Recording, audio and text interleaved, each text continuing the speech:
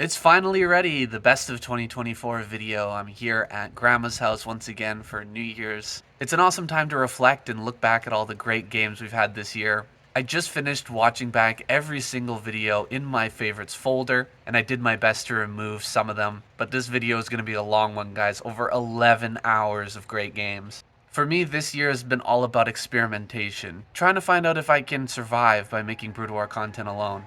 I haven't done my taxes yet, but I think we're gonna break even. Anyway, great success. My goal with this channel is not just to survive though, it's actually to thrive while making content for you guys. That's why my theme this year is creativity. I know there's no point begging you guys for support, so that's why this year I'm gonna get creative, give you guys new things to buy and new reasons to support what I do. Special thanks to everyone who sent donations and supported through Patreon this year. Thank you so much. Now let's get into the video. Hero gonna continue on now, going up against Backhoe, aka Jesus, over here in the top left. Monty Hall. Maybe there's a chance Backhoe can pull something sneaky out. Jesus can walk on water today. Managed to beat Hero. I don't know. Hero is just looking so sharp. Yeah, like scary sharp. We were just saying off air a little bit, like I think this guy is only a matter of time before he finally gets his championship, and he's always been like a kind of round of 4, round of 8 player, always super consistent at smashing through into the higher echelons of the tournaments, but never quite getting that #1 champion belt. But maybe that will change soon. Look at this play from Backhoe, though, being super aggressive, just going to be doing a 9-9 gate rush and probably putting a lot of pressure onto Hero. If he scouts it, this will be okay, but if he doesn't scout it, this could be a real big problem for Hero. Oh my... Dude. Oh no. Oh no. Hero. He's not even sending his Overlord. Oh my gosh. Please tell me you're sending your... Oh my gosh. Oh, the vector on this Overlord is not looking good here, Shun. No, this is crazy. This is crazy. This is such a obvious Protoss build. They do this all the time on ladder, of course. You gotta check your mineral patches. You gotta have vision on everything. All the entrances to your base. I'm shocked that Hero's not looking at this. He's building a spawning pool, but it's actually not double gate. It's just 1 gate, which might be holdable.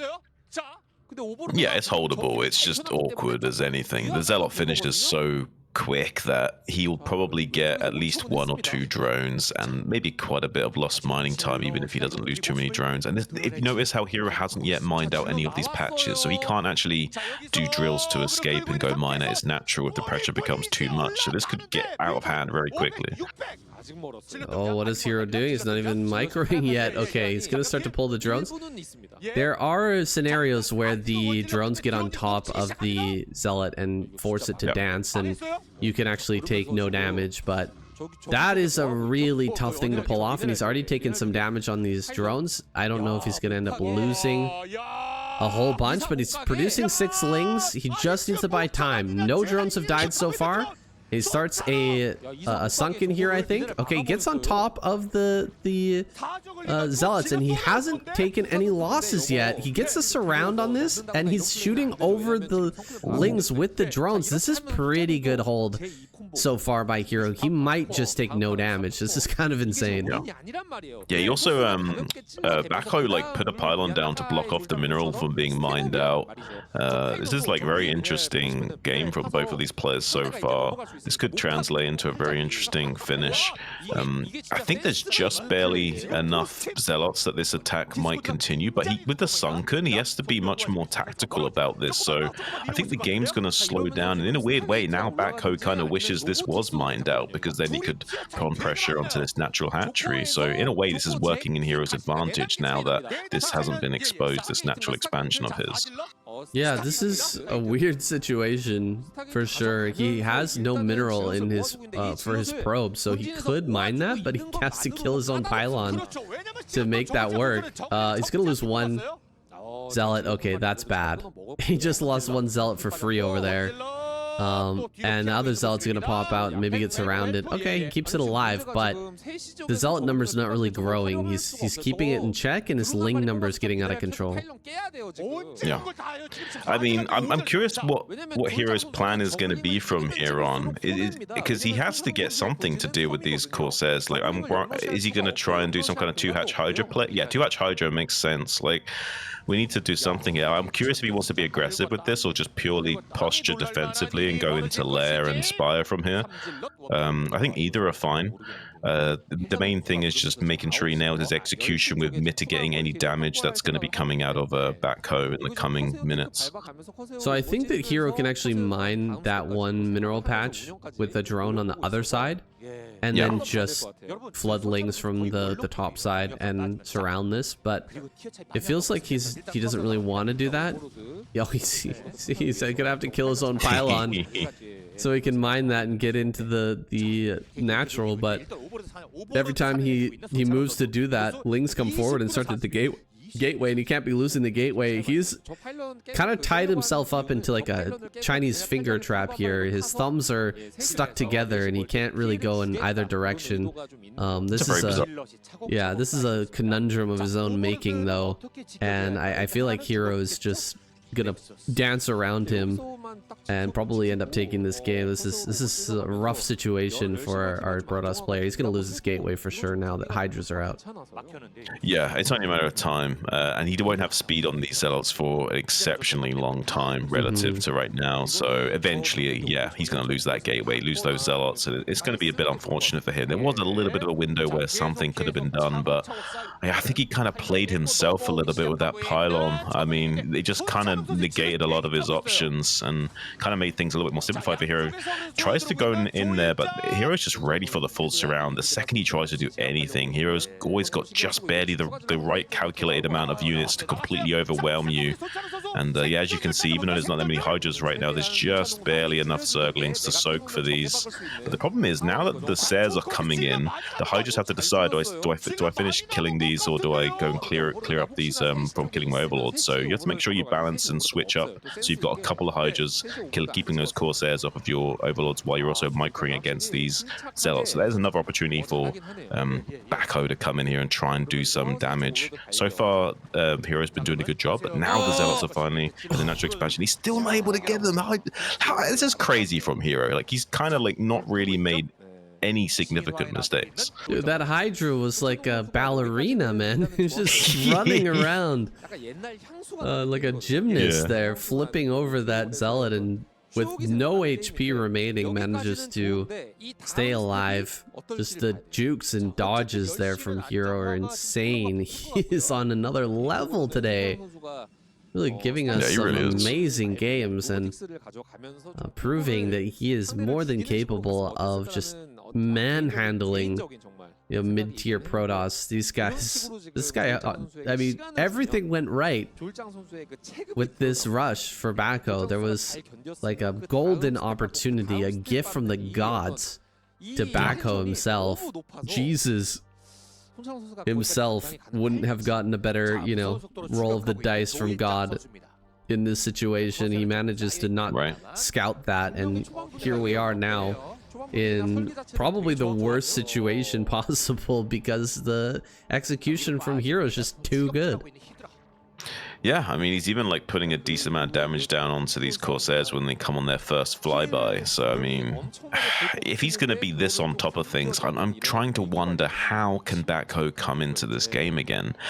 I mean, it has to be something maybe a bit extreme. I don't think he has the confidence to do something like Reaver Sarah or anything like that. So I'm not really sure what his options are going to be. He might just have to try and play like a relatively straight up game here. Maybe what would be good is if he could try and bait Hero into going Mutalisks and then setting up for a Maelstrom combo. That would be one of the ways I could see him getting a big enough tempo swing in this game. Yeah, the real problem right now for Backho is that although he's on kind of a semi-island map right now, there's not a good way for Hero to attack his natural or his main. It's not that hard. Like, we can just send some drones over here and mine that, and we can then get to work attacking that natural base. Now, killing off the Overlord here and going to work with the Dark Templar, if he doesn't notice this right away. Okay, 3 drones, 4 drones. That's some reasonable damage here. This is one of those ways that he can get back into the game, I guess. I wasn't considering that maybe Hero would, you know, have a lack of Hydras at one of his bases and only 1 Overlord to get sniped. That seems like something that he would be on top of, but he does end up taking a bit of economic damage. It's just, is it really enough here to mitigate a potential attack from Hero and the damage he's taken so far? Oof, and yeah, losing in Corsair as well. There's a potential for that Mutalisk switch pretty soon. I mean, he's starting to add some ingredients into a bowl. Whether or not he can finish baking the cake with that remains to be seen. But yeah, I certainly am favoring Hero's position right now, despite Backho finding a little bit of economic damage there. Is trying to set up his third base at the 9 o'clock. Can't really fault him for it, but he needs to start finding some other kind of value and tempo swing in this game, because Hero's such a powerful macro Zerg. Like, he plays pretty much any style, but if you just let him sit back and do what he wants to do, it's crazy the amount of units he can pour out of his Zerg macro engine. And it looks like he's just going to rush up into 4 base, go up to like 7 to 9 hatchery production, and just absolutely demolish Backho. Backho can't like figure out something like you know, even just like a Maelstrom or Storm drops, get more Corsairs. He needs to find a way of like figuring out a tempo swing in this game to isolate Hero enough that he can come back in it. But so far he doesn't really seem to be doing anything too significant, just being a little bit fancy, trying to come in and scout a little bit of his Corsairs. But he's going to pay the price every time he does this and just lose 1 Corsair, and then, you know, Hero's just going to be happy to be the tax man and just, you know, claim that. Yeah, the Mutalisk. I was expecting this. 4 gases already from Hero, and he's sniped several of these Corsairs. We had 1 get sniped off screen, and then another one sniped in the main base there of Hero. So only 2 remain. This is a game ripe for Mutalisk production, and he's just going to start pumping those out. I don't see a red Archon. Do you see one, Jun? I don't think there's going to be one here. He's building a bunch of Dragoons, and he's got quite a few Storms available, but there's no Archon, there's no red Archon. He's actually going to start to do some sort of push here, and I think there's a golden opportunity for Hero to just snipe all the Templar. Here he comes forward. Storm is available. Is he going to cast it? I don't see it. 1 shuttle is out. It's spotted by Hero. This is another move that could potentially bring Backho back in the game, is sneaking DTs into the main, but I don't think he's even going to be able to do that now that it's been revealed. Yeah, I mean, he's already shown that he's been wanting to go for the DT plays. I don't think Hero's going to let him get that kind of significant damage into the main base, unfortunately. But Hero coming into this 3rd base location, taking out the cannons, and it looks like Backho's option is just going to be like run it down mid, and the Sunkens are on the way, but they're not yet quite finished up. If he can pull the trigger quick, okay, they're just barely finishing in time. I think Hero barely might be able to hold on to this with 5 Sunkens. It's just barely enough to I think there's like at least 1 or 2 lurkers there, so with some Hydra support he should just barely have enough to hold this, as long as the Hydras can stay spread out and storm dodge just a little bit. But it looks like actually there's not much support coming in from the Mutas yet, and the phase disruption shots just ripping through those Sunkens, and there's no surface area for the Hydras to actually take advantage of, so they can't even like contribute to the fight at all, and now they're kind of pinned back behind their economic line. So now we got a full siege mode set up from Backho, just gonna be raining down onto this production line and forcing bad trades from Hero. Maybe Hero could be in a lot of trouble here, but he's coming in with the Mutas from behind, trying to take out some of the remaining forces of the infantry of Backho. He's just barely clearing it up, and we got more still at 14 minutes into the game. No speed on these zealots from these reinforcements. Kind of crazy to think about. Yeah, this was a pure Dragoon Templar attack. He had to be really cautious with how he spent his storms, and I think he threw a few too many storms out that kind of missed the mark here against Hero. You really want to wait for the full engagement of the Hydras against the Dragoons before you throw out that storm. Any like small skirmish between, you know, a load of Dragoons and just a couple of Hydras is great for the Protoss. He ends up throwing out a few too many, and Hero holds on to this base. That's crazy. We didn't even see any snipes on Templar. He just purely held that with the Mutilus flank and a few Hydras spread out, you know, taking little fights there. If there was like 10 Zealots with speed reinforcing that attack, I think he would have been able to break it there. A big drop coming over this wall. He's gonna go ahead and assault the third base of Protoss, and actually a drop coming down to the bottom left. He's gonna take another base backhoe down in the bottom left. This is gonna get weird if Protoss gets a fourth base up, but this might end up getting shut down right now. 2 cannons only. Hydra's being dumped out on top of this. I think he can possibly kill this Nexus. Yeah, I think he should be able to. I think there's some Dragoons nearby, but I don't think there's any Templars. And without Storm, there's no way he'll kill off those Hydras in time. They are going to get in the snipe on that. And now can also just retreat to safety. I'm not sure if he'll have any idea about this fourth base that wants to come online. If he can scout that out, that's going to be even more annoying. But even just being reduced to 2 bases like this is already a nightmare position for backhoe now. Very difficult for him to resecure footing. There's some lurker drops here coming into the natural expansion. So many probes could die. He does get a probe pull away with most of them, but did kill quite a few probes with those 2 lurkers. So already taking a big chunk out of the economy of the Protoss player, but he's still adamant in surging forward now, breaking through the Hydra line, actually thinning those out. So there's not a huge force here, but these minerals haven't been mined out on the bottom lane, so Hero's pretty much safe from any further assaults from that angle at the very least, and instead wants to put on its own counterattack in the middle lane now.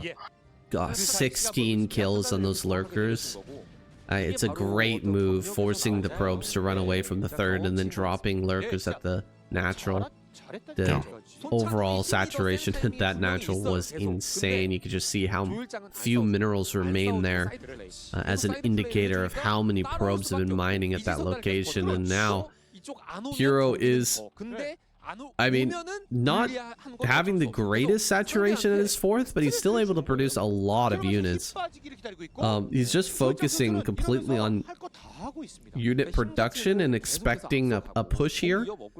And I think he's completely right. We're going to take a base out in the front. The third base is going to come down for backhoe, but he actually needs a fourth, and he needs to maybe push out against Hero now. Diving forward, gonna jump on top of these Templar. 2 Templar get picked off, but all the Hydras die. And the Dragon number is still strong, plus 2 Templars in the background. He could potentially push this base, although that's a lot of Hero Hydras. I mean, we've seen how well he can fight against pure Dragoon in the past, and I'm not sure that backhoe can make this work, but a counterattack at the same time is going to cause some chaos on the side of Hero. 2 storms get out.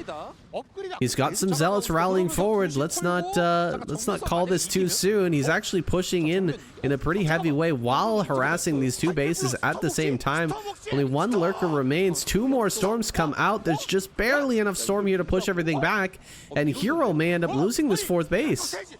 I mean, it's very possible he'll lose this base, but there is a lot of gas that's being dried up in the side of backhoe right now. He's like just barely doing it with his army superiority, but back at home he pretty much is mined out and waiting for this Nexus to finish on his 3rd base so he can start mining again. So he's pretty much dried up while this was all going on, but he did have a supply lead, so did have enough forces to kind of leverage against Hero and put him into a bit of a weird situation. And now Hero is starting to become mined out in his main and natural as well, so maybe he can reset this power scales a little bit while taking out this 4th base. Would be kind of crazy. Hero's just barely squeezing out some Hydras to fight this, though. He needs a perfect storm to kind of stop this from killing these Hydras. I don't think that's going to be... Okay, the 2nd storm helps out a lot. The Archon Morph may be enough, but I don't think so. I think there's just barely enough Hydra trickle to defend this. Yeah, Hero's mining on 2 bases right now. He's just getting his drones over to that third once again, and the fourth is about to die. These Hydras bashing away at the Archon. That's just buying a little bit of time to maybe snipe this fourth. The fourth hatch survives. Dude, this game is insane now. Wild. This started with a proxy gateway, and now we're here at 18 minutes, 19 minutes into the game. I mean, I did not expect any sort of recovery from Backo, but he just killed the fourth base. He's got his own third. This is a winning situation for Protoss. I can't believe I'm saying it, but this is a Protoss win if this game continues on this trajectory. I mean, he's not wrong. I mean, the fourth base has just been taken out. Protoss is now on one base as well. And one base Protoss beats one base Zerg. So this is looking pretty dicey for Hero. All of a sudden has plenty of gas, but just doesn't have the minerals to really, muster up a meaty army. He's like a very strong, potent, advanced, evolved alien race with not enough biomass to actually feel the force to actually deal with the Protoss right now. So yeah, a little bit of a catch-22 situation, and suddenly Backo's back on the board. I can't believe this is the world that we live in, Shun. Hero is about to lose to Backo? Wait, what? I mean, yeah, I mean, that's certainly not a sentence I thought I would ever say in my life ever, but we might be saying that today. I mean, it's kind of wild, Sam. Yeah, it's an or is he moment, because Hero... Hero still has units. He's way behind. He's got hardly any income. He's gonna snipe this shuttle here. The shuttle gets sniped off screen. These lurkers get into the third. Oh my god, this damage is insane. So many probes just went down. He has no mining. Absolutely no mining. He just cancels everything. I think he's gonna give up the main and try to make lurkers somewhere out on the map and just sandbag this push. Hopefully the crap. Losing all the buildings here is going to take time. Killing all these buildings is going to take time. Maybe he can make like 10 lurkers at the third and just try to survive. There's like no probes left. Oh yeah, sunken colonies, lurkers going to be made. Anything to sandbag this push, because yeah, after killing that many probes, it kind of like gives him many more win conditions now. Just to kind of has to like weather the storm and keep this third base online as long as possible, but I don't know. I mean, Backo can still do this. If he's got just a few probes left remaining, maybe he can make this work. It's going to be extremely difficult. He's going to need like some pretty monstrous storms and what have you. But it's like a Doom drop going to be coming out of Hero. He wants to go on the aggressive here. Whoa, I was not expecting this. I thought he was going to choose a choke. Maybe just choose like a location to have his final stand. But instead he's going to expand to the island. He might lift all his drones and put them on the island. That might be the Gigabrain maneuver. He's gonna drop on the third base. As long as he snipes his Templar. Okay, the Templar is gonna get its storm off, but that's a pretty decent dodge. He's gonna kill this base 100%. Dude, if he goes to the island with all his drones, it's absolutely goated. This is such an insane... Yeah, he's doing it. He's doing insane. He's doing insane. No way. This guy's the goat. This guy's the greatest of all time. Okay, this guy is on snipe. Yeah, find it. Robotics. There it is. There it is. Get it. Get it. That's the win con right there. For those that aren't sure why we're freaking out right now, because right now there'll be no situation where Backo can even get his units up onto this high ground in the top right. He does have a probe in the bottom left, but if he can't get his units up into the top right to actually kill this off, Hero can actually mine up again and still be fine. Yeah, Hero can eventually come back. It's gonna take like 10 minutes for him to get back into the game. Well, with this many drones, maybe he can, make a spawning, because he has to make a spawning pool, then he has to make a Hydra den, he has to make extra hatcheries, make more units. This is so ridiculous. I don't think he knows about the base in the top right, man. Oh, there's some probes down here too. Yeah, but he can't make a Nexus. He killed the Nexus and he can't mine any more minerals, so he can't get up to 400 to make a Nexus. So Hero just Hero wins by default. There it is. Yeah, no Nexus. So even though he's got these probes, he can't return any minerals. Oh, dude. Bro, it's just... I'm so happy you talked about this earlier on, just how locked in Hero is into the game state and how good he is at navigating weird situations. He just, like, heard us talking and was like, yeah, let me show you what's up.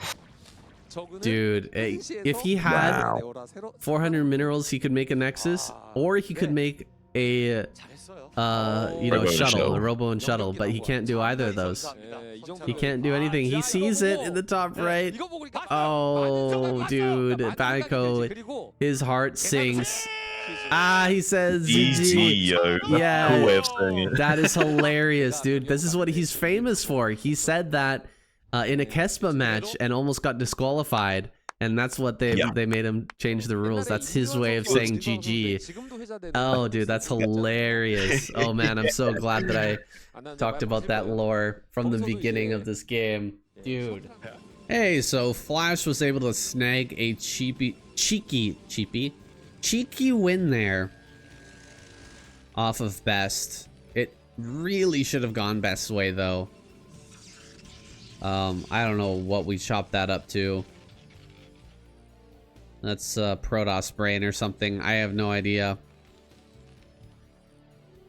But kind of a throw from Best. Anyway, a reasonable aggressive play from Flash.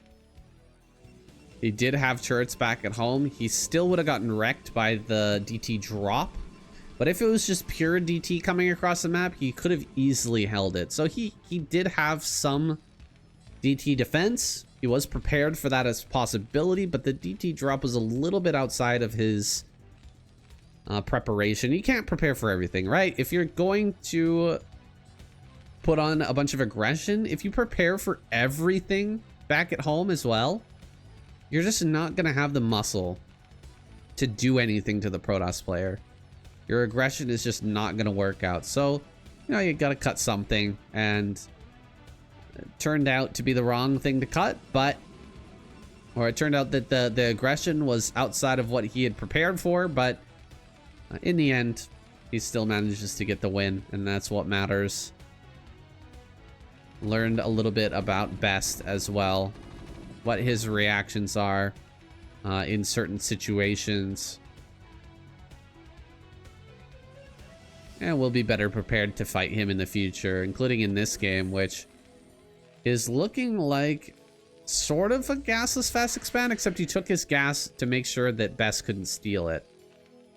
So we're gonna have that fast command center, but with just a slightly quicker gas and no bunker here just yet. When he gets in with the SCV, he sees that the Dragoon has started. We'll be popping out in just a moment. Gonna go ahead and drop that bunker in the front. Let's see how many Marines he cuts once again. Is he just gonna stick on one Marine? I feel like it's so greedy, but he's been getting away with it. One Marine in the bunker is begging to get broken. But if the Protoss player can't see, because they can't just click on it and see how many Marines are in there, they have to like walk in range and then see how much DPS is going, or like how many things are getting attacked, or listen to the sound of how many Marines are attacking, and kind of try to decipher that, oh, that's just, 2 Marines or 1 Marine or 4 Marines. It's pretty easy to tell when you get in range of the bunker, especially to someone who's played as much as Best has. But if he never does get in range of that bunker, he'll never know. And Flash will get away with making the absolute skimpiest defense in the early game that you can possibly do. And it looks like it's probably going to be the case here once again. We've had a couple of very quick games. I'm hoping to get a reasonable macro game out of these two. In this series, one more Marine does pop out. He jumps in the bunker. So at least he's not going absolute total greed. But the tax is coming off the top, right? His paycheck is being stolen here by the Protoss. And I say stolen because, yes, taxation is theft. Thank you, guy in the chat, guy in the comments who said that. It is true. We've got more Dragoons piling across the map. And let's see. with the Reaver coming, are we gonna go into a Goliath defense once again? Excuse me. Siege tank, siege mode, the first research once again from Flash, straight on into Goliath. I'm sensing a bit of a methodology emerging here from Flash in the way that he's playing against these Protoss players. Something that you at home could copy. If you're gonna play it Terran on the ladder, you can just see this is sort of emerging right now. Flash's play is evolving. You can see the timing on the armory, the double Goliath production. Well, it's not 2 right now, but I'm sure there's going to be 2 in just a moment. Instant Charon boosters right after the siege tank. No vultures, if you'll notice. If you go ahead and watch any other Terran player on the ladder right now, they're going to be doing a Vulture Expand. Vulture Expand is what is strong right now against Protoss. And that's why we see so many players utilizing it. It's just a very good, solid build. It allows you to put pressure on the Protoss, get out on the map, force them back, put mines behind their units, do stuff like that. And just put the pressure onto the Protoss. But here, as you guys can see, Flash, just full-on defense mode. He's trying his absolute best to stop anything that Best tries to pull out. But he's really having a hard time because the Protoss player is allowed to do whatever they want, whenever they want. One tank gonna go down? No. All the tanks do survive. A few SCV kills. No, did he even get any SCVs? Maybe like 1 or 2. This is a very decent defense from Flash. Good targeting onto the Reaver and getting the Goliath in range over and over again of that shuttle, making sure that he tracks it down and shoots it down. Really well played by him. He's going to go after the Observer too. I'm going to go ahead and shoot that down. Does manage to spot the 6 factory follow-up though. That is really, really big from Best. Just knowing that that's coming is going to make a world of difference. You can start to add on a big number of gateways. It's going to be the same sort of build in this game as in the Apocalypse game, but with less damage having been done by Best with the shuttle. Like last time, he flew in, he did a little damage, he flew out, he flew back in, he did a little damage, he flew out, and then he still had the Reaver and shuttle to help him in the fight. But here, he's lost the Reaver and shuttle. He's done hardly any damage. There's still a good tank count from Flash. All of his tanks have been preserved. All the SCVs have been preserved. There are 42 SCVs rather than, what was it, like 38 when he finally started to move out, if I remember correctly. So this is a much better opening for Flash. This has gone a lot better for him. Let's see if Best can still hold the push. If it's going to be possible. We don't have a shuttle. Check around the map here. Make sure that's actually true. Yeah, I don't think we have a shuttle. No shuttle. Just some observers. A lot of gateway units to fight this back. He's got to buy time for leg enhancements. If he's not going to be fighting with shuttles and Reavers, how are you ever going to fight this army without leg enhancements? You need that Zealot speed upgrade so badly. I'm gonna run forward here, try to snipe a tank, gets one for free, backs away before the siege mode comes into play. Very well done by Best. Getting some free pot shots. I mean, you can't ask for better. You can't ask for more here. So, doing this excellent backing up with the goons is buying him a lot of time. And leg enhancements will finish. Maybe even +1 will finish as well. We do have +1 now done for Flash, so he's pushing here on a good timing. He's gonna really put the pressure on now. Getting closer and closer to Best. Some of the tanks are in the background. Not quite in range of this fight, but they're gonna help out with the Dragoons that are on the flanks. Zealots are making their way into the front lines, but the tanks are doing a great job of target firing the goons in the back line, and the Vultures are actually cleaning up all of these zealots at the front. The tank count has been reduced pretty significantly though, and there's still quite a few zealots popping out to be able to take this next fight. Vultures laying down mines as they should. More zealots popping out. 7 dragoons, 2 zealots about to pop here. Looping around a little bit. Maybe thinking of getting in the way of the reinforcement line. Maybe heading into do a counterattack. Let's see what he wants to do. Some vultures over here are going to deny mining. That is a big move. Oh, zealots are actually being forced back on this flank. Just a little bit of a contain right there, and the probes are under threat. 1 cannon is on the way, but this is looking bad for Best. He's having a very hard time clearing this out, and he's not mining over here. He's still got 800 minerals, so he will be able to make a lot of zealots to try and break this a little bit later on, but he's being pushed back once again. Let's see if he can take this fight.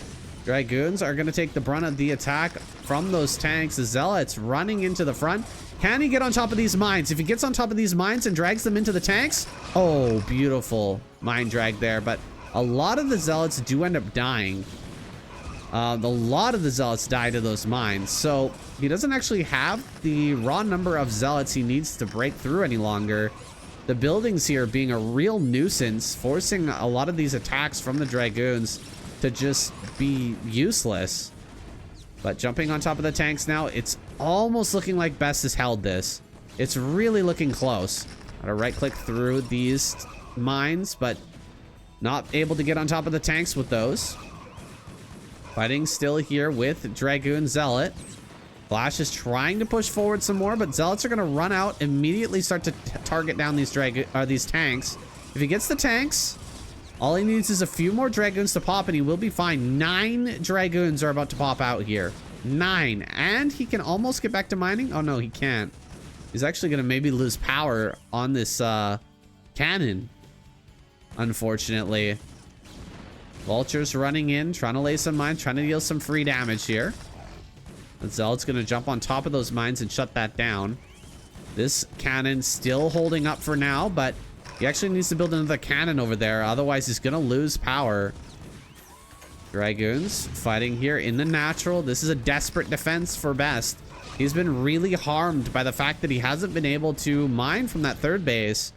If only he had put a few cannons over there initially, he wouldn't have had this problem, but Flash has been pulling him apart by just forcing him not to mine at that location. He's done a huge amount of damage to the defense of Best by just simply denying that mining. Another tank gonna go down here. The rallied push of Flash across the map it looks to be slowing down now. I don't think he can actually break everything. Best is going to get down here and maybe, just maybe, save his Nexus. What a crazy thought. Is he actually going to save this right now? Yes, he is. And he can finally get back to mining now. But he's starting to lose control of this area. Another round of units is about to pop out. Just in time to stop vultures from running in here. But these small contingent of Zealot Dragoon is actually stuck on this high ground.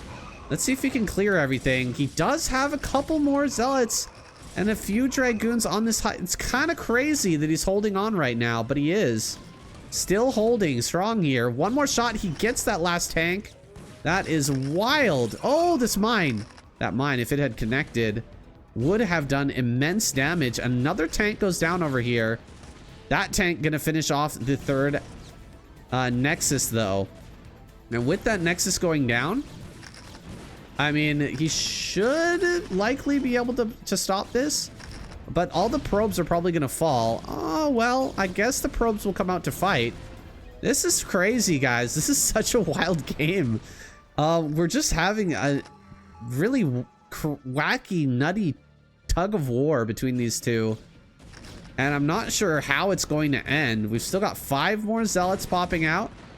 Dragoons are being shoved back, but it's not the greatest. Fighting just pure Dragoon with pure Vulture. And he... okay, he does eat some mine hits there. But clearing out even more. He's shoving Flash back again.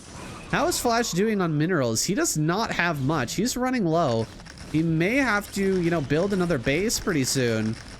He's doing a decent enough job of killing dragoons that he can start to push things back.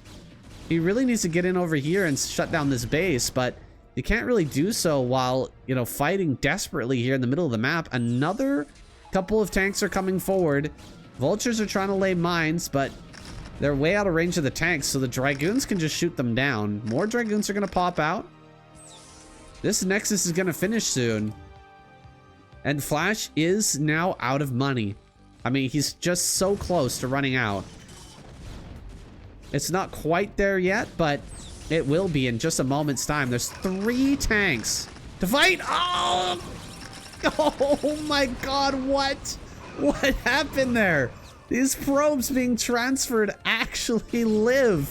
I thought those were dead 100%. My goodness, that was crazy. We need some pylons over here because Flash could absolutely send vultures around the side and deal a huge amount of damage, so he's got to get down there. Put something over here to block this. It looks like he will. And vultures trying to run by. Not gonna happen, Best says. He blocks that out. And third command center starts for Flash. What an insane game. This one is for the books, guys. This is a wacky, wacky game.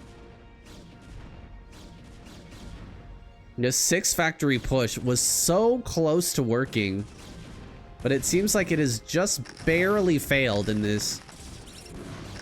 And yeah, he can't get on these dragoons. He's doing a very good job of running forward and trying to get the mines right next to the dragoons, but he's doing an even better job, Best is, of just backing up and targeting the mines. So it doesn't look like that's gonna work.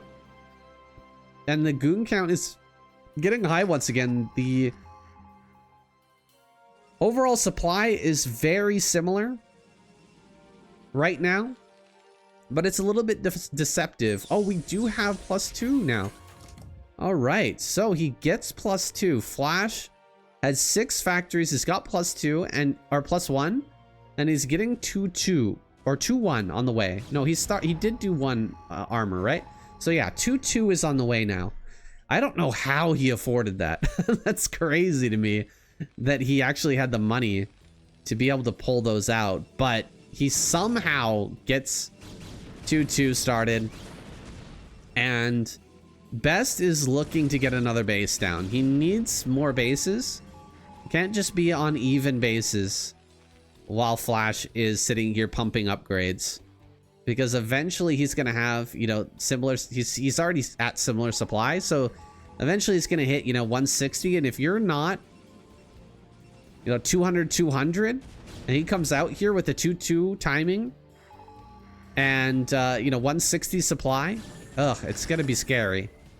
You're probably just gonna die. You need to have more income so that you can max out a bit faster, and so that's what he's going to do. He's gonna get up onto another base as quickly as possible, and maybe even take this base down here as well. Does need to move the dragoons out a little bit. It is important to get those active on the map, you know, clear some of these mines over here. Make sure he's right in front of the Terran Natural as well. When the Terran starts to push out, we want to be able to dive on that right away. Flash pulling every tank. I love it. Like, it sucks if you get counterattacked right now, but hey, you need to make this work. This is a very crazy game. This situation, you don't even know where you're kind of at on the curve right now, but he's just going to bring everything with him and spread out in the middle. Lay some mines over here to make counterattacks a little bit less likely, and start to push and see what he can do with this 125 supply. He's got even a science vessel here at the front, but Storm just finished and we've got a few Templar. Can we get over and storm this stuff? That's a great spread of tanks. Is Flash going to take the middle next? I think that's a big possibility. We are floating the main. Oh, that's so funny. Depleted. Everything is gone in the main base, so might as well float this out to the be the 4th in the center, but Best is setting up for a wide-angled attack. Let's take a look at the upgrades right before this attack commences. 1-1. We've got +2 just about done for both sides. +2/2 for Flash and +2 attack is about to be done. So I think that actually favors Flash. Waiting for that to finish is going to be better for Flash here. He thinks about taking this engagement, but I don't think we want to push through here. Maybe take another base in the bottom left or something. Might be a better choice. Oh, that sucks. Wow, that's just unfortunate. I think the best tried to get everything to move along here, but just didn't end up working. He's going all the way around right now, sending everything through this bottom side. Did Flash just scan that? He just scanned right here. He's actually coming around, handling that pretty well. Putting down some mines on this side. Best is going to try and crack through here. Some tanks are coming down, but Flash actually needs to move everything. Move all of this down to deal with that. All right. Best backs away, realizing that Flash is on top of that. Pretty cool little game here, honestly. I'm really enjoying this one. This is the best game of the series so far for sure. Not just because we're going a little bit later, but because there's been so much action. Now, Flash is in an interesting position. He's got a lot of tanks in the back that aren't going to be shooting in this fight. So Zealots are going to run straight up on top of this. Do we get a good storm? Oh, an excellent storm on top of these tanks here. Hard to catch the entire engagement in just one screen's view. So I'm going to back out with a big zoom. See if we can see everything. A lot of SCVs here in the middle are mining. A good another round of Zealots are going to come forward. Let's see if we can get in range of the minerals to actually throw down a storm on this. Because if you just put down, like, click one of the mineral fields and get a storm, then you can kill, like, all these workers right there. He's going to go for it. Zealots diving on top of these tanks. He goes ahead and picks off the science vessel just now. Is getting on top of all of this. There's not enough rallies here for Flash. Flash is being pushed back. His tanks in the back line are being picked off now. Oh my god, there's going to be a storm here. Ooh, the storm. Rushes 8 SCVs with 1 storm, and Flash has been broken in the center. I don't think he can recover from this. 31 SCVs remain, but he's mining on 1 base. Just 1 base, whereas, of course, Best mining on 2. This is rough. Flash is going to retake this area. Adding on more tanks. Keeping everything split up a little bit better this time. Hard to get any storms that are going to be worth much in this situation. 1 Templar gets picked off. A second going to go down. Really nice pick off there for Flash. Just 2 Vultures for 2 Templar. Insane value. Insane value. Can he actually run forward and get another one? I think it's definitely the right call. There's only a few Dragoons in this army. And look at that. Just great value out of these units. More mines being thrown down. Tanks are set up much closer this time. They can all start to fire as the engagement happens. Let's see if Best can crack it.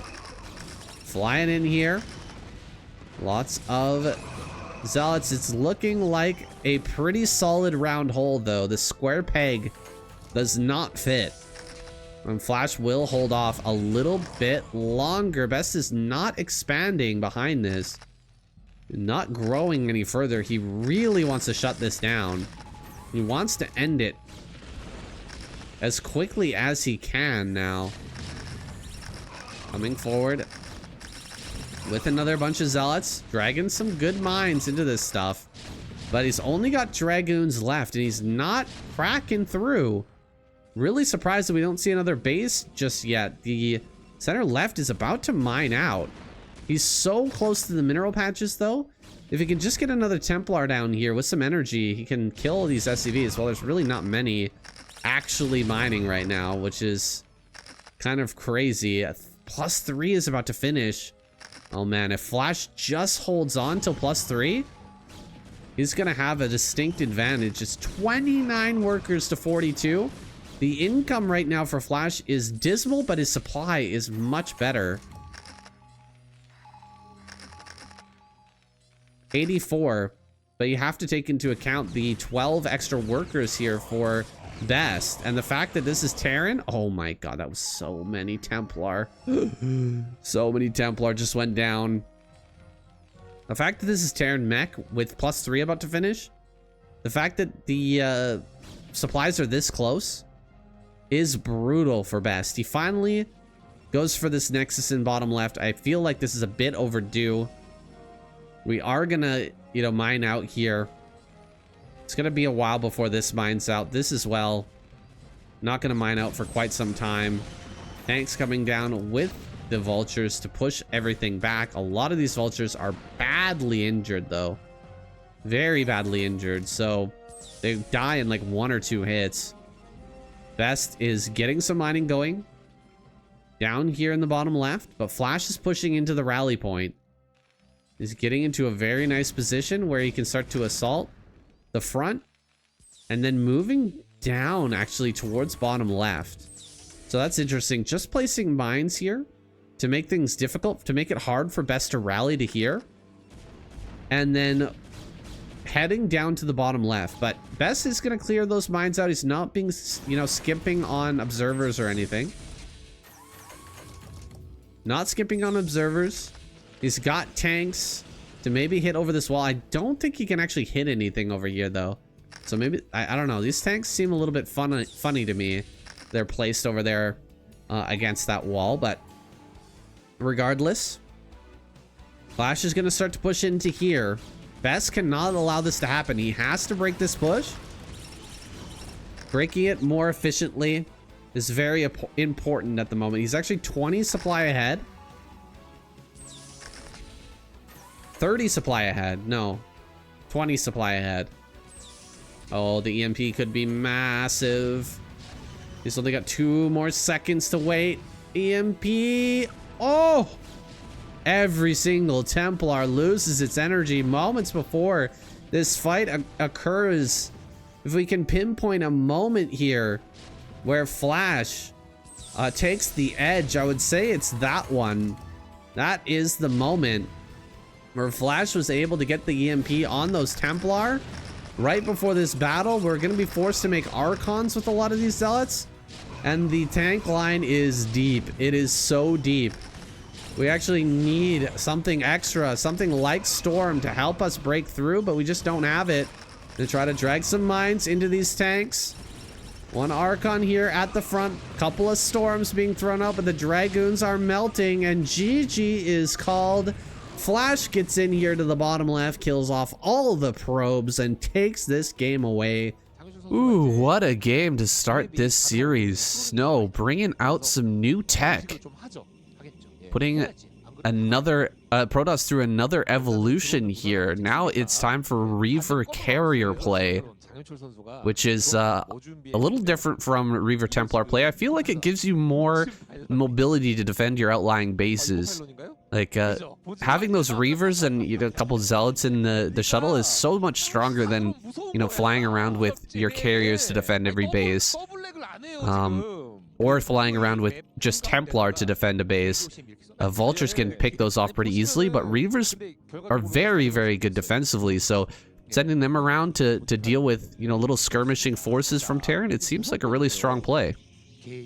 I think it definitely suits a more active style, and someone like Snow, who's very good with his Reaver and shuttle control, can definitely take advantage of that. So yeah, definitely affords him a new opportunity going for that. I do like the choice of going for the Scarab damage upgrade as well and getting maximum value out of those Reavers. I'm liking that from Snow a lot. Yeah, very, very cool play from him, and now he's gonna go for a double gateway here against Hyun on this map. What was this map called again, Shun? I remember it was an very old map. Not Colosseum. Troy? Troy, that's the one. Troy? It's kind of a reimagining of Troy. We still don't have the map pack yet from the ASL. Still no Team Liquid you know, post about ASL 17, so we're waiting on that for now. We will have that map graphic as soon as it comes out, but it's basically Troy. with, you know, some modifications, making it a little bit better for the modern age of play. And you do still have these assimilators here that can be killed and blocked off. And, you know, this is the big fear here for the Zerg player. And I think this is the goal of Snow, which is to get across the map with a bunch of zealots, you know, push the Zerg player back and, you know, kill off those assimilators. And then things get really, really hairy for the Zerg player. Oh, absolutely. I mean, it's already a semi-island map, and by taking out these assimilators, you can create more islands, which will be more frustrating for the Zerg to have to navigate, and much more easier for the Protoss player to take advantage of in this matchup. So hopefully, if Snow can, he will go for that. Almost gets the surrounds on this probe. Look at this from Hyun. This is exactly what I expected from Hyun. He's very talented in his unit control and very aggressive in his mindset, and we're going to be seeing him try and dispatch of Snow as best he can in this early game. And killing that probe is a big deal because now he can't two-shot these lings with these zealots without the particle beam, so he's had to bring up another probe instead, which is a little bit less economy for Snow going forward. Interesting, Hyun is actually putting down a second hatchery inside of his main right now, instead of out here at the natural. And he's going to be throwing down this creep colony. He will have a sunken here soon, but he needs to buy a little bit more time for that. Has all the lings coming in, and he's done a great job of keeping all his lings alive and just kind of skirting around this Protoss force, threatening the backstab, the counterattack, and the surround, and he's bought that time. So I think Hyun is in a great position here. He's got quite a few lings going to come over here. He sees that he can't get in there, and he's just going to make a run for it, splitting off the lings at the last moment. He only loses one ling, it looks like, and the rest are going to escape out of here. Really nice handling of this early pressure game from Hyun. Yeah, so far he's kind of alleviated a lot of the pressure on him. I think maybe the hatchery in the main base was just on the very small chance that Snow commits to the natural and maybe kills off these assimilators, and he wanted to make sure he could maintain as much production as possible if he was reduced to one base worth of production. But I don't think that was a very likely eventuality. I think he was just kind of min-maxing his potential next game phases. So yeah, I think for the time being, I don't think this is necessarily Hyun favored per se, but I actually do think I'll give him a slight edge in this game going forward after having these early three hatcheries with the natural already being finished, with Snow only just now taking his. I do kind of give a slight edge here to Hyun. Hyun can drone up very, very hard here. Yeah, with the 3 hatches, he can get a ton of drones on these 2 bases and, you know, make his way over to a 3rd as well. He's got the layer on the way. Where is he going to take the 3rd here? I think this is an island to the right of the main base. Am I wrong about that? And then there's a high ground over on the top center at the 12 o'clock, right? He just kills his own Vespian geyser. I guess that's to make sure that Dragoons can't walk through there. But everything else can, right? Zealots can walk through there. Lurkers can't walk through there, right? But it's a little bit funny to see him kill that. It makes it a lot easier for Snow to snipe that and make his base an island if he wants to later on, though. Yeah, I mean, I really doubt Hyun will want to make that an island, but Snow could snipe that and make it an island, which would be a little bit annoying for Hyun to have to deal with, so you might be seeing that transpire later on. We see the Spire going down before 3rd base, which I think is a wise choice for him. Overlord is in the main base, getting some scouting information, and another one checking the natural expansion. Sees no +1 timing from Snow, interestingly enough, so wonder how that will adapt him to this current situation, if he will decide to go for maybe straight into Mutalisks or not. A lot of Sunkens here. He's getting prepared for that Zealot timing, but he's not protecting his gas. Oh, he's got one more Sunken. It's going to come up here shortly, but I think the gas guys may end up going down. Ling's coming out to fight. Ling's coming up from behind as well. He's going to get a big surround here. These are not +1 Zealots, so they do not kill in 2 hits. They have to go for 3. A lot of Speedlings here. He's going to clear up every single Zealot eventually as they try to retreat, try to get the best value that they can. Snow going to lose all his forces on the map, and now map control goes completely over to Hyun. He's going to be able to take a 3rd base, no problem. And yeah, holds on perfectly there. Wow, this is a beautiful game from Hyun. I have a feeling like he's just going to absolutely destroy Snow in this game. I don't think Snow's going to be able to hold on. He can just run in here with the Zerglings and take out these cannons. You have to pull probes desperately. Yeah, he's going to just pull probes. He knows that if Hyun wanted to, he could just come in here and end him now. Instead, I think Hyun's just kind of playing with his food a little bit just to pull the probes off the line, deny some mining time. He knows that right now Snow is strapped for cash, and he needs to pro down cannons if he wants to have any hope of defending against this Muta threat that's going to be coming out soon. So if he hasn't got much resources available to him, he's not going to have the kind of amount of cannons that he needs to thwart the kind of Ogre Zerg style that's going to be coming out from Hyun any moment now, as he gets on top of this Corsair and wants to go all the way to the money bank and just start hammering down on these probes in the natural expansion, which aren't covered by cannons like they are in the main base. Yeah, this is a real problem for Snow right now. He's got a couple of Corsairs, but the Mutas are going to come in and get some early damage on them. Looks like he pushes him back just slightly here. No cannons in the natural mineral line right now, just a couple at the front. He's going to end up losing this one with the Scourge there. He can't really contest this. So being forced back for now.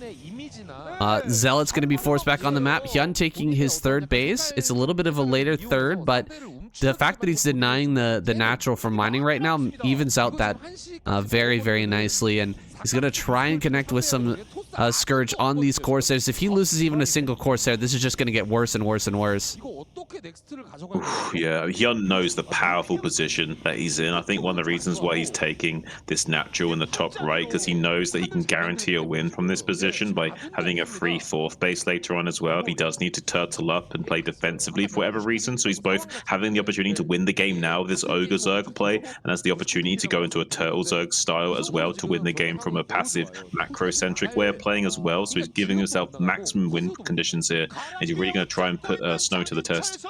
Having a little bit of a hard time utilizing these Scourge here. It's very difficult to do this micro, but he should be keeping the Scourge underneath the Mutalisk so that he can pop them out at the last second and throw them at the Scourge or at the Corsairs. But you know, Snow just doing that dance a little bit better, so maybe we will have to see the Turtle Zerg come out here. I don't think he's going to get the win quickly with this, just not able to micro that at the highest level, seems like. So he is going to pull back away. Still has a lot of Scourge ready in case his Corsairs come out en masse to try and harass his Overlords, but I just don't think he's going to be able to dive over top of this and actually win this fight. Zealot's moving out on the map. There's still a lot of Lings here, though. And look at this. He's even going to kill this this assimilator on the side. Whoa, look at all these Overlords. Wait a second. Hyun kind of throwing a little bit here. He's going to lose a ton of Overlords right now. Like 4, 5, 6 Overlords going to go down, and now he's going to take this fight with the Corsairs. Here comes the Scourge. Big wave of Scourge here, but they all just evaporate. Oh man, Snow is just wrecking him right now. 62 supply over 38. Brutal supply block here. He's just gonna sit over top of the eggs, wait for the Overlords to pop. Snow gonna stop him from making anything for quite some time. I think Snow's done it. I think he's actually. I think he's just checkmated him. I don't think he can actually stabilize the position anymore. I think Hyun is going to really have a hard time of it in producing enough Overlords to be able to produce units again. And Snow's going to be able to get on top of these Mutalisks soon and destroy them as well. He killed so many Scourge for free. Hyun in a full desperation mode here, trying to shark around and pull the Corsairs away from these hatcheries so they can't just gun down the Overlords as they spawn. He's killing more Overlords, just barely not quite supply blocking Hyun, though he made so many Overlords in the top left corner of the map, which now the Corsairs are currently on their way to. They will be intercepted by these Scourge and Muta if they're not careful, but so far there's so many of them that they can just gun down the Scourge effortlessly the whole position when they do come in with a +1 upgrade on the neutron flares as well. As you can see how quickly these Scourge are dying to these Corsairs. They're such a big threat right now. I don't know if Hyun can stabilize here soon. Ooh, this is brutal. I think Hyun rolling over, showing his underbelly a little bit here, showing his weak spot is clearly his Scourge Mutalisk micro. Coming in now with all the Mutas. He's going to try and connect with as many Scourge as he can while the Mutas are, you know, running interference here, but it looks like the Corsairs just annihilating regardless here. That was so many Corsairs. I think only like 1 or 2 went down. All the Scourge going to die once again. 11 Corsairs here now. just gonna push through, kill every single Overlord. It's time for a tap out. Hyun has no way of coming back in this game.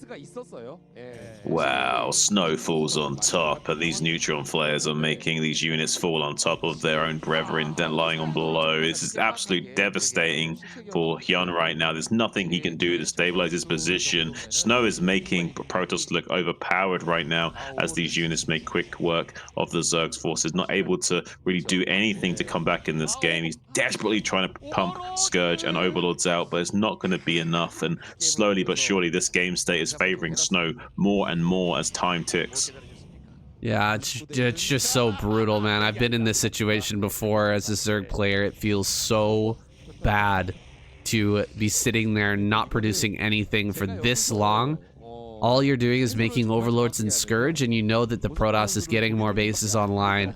They're moving into their next stages of tech, and you've just been stuck here making nothing but Overlords and Scourge for an insane amount of time. Now he's going to build Spores.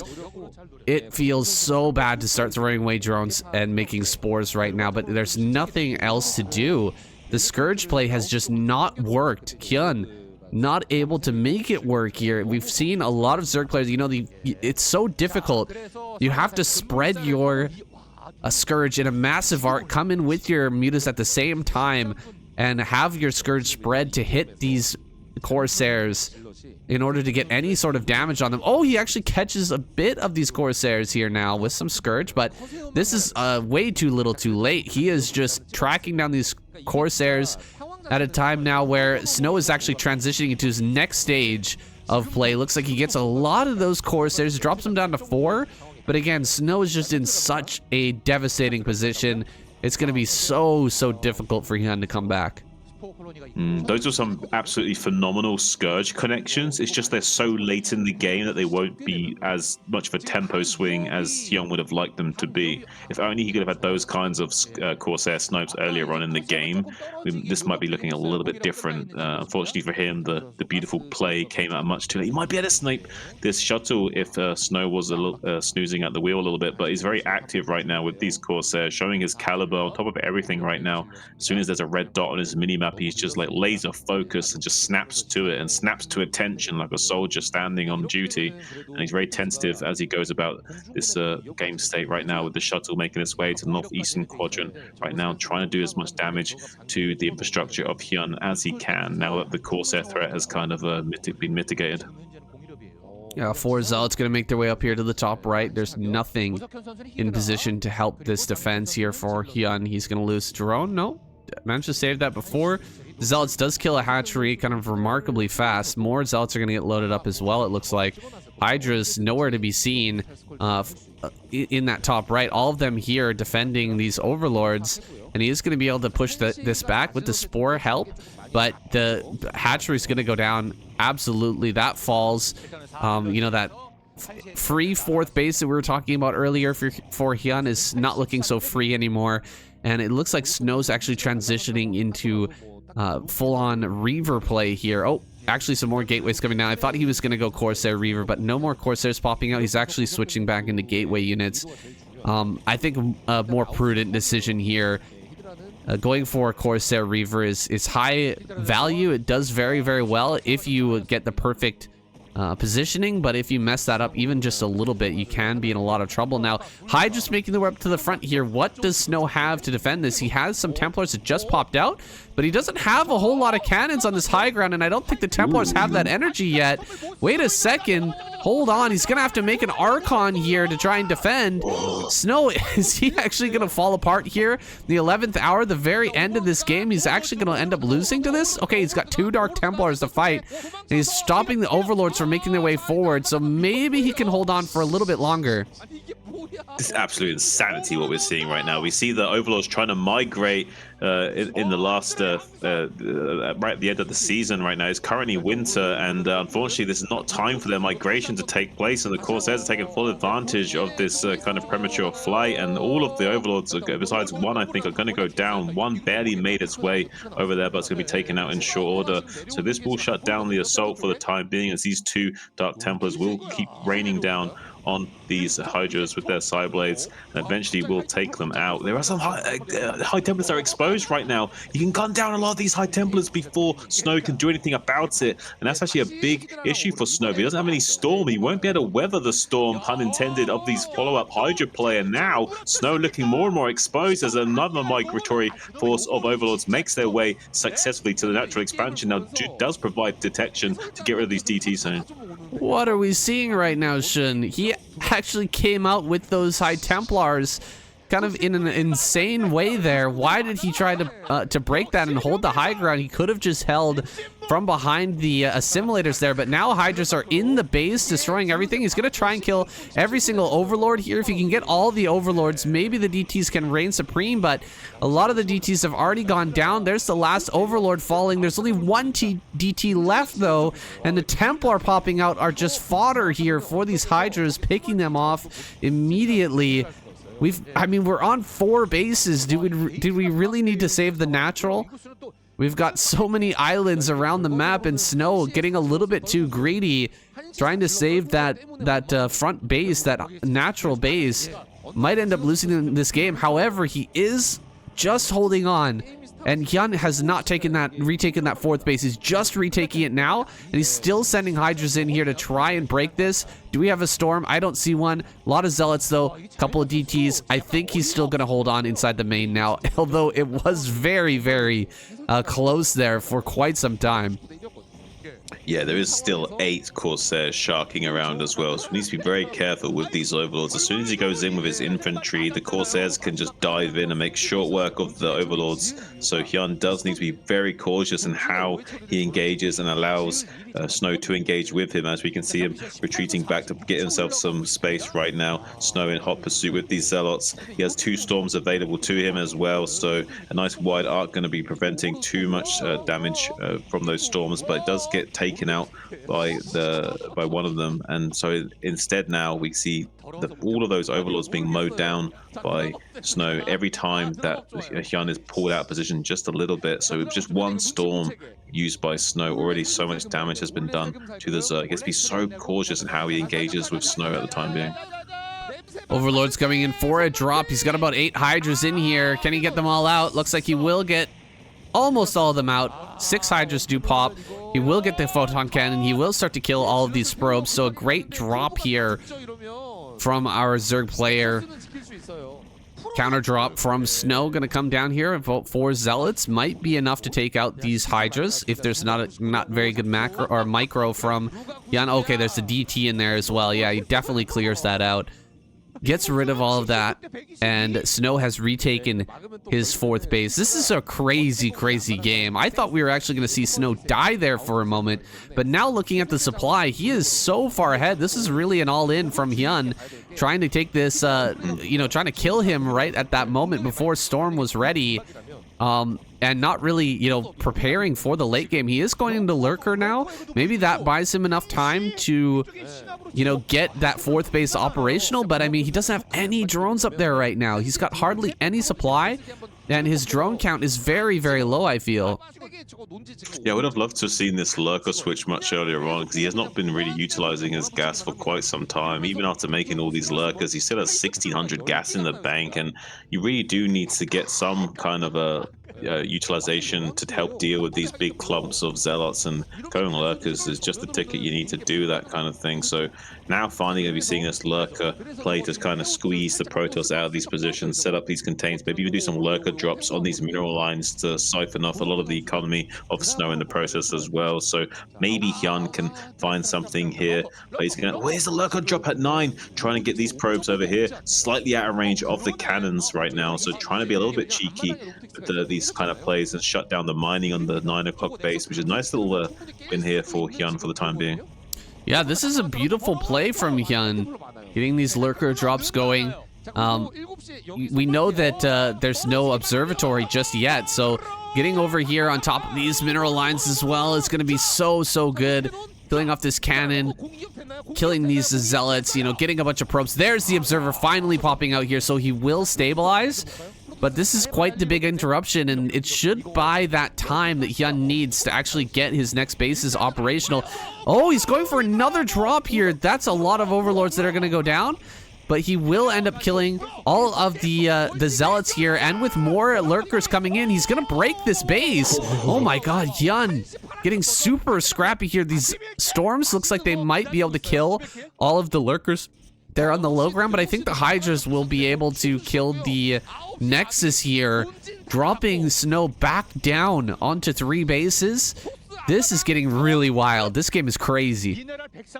Man, I'm loving the warrior spirit of Hyun in this game right now. Not being deterred from this earlier issue, not being like squashed down by Snow's efforts of supply blocking him endlessly, and actually fighting back with as much passion and as much scrappiness that's required, kind of like the kick in the balls kind of attitude, just any way he can to make sure he claws his way back into this game. Full on desperation mode, finally putting himself into a playable position. Now he's trying to dart his way forward with these Hydras, see if he can snipe off some of these key units. If he can get some of these High Templars and force out storms, it will take a lot of the wind out of the sails of the Protoss army, and he's forcing a lot of storms and killing a couple of these High Templars, and as well as sniping some of these zealots for his efforts as well. So keeping the force of Snow slightly under control for the time being. 120 supply for Snow to 110 of Hyun, which is kind of slightly favoring the Zerg in his current position. It has a nice little lurker contain as well as denying this 4th base going up as well. This So, DT. this DT in the top right can get so he notices though. He's not going to lose too many drones. Wow, that's so good for Hyun. Actually, he saves those drones. I thought he was going to lose every drone here in the top right. 17 kill DT has been an absolute psychopath. Mass murderer here in the top right-hand corner, but it looks like his reign has just about come to an end. The Overlord is tracking him now, and the Hydra should be coming soon to finish this DT off and get the drones back to work. Hyun, he's done a great job holding back Snow right now, but Snow is going to be just scrapping with this army over and over again, and oh man, he loses all those Scourge again. The Overlords in the top right are not safe here. Gonna lose this Overlord, and the DT will be able to come back in again. That serial killer DT up there just doing so much damage. Oh, he actually gets all the Corsair. Very big moment here. Overlords do survive, and this DT with 19 kills will not be able to get in once again. He's actually hiding behind the gas geyser there for the moment. Scrapping in the front. Look at how many Archons there are now. Snow is getting into a bigger, better army slowly but surely. However, he is starting to run out of money.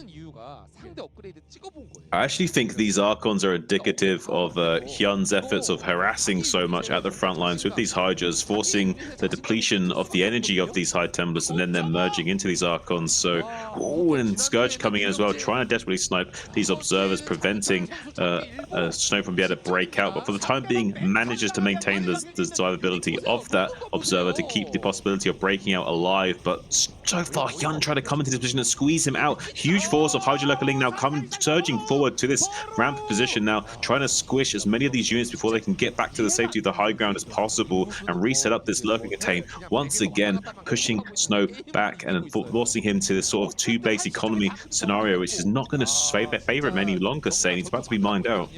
Yeah, he's running out of money. He has to break out right now. Hyun's forces are pretty low at this point. Not a lot of lurkers here, but he's still running forward, picking off Templars here and there. Hyun showing a great game here, just constantly fighting. Skirmishing with Snow is so tough. This man is so good with his Templar control, his Dragoon control, his army control overall in these kind of scrappy situations where he's just fighting over and over and over again.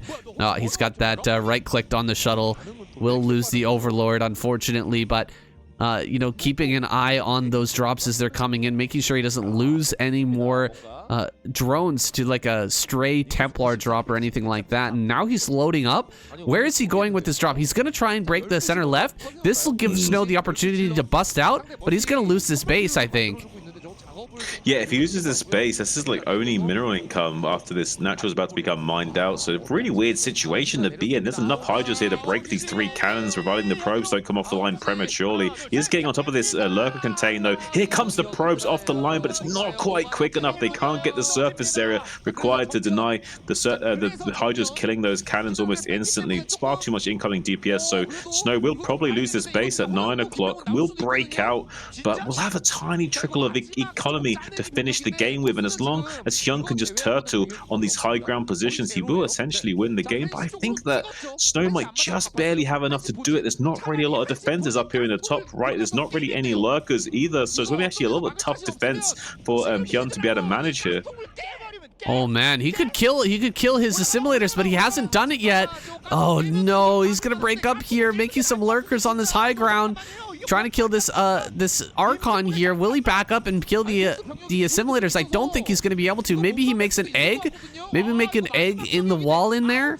He's gonna make a couple of eggs. He does hold this wall for now, but this is just so crazy, man.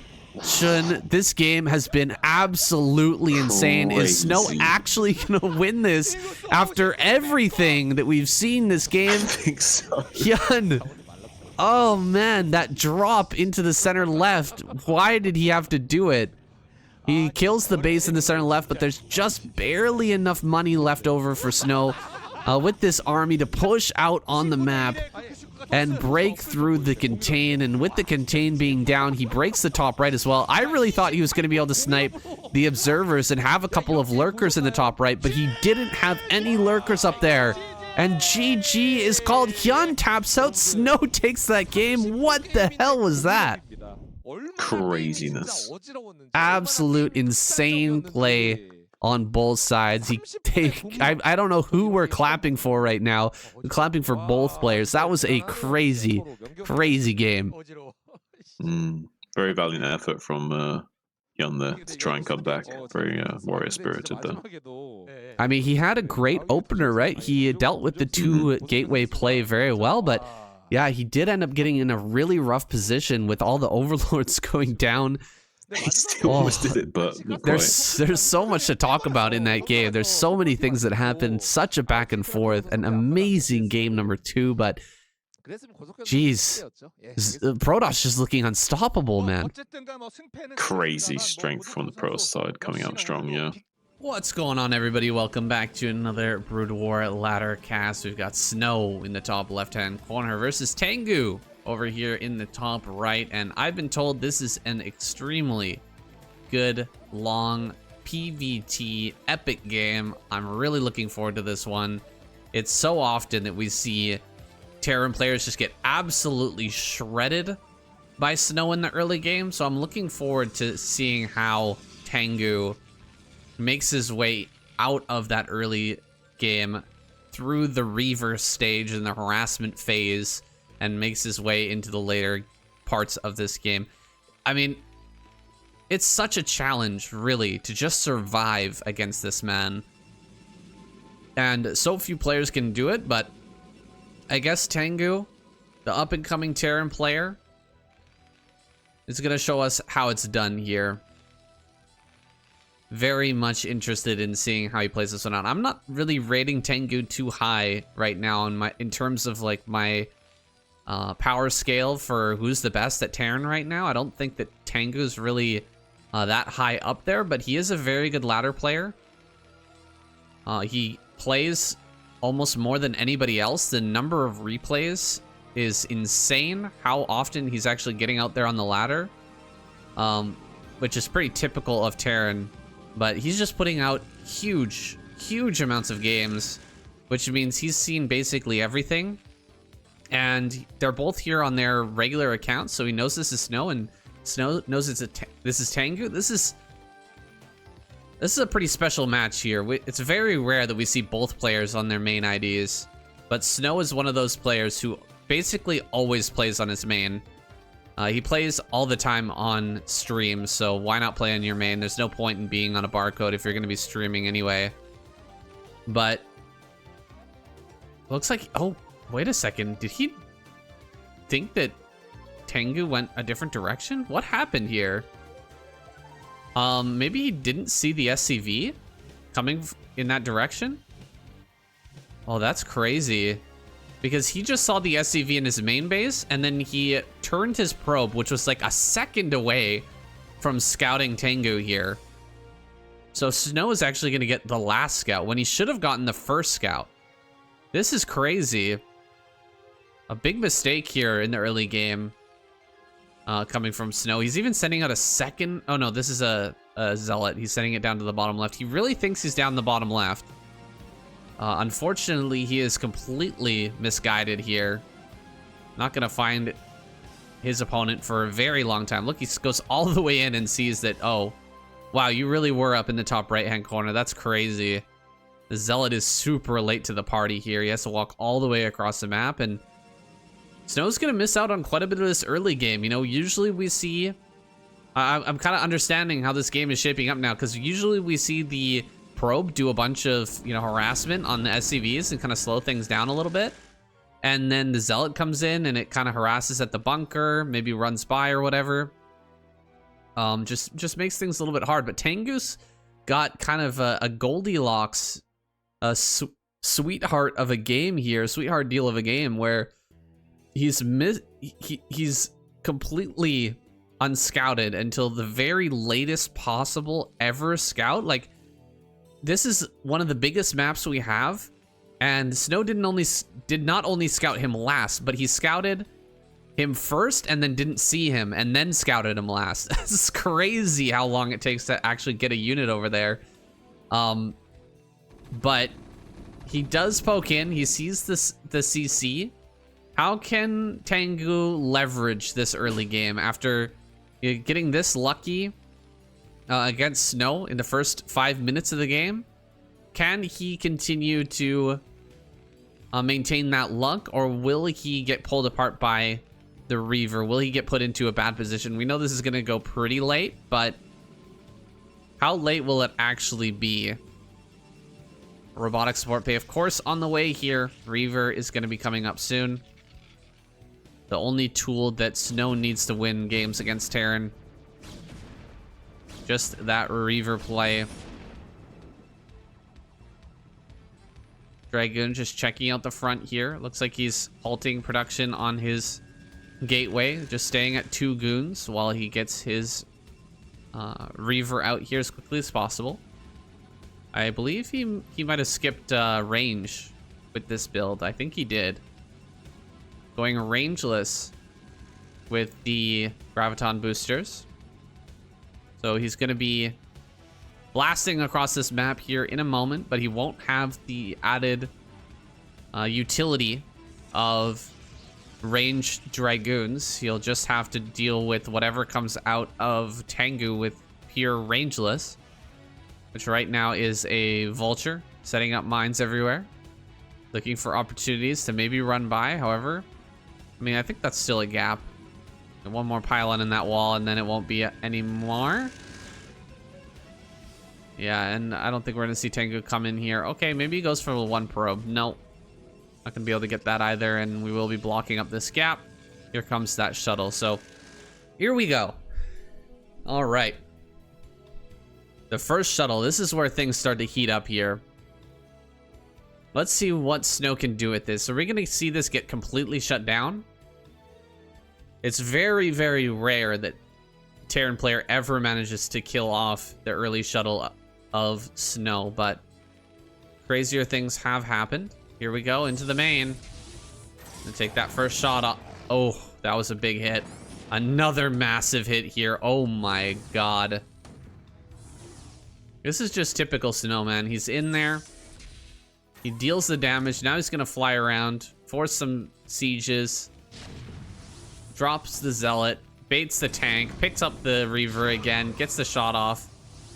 1 more hit, boom, gets another tank. 1 more shot with the Reaver before the tank sieges. No problem, gonna dodge with the Zealot once again. Another tank goes down. How is this a long game? I have no idea. Because we've already dealt so much damage, it's actually just unfathomable amounts of damage. 2, 3 tanks have gone down already. Goliath as well. 11 kills, 12 kills now on that Reaver. And a third base is already coming up here. Still skirting around the outside. He could absolutely drop the Reaver on top of that tank. I'm surprised he didn't. In fact, gonna try to fly out and does manage to fly out. I guess there's a gap in the vision here. Right there. Wow. He utilized that gap in the vision to take less damage on the shuttle. That is insane. If that little tiny gap in the vision wasn't there, this shuttle, I think, would have went down. That is wild to me. He keeps that alive for just a crazy amount of time. I'm going to pick up both the Reavers now and send it to the front. This is just so typical Snow. Early game, mid game. He's just always getting this big damage with the Reavers, keeping them alive for absolutely ever. And getting huge advantages off of them. 46 SCVs to 51 probes. Oh my god, he's foot clapping on him right now, honestly. Look at how many probes this man has. He's going to transfer to the third base now. He's just about at that point where you can actually stop building probes. Another like 10 probes and he'll be pretty much set for the rest of this game almost. You don't really want too many more than, you know, 65, 70 probes overall. And that means that it's just about gateway explosion time. We've got 2 more gates on the way here right now. Double forge in the main. Getting all set up and ready. Getting comfy and cozy here in this game. This is the comfort zone of Snow.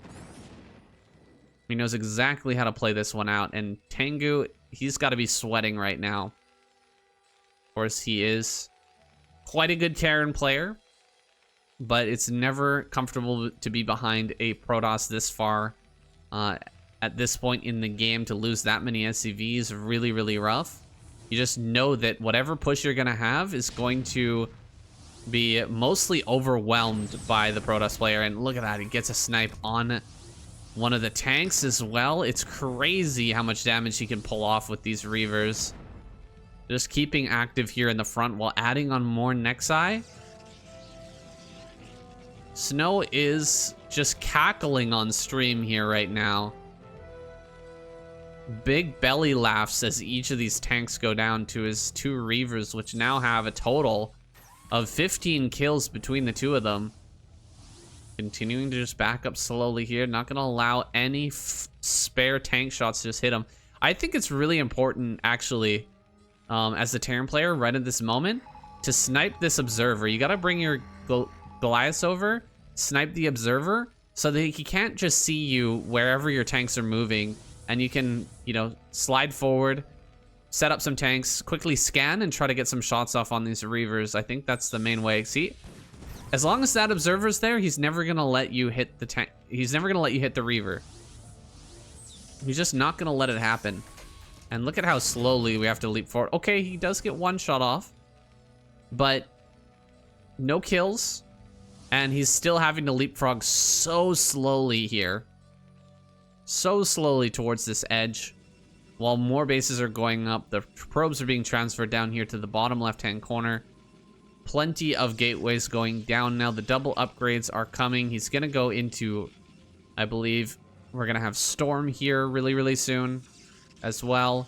Trying to push out with some tanks and vultures, but getting shut down right now. All the mines just get cleaned up.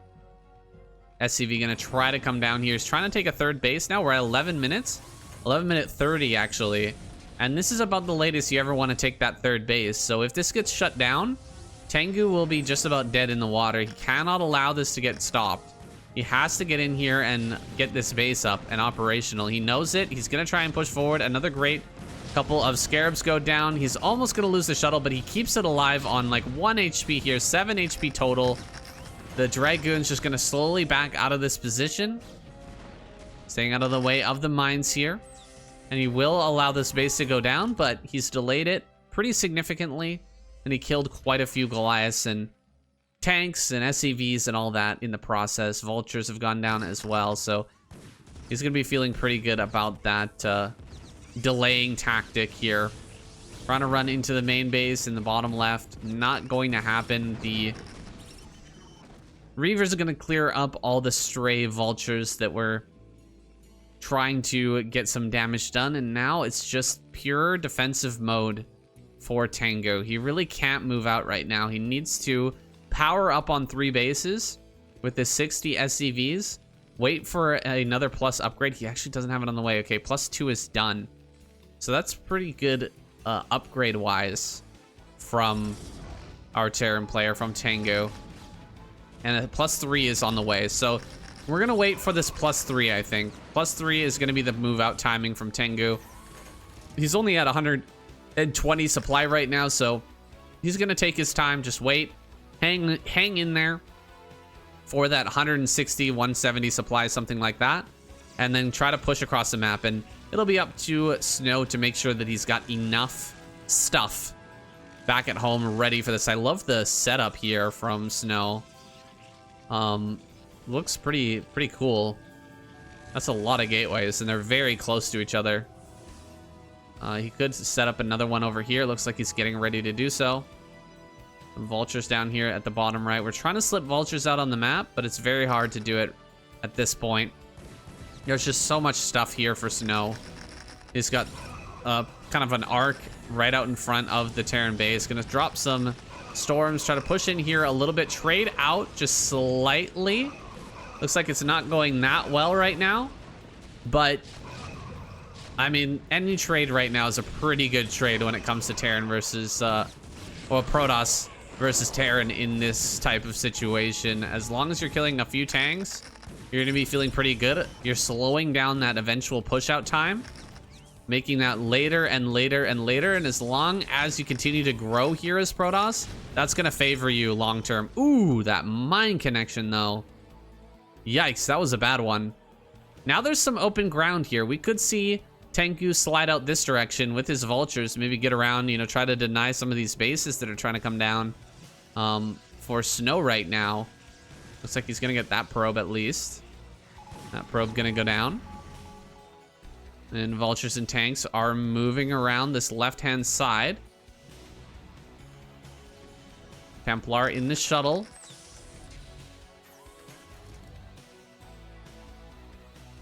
Looking for more storms here. Everybody moving forward. This is not the big army that you expect to actually break a push. This is just a small contingent of forces from Snow that's looking to snipe whatever they can, while the larger army kind of piles up here back at home. More gateways are being thrown down. I actually expected more gateways down here in the bottom left, to be honest. I'm surprised we don't see, you know, 8 gates down there at this point, but more nexuses are coming up. 1, 2, and a third nexus. Triple expansion at the same time right now from Snow. He is just getting wild with the expanse at this point.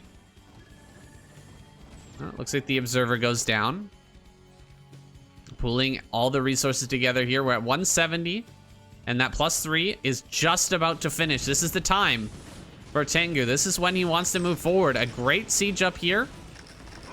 Really, really good positioning from him. Needs to be super careful with how he aggresses onto this Protoss player. The storms can be devastating.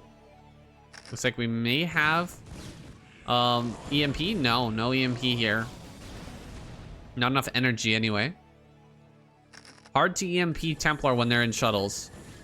You've kind of got to throw it down like right as they're popping out, or when you expect them to be popping out. That's really the only way to shut it down.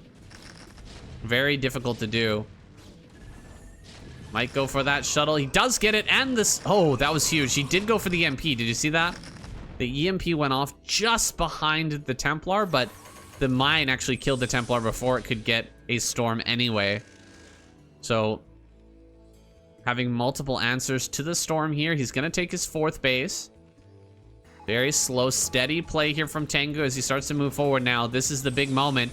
Sieging up, this could be where the storms come in really handy. 1 storm goes down, but overwhelming numbers here from Tengu is just going to shove him out of the way in one fell swoop. Observer goes down as well. This army is looking scary. Snow going to pull everything together. This time he's gonna get some great storms here. A little bit too quick. Was Tengu moving over top of this ridge line. Now I hope that he, for his sake, doesn't continue this push too hastily. He needs to get more reinforcements. He does move forward too quickly here. That was a little bit too crazy. And Snow dives upon the tank army immediately upon seeing it out of position there. More Dragoons, more Zealots gonna pop out here soon and start to join this army. Another great storm there on some of these advancing tanks. He's gonna pick off this tank over here as well. Casting quite a few storms just to get rid of that, but it's fine. More Templar are on the way.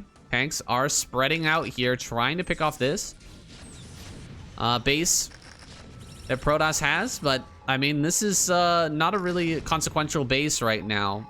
We've got 70 probes and we've got plenty of bases spread around the map. So he's just gonna transfer from here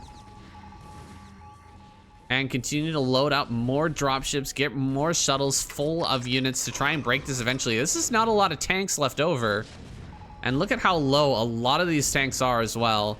They can pop in just a matter of seconds. He's gonna hit from the south now, bringing up storms here to help eliminate these tanks. Only needs to get, you know, one Zealot on top of one of these tanks and it will just explode immediately to the friendly fire. Not quite able to break it just yet. Snow building up a larger force here before going in. Don't want to be hasty. Just like the Terran wants to slowly push in. Make sure that they don't feed into storms. You also don't want to feed into the Terran player when they're sieged up like this. Sending in too many units and losing too many Dragoons could be the death of you. So Snow doing a good job staying at the periphery here. Making sure that he's ready to answer any move forward, but that he's also not too close to where he's going to be bleeding off Dragoons constantly. Here comes Tengu moving forward. A big unsiege here now. Storms are going to be dropped. He does lose the shuttle. A great snipe on that. Another storm goes down. Big storms on a lot of these tanks, but good dodges by Tengu. And the Dragoons start to bleed in a little bit. A lot of Dragoon blood on the ground here. More storms coming out. This is an epic back and forth with the storm versus the tank mech army. Just barely pushing through now. Another big storm to finish off a few of those last injured tanks. A big spread of tanks is here now from Tengu, but very few vultures, very few supporting units. It seems like Snow just continuing to macro out pure gateway army. It's going to have a difficult time fighting against this. Now, what is it? 3-3 mech force? Yeah, 3-3 here with the D-Matrix tank out in the front. I love it. Does go down very, very quickly, though. There's another nice D-Matrix on this frontal tank. Negating the storm and also keeping that alive to just soak up more Dragoon damage. Pushing forward even further now. He's getting right on top of the natural. This is getting scary for Snow, guys. Snow, he kind of stopped growing. You can see he's got all these bases down here, but he didn't take another base down here, and he hasn't taken the bottom right yet. This has been a long, drawn-out process, slowly pushing over here to the top left. But if Snow doesn't grow, and Tengu manages to move forward and eventually take this base as well, or this base is also fine, this could be ending with a Snow loss, which would be a shocker. I always kind of expect Snow to win when it comes to PvT, but here we go. We'll be losing the shuttle here. The Zealot bombs were effective, but maybe not effective enough. He's completely contained now in the top left-hand corner. And we're gonna actually kill the base in the center left now. Well, the center right's not gonna be able to get taken here. Tengu cannot hold that base right now. Oh, a big push out once again. Storms being thrown down, but this is just too many tanks, man. 3-3 is so strong. And the splitting on these tanks is perfect right now. We got such a wide spread of this mech army. It's almost impossible to get any value out of out of that spell, and he's trying to come in here. He thinks better of it, though. That's way too many tanks. Just gonna back away, wait for more reinforcements. He's almost maxed out, but still struggling mightily to make any progress here. Oh my goodness, cannot even engage at all. And we are 3-2 right now as the Protoss. He can't get close to this army. It's so scary. Still, just pure Templar, pure Zealot being pumped out here. And things are looking a little bit bleak for Snow. His last base down here in the center left is going to be taken out. But he will finally begin to secure bottom right. This is a big moment. A lot of vultures making their way out. He's going to try and go down to the bottom right, shut down those bases. It's a real shame that Snow didn't set up pylons here to be able to block this from happening. Oh, big mine connections. Really big mine connections there. Clearing out a lot of that. Finally, the probes are going down at the center left. We're going to drop down to just 61 probes. Still a fantastic number here for the number of bases that Snow currently has, but he is going to mine out eventually, and then these probes will be kind of on an island, stuck and unable to mine efficiently anywhere. So that is a problem that Snow will need to deal with. That's coming up pretty soon here. But Tengu, he as well needs to find new areas to expand. You can see he's just about out of minerals at this base. His third base. His main and natural, of course, mined out long ago. Looks like he might be able to shut down this Nexus right now. But he needs to come down here and take center right. Or take this base just outside of Snow's main, although that can be dropped and stormed very effectively by Snow, so it's maybe not an option here for Tengu. Coming down, trying to deal with some of these cannons before they can warp in, but Dragoons will be of assistance. Making their way down here to kind of shut down this harassment. Still Snow moving through the middle of the map with a maxed out army. Tengu also maxed, sending a big force southward. He's going to make sure that this base comes up unassailed by Snow. That is just such a position here. What a position from Tengu. Really does need to bring some SCVs up to repair some of these, because a lot of those tanks are very, very low. I doubt he'll do that, though. Wow, great storms here. Tanks on the high ground are very, very clumped up. That is an insane amount of storm. How many Templar do we have? 7 Templar in this army. That's crazy. Really going ham on the Templar. Actually, maybe needing some more gas at this point. He's down a little bit low here on that gas overall. I don't see many shuttles coming out anymore either. Seems like we've kind of given up on that play. Realizing that there's a lot of Goliaths mixed in, although over here there's really not that many. This base has been saved. Holy crap, 62 health left on that. 62 HP left on that Nexus. That is wild to me. And Snow is actually going to move around this army. Where are we going with this? I guess he's going to try and maybe break in towards the natural. He's going to force the army to move back now from Tengu. Can he get it to run into his Templar, though? Dude, that's so many Templar. That's 11 Templar as he heads up here to 12 o'clock. He's actually going to get in the way of the retreat of these SCVs, and he should be able to kill every SCV. That is so many kills right now. Oh my god. We're down to just 36. He was at 60. He lost almost half of his probes. However, these bases are likely to go down here as well.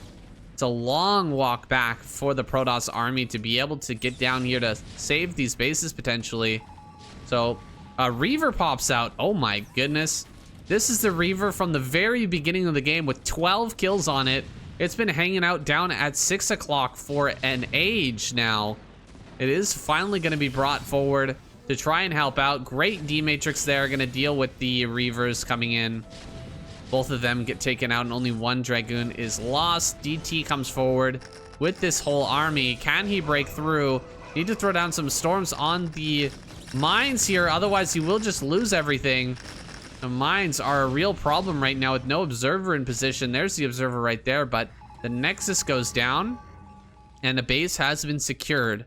This base is still alive over here as well. It hasn't been saturated yet, but we're very low on SCVs, so he's got to be careful with how he's going to do that. Zealot bomb dropped here. Only getting a couple of tanks.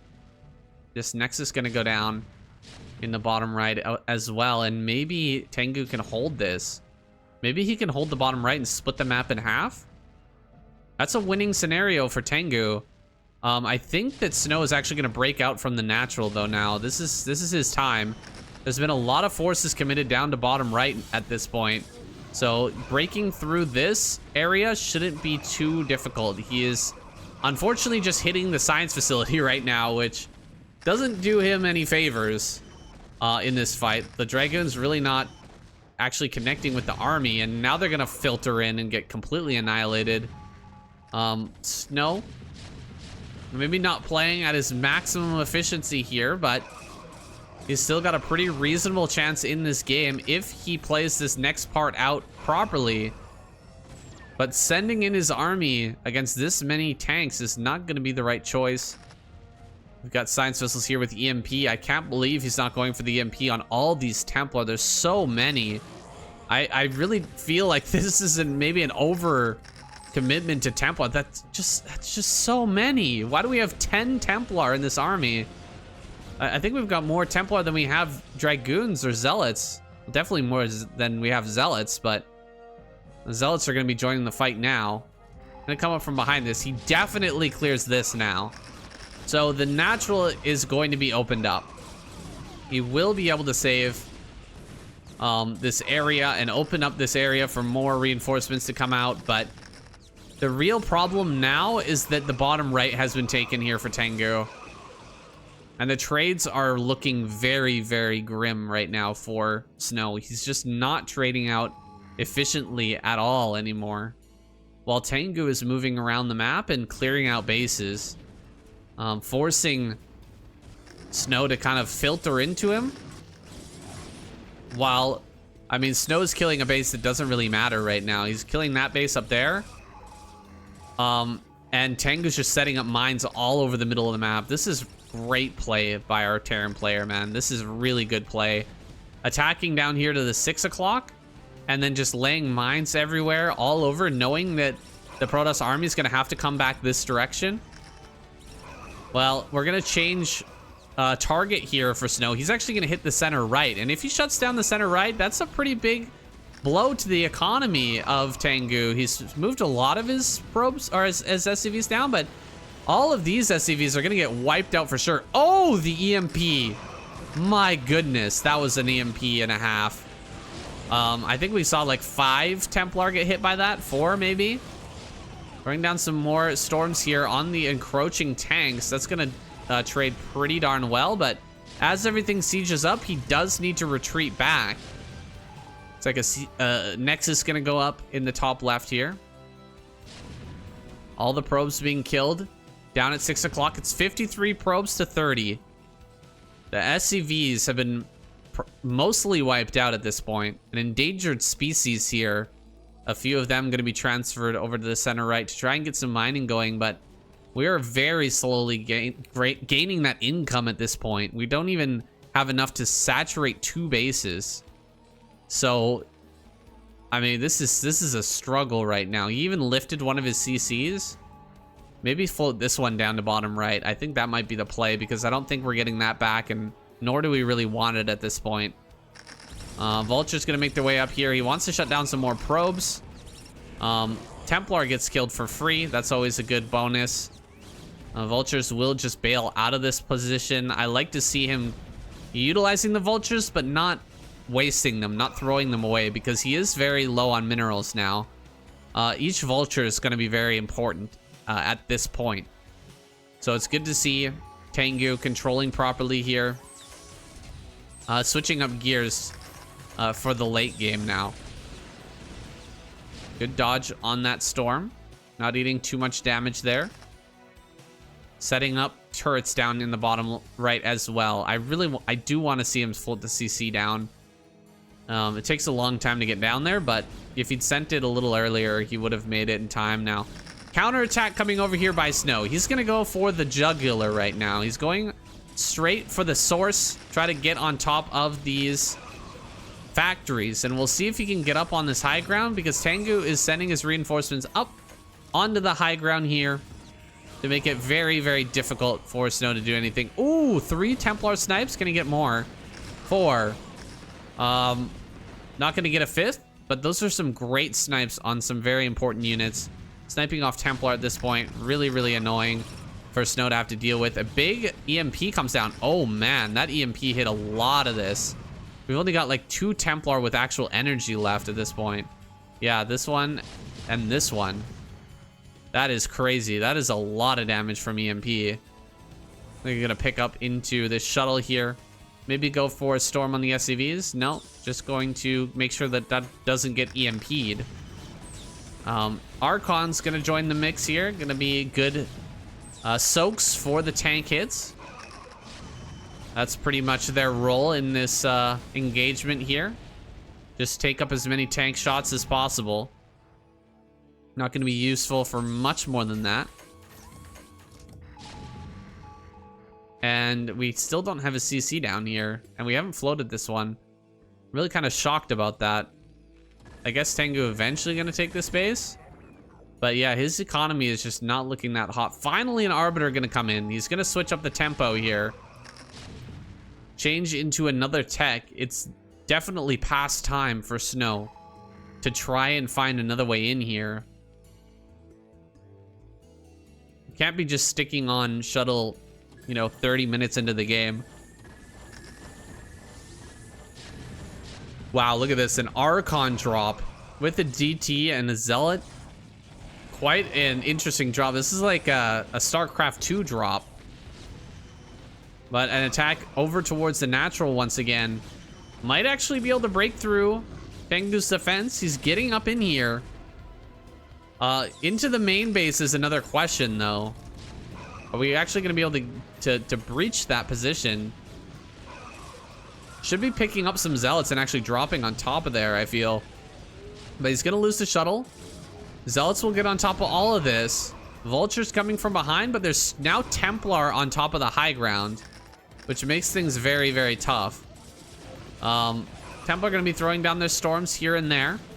But it looks like he utilized most of that storm to deal with that tank, and he's going to lose this Templar. So he doesn't have storm on top of the ramp anymore, which means the goons up here in the main are not going to be nearly as efficient as they could have otherwise been. Archon pops out, but it's not going to live long. Good mining here and here right now for Snow. He's bought himself some time by dragging the army of Tengu way into the back of his main base. Still a great force down here in the bottom right, holding off this location. Not a lot of defense over here at center right, though. Maybe the forces of Snow, these reinforcements, can actually get in the way of this returning army. Maybe they can get over here to the center right. He's going to bring forward a Reaver. The only Protoss player I know who builds Reaver at 36 minutes into the game and makes it work. He's going to drop Zealot maybe on top. Okay, Templar. Storm. Oh my god, that's a big storm. Down to just 22 workers. Another potential storm going to come down here. Nice D-Matrix there. Keeping that Goliath alive. How many more shots will it take? Actually kill the Goliath. Another D-Matrix. That's very clutch. Just going to keep that alive for absolutely ever. He actually kills it. That is crazy. That's what it takes. 2 D-Matrix on a 3-3 Goliath will eventually kill a Reaver. Pushing forward here once again. Big arc of forces coming through the middle of the map right now. Hitting at multiple angles. Big storms going down on some of these tanks. Getting some good trades now. These are some great storms. My goodness. That's about the best trades you can hope for. 2 SCVs in production and nothing else. 1 observer, I guess. 29 workers to 57. We've still got some minerals left at a few of these bases, but we're starting to run very, very low. The base out here at the front. Hardly anything left there. It's almost time for a nexus here at 12 o'clock, I think.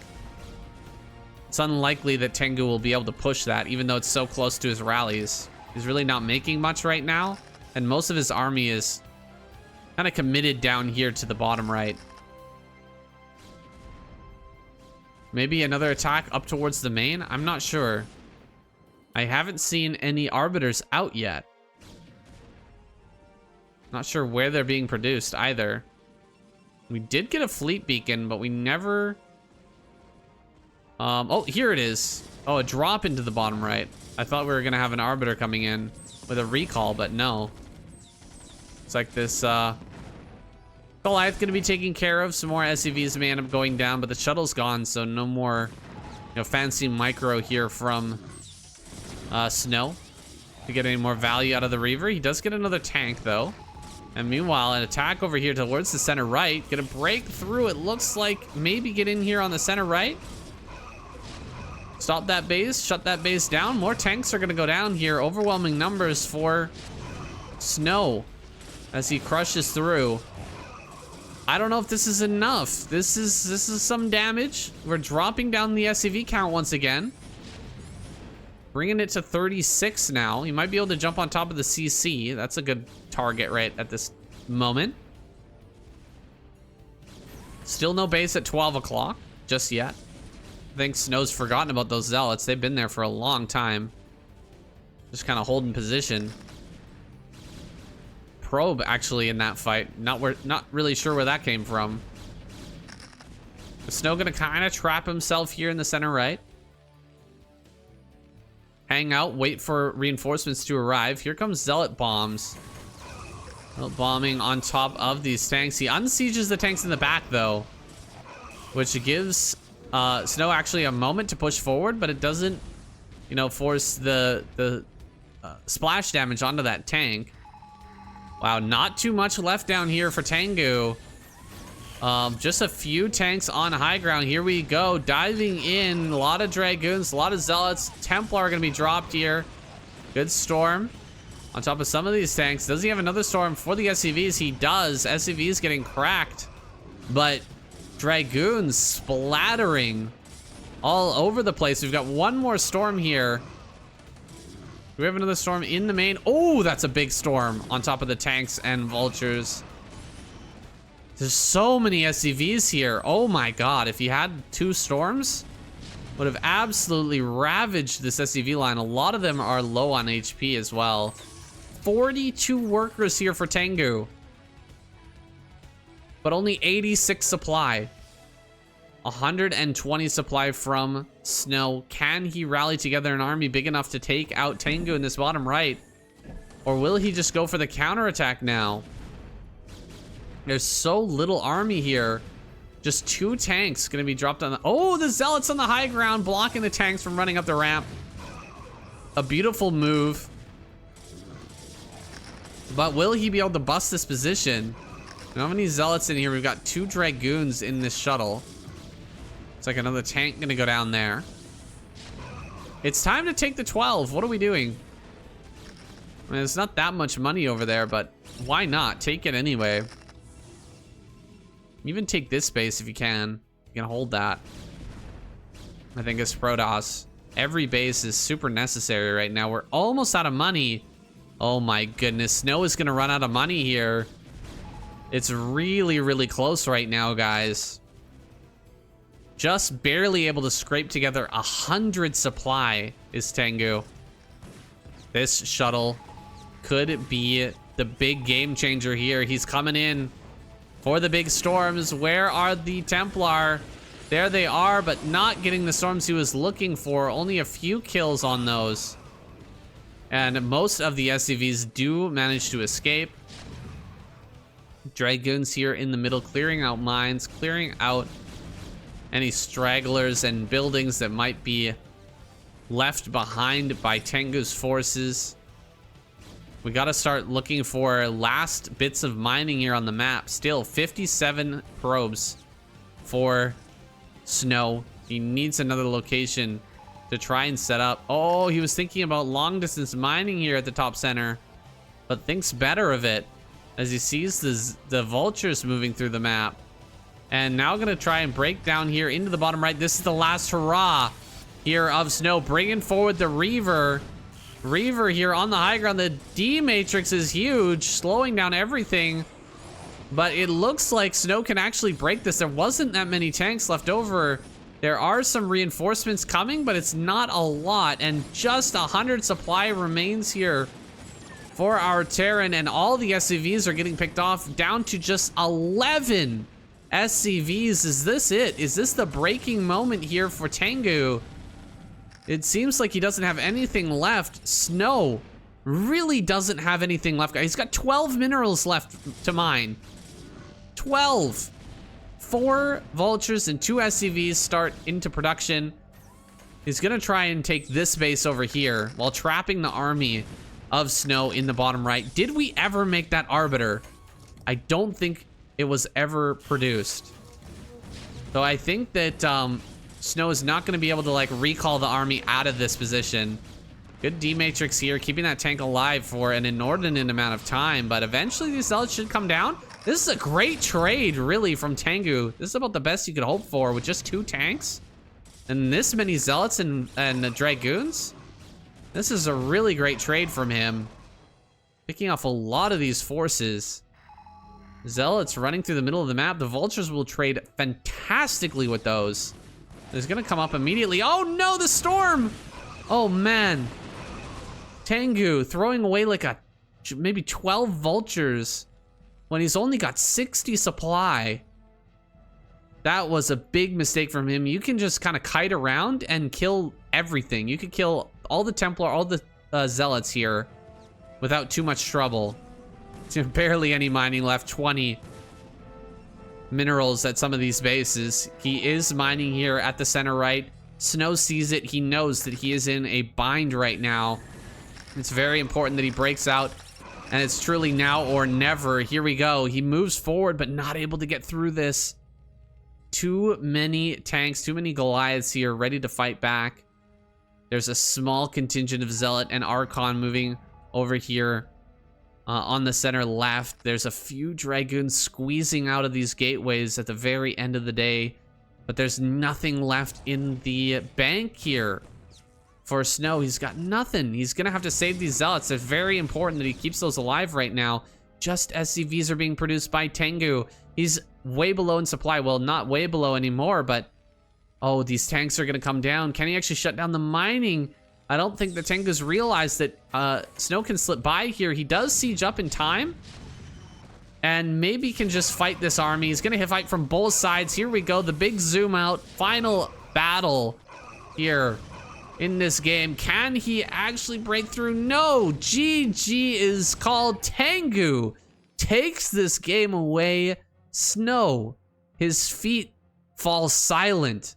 The claps no longer ringing across Vermeer here. It's just GG, and he gets out of this game. Absolutely ridiculous. Queen gonna be sent out here. Final Zerg player of the night. Troy, cross map position, Snow versus Queen. What a treat, honestly. This should be a really fun and interesting matchup. Yeah, and JYJ waiting in the wings to fight the winner of this game. So I think we've been kind of spoiled for choice this evening, and I love the fact that it's been a little bit back and forth. It has been a little bit strange in the previous seasons, where like you'd have one or two teams get completely decimated, but it has been very tempo swingy in this season and kind of hard to call. And I'm all about it, saying I love the kind of dynamic we're getting here in this season with KCM. It's like Snow is trying to get the scout on as quickly as possible. Maybe thinking about going for a Nexus first. He checked center left to see if there was a Overlord in that position, and now he's going to check top right. And he should be able to see the Overlord as it comes in towards that natural. I think he's going to be able to get this Nexus first down, or 12 Nexus down for free. No, he drops a Forge. Okay, so since he wasn't able to scout here, he's got to be careful. Not going to drop that. But he could have gotten away with it here, cross map and this later pool.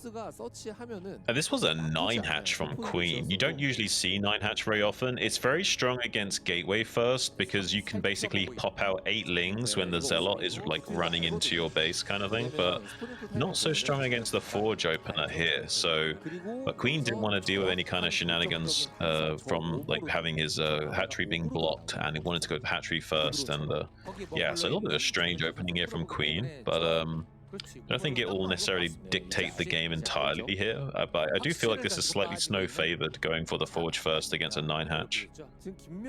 Absolutely, the 9-hatch is great against Gateway first. It can be very strong against 2 Gateway as well, which is really strong on this map.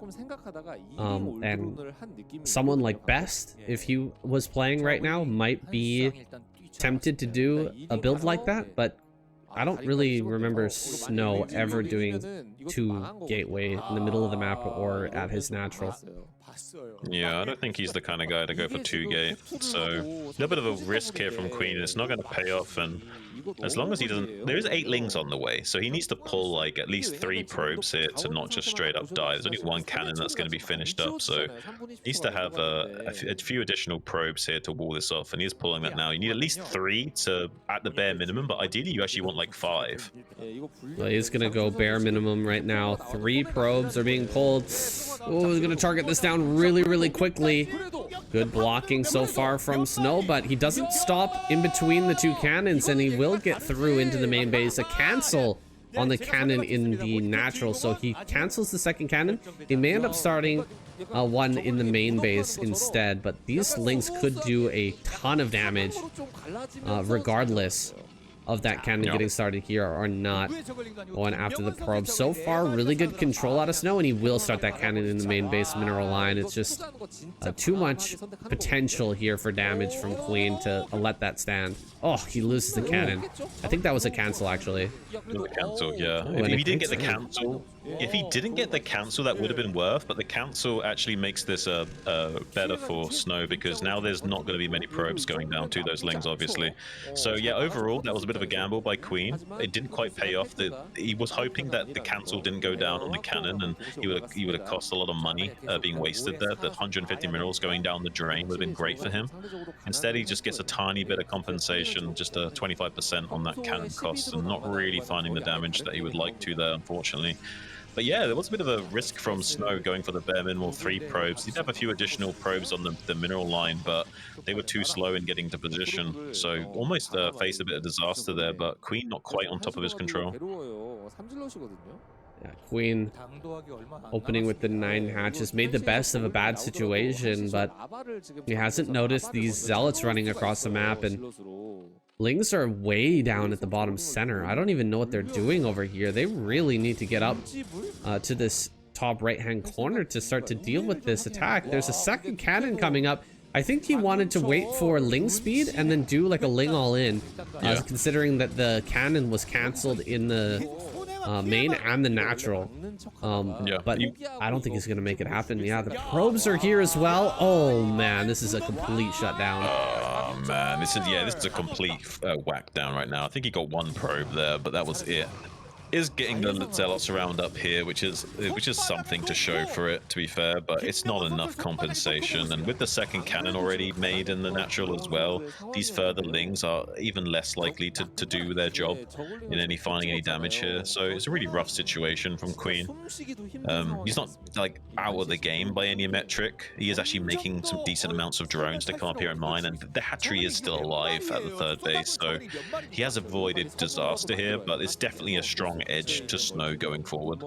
Yeah, Snow's so on top of everything, man. He knew that there was Lings on the map that Queen wasn't showing, and that they were probably going to show up at his natural there to try and make a run by. He handled it perfectly, the second cannon and the probe pull. I mean, how do you beat someone who's this good mechanically and also like theory-wise. He knows exactly what you're doing before you even do it. Right. Crazy. I mean, that's basically textbook why Flash is so good, or was so good, and he is looking a little bit like the Protoss Flash as of late. He's not as consistent as Flash was, but he's getting to that level slowly but surely, and he's looking pretty scary. It was once upon a time where he was only good in PvT, and he was a little bit lackluster in PvZ, but the last year or so, he's really stepped up his PvZ game as well, and he's starting to look like that well-rounded, scary phenomenon of a player, much like Flash basically had that title not too long ago, and there's not really anyone that can replace Flash, and Snow has been the only player that's really kind of indicated that maybe that's a possibility with another player. Ooh, so close. So feels like Snow is toying with him right there. He's like easily could have run away to the safety of the cannons, but he's like running back and forth and making it look like maybe the Scourge could engage with the Corsairs here. He sees the second starport. That is huge. The scout, getting that scout is actually super worth it right there for Queen. Yeah. Snow is not playing a normal game, and it's really important that Queen knows that. Yeah, now we can invest in making a Spore at least our third base here, maybe even our natural as well, and having a Spore at both bases will, you know, mitigate a lot of the threat from this double Stargate play really coming to fruition. So having that scout off is critical here for Queen. We'll keep his options alive and prevent him from taking, yeah, he's going to be going for that double Spore option just to make sure he doesn't take crazy amounts of damage to this huge flood of Corsairs, and with the Zealots soaking up the Hydra shots while the Corsairs are ravaging your Overlords as well, you do need a little bit of extra to help buffer against that, and I think this is the wise choice from Queen.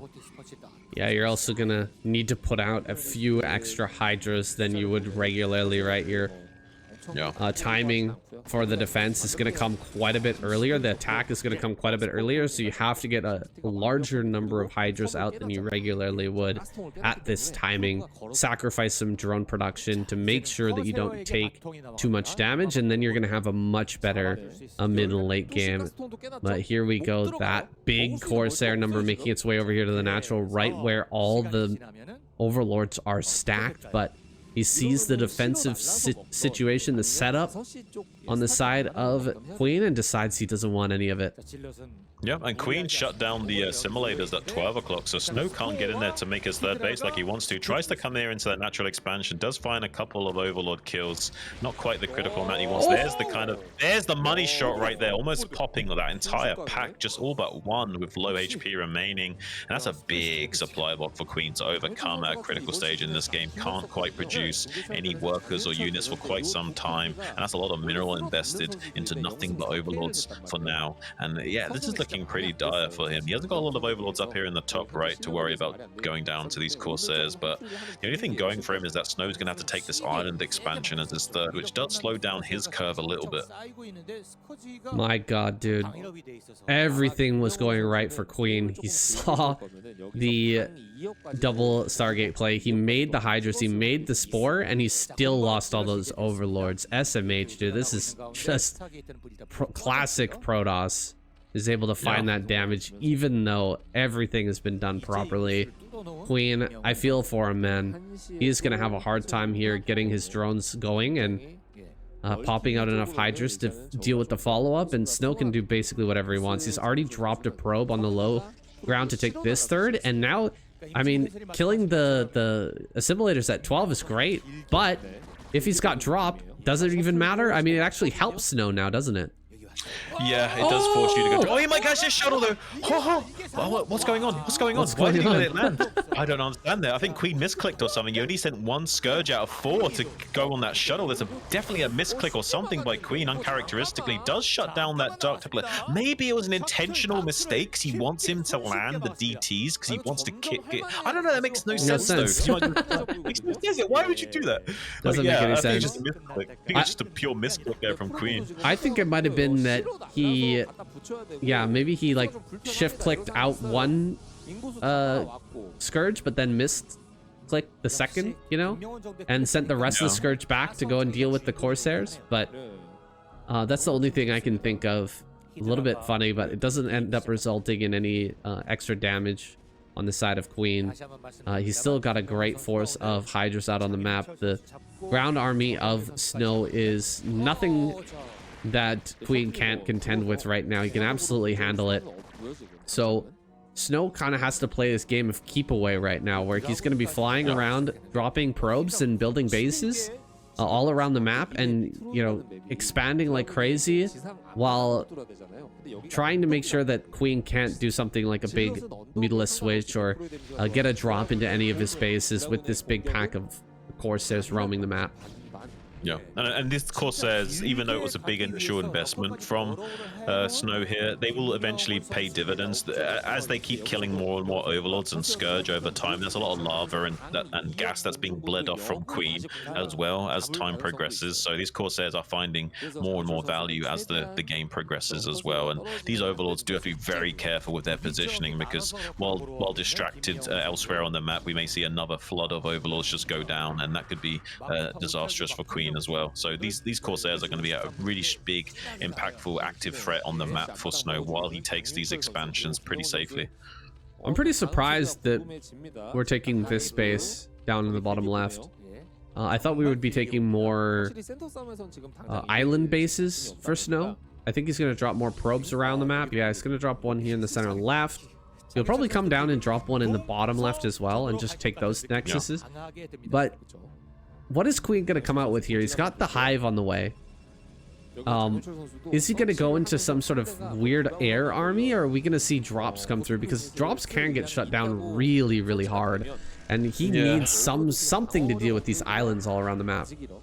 Well, I think he realizes that nothing is going to happen until he gets Defiler tech. I think he knows that if he does need to drop these bases, he needs Defiler support to even make it cost efficient. So we're not going to see anything happen until that Defiler comes out. He's just going to make triple Evo, tech all the way up to Defilers, and then start to try and do some tactical plays.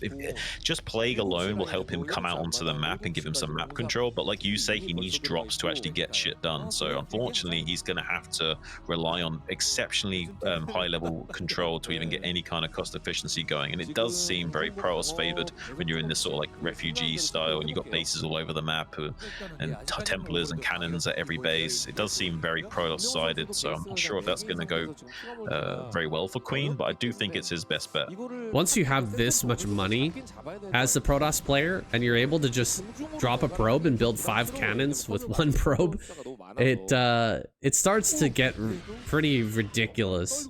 One-sided for the Protoss player. I'm not liking that Snow is keeping his his Corsairs spread and losing them. He should be having them all together and just constantly cleaning up Corsairs like this. But losing these is pretty painful. If he loses all the Corsairs, then the drop becomes so strong. Here comes a massive army from Queen at now 154 supply. He can definitely start to take fights out on the map, but can he break any bases? And more importantly, can he break any island bases? Well, I think killing some of that Corsair fleet is going to be like one of the critical things he needs to mount a comeback. I mean, Snow definitely doesn't want to have to replace those right now. He wants to max out on a very strong Templar Goon Zealot army. He doesn't want to have to replace any of that supply or gas with those Corsairs, so that does open him up to being dropped, like you say, and also prevents any Overlords from being sniped later on. That will prevent any kind of win condition from just being caught off guard from being able to produce units or what have you. So yeah, this is so far so good for Queen.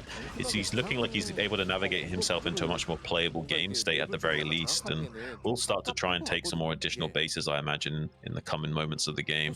But I do feel like I really favor Snow's position. It's going to be so hard to get drops rolling in a cost-efficient way to challenge him, unless you can get a really good fight in the center of the map and gobble up most of the Protoss army beforehand. I think we're going to see Snow build Reavers everywhere. He's going to start building Reavers at each one of these outposts. 10 cannons at each base, 2 Reavers at each base, and what are you even going to do with that? Drop coming through here, but it's just barely out of range of what Snow can see. There it is. He sees it. He sees it. 6 Overlords are making their way over here. Can he actually kill any of these before they connect with the drop? Well, he drops a storm on top of this, kills one of the Overlords before it unloads, but the rest of the Overlords are going to get unloaded, and the cannons will fall very, very quickly. So everything going to go down. This base is likely to fall. a great first drop here from Queen. I did not expect it with the number of Corsairs he had earlier, but he makes it work. Yeah, this is a great first blood here for Queen to get some damage on the board and prevent Snow from just growing completely out of control. Keeps him in check just barely. He is taking 9 o'clock as well, but shutting down some of the Protoss's mining is going to be huge, especially as the main is now just becoming mined out. The natural will soon be to follow in a few minutes here, so it does kind of keep Snow in check a little bit, but Archons are starting to be mixed into this army, so Zealot, Templar, Archon, Goon, and Reavers is going to be really tough to find any cost efficiency here. We're going to have to rely on Plague quite a lot here for Queen coming forward, but I feel like he's had enough time to grow. He's now maxed out. I feel like he can finally start to challenge Snow out on the field at this critical moment, and this could be the turning of the battle here. Do we have Plague? There it is. Plague goes down, but it's on the Zealots that are already fighting, so he could end up taking this fight. Well, he does back away. Okay, so the Zealots will take all that damage. Sometimes it's the case where you have the Zealots, they get plagued and then they come in and get their damage anyway before the plague actually takes effect, because it does take some time to deal the actual damage of plague. Now, flying into the little pocket base here, the island of Queen, he blocks that base, he stops that base from going down, and so Queen is starting to mine out a little bit. He's had a very high count of drones in his main and natural for a very long time, and he just barely finally got this base online at 9 o'clock. He has another base, all fairness to him, he has another base over at the top right, that island, but he hasn't saturated it yet. Doesn't have a Nidus over there. And so, yeah, he is going to start to mine out pretty soon here. However, he's coming across the map with a really significant army. Defilers, Dark Swarm. Can Snow stop him before he gets up this high ground? I think he should have Reavers by now. We haven't seen it just yet, but Reavers should be on the cards at this point. With Reaver on high ground, I don't think that Queen can break this. Yeah, it's going to be really tough, that's for sure. But so far, he is growing just barely quick enough to stay in this game. Is still maxed out with the 3 o'clock and the top right island coming online. If he can just saturate that and get those bases churning away, he's going to be looking okay. And tactically, he's doing pretty good. I mean, he's not really finding any bad trades so far. This attack in the bottom left could go pretty bad for him if with some good storms, but so far Snow hasn't reacted with great storms. There's 1 or 2 good storms there, but Plague going down on those cannons as well to soften out that position. It is very hard to come in here and actually get the job done, but he might just barely have enough left over after the storms to clear up this base, and that would be huge for him. But so far it's looking like it's just barely not enough. It's so difficult to find those cost-efficient trades, and with shuttles out on the map, Snow can kind of just ferry his units around to set up these defensive pockets again to prevent Queen coming in there and finishing off the job. Very nice Plague on all these shuttles. They will fall incredibly fast now if we can just get some Hydras underneath them. Reavers are coming out, but they're just walking into some lurkers at the front of the natural, and looked like this one's gonna die. That was probably the most or the least worthwhile Reaver that Snow's ever produced. That's crazy. That thing died incredibly fast. It didn't even make a Scarab, I think. It ends up going down. Lurkers still trying to press into this position, but that's way too many Archons, way too many Storms. This is all going to get cleaned up really cost efficiently for Snow. Yeah, this is the rough thing to deal with, as because you do have to sacrifice a lot of your armies just to have a chance at breaking open these positions. But if you sacrifice your army and don't break open the position, you're just behind. So now we see the follow-up attack trying to make the best out of a bad situation to try and overrun this position finally, but not quite able to find that critical damage necessary to do so. There is some additional lurkers coming down. The Dark Swarm will remain for a little bit longer here. Maybe he can come in there and break open these cannons, but now the Dark Swarm has finally dissipated. He is going to be able to just barely maybe kill these cannons. No, not even finally able to break open the whole position. Does kill the cannons, but still not able to clear up the rest of the units. There are more and more rallied units coming in. Here comes some shuttles as well, carrying over more units for Snow. It's a very tight hold here for Snow. If he can just get a few more additional units and prevent this base from going down. There's also some Zealots he can keep shuttling over from the other side of the gas wall as well. And with Reaver support here, I feel like this threat is really finally dealt with. Plague, there it is. Big Plague there. Getting on top of those Reavers. He will hold the base, but this has put a lot of pressure onto Snow, and it's given Queen some time to establish further bases. He's still, wait, He still hasn't mined in top right. What are we looking at? Okay, finally getting some workers over there. Very slow on that though, and again, he's mining out. We're 21 minutes in. That means the main and natural both have no gas, and they're gonna mine out of minerals really soon. The third is also gonna be getting low, so I mean, he's gonna be strapped for cash very soon. He needs to get in on some of these bases of snow while expanding at the same time. He can't just be throwing everything at the wall, not killing the bases, and then not expanding on his own. He has to keep growing here. Yeah, not only that, but he has to make sure that he doesn't allow the map to become divided in half, because he needs to stay ahead on bases at all times just to be even with Snow. So he will eventually have to secure both 12 o'clock and 6 o'clock from Snow to stay pretty cost efficient on the trades. It's going to be a little bit rough to secure both of those things. There's only 6 mineral fields at those bases as well, so it's not a huge influx of minerals even if he does secure them. It'll be tough for him to keep this war of attrition going. Right now he's maxed out, but it's tough to find good trades against this army of Protoss, which has such high amounts of splash damage. A big gambit of a drop in the bottom left, though, could be the ticket to come out of this position. But Snow's ready with the High Templars to throw down some storms and some Reaver support here. It's going to be tough to clean up this base in the bottom left, but he's going to try and attempt it anyway. The Reavers are the linchpin of the defense right here. Ooh, the probes are really stacked. They're all being pulled to that gas geyser, but he manages to keep them alive. The Lurker went down before dealing that final blow, and the probes are now able to stand in front and body block for the cannons, keeping them alive. One more storm is necessary to deal with this last Lurker here. 3-3 is done on all of these Hydras and Lurkers, pushing up towards the natural. Can he actually bust through this position? That's so many units, but the storms are annihilating massive chunks of Zerg. He is going to be able to break this position, but I mean, can he get into the main base and actually clear that up? Snow really doesn't have much here to actually stop this. What happened to his production? He's actually got a huge army on the other side of the map. Looks like he's going to try and attack maybe center right while this is all going down and just abandon the main base.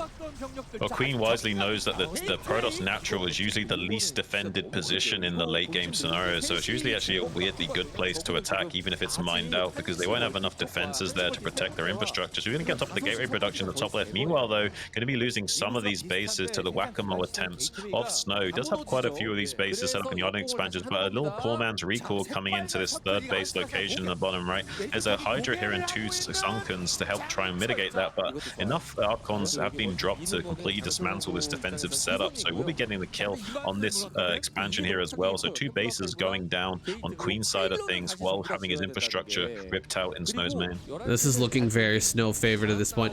Oh, we do have a few Scourge here trying to get rid of those shuttles. That would be massive if you could get rid of those transportation units.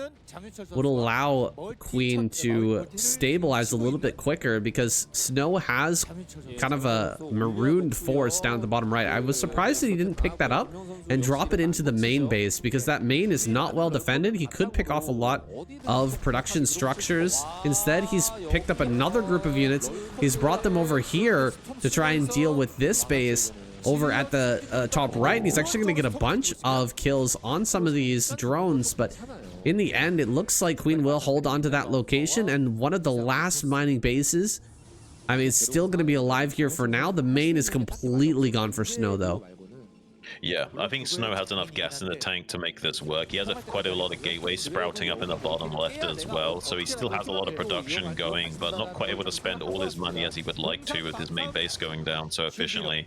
Queen has quite a large army, but is unable to field it right now. He needs to rely on overlords, getting them over these little hiccups in the geometry of the map. So without a huge mass amount of overlords up here, it'd be a little bit difficult and annoying for him to clean up these skirmish units without taking losses from Snow. I feel like overall Queen has a chance of winning this game, honestly, but only because like he killed so much of Snow's infrastructure that it does give a little bit of a breathing window for him to get some of his bases set up again. But he isn't currently mining a lot. Has got a great Aspire as well, so we're going to see Guardians coming down. It's going to be a great tactical play here from Queen. There's not a lot of anti-air besides Storm available to Snow, and if there's not enough Storm and he spreads out these Guardians, they could become a little bit frustrating to deal with.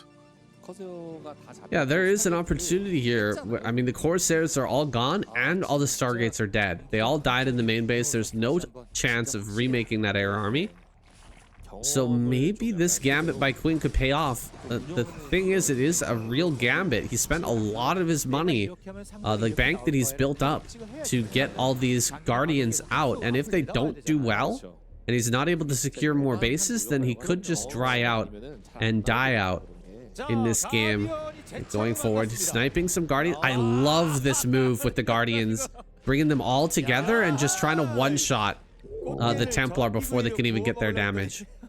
Well, I think we're seeing the start of a huge, crazy Queen comeback in this game, saying, like, I feel like hit that critical damage done into the main base, like killing off that much infrastructure and starting to stabilize with these bases. I feel like he just maybe has done it, and this tactical play with the Guardians and the inability to really do anything to counter this besides rely on good storms, I feel like, yeah, there's a lot of life in this game for Queen. All he needs to do is snipe these shuttles, and I would definitely agree with you. The comeback is real. The shuttles still flying around right now is a huge threat, but since they've been plagued, just a few Hydras getting under them is going to end them so quickly, and then the mobility of snow will be completely negated. That's so much moving through the middle of the map right now, and this is a very well defended base. It's really one of the only mining bases of for Queen. He's got center right and top right, that island, and that is it. Wow, a lot of Archons moving through the middle of the map, dropping a ton of Templar, and oh, he loses one of the shuttles. That's a big kill for Queen. I think there was like at least 2 Templar inside that. 1 Corsair remains, but it's not going to be able to deal much damage against all of these Guardians, especially with +1 armor. I hope that Corsair can overclock his neutron flare damage or something, because he's going to be tickling all those Guardians slowly but surely. They do have natural armor, so it does take a long time to kill those. And I feel like he's got some a lot of life in this game, does Queen. I feel like killing this base up here in the top is going to be huge for him as well. Snow's only got these 3 bases churning away, and there's not a lot of saturation left on these as well. Eventually they'll start to become mined out, and if he's not able to secure bases and trade well, some beautiful storms do come down onto this main Zerg force here. It's a very soft glass cannon style army, so with some good storms and positioning, Snow can overcome it. But right now it's looking like Snow has pretty much only utility in his army, with the splash damage of these storms, reavers, and archons going for him. One tiny misstep, all it will take for him to lose this game. And I feel like so far Queen has done an absolutely phenomenal job of coming back. Queen is going to move the Guardians over towards the center left, pressure that base while fighting here in the middle of the map with this army. He loses the Reaver. That is a key pickup for Queen. It's going to allow his mostly Hydra Lurker Ling army to trade much better against the Archon Zealot High Templar fighting force of Snow. Snow bringing forward more Reavers though. His spirit animal, can he make it work against Queen, who's now harassing this base and shutting down one of the few mining locations of Snow? This is a big fight in the middle of the map. Huge storms getting thrown down everywhere in the backdrop. A lot of probes going down for Snow right now. He's got to pull, I think, the Templar together, bring them over here to start storming down these units. But he's really regretting not building more Stargates at this point, as well as, you know, cleaning out these super pesky, annoying Guardians is taking up a lot of his attention and time. Yeah, even just making one single scout would clean these up so fast with the anti-matter missiles. But unfortunately, he's going to have to just deal with this slowly but surely, getting a little bit of his money shut down. He has got a lot in the bank, does Snow, so as long as he doesn't lose this army inefficiently, he should be okay. But the problem is that even after a lot of those storms have dried up, he's a massive flood of Zergs out on the map, so he needs to be tentative with his army and not get caught out of position. He might get a few of those units swallowed up while out of position. Just try and reinforce them with some shuttles and reavers, but probably realizes he has to pick up and evacuate. Yeah, he's going to get all that whole army just gobbled up there. Nice little pickup for Queen, who's currently ahead in supply, 160 to 140, looking pretty Queen-sided for the time being. Does have a few of these bases popping up as well. Has hasn't yet saturated them, but Queen's looking like he's got more life in this game than Snow does.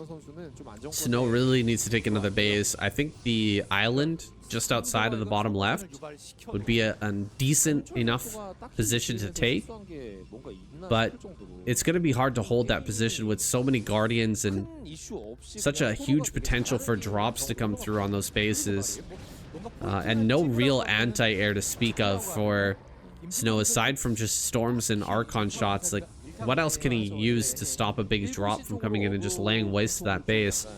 And if he puts all of his forces over there on that location to make sure that it doesn't get killed, what are the chances that his natural here in the bottom left doesn't just die? He needs to wait a little bit longer until that mine's out before taking all the forces out of that position. I don't think Queen wants to lay siege to any of these bases. I think he just wants to prevent Snow from expanding while trying to saturate his expansion. So I feel like he's just going to soft contain Snow and try and do something about 6 o'clock when that finally tries to go online for Snow. I'm not sure if he's going to be able to challenge that too much, though. I'm wondering how that's going to go. I feel like he's going to try and set up some drop to come into 6 o'clock or this island expansion. He's been monitoring Snow closely on when he's trying to take these bases, and Snow hasn't yet tried to take them until just this moment now, so we may see some drop play coming out of Queen in a few moments. I don't see any overlords setting up for a drop just yet, but it looks like Queen wants to take the old expansion of Snow just below his original main base in the top left-hand corner. This could come down to the last mineral patches on the map. That's how close this game is right now. Still 5k in the bank for Snow, so is in no threat of running out of minerals for quite some time. He's just going to be setting up more and more mining locations, increasing his unit flow, his mineral flow, and that gas is quite low. Such a teched out army here from Snow. So many Templar in this force. It's kind of the inverse of what you usually see in these late game situations with Protoss versus Zerg. You usually see a ton of gas banked up and very little minerals, and then very really late game, then all the gas gets spent on a massive flow of Templar. But Snow's been relentless in just building crazy amounts of Templar all game, and so he has a massive mineral bank, and he's going to be able to continue to build or to mine gas for a really long time, of course, forever, potentially, right? I like how he's been really, focusing more on his utility more than anything, rather than just like wasting zealots and what have you. But I also feel like he's missed out on a trick of not getting Dark Archons, because I feel like Dark Archons with feedback would be great in these situations, and trying to snipe the Defilers before the Plagues get activated. And I feel like that'd give him just a little bit higher cost efficiency rating to really put the pressure on Queen. But instead, he's like, I think he's just trying to, like, you know, I don't think he likes that style. You don't see a lot of Protoss players rely on Dark Archons, but it's becoming a new flavor in the meta to do it. But if you're not comfortable in doing it in the early game, I feel like a lot of these players don't utilize the feedback in the late game in these scenarios, and that could be a bit of to their discredit, because I feel like feedback is one of the few ways of staying relevant against Plagues. Yeah, absolutely. Feedback, so powerful in these late game situations. It's a shame that he's not pulling it out here, but there has been so much craziness. It's hard to remember everything that is potentially possible in a map that's just this insane, in a match that's just gone this haywire. Remembering that, oh yeah, Dark Archons are a thing, that just it might go by the wayside. You might completely forget that that's even possible to do something like that. But maybe we'll see it if this game continues to go on even later. I imagine we could be in for like a 50-minute game here, Shun. It's possible.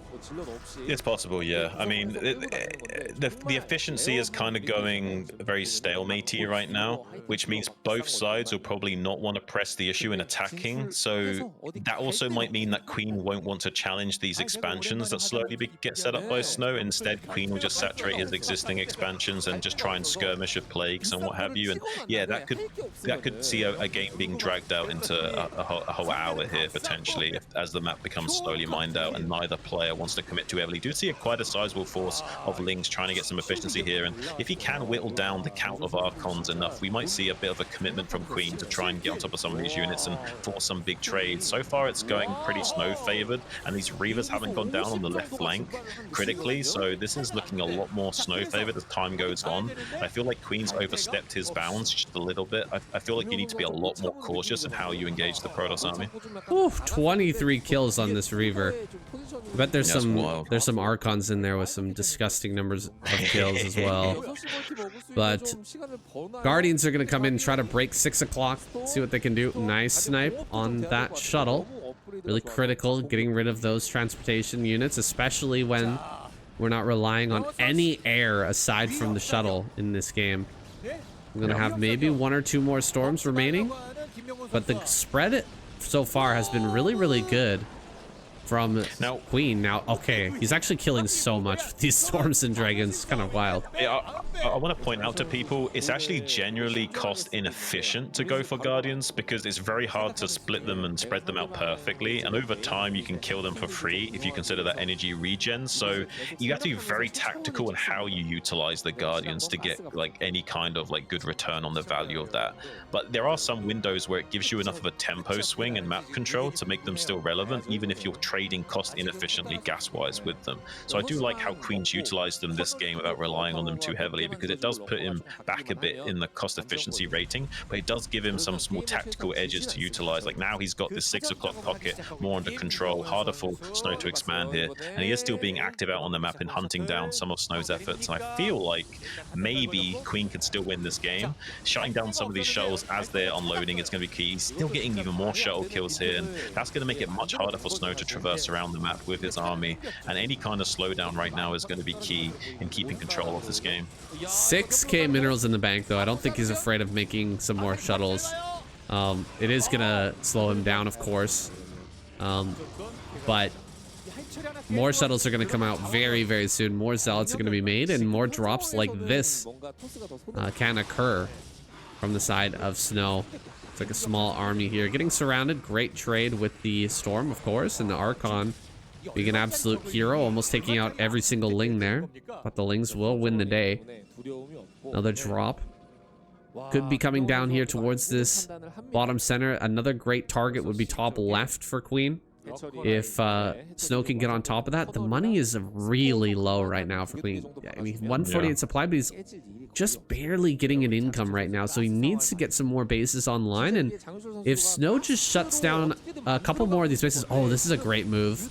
Coming in with mutas, 11 mutas here, shredding a couple of Reavers. Some people in my games will in my chat when I'm playing on stream will suggest this to me. Why don't you just build some mutas and go snipe stuff? It's not very efficient most of the time, but in this case, pretty well done here by Queen. Yeah, if you've got the APM to have 300 APM and the the attention span to keep up doing that kind of level micro while you're macroing and firing on all cylinders, then yeah, we'll power to you. It's just very difficult for most people to pull off those kinds of things. Sometimes it can definitely be the thing that you need to tip the edge against Protoss players. It's very difficult for them to min-max everywhere and dot all their I's, cross all their T's at every junction in the game. And looks like he's finally going to make a gambit coming down into the 6 o'clock position, but there's a hefty amount of Lurker Guardian here to make this a little bit tricky for Snow to come in here, and some Scourge also going to be running up here to try and take away some of the ferry potential by sniping those shuttles. Only 2 shuttles remaining, so can only get a handful of units across that time. Eventually, though, he will come in here and break over. But Queen coming from behind with those mutas and trying to get some more critical snipes on these High Templars. Pretty good juking and jiving so far, and coming back in here to get around. Big, beautiful pickup on these High Templars to save most of them from those shuttles. But Snow's still losing a few of those High Templars to those mutas regardless. Oh, there's some great storms coming out here by Snow. Good dodges by Queen as well. The Archon's just not able to hit those mutas at all. Really good dodging here from Queen to just completely negate those, and he will get some more mining online over in top left. And with that mining coming in, I mean, he could absolutely win this game. It's gone back and forth several times, I feel, but I mean, Queen he's in this, man. He's hanging on. Yeah. Yeah, he's hanging on. He just needs to get more drones mining. He has got some of these bases set up, but he hasn't got any drones mining at them. If you look at this like top left third base on the island location, it's got only a couple of drones mining over there. It's really rough how low economy Queen is right now. And Snow's got this huge bank, but he doesn't want to risk leveraging it because he'll just get bled out in the war of attrition here. So it's a real nail bite of the game. Good pick-off from these Guardians, though, sniping some of these High Templars, being really annoying as possible and slowing Snow down at every junction when he gives a little bit of a window to him. But now finally we see Snow committing to the 6 o'clock base. There is a few Guardians here that come up here and challenge his position. If they're too clumped, though, they will go down very quickly to these Sonic Storms. So good splitting is needed. Ooh, some great splitting by Queen. Look at how he's pulling back all of these Guardians, but accidentally bringing a few of them too close together, getting some good cost-efficient trades with these Templar. Another group of Mutas is coming in here. Is this going to be for the snipes? He is going to come in, try to get some snipes on this before the Templar pick off every single Guardian here and break this position. There's like one Lurker left, 2 Guardians, and just a few Mutas here diving on top of all of these Templar. As long as he keeps some of these Guardians alive, he should be able to push everything back, but that's a lot of Zealots. Oh my god, the Archon just barely finished up in time. It's only got a few hit points left remaining on it, though, about 100 in total. Needs to be careful not to get shaved off by the Micro Queen. Being very adamant is Muta control. Sonic Shockwave, though, does do so much damage to that clump of Mutas, so without good control, those Mutas will bite the dust. Needs to be careful not to lose those inefficiently. Big fleet of shells is available now to Snow to come and finally secure this base. We'll have to wait for the creep to dissipate at the very least, but yeah, I don't know. Maybe this is just enough for Queen to come into this game. He is going to get some good storms down these Mutas here to soften these up. But yeah, I don't know. He will get this expansion online, I feel. But at what cost? The Queen may have just barely stabilized enough. He's got these bases mining again. And yeah, I don't know. It's hard to say for certain. Queen does need to still fight for this base, though. He can't just let Snow have this base for free. Yeah, this is almost a perfect map split at this point, right? We've even had Snow mine from that base in the top left for quite some time, and now, you know, Queen's mining off of it a little bit. That's the only advantage he's gonna have if he allows Snow to take this 6 o'clock. That is it, man. That is the only advantage he's got, and I don't think he's taking good enough trades to win this game after all of that trading. Well, he's not aware of the bank of Snow, right? He can't know for certain that Snow's got this 5k bank. As for all he knows, it's the same game state but without this like 5k bank of Snow. Yeah. So he might feel like he's in a much more even spot than he is, which is going to be unfortunate for him going forward. Well, Snow is going to come up and maybe get a storm drop going on these drones. They don't have any vision of the high ground. There are Scourge available, but he just has no idea, and he's going to eat a huge amount of damage. Oh, that's so painful. We've only got 25 minerals in the bank. How are we going to make these drones? He only just got those bases saturated as well, so they've not even been mining for very long. So now he's just had that economy completely reset again. Big skirmish with these Guardians trying to get something done at the 6 o'clock base. Only one Dragoon here, relying purely on Storm. Few Lings coming in here as well to do something, I guess. But the main thing is this Guardian skirmish. And I think Snow's just about done it, 'cause he's got more and more units carried over with these shuttles to secure this 6 o'clock location. Storm will always win on paper against Guardians, because you just can't trade out efficiently enough. Even with perfect splitting, eventually the Templars will trade more efficiently than you. It's just so difficult, but you do have these small windows of advantage you can exploit. So let's see if Queen can get something done here with these dropping of units while the Guardians are raining down. Yeah, the Guardians are just the preamble to the eventual drop that's going to come through. He's managed to get these unloaded on top of all the Zealots, and he actually looks to be breaking through. He just needs to get on top of these shuttles, man. If he just built a few Scourge and stood in between the two bases and blocked the shuttles from coming here to keep on reinforcing this position, I really feel like Queen could have broken this base.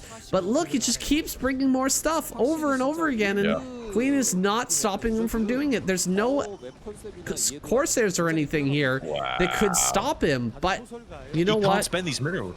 The Guardians. He's not got enough gas income. He's only all of his gases are depleted right now, so he's only getting 75 gas per minute from these geysers, so he can't really spot by the right units to do the job. He's got a few goons coming in here to try and snipe. A few of the Guardians going down, some beautiful phase disruption snipes from these Dragoons. Does snipe 4 of the Guardians, tries to get the remaining 2. It's a beautiful play from Snow to come near the Guardians to try and clean up this while he can. There's more units from Queen coming in to try and secure his location. This Nexus might still fall regardless. He has killed the majority of those Guardians, but yeah, Snow's having a little bit of a hard time spending these resources effectively because he's not got enough gas income right now. He's only got about 225 gas a minute to spend. Oh my god, he's gonna try and dive on top of this base as well. Queen not happy with just defeating Snow in the 6 o'clock and taking that base for himself. He wants to attack in, and GG is called. Wow! Snow taps Absolutely out. Insane. Oh my goodness, what a Crazy. game. Incredible. Fantastic game there between these two. That is more than I ever could have expected. You know, at the beginning of the cast, I said this is going to be an awesome game. This is a real treat to witness. Man, that was more than a treat. That was dessert. That was a full belly of a beautiful StarCraft play. Love to see it. We're going to be jumping into our last game here after a short break. Hey guys, welcome back to another Broodwar ladder cast. It's me, Saiyan SC, bringing you Shine here in the top left. Biol down in the bottom right. We're taking a break from our Flash coverage to just check out some random games here. We've got Shine, who is a fan favorite, the old ASL observer and bag-a-builds himself. He's not so much bag-a-builds anymore. On ladder, he's a very normal player, like very, how should I say, macro-oriented, standard player. But if you throw anything funky at him, he really knows how to throw down. He knows how to cheese you back, shall we say. If you want to, you know, 1-1-1 him or do something weird, you know, throw a factory out on the map or something like that, or do some sort of weird drop play, he is very good at countering and just hitting you with a Hydralisk all-in or any sort of like weird all-in that is the perfect set for whatever situation it is that might be coming his way. So I'm always interested to see games like that. I don't know if Biol will do anything like that this game. He might just chill, play out a normal MMM game. Who knows? This is just kind of randomly selected from the seawall.gg Discord channel. This rep was provided by Dude Nerd. But guys, after this game, I think tomorrow we'll go back to Flash. I saw that there was a Flash versus Bisu series that I'm kind of interested to cast. I'm just a little bit worn out here today. We did another 10 games a day till A episode on stream, so yeah, I'm a little bit tired out here. I don't want to do a full-on series, so we're gonna take a break from that. Running by here with the drones right now. This is not an 8 racks, I don't think. Yeah, I don't think this was 8 racks. Or was that rack started before the supply depot? I'm none too sure now. The drones go all the way around. I need to start doing this. Look at Shine's hold here. That was so well done. I'm actually kind of shocked. I was waiting for the engagement here, but he moved around the side, dodged the SCVs, didn't engage with the Marines, killed one Marine in the follow-up, and bought just enough time to get his Lings out. Lost only one drone. Just perfectly done.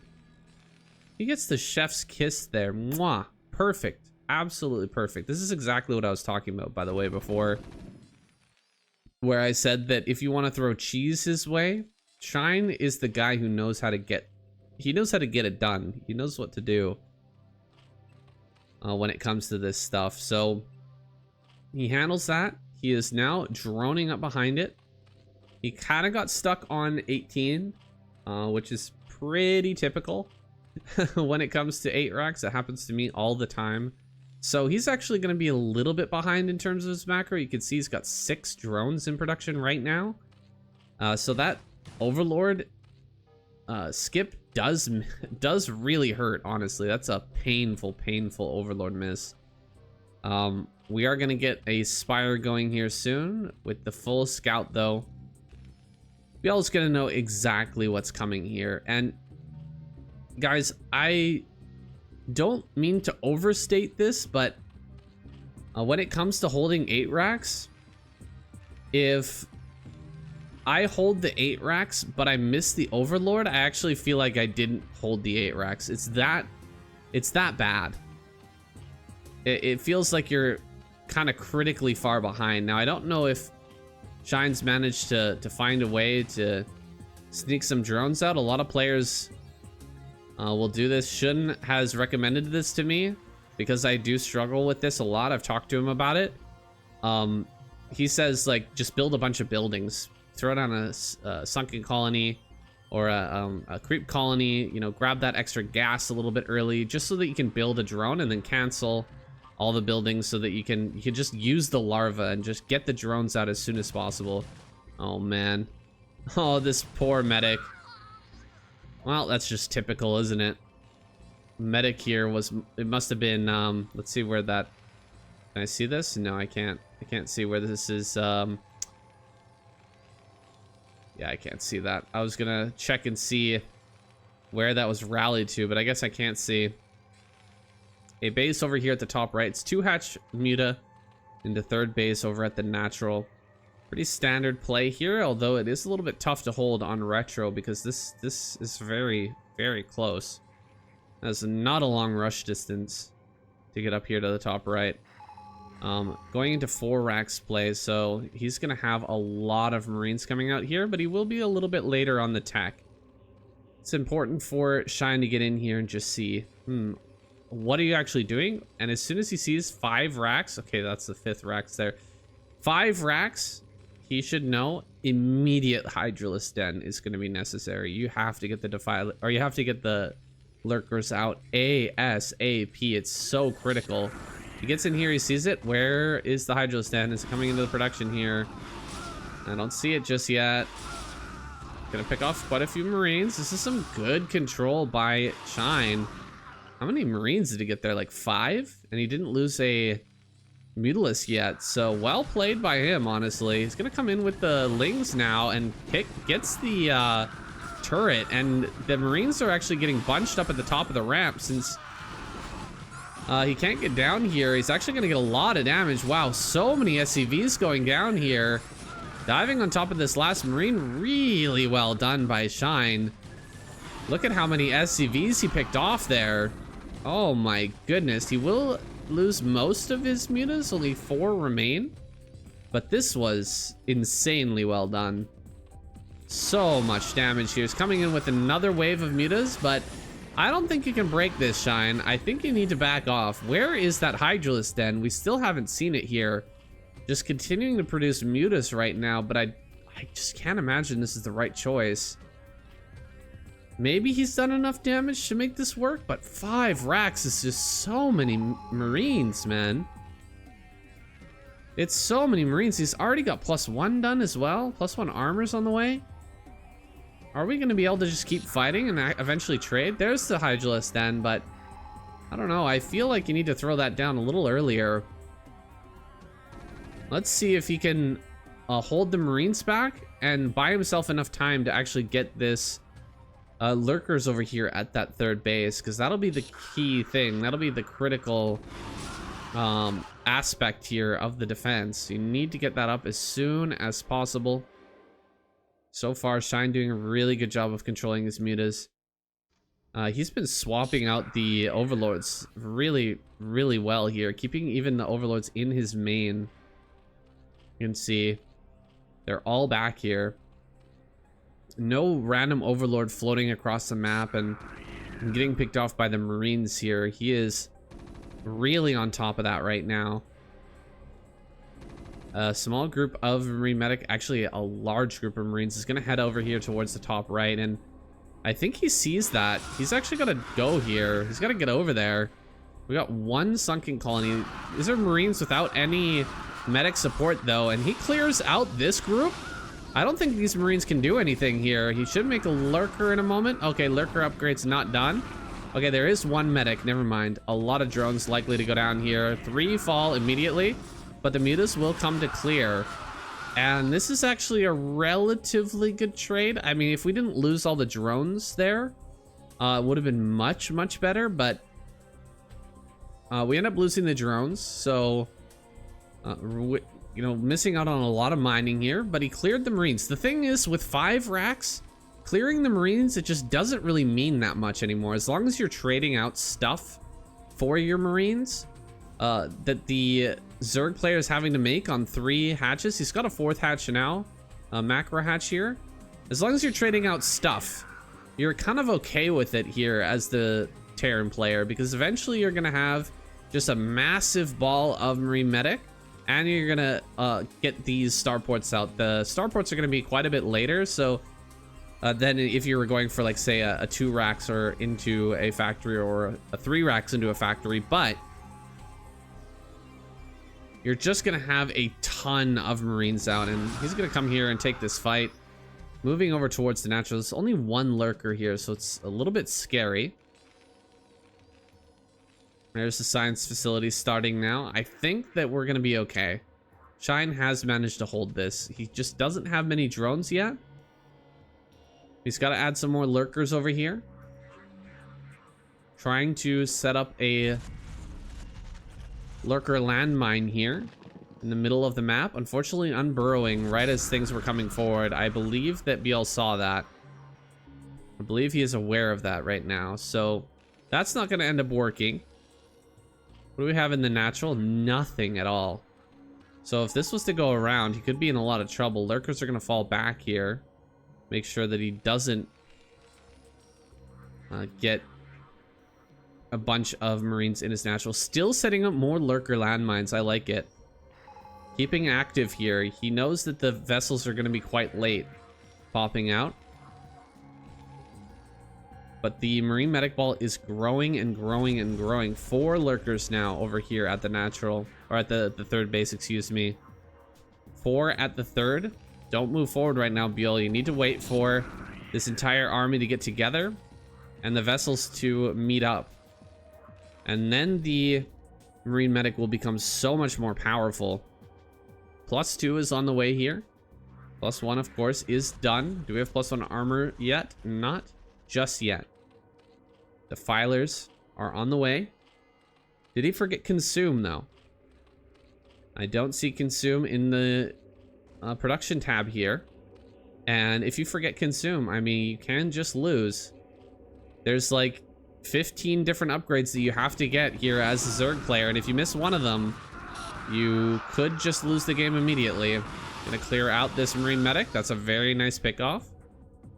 Able to get on top of this. Ooh, great irradiate there. Looks like these Marines will probably be able to hold. No, that's a little bit too many lings along with these mutas. He will be forced to cancel.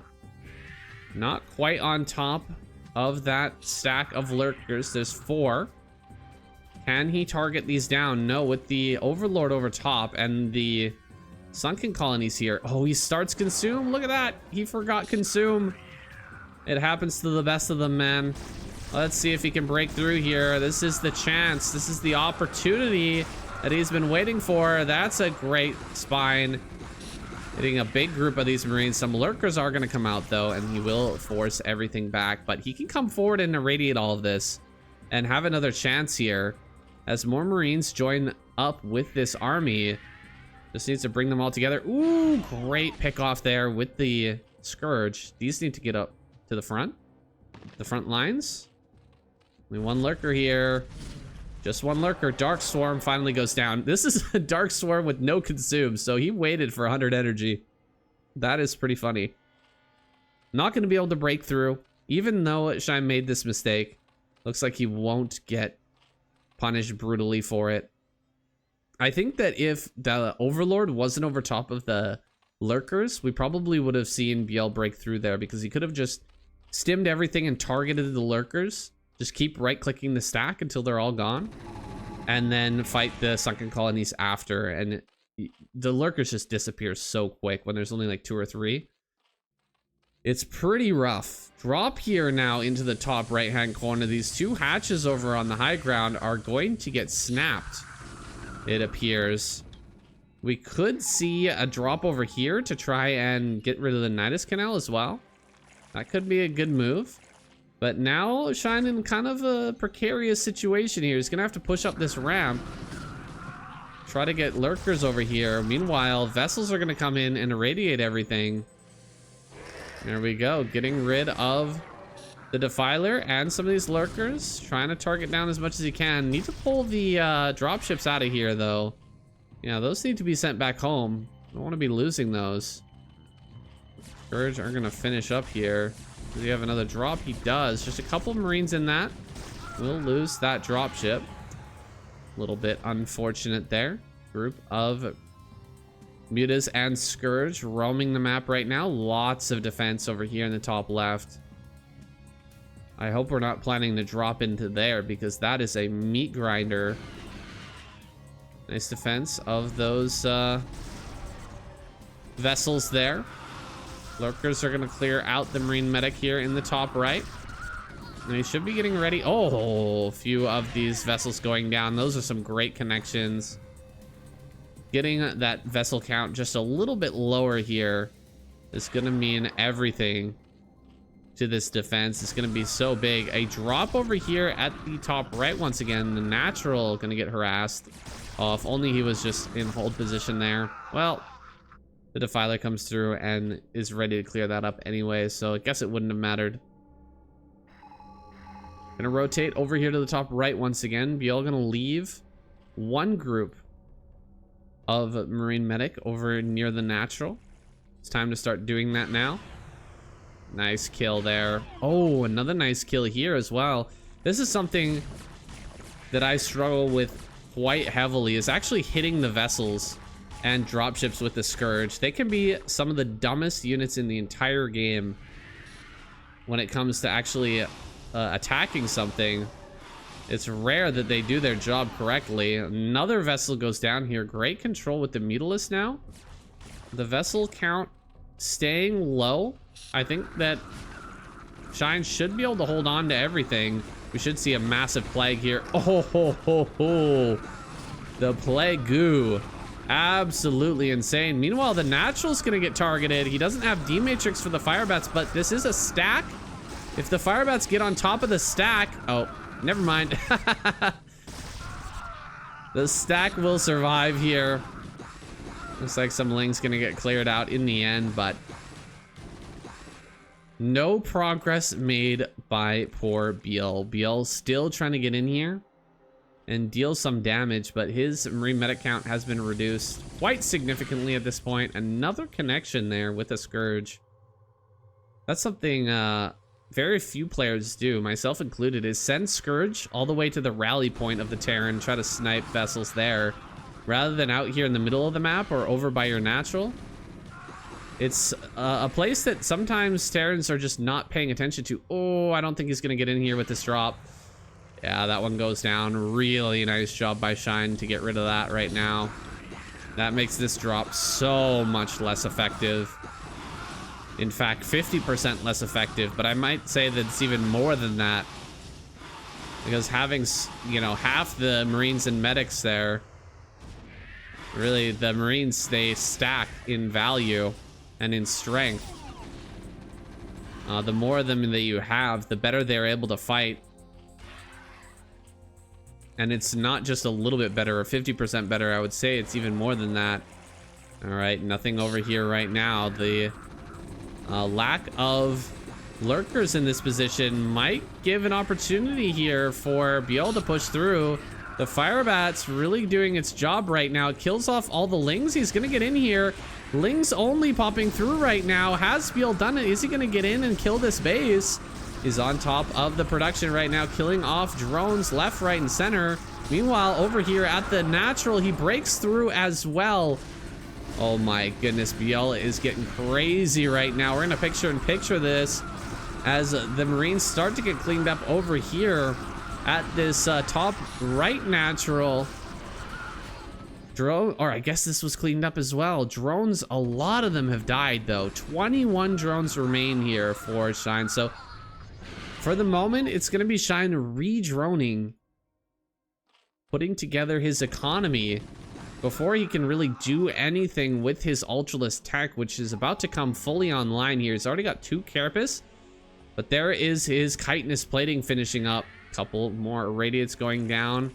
Defiler getting irradiated here. He's gonna throw down a Darkstorm, but he will lose all of his Defilers. Okay, 1 is going to survive here.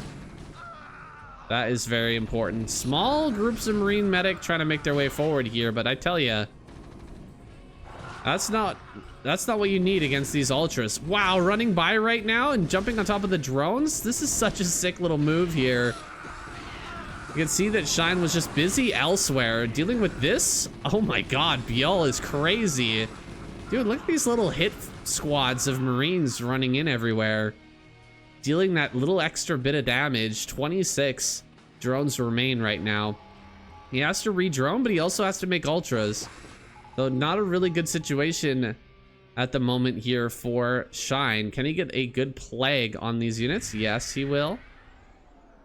Oh my god, all the Scourge died right there. Are you kidding me? That is so ridiculous. Well, those Scourge are not going to connect. It's so difficult to make Scourge at a moment like this, but you can see Shine making Scourge right now. He realizes how important they are to try and slow down the bleeding, to staunch the bleeding of endless irradiates hitting these units over and over again. He's going to come through, get some more. He gets another one. Very well done here. Gonna lose more of these vessels, but is there anything to defend right now? 1 Ultra and a Dark Swarm is all he can put together. Another Defiler here just to back this one up. Looks like everything gonna back up here. Ling's over at the top right natural. He's holding on with almost nothing.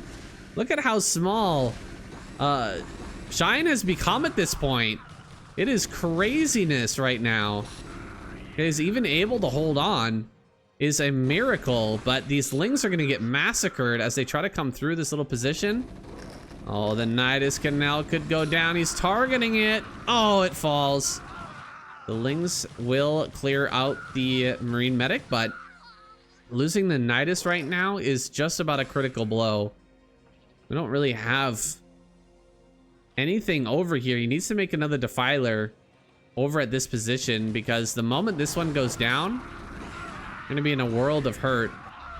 Oh, goes for the plague. Kind of whiffs it there. Need to start another Defiler immediately. He starts drones. We need Defilers over here. Thank God for these extra hatches over at top right to sort of get the production going once again. Very important that they do. 1 Marine is killing drones over here at the 3rd. This is a wild game right now, guys. Biel is doing so much with so little and keeping it incredibly scrappy. But, I mean, Shine is hanging in there, and there's no 4th base for Biel. He's out of his natural and main just now. No more minerals over at either of those 2 locations. We're gonna have Irradiate, Eraser Trick. No, but a drop is gonna come up here to the top right. And I don't think this Nidus is done. No, it is done. The Nidus is done. Oh, Scourge gonna connect on that. That's big. Only 3 Marines managed to get out, but they're gonna wreak havoc in this mineral line right now. The 1 Lurker here, not ready to dive on top of that. 1 Ultra gonna pop out and hopefully clear all of this up. But Biel is just... Slayer's boxering it to the nth degree. He's taken this so far to where we're at 20 drones. We're at 20 workers, guys. Wait, we're at 38 SCVs. How did that happen? I think we lost some SCVs somewhere along the line. I'm gonna need some picture-in-picture of this game, because there is just so much action going on all over this map. It is wild. Another Dark Swarm, another Plague here. We've passed the 21-minute mark, so the gas geysers are going to be running out here on both sides, but more importantly for the Zerg player, The main base and natural should be mined out by now. Natural just about to mine out here. Ultra starting to clear out some of these Marines. He does have that 5 armor here finally. Another attack over towards the natural here in the top right. Another Dark Swarm. Plague is down on these. Gunning down a bunch more drones here. Again, lowering the drone count for Shine. He's trying to balance just a few drones at a time being added on while making attacking units, but he keeps losing drones over and over. He's never able to fully stabilize here.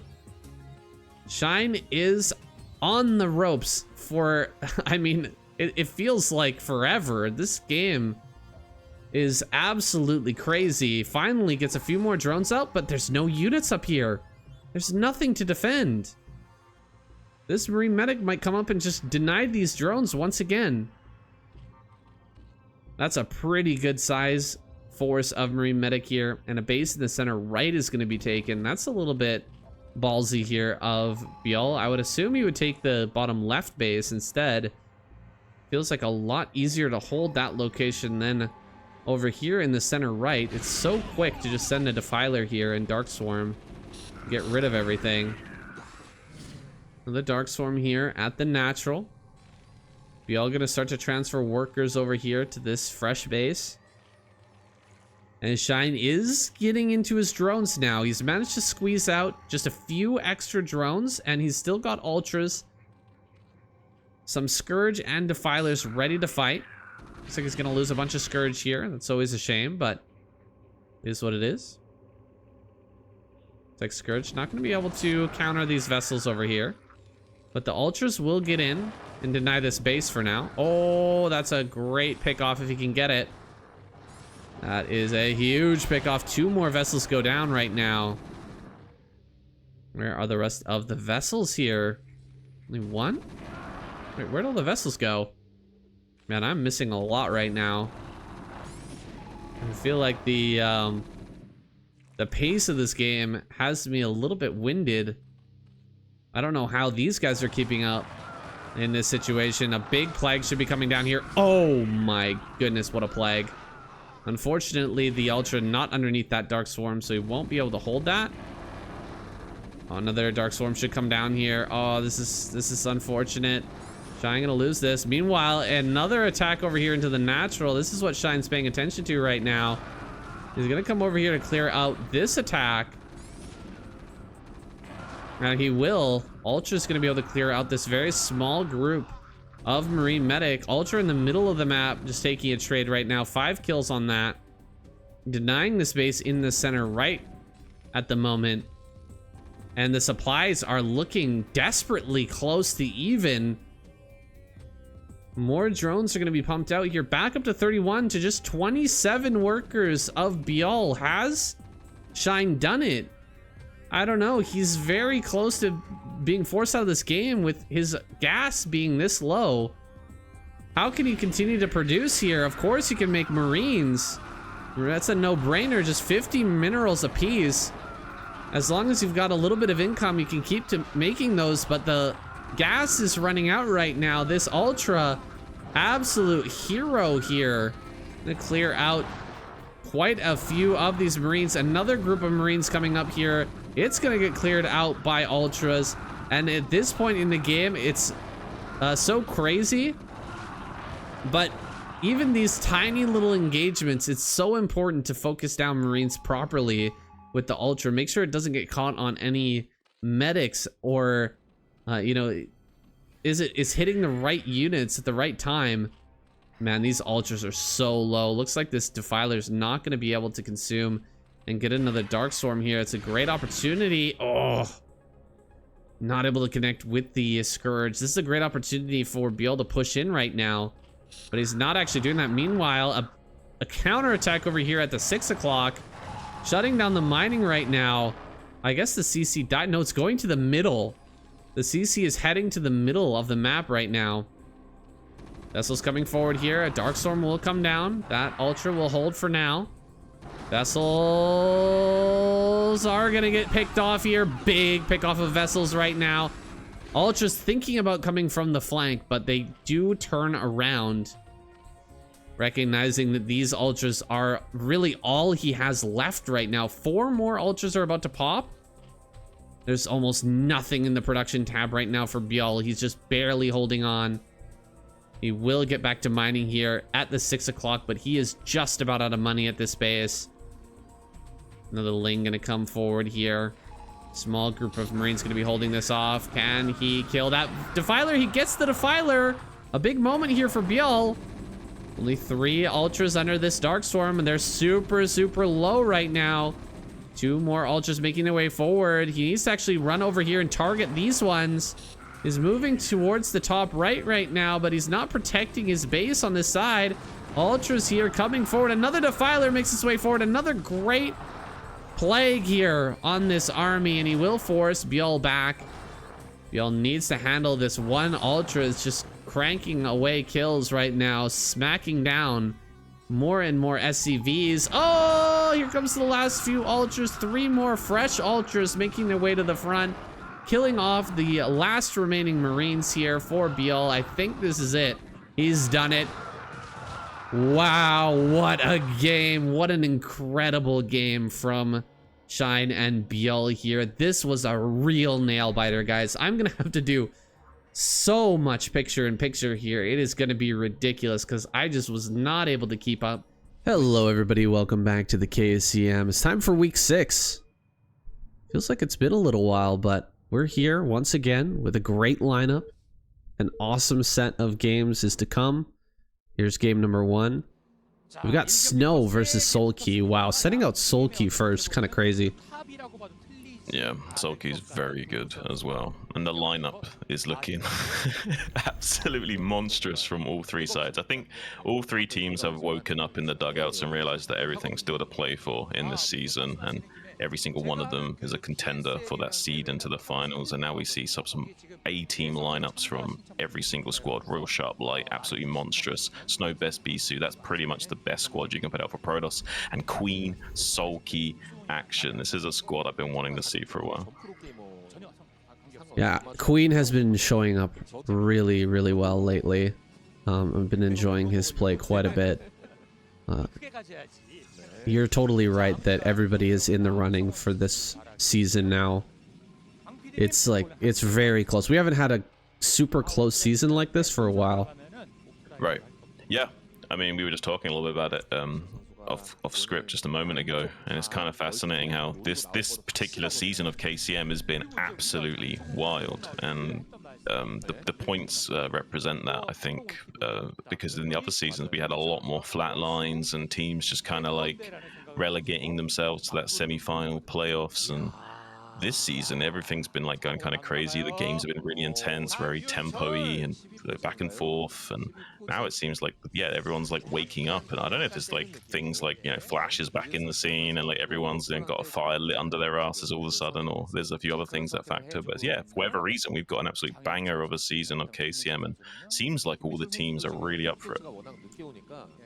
Yeah, the new announcement for PSL as well should be giving these players a little bit more motivation. That qualifier is actually coming up really soon here in July for that brand new tournament. If you haven't heard about it, there's an announcement on my channel just barely not blocking that. Snow opens with the Forge fast expand and not quite able to stop this hatchery from going down off the overpool.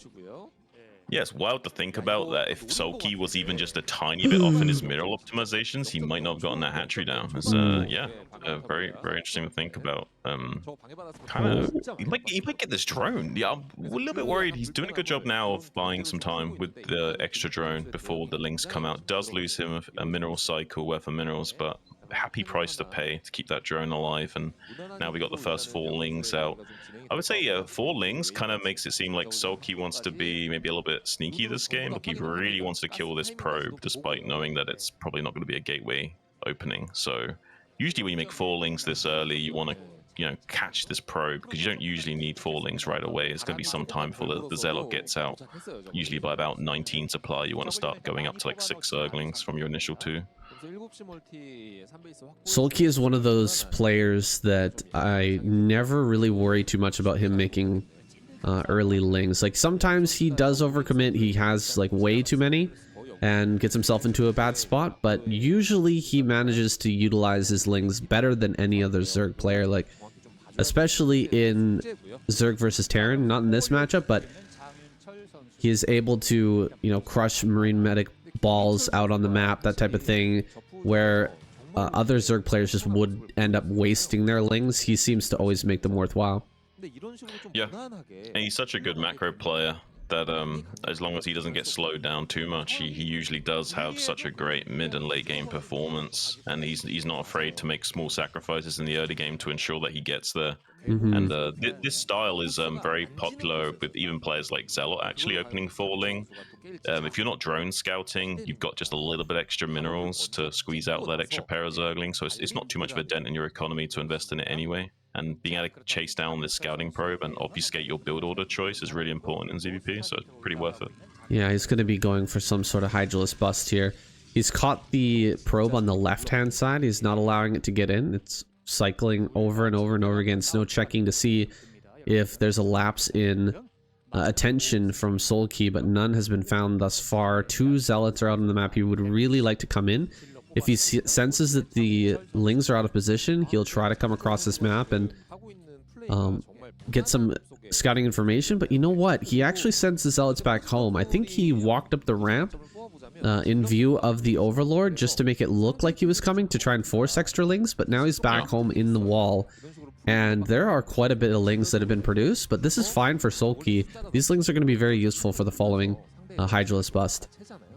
Yeah, and Sulky's trying to like represent that he's doing like a very standard like go into like a fast tech build, and he's just making these initial speedlings to like deal with any kind of zealot pressure, because right now you have 3 zealots, so he wants to have at least like, you know, 10 12 zerglings just to make sure that you can't come out and just kill drones for free. So it's not super crazy that he's making these lings from Snow's perspective either, and the fact that the cannon is actually like pretty close to the wall like this, you don't even necessarily need Hydra speed to bust. You can just go with Hydra range to bust, sorry. You just need to go in with the Hydras to shoot over the wall while the Lings soak up the Zealots. So you can do a more like Ling heavy Hydra bust. And he's making it look like he's just got like 1 or 2 Hydras chilling to defend against this Corsair to kind of obfuscate things a little bit, just for a few extra precious seconds as he starts to rally these units across battle. Now, will he commit to this or will he not? So far, I don't see any additional drones popping out, but he's got the like bare minimal amount of units right now. I think he actually will commit to this and just use the Lings to soak up and then use a few speed Hydras to pick off the cannon. The extra cannons are finishing up now. 3 cannons in the back line. Those are a little bit harder to reach with the Hydras without range, but they can hit this the forge here in the front, and then we'll get to work on that. He should be able to pick that off before +1 is done, and re-droning up behind this. Sulky not going to commit to this attack. Just take the forge and maybe the gateway and then back off. That's most likely the plan we're going to see. Yeah, Snow's really respecting the chance of Sulky just coming in here with the Ling Hydra, and he does have to do that. You can't just make 2-3 cannons against this. He'll just run in and kill everything if he commits to the attack. So very wise response from Snow, but it is now going to slow him down a lot. And this fake hatch Hydra is, I would say, been pretty successful. Like even if he loses like 1 Overlord here, it's not the end of the world. So yeah, I would say all things considered, like Sulky's looking great in this early game. It looks like 1, maybe 2 Overlords goes down. Good targeting here by Sulky. He's really trying to get one of these. Getting it very, very low. Can he actually pick that off? No! Wow, very well done here by Snow. 3 kills on that 1 Corsair. It's very annoying while you're trying to make this transition back into drones in production. Yeah, I mean, that's actually pretty good for Snow. That's enough compensation that he's not just like feeling sour about the early game completely. Like if you only got 1 Overlord kill for that, then you feel pretty salty. But now that he's got something, a little bit of a supply block, it's some wind in the sails for him to work with. He's going to be soft-contained for the time being. Sulky may even consider doing like a I don't think he might can just go for it right now. He wants to put on some pressure and see if he can get some good trades. At least force off probes off the line, trade off some of these Zerglings that he might not be able to utilize later as well. But I'm not sure that's going to be too fruitful. Meanwhile, back at home, losing some of these critical overlords. So Sulky, if he wants to continue this, has to commit to a bust. But I don't think he should. And I would say this isn't the best of choices from Sulky at the moment. Unfortunately, he only left one Hydralisk back at home, so he was still losing overlords during this, and he can't really produce much right now. He wants to be droning and getting into a better position, but he's sending a few more Hydras across the map. It's not enough to bust Snow wide open, and it's not drones back at home, so I don't really understand where Sulky's going with this. Is he actually just going to try and break through before 9 minutes? It's kind of looking like it now. There's only 4 cannons, but that's a lot of zealots, and we've got plenty of gateways to keep reproducing this. With speed finished, can he actually do it? Yeah, I mean, Storm is just about to start coming online, but right now is pure Zealot cannon, and there is a bit of a critical mass of Hydras now starting with in position. Some Zerglings as well being made to rally across the map a little bit faster to come in and see if he can bust the position of, and there's a lot of Zealots and probes coming off the line to drill back against the Hydras as well, and there's not enough surface area for the Hydras to get on top of these cannons at the time being. The most they can hope for is whittling down the Zealot count and then going in for round 2, but there's still enough cannons left over without a strong enough Hydra threat that now the High Templar is going to come online. It's still going to be like a good 20 or so seconds before the Storms actually have enough energy to storm, but yeah, I think he's held. I think we're going to go to the mid game now. I don't think Sulky's going to be able to kill him. Question is, did Sulky kill enough probes during that fight? He did pick off, like, I would say 5 to 6 probes, but it really doesn't feel like it's quite enough damage for the amount of commitment that he put into that attack. All the drones that he didn't build back at home, all the overlords that he lost while the fighting was going on. He is not quite set up in every base with good Sim City just yet, and now the Zealots are out on the map. They're going to start hitting random locations and pulling Sulky apart. Let's see if he's got the metal here to challenge these Zealots and stop them from dealing big damage. Go ahead. I think he's going to buy time for Mutalisks here. I think he's just going to like consider an Ogre Zerg type play in the sense, not in the sense of trying to kill Snow, but just maybe to get enough Mutas to snipe the High Templars and bully back these Zealots. But the beautiful timing from these Zealots come in just as the Hydras rotate out from this south-left base here. So now he's going to get a lot of damage onto the drones, and as the Hydras coming back in, aren't going to trade super well either. So this is great damage from Snow. Like a lot of lost mining time, and he killed some drones, and he's getting pretty good trades against the units as well. But I think Sulky has identified that there's not a lot of Corsairs out. Only 2 Corsairs are alive and no more in production. So now that he's switched into this spy, if he got up like say 10 Mutas and started just running in and sniping all these High Templars, he could just mow him down with Hydras afterwards. Yeah, if he has a bunch of Scourge popping at the same time, he could just go for the main base as well. There's nothing in there. There's no cannons. And then if he just controls the Stargate, he could go for that as a win condition. Now, picking off the DT before it even gets in here, this is a nice move, but that's completely revealed the strategy from Sulky.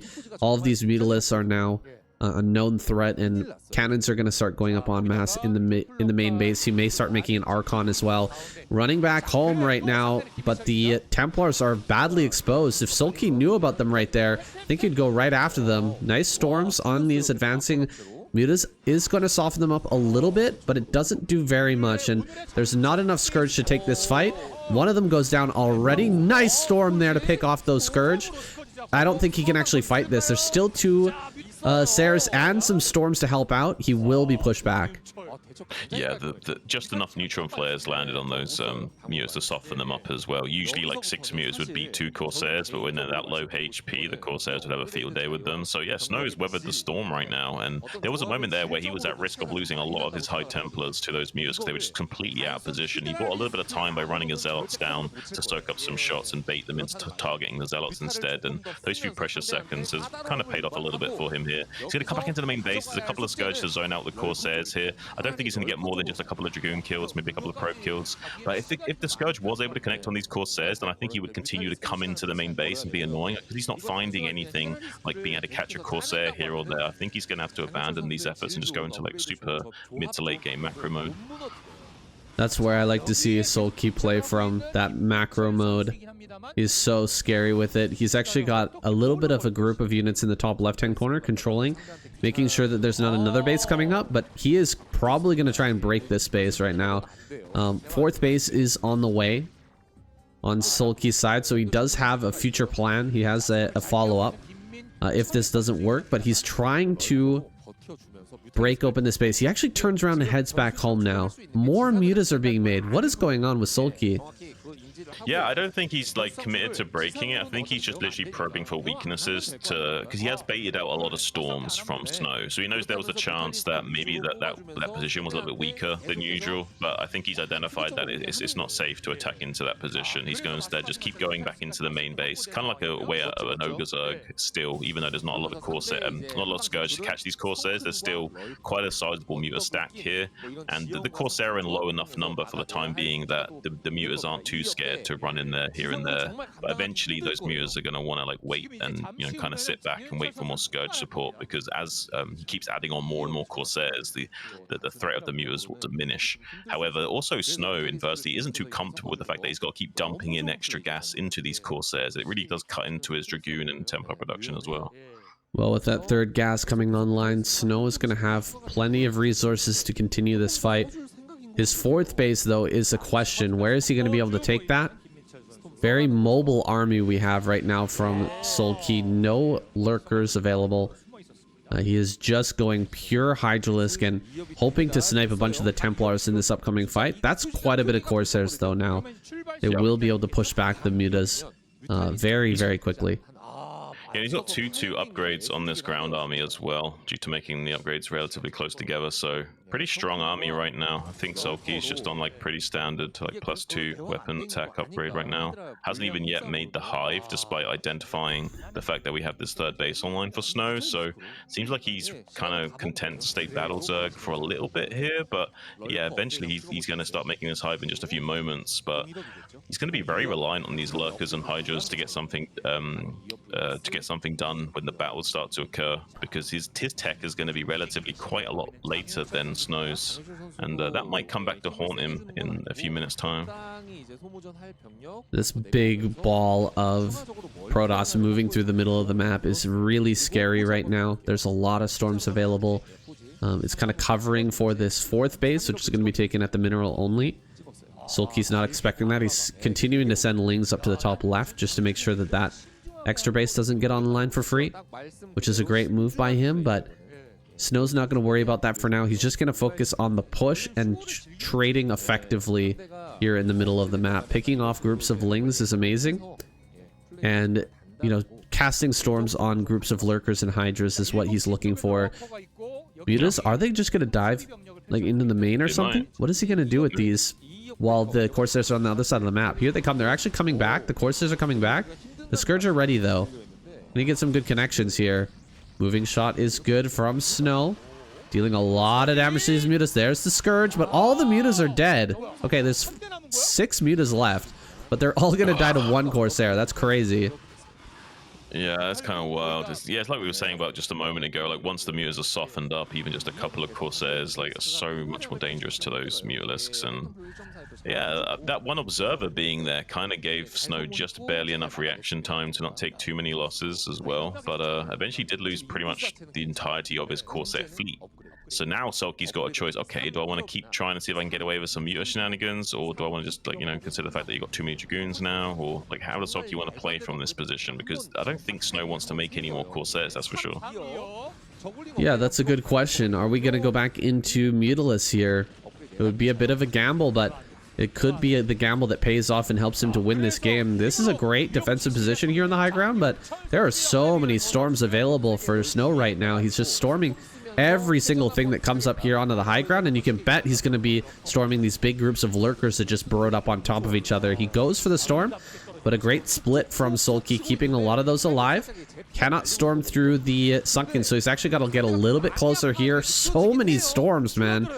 That's like 10 storms, 12 storms that just got laid down there, but Sulky still has more coming out. Looks like he did make 1 muta at least, but that's just going to get thrown in. He is in a bit of a panic mode right now as he tries to pull everything together and brings in a big, wide flank here on the left-hand side. I think that Snow will break that flank, but he's running low on storms. He's casted so many at this point that it's just a matter of time before Sulky can start to make some progress. Yeah, it's so hard to like set up these counter like pincer maneuvers from Zerg once you unburrow and reburrow your lurkers. They're usually stacked and makes it that much easier for the Protoss player to storm your units into oblivion. That's kind of what we saw a little bit there. I mean, Sulky's just barely got enough that he might start cleaning up this army, which is a pretty big deal. He's cutting off the head of the dragon. If he stops this from rejoining with any additional forces, it will maybe keep the Protoss infantry weak enough that he can't just keep coming out onto the map in a big way and give Sulky a bit more life into this late game here. And I think Snow's just going to be content to just, like, you know, expand again and macro up. But I think now that Defiler tech is out, and if Plague starts to become a thing again, I think Sulky's doing just fine here. It's just that he's got to weather the storm, make sure he doesn't take any damage right now. I think the Protoss army is now small enough that he's pretty comfortable though. Yeah, that was beautifully done by Sulky. Absolutely fantastic the way he was able to bring those units from different angles to clear out that army. Now cannons warping in here. We've got cracklings hitting this nexus. Can he actually pick it off? It's so close. He's killing a lot of probes regardless. The army is actually making its way back, so I think Snow will save it. Great snipe there on the Templar as well. Just like I was talking about earlier, Sulky's so good with just small groups of Lings. He always seems to make them way more valuable than anyone else, any other Zerg player. Yeah, usually don't see it. If you can like snipe just 1 or 2 High Templars here and there with a few Zerglings, that's crazy value. Training out like your mineral units for gas is just like so valuable for Zerg. And it's so difficult to do as well, so it's really impressive to see a macro player able to keep up with this level of, like, you know, task switching, and against like someone like Snow, it's extremely impressive. Damn. What do we have for upgrades? 1-1 is done on these Zerglings, so they're still quite a ways behind the Protoss army, which is now 3-3. Means that the Lings are not going to trade very well, but we are about to have Defilers on the field pretty soon. Well, that's kind of pretty much how ZVP goes. I mean, the Lings don't really become online until the Plague even becomes a thing. Even with Adrenal Glands, which they already have right now. Like, yeah, the upgrades are usually slower and behind the Protoss player. And with the Plague, though, being able to shred through that high armor HP health pools, the shields don't really stack up against that because there's no upgrades on those. So you will just shred through this Protoss army if you can get 1 or 2 Plagues on it. So far, just relegating himself to throwing down some Dark Swarms until that tech comes online. So just so we can survive and maintain the game state right now. He's got control over this like center of the board, which is very necessary for Sulky, because he doesn't want a repeat of what we saw earlier, where we let the Protoss player come up to our Sim City and be able to storm us where all our units are clumped up at the rally points. It's just not a good place to be in a Zerg. So instead he's keeping the pressure on with some Ling counter attacks and keeping this big like spread of units out in the center of the board to prevent Snow from coming in on these like tight vectors of attack and exploiting the geometry of the map. We should have Plague just about finished now. Dark Swarms are coming down to keep Snow back for now. But Snow is getting close to this rally point, and he's trying to move around the left-hand side of this. He's just trading with his Storms and his... Oh, there's the Plague. Very nicely done there on the back line. Getting a bunch of the Zealots back there. And the Dragoons as well. It looks like he's just trying to get up on top of this high ground. A lot of the Storms have been used, but this is exactly what Snow wants, is to utilize the Storms, kill a whole bunch of units, and then back away and let those Storms regenerate. Yeah, that's basically like how Protoss fight against Zerg 101. You don't even necessarily need to like commit to killing the Zerg. It's great if you can like sit on top of the production line and just kill units as they're being made, but generally speaking, you're just looking to skirmish, engage, storm, and run out. That's like, you know, basically how Protoss want to operate, and they never want to like lose the head of the dragon. They want to keep the dragon strong as possible, so you just see them rejoining with the army over and over again and making it a bigger and bigger death pool, utilizing the Dragoons as siege tanks to try and snipe the lurkers that are out of position and to provide some better bodyguarding for these critical High Templar units so they can get off their Sonic Storms. Now, I don't think that Sulky wants to push up to the center left. He wants to deny it from Snow, but he's trying to take the island on the right-hand side at the moment. He's got drones over there mining up those minerals, and eventually we'll be putting down hatches. He's pushing forward here to try and get some more plagues, but this doesn't feel to me like a full commitment to try and take center left. He really just wants to hold the center of the map on the left-hand side and get these island bases up and operational as quickly as possible. Yeah, but Sulky will definitely try and take this high ground position. It's just going to be a challenge for him to do so. It's a much harder, wider area to worry about if he can't already get set up onto that high ground with lots of lurkers and what have you. And he doesn't want to spread himself too thinly before it's time. But ideally, this is the thing that Sulky wants to play for. These bases are on the right are just like his insurance policy, just to not like, lose the game purely based on economics. But really, the game is coming down to whether or not he lets Snow get this base on the 9 o'clock position. Because if Snow can take that, it's pretty much game over maybe for Sulky. He knows that's a possibility. Whereas if Sulky can stop Snow from taking this and then at some point take it himself, he can win a war of attrition with Snow, which is like a much better game state for Super Late Game. Now, I'm really surprised to see Snow has his Dark Archon in the main base. I thought that he was going to be bringing that out, really a moment of brilliance of just bringing that to the front and starting to feed back these Defilers before they can get their plagues off. But instead, he's got it kind of chilling in the main, maybe waiting for a drop or something like that, expecting that play. I think a drop, but also just the possibility of like even just like a few muters coming in being annoying and like say killing High Templars when they're popping out of gateways. He never wants to make a single Corsair ever again. So it's like, I'm just going to keep you chilling there as like a little bit of an insurance policy. Maelstrom a drop, Maelstrom any muters, and yeah, just kind of buy himself any time against any shenanigans just because he doesn't want to dump any gas into Corsairs right now. Well, he's eating a lot of plagues, and the Defilers are getting a ton of value by throwing down spells over and over again. So a little bit unfortunate he doesn't have that Dark Archon here to try and counter that. It is difficult to use, of course. All the different spells that you're already juggling as the Protoss player makes that a little bit difficult to pull off, but I think that that would be the X factor that could maybe help Snow to take the center left. He's trying to get the base up now, but Snow is taking some great trades with all the plagues and Dark Storms he's throwing down.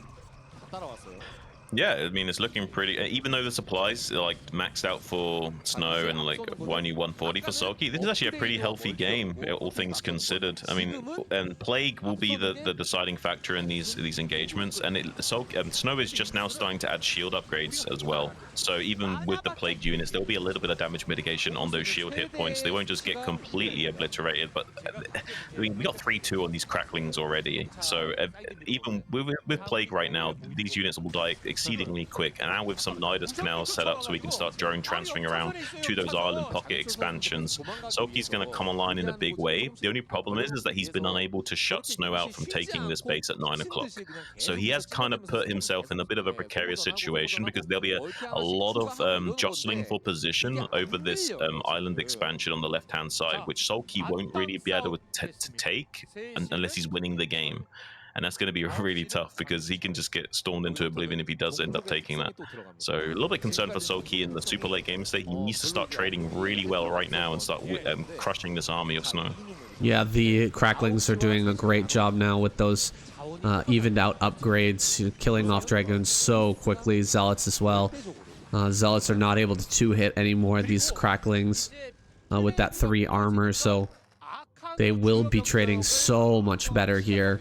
This is the moment for Sulky to start to push through. He's really trying hard with the Cheeto Dust to just break these positions, but Snow is doing a great job of moving forward when he can, storming when he needs to, and then backing up when the trades are unfavorable, when the storm cloud is right in front of him. He's just doing such a great job of trading out every single time here. It's pretty impressive, and he will lose quite a bit of Zealots there. The Archon number is just getting so high, though. Look at how many Archons are in this. Yeah. I mean, it kind of has to be done, though. I mean, like, eventually Zealots become less and less relevant, and now we've got the upgrades at 3 for Zerg. Yeah, you just don't trade well with Zealots anymore. You might make a few to soak up a little bit of damage, but the majority of units will be into this sort of Dragoon, Archon, Templar style, and then eventually adding on Reavers to both defend and have some ways of assaulting this island base in a little bit here. And Sulky's really pushing the issue up here, but now these clumped up lurkers are going to get stormed, unfortunately. Like, he thought there was no more storm available here, and he was going to try and like wedge in between this expansion and open up the position a bit more, but there's just so much left in reserve for Snow in terms of utility that he's able to keep storming these packs of units to death. And Sulky really wants to come in here and open his position up before Reavers start to be made here, and that's too late now. Reavers are going to start popping out here. And beautiful Plague, though. That's a monster of a Plague. If Sulky can just keep plaguing this army into oblivion, he might still have a chance. The problem is that Plague will also have a little bit less value the more that time progresses, because Plague's not so good against Archons and Reavers and stuff compared to just like pure, like, you know, Zealot, Goon, Templar. So yeah, like at the moment Sulky's doing pretty good, but it's good spiral out of control if he's not able to do something soon. This Ling pack is hilarious. It was waiting on the top center for so long, and it finally comes in now at 3-3, becoming a lot more of a threat, but it's not going to be able to break the base. It's not going to be able to kill that assimilator either. Sulky is having a hard time making any progress, and like you said, the battle for center right is going to be very difficult for Sulky. He would much rather keep all the attention on the left-hand side here, and not deal with, you know, storm drops and storms over the walls to his drones, which is going to happen a little bit later on if he doesn't crack the space.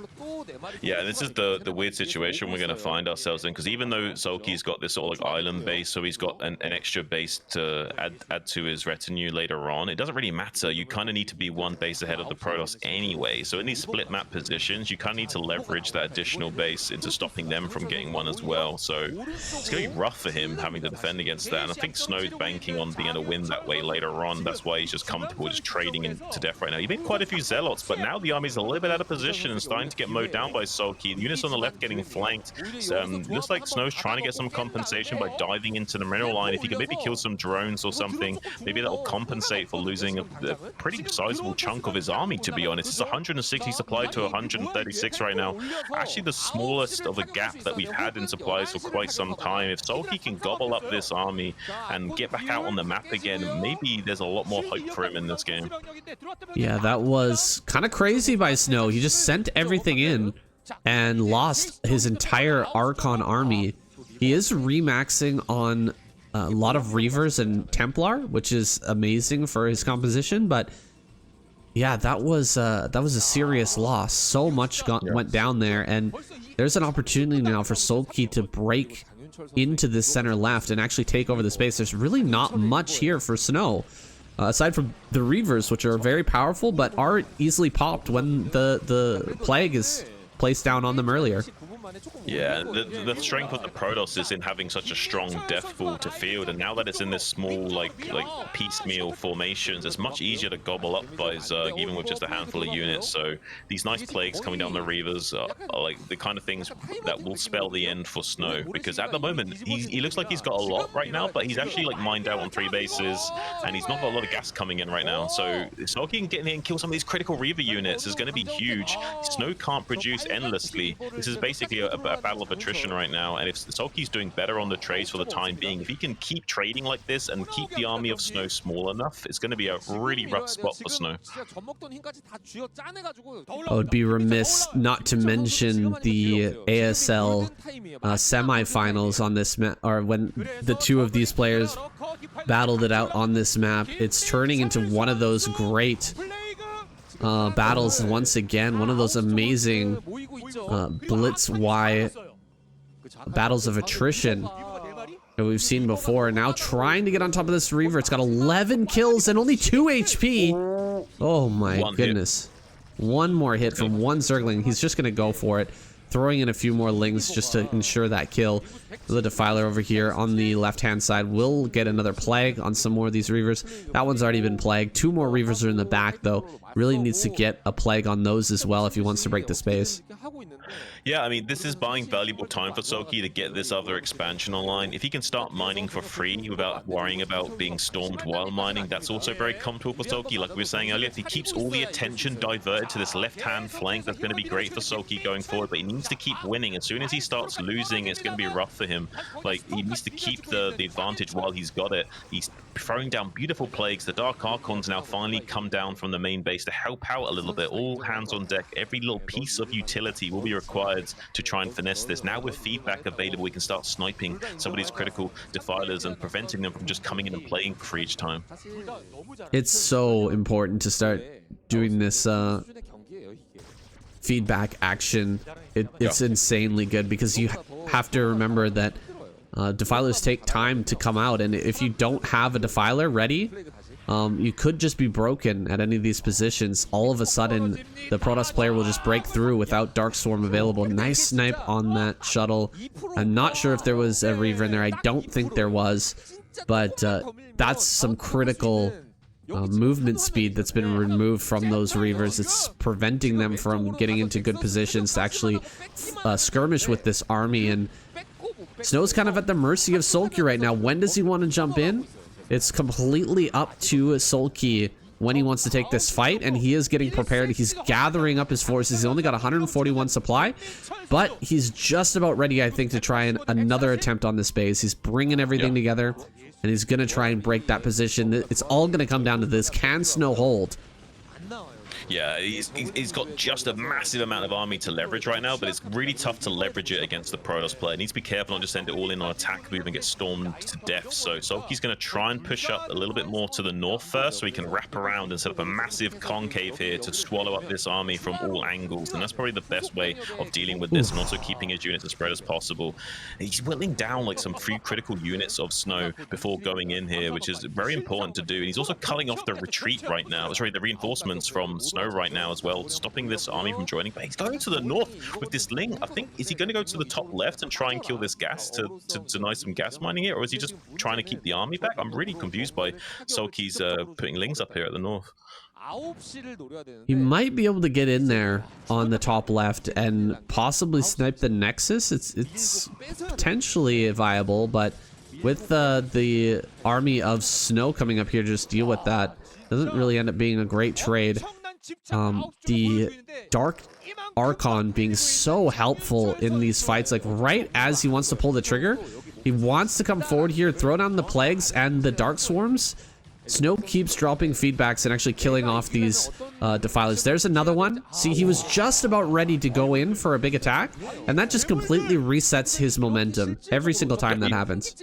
Yeah, feedback is such a strong spell, guys. It only costs 50 energy, has a long range, and your Dark Archon moves faster than Defiler. Defiler only has base speed 4, so as long as you're reacting fast enough, you can keep killing them, and as long as there's enough energy on the Defiler to kill it, say 100 plus energy, it'll die every time, and if they want to Plague, you better believe it's got more than 100 energy.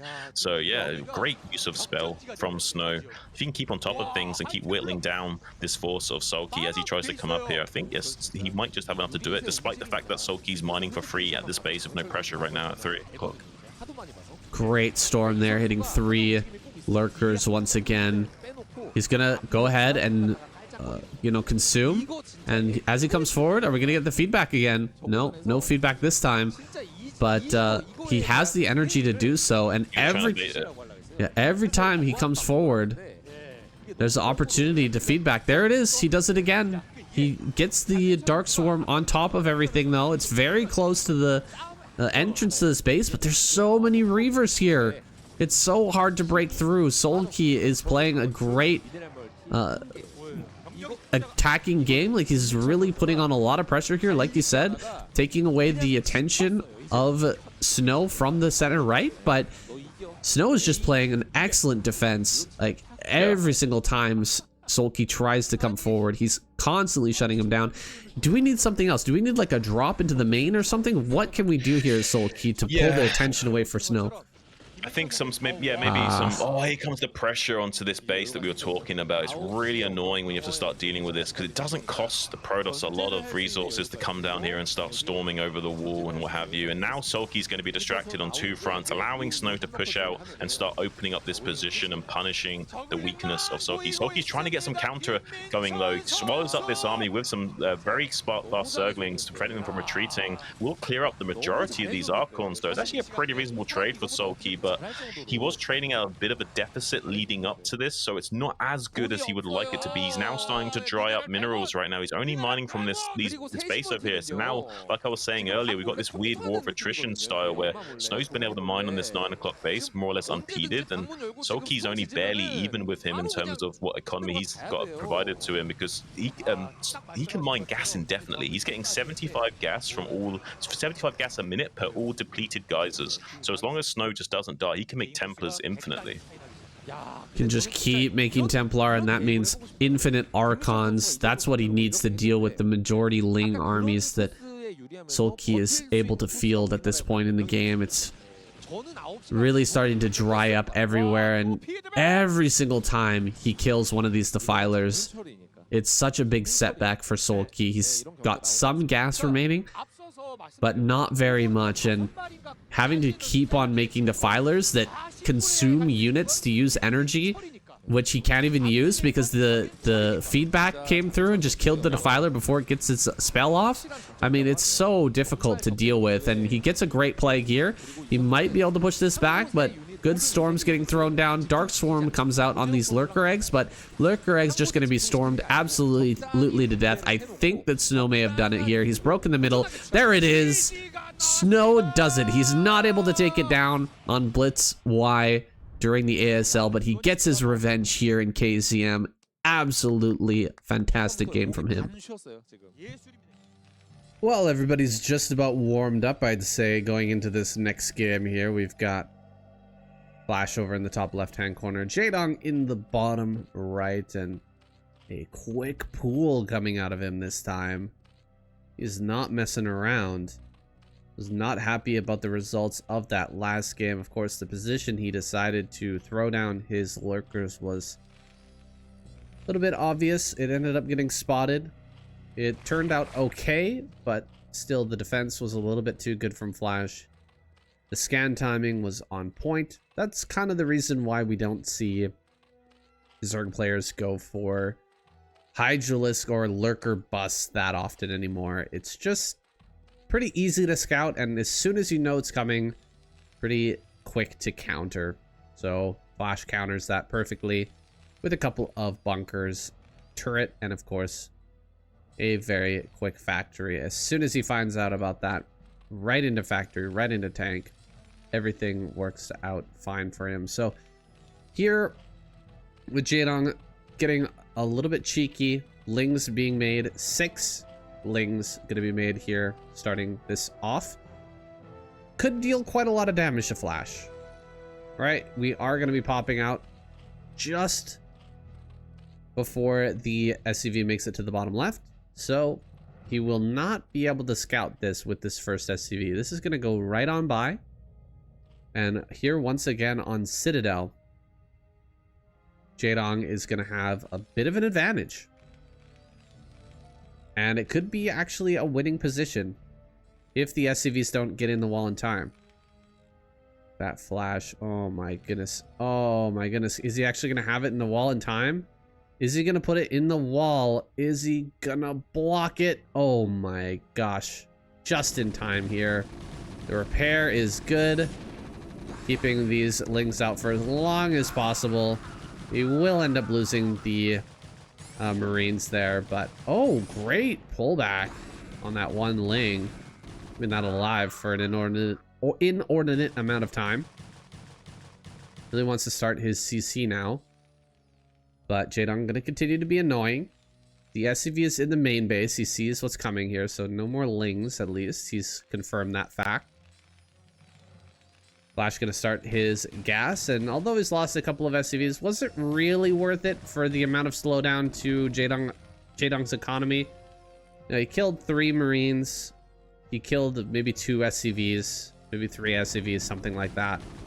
Could almost get this extra Marine, but not quite going to be able to. And the third base comes up over here at the center right.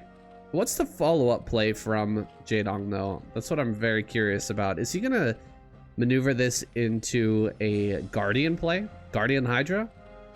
Because some of these early pool builds, they struggle to get any traction with something like a follow-up Mutalist play or a follow-up, you know, Lurker play. Some of these plays that do require a lot of drones can just fall by the wayside against a well-prepared Terran player. To try to block the SCV as it comes in here to the main, but he will get in. He sees that there's no Hydralisk Den, but that's not an indicator. The Hydralisk Den could go down right now and it would still be fine. Lings diving in once again. Almost gets another Marine, but just loses those 2 Lings for free.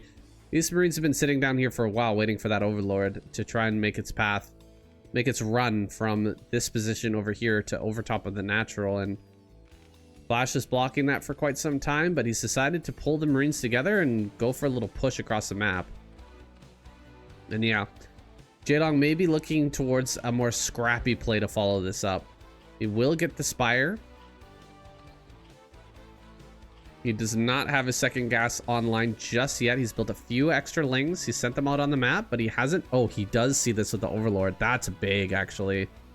The fact that he sees this right now with the Overlord, he even sees this one medic trailing behind. If I'm Jaedong, I'm actually going after that medic. That medic is a really nice target in this situation. He could just get the Marines before the medic even joins up with the with his buddies here, but okay. Just gonna drive that back for now. A few more lings pop out and the sunken colony finishes. One at each base. Gonna be good enough with the number of lings he's made. Actually hold this back. Oh, not the greatest trade here with the lings, but he gets the surround on the medic, or on the fire bat. The medic not able to heal that. Down to just 6 energy, by the way. Maybe a bit of an overcommitment with the second sunken colony. Could be. Yeah, he's gonna try and run by with the fire bat. Oh, great surround there with the drones. He loses like 2 drones. But honestly, this is a perfect hold. Jaedong with the quick pull off the line. That was a cheeky little play there. He knows he can't do anything. Oh, he's even gonna pull the drone to finish off the medic. Oh my goodness, it's so cheeky. Get it, get it, get it. Ah, get him. Yeah, he's gonna go back home to mine. Little drone there, little deputy drone. Goes out and makes the arrest on his own. Back to work now. Gonna get some more minerals for the Overmind. Very well played. Very well held. He should have probably canceled the second sunken colony. This is the only thing I can see that, you know, might have been better for Jaedong. The position might have been better for Jaedong if he had an extra drone here and hadn't spent that money on the extra sunken colony. But other than that, things are looking very good for him. From him. Wow, immediate transition from Jaedong as well, by the way. Instantly throwing down Hydralisk Den and Queen's Nest as the production of Mutalisk begins. So he is going to have a very quick transition, likely into Hydralisk Defiler. I think that's what we're going to be going for here. I personally really like Hydralisk Defiler now that I've played it a bunch. I've been playing it more and more recently. I haven't been on the ladder very much, like laddering and stuff, but when I was more active, I was really enjoying Hydralisk Defiler. I'm a Hydralisk Defiler enjoyer. It's just a strong play. It gives you so much power in the mid game, and a lot of Terran players really struggle to fight against it. As long as you're hitting your macro cycles and making sure that you have defilers everywhere that you need them, it's a play like no other in this matchup. It just allows you to actually take space away from the Terran player, whereas running around with lings and lurkers and defilers before you get ultras out, it just doesn't hit the same way. Just does not hit the same way. You're mostly in a defensive position. And you're very immobile, so I like to see it here from Jaedong. He's got the second sunken colony over at the natural as well. Very safe play out of him. That's what I've been noticing throughout this series. Jaedong plays it really, really safe against Flash, adding on more lings than is necessary and making sure he has extra sunken colonies. He's got the defenses up way before the Marines are coming. He's not cutting it close in any sense. It's just making sure that he's ready for everything. That Flash is not going to get any undue damage against him and snowball the game from there. It's been working out very well for him. He's got mostly wins here against Flash so far, and now he's got 11 mutas flying into the main base. He hasn't built any upgrades for this. 2 Wraiths being made. What? Triple Wraith? Oh my goodness, what is going on? I didn't even notice that third starport. That is wild. We're gonna go up to 8 Wraiths. What are we gonna do with them? I guess he's gonna cloak and just try to kill every muta. That's interesting. There is still the Overlord here, so yeah, that's not gonna work out so good. He's gonna bring the Marines over while trapping the Wraiths or the mutas here, but the mutas have avoided the Wraiths. They're not gonna be able to get the moving shot, and so the idea from Flash was pretty good. Interesting choice. A way to play this early game out. Really good control here by Flash. Actually getting way more kills than expected. Actually gonna kill a lot of these mutas, but I think this is it for the Wraith play. He just wanted to kill the mutas with this. Was it worth it? I can't really say that it was. He does kill all of the mutas, and maybe he can get some more Overlords, but the transition is well underway.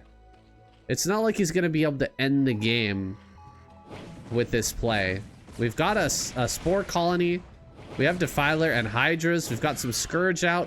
Great micro here from Flash. Wow. Such good control out of him.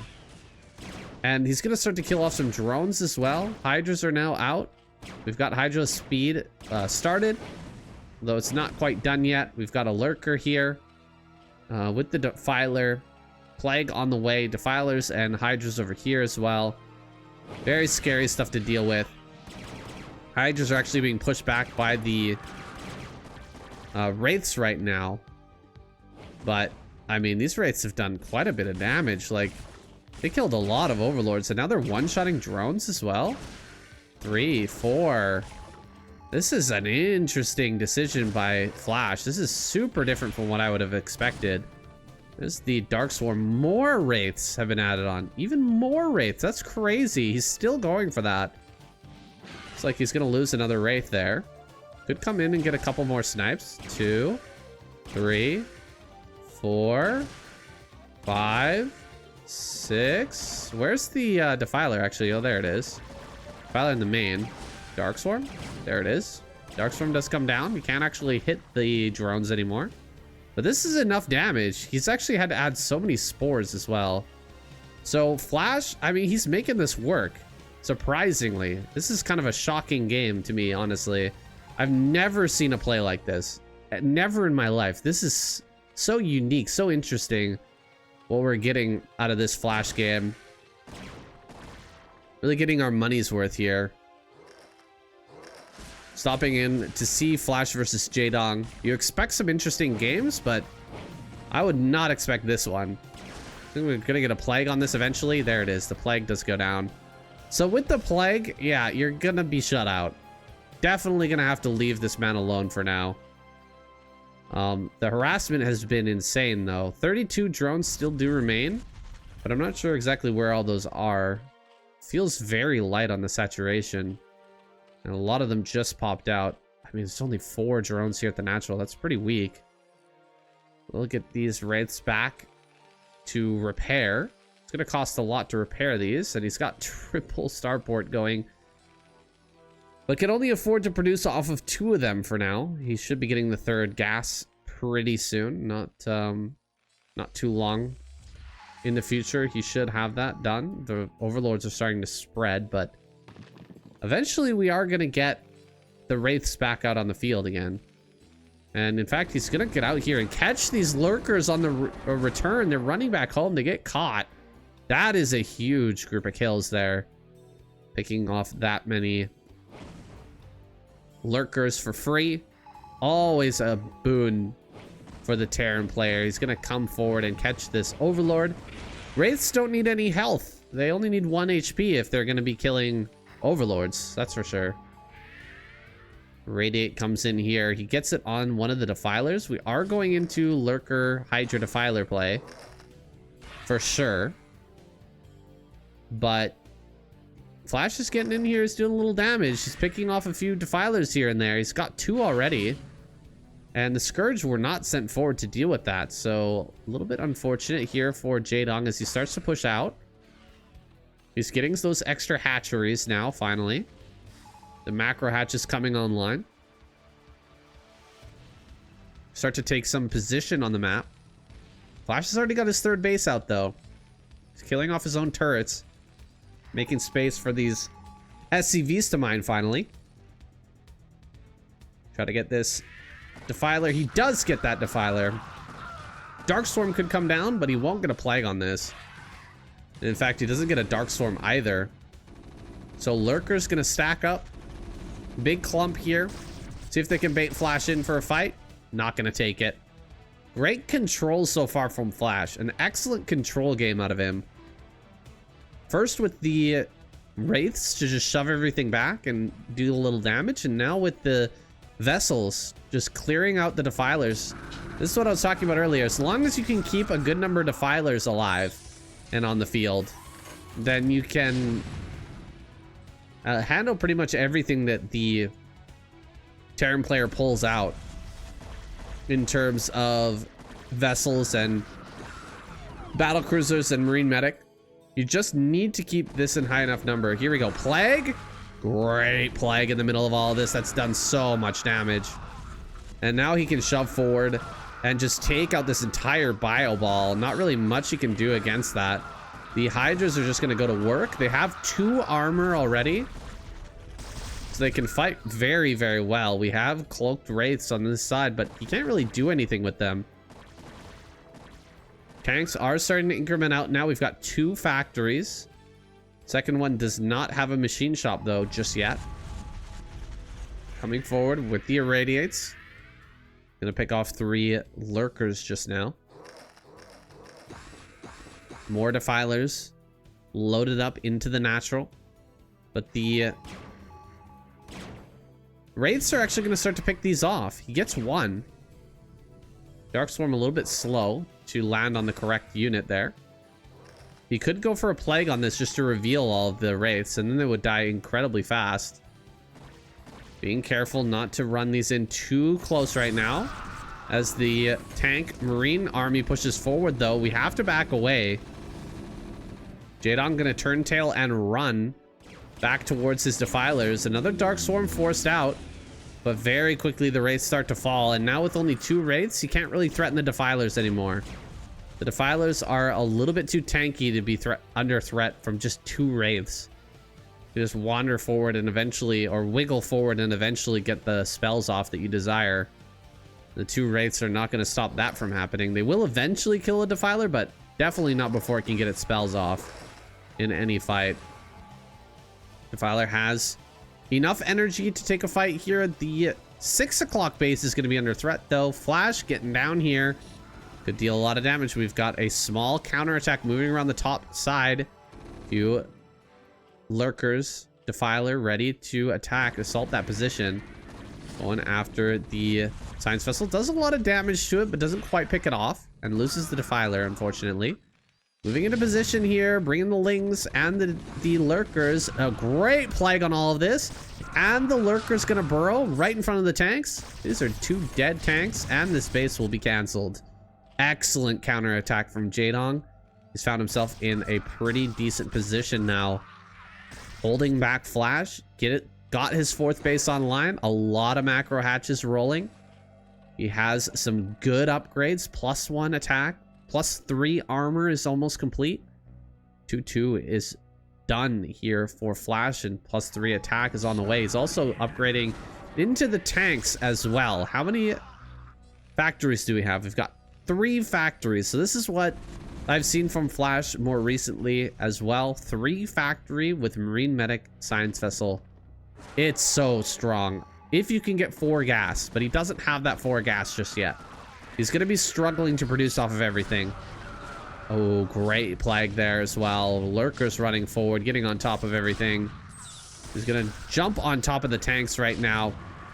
Deal as much damage to them as he can and pull back out of the range of these Marines and Medics. Force them to engage with the Lurkers or fall back. And Flash chooses to fall back. He is a little bit tucked into a bit of a rough position with another base going up here at the top right-hand corner.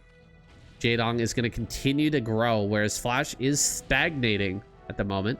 He has another CC finished, and he's going to come out and try to land in the middle. But that's already under pressure by Jadong, who's just camping out here in the front. Oh, he forgot to put down another Darkstorm or pull back fast enough. As the Darkstorm runs out, he loses a couple of Lurkers, which is a pain, but As long as he gets this extra gas online here in the top right-hand corner, he's going to be fine. 3 gas is all that Flash can muster right now, and he's got 1, 2, 3 factories and 3 starports. It's just not tenable, especially with upgrades on the way as well. +1 is not quite done yet, but it will be done soon. A little bit of an engagement here in the middle of the map, and a defiler up in the top right to deal with this small counterattacking force coming his way. Dark Swarm plus a few Lings and Hydras should be able to deal with all of this. He's gonna run through, but that's not really gonna do him too well. Meanwhile, over here, the tank count has grown quite significantly. It's a scary army now. Plague. Oh gosh, that plague is huge. So much damage with that. Everything gonna get cleared here in the top right. Flash is holding strong in the center. That's a lot of tanks. Total is what? How many tanks we got here? 12. 12 tanks is a lot. Not gonna sugarcoat it for you guys. 12 tanks is pretty scary. But he does... Oh, wow. He's even got more tanks down here. Oh, man. I wasn't expecting him to have not only 12 tanks in the middle of the map, but also 4 over on this part as well. That is going to be hard to crack. It's going to be a challenge for sure for Jaedong to get through there. But, oh god, he's just wasting Hydras in the middle of the map. Things are maybe starting to fall apart for Jaedong here. I thought that he was doing very, very well until I just saw those Hydras run in and die like that. Nidus Canal is under fire. He must keep this base alive. It is critical. A couple of lurkers do pop out, and Burrow should seal the deal with the Dark Swarm and Lings here. Yeah, he will clear all of this up. Some more reinforcements coming this way. But now that Jaedong has the Defiler here and some lurkers, he should be okay. Another great D-Matrix. Trying to keep that alive as long as possible. But Jaedong quickly focuses it down and pulls back. This base has not been destroyed.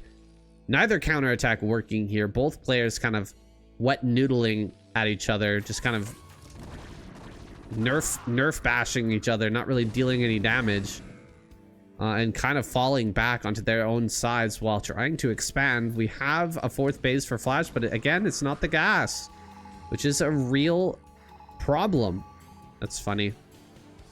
SCV and Defiler taking a little truce there at 12 o'clock while this army bashing away at each other here in the middle of the map. I was gonna say small counterattacking force of Marines moving around the top, but this is a lot of tanks.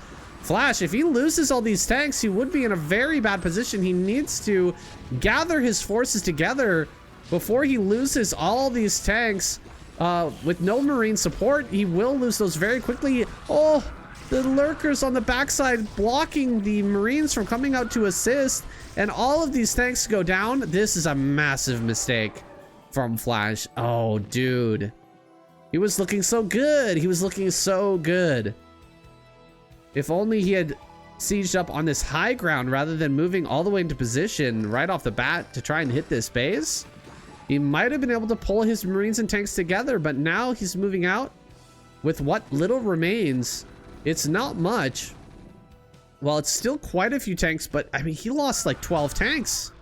He lost so many tanks. Now he's pushing forward here in the middle. Imagine if he had those extra 12 tanks right now. The amount of DPS from that would be almost insurmountable for Jaedong to fight back against, but now he kills the Nidus network. Jaedong is going to start to clear these Marines. Will he be able to get on top of the tanks, though? This is quite a scary force. The Marines are acting as the anti-air. It's not like we can just try and switch into mutas and try to overwhelm this. Maybe if all the Marines die, it could happen. But the counterattack's going to come in here to the 4th base. This is a great move. A second time's the charm here for Jaedong, getting in and doing it again. He will be able to deal quite a bit of damage. However, this base going to end up falling.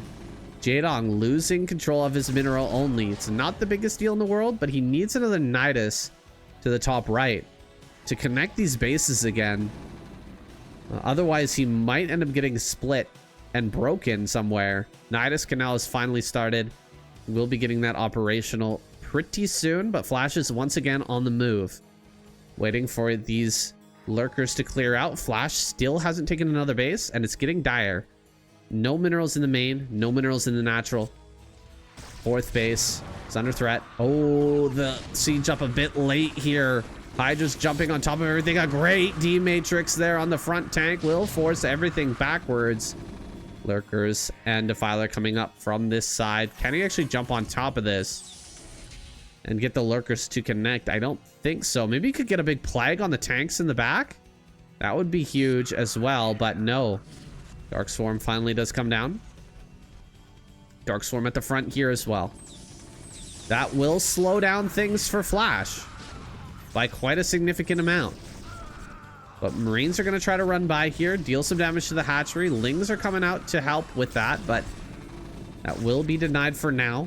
More reinforcements making their way to the front, and it looks like Jaedong is going to hold on for the moment, but can he break this tank line? More reinforcements coming up. If he can't break it right now, I'm feeling a little bit grim about his chances of getting out of here. Lurker gonna move forward. It does manage to burrow just barely in time. It may need an irradiate to deal with it, and it does receive one. Lurker egg made right next to the tank. Is that actually gonna kill? That's a sneaky move. Lurker egg made right next to the tank to bait the splash damage onto the other siege tanks. Pretty sneaky stuff. I like to see it here from Jaedong, but he's actually losing position over his natural. He needs a Dark Swarm. At least a plague needs to go down. He lost his Defiler there at the back. With the amount of fire bats that are here, he can't really utilize Dark Swarm, but he does after sniping the fire bat. Oh, the hatch goes down though. Do we have a plague? There it is. Plague goes down on the Marines at least, but the Hydras are just not enough. 3-3 is done, but the 3-3 of Flash is holding strong. Looks like Jaedong will have to back up to this base, defend from the inside the main. My gosh, tons of irradiates going down, actually hitting every Hydra. Can Jaedong hold on? He's gonna try and take this base while holding this, but he's got nothing here. If Flash goes in right now, he would actually lose this base. Looks like Jaedong's setting up for a counter attack potentially, but he needs units in here. Where are the Defilers? Where are the Hydras? He's gonna go maybe just target down the Nidus. No, the Nidus is standing here, standing strong. Where's the Defiler? I don't see one. He doesn't have a Defiler. If he had one for the Dark Swarm right now, he would probably hold this position at least long enough to get more reinforcements going, but he's still holding on, hanging in there. Some Lurkers going to be made out of these irradiated Hydralists. That one's going to die for sure, this Hydra. No counterattack coming through that I can see. Flash is going to try and take 12. He's been on 2 base for quite some time, but he's done a great job of just hanging in and continuously pumping out tanks. It looks like he's so close to breaking this position, but I think we're going to have more reinforcements. There it is. Defilers, the Lurkers finish. It's like this Lurker going to end up going down. The Defiler gets its ability before its own death. He should be able to consume a couple more units, but the tank number is getting scary. These tanks still shoving forward. Just on the top side getting gunned down. Plague could come out here. Dark Swarm going to be the choice instead. We've got Marines pushing in on this side. Another Marine force makes its way down to the bottom center. Jaedong gets taken out. Wow.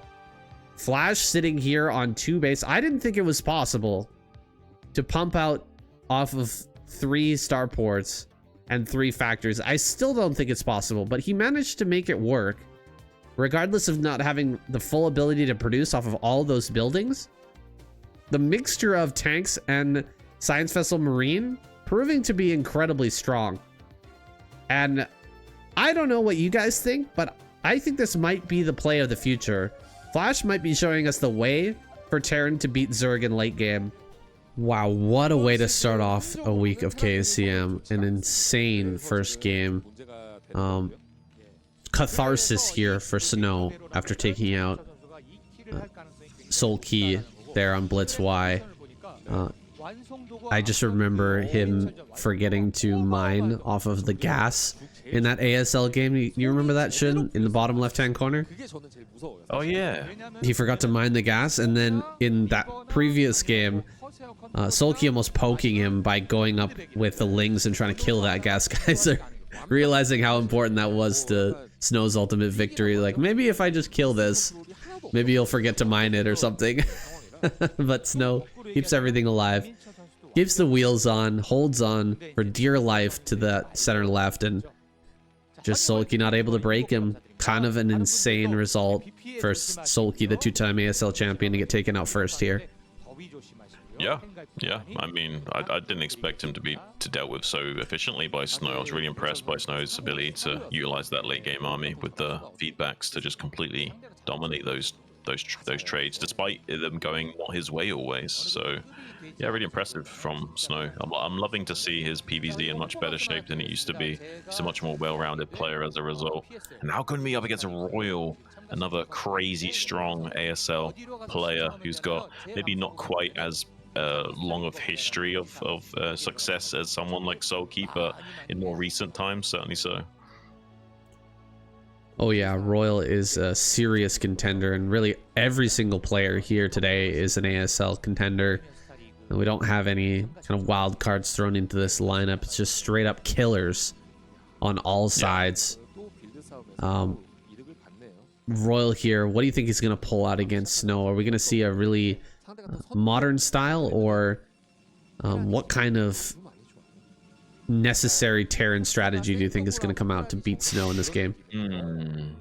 Well, it depends on how seriously he's going to take Snow's Reaver control, because we could just see him, want to go straight into a 5-factory kind of play, and then go from there, whether or not he wants to commit to an attack or expand off of that 5-factory.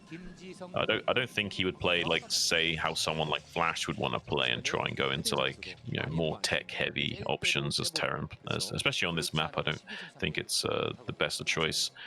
Terran seems to be a lot more happier with taking this mineral expansion on this map. I think for a long time, we saw a little bit of confusion in Terran players and where they should take their third base. And then for a while, they thought that taking these pocket bases at 6, 3, and 12, and 9 were a bit easier to defend. But it seems like there's constantly been a bit of shift in mentality with the Terran players and where they feel like they should be expanding to. I'm curious what choice Royal goes for this game, if he's going to take this mineral only or not.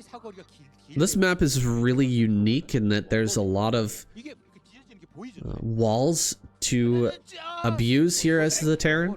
Nice job picking off that SCV, just making sure that he can't get in.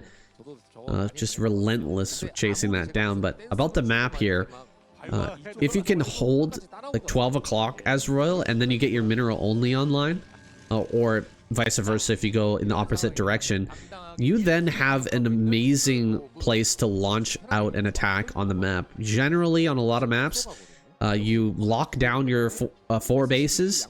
You don't have like a great way to come out without having the Protoss set up in a surround around your army to just then, crush that first move out. Here, we've got a big open position to move out into the middle of the map, or we can take that side path down towards the Protoss natural. So there's a lot of options once you get onto 4 base here as the Protoss. Your main base is still very wide open, like you're not surrounded by all your bases, but you are able to push out into a wide open area with your first big attack. Now, it doesn't mean that Royal is going to necessarily play for 4 bases here and try to take this late. He might go for some craziness. He might go for some drops.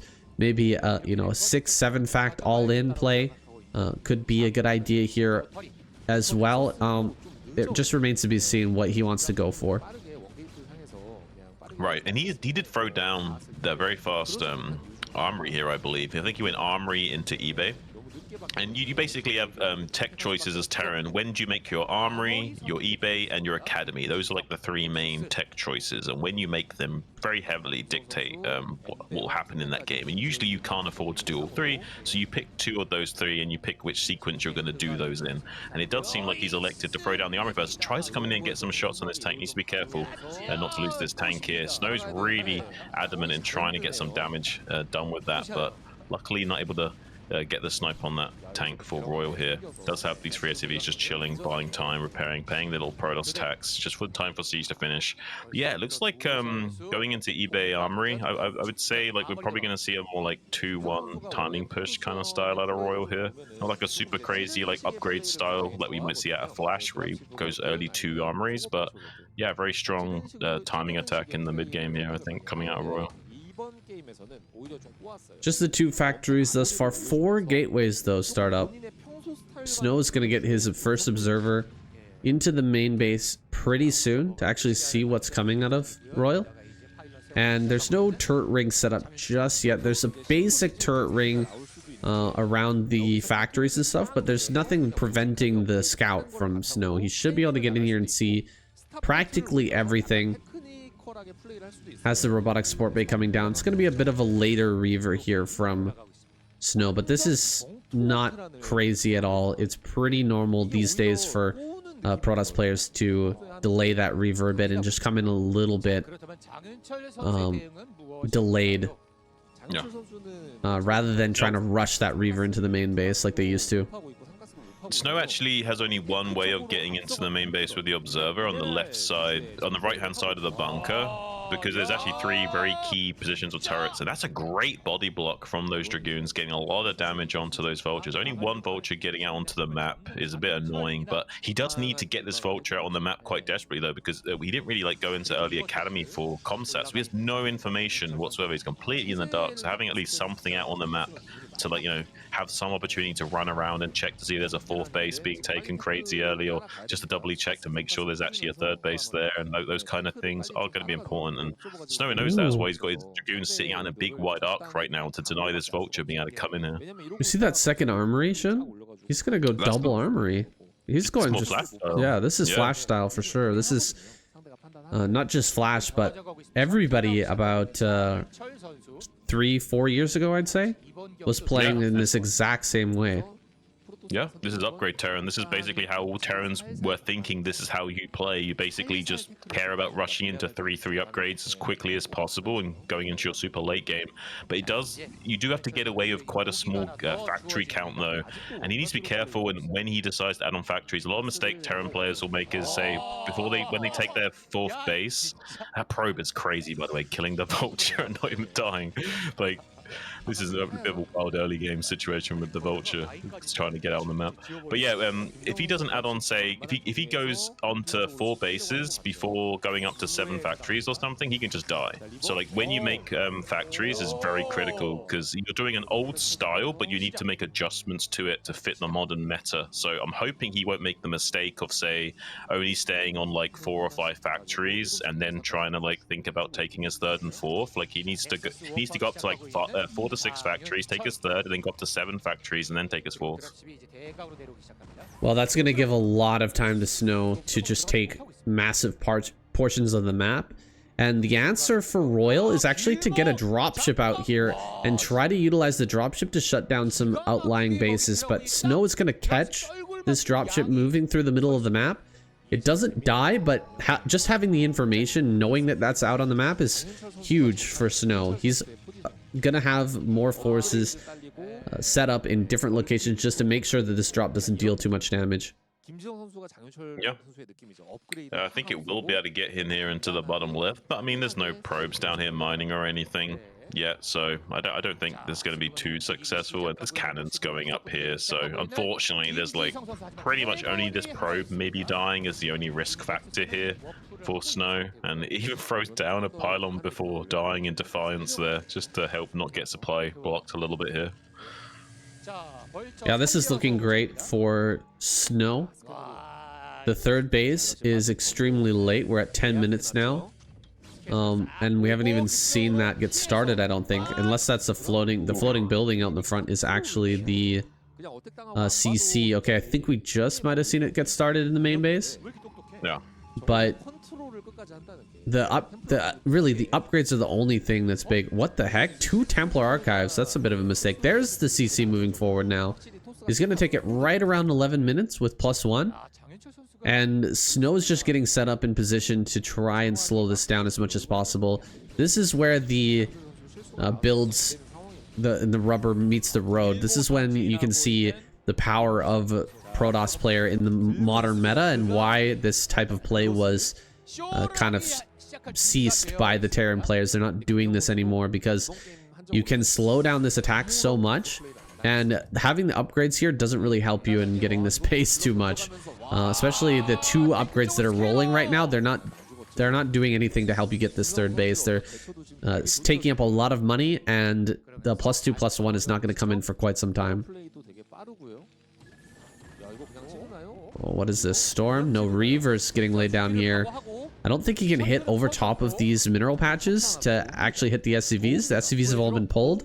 They're actually being pulled over to the 3rd base, so he could come back with the Reaver, and oh, he's gonna drop both Zealots so that he has room for the 2nd Reaver. He picks up the 2nd Reaver once again, bringing them over here to all of these SCVs. So many SCVs could go down right now.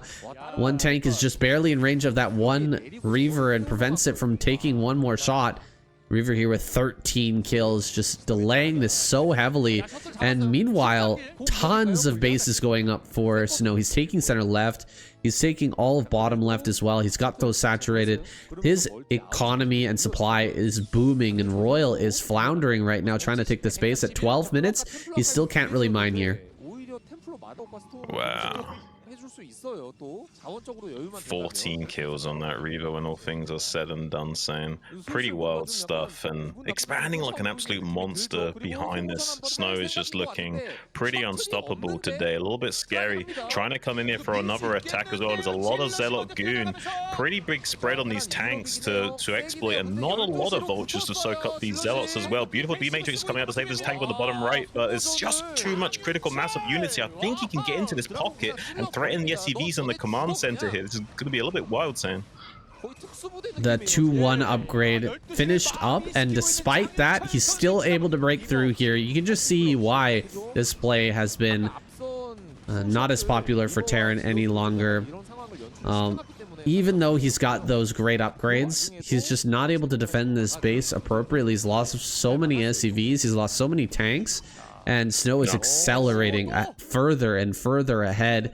He's got so many units popping out here. He doesn't have another gateway set up in the bottom left just yet, but Royal, he can't even get out on the map. He can't send out vultures to go and raid or slow anything down. He's just trying to get mines out here to try and keep himself alive is his main priority, and we're gonna have storms pretty soon.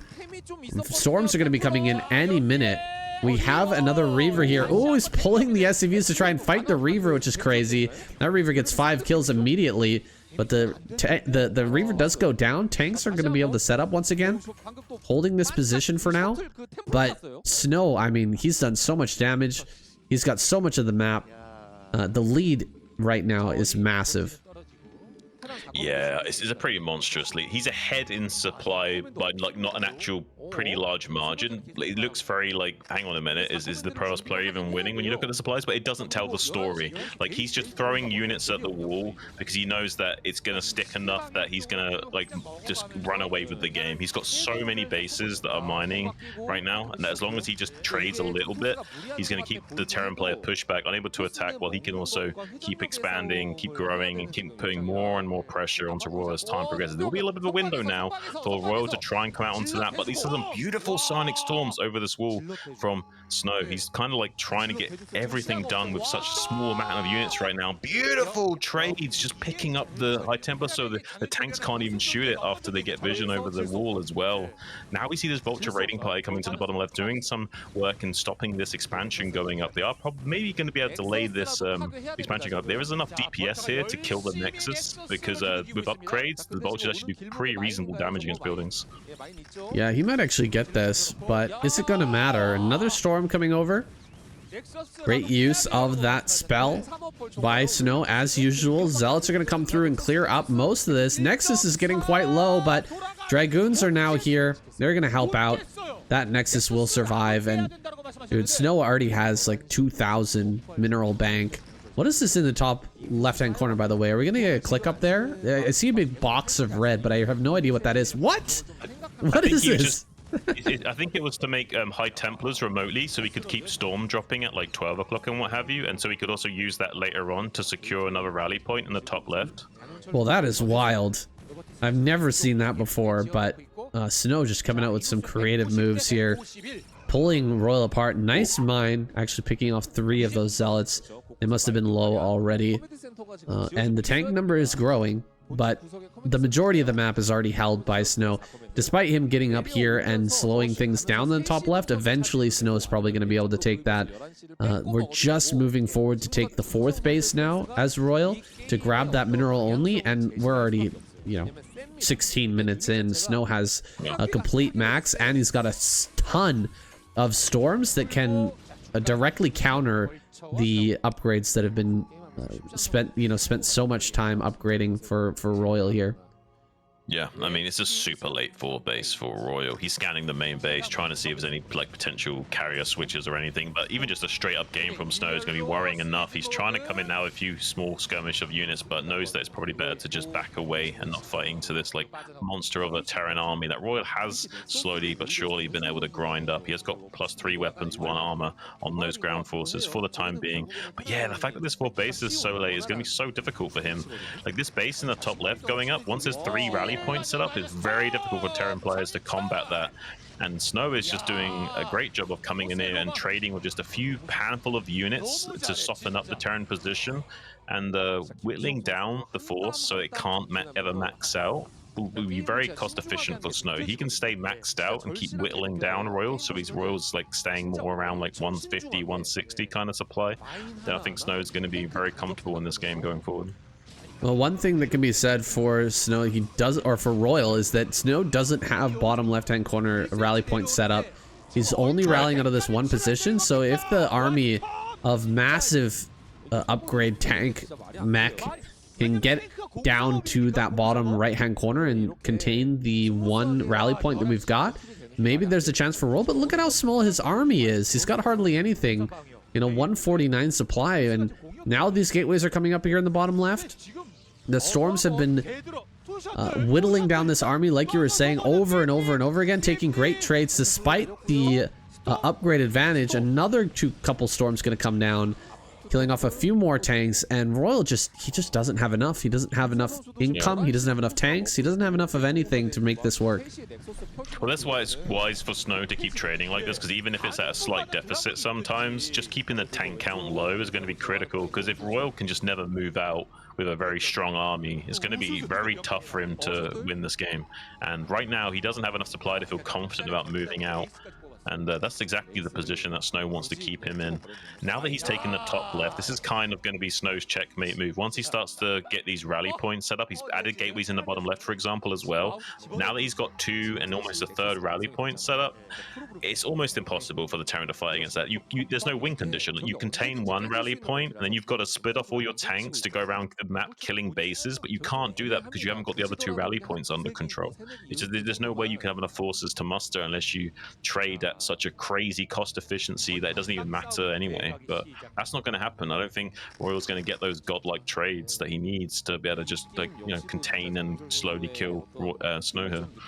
Well, I think that Royal's going to try to slowly push over to the center right and take that base and just grind it out in a super late game, but I don't think that Snow's going to allow that to happen. He's so close with his rallies to this area that he's just going to keep pumping out units, hitting these storms, diving on top of everything with zealots. The shuttles are coming through. Oh god, the 2 science vessels are going to die for free here. That is so brutal. Losing those 2 science vessels right now. He needs those for the EMP to try and take some sort of decent trade against all of these Templar. Look at how many Templar are coming out. Wow. My goodness.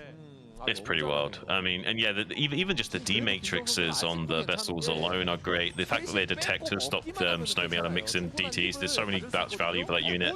It's a little bit of an inefficient trades coming in here because of how much these Dragoons are all boxed up. They are going splat, but he's still getting great storms on the tanks and whittling down the tank count.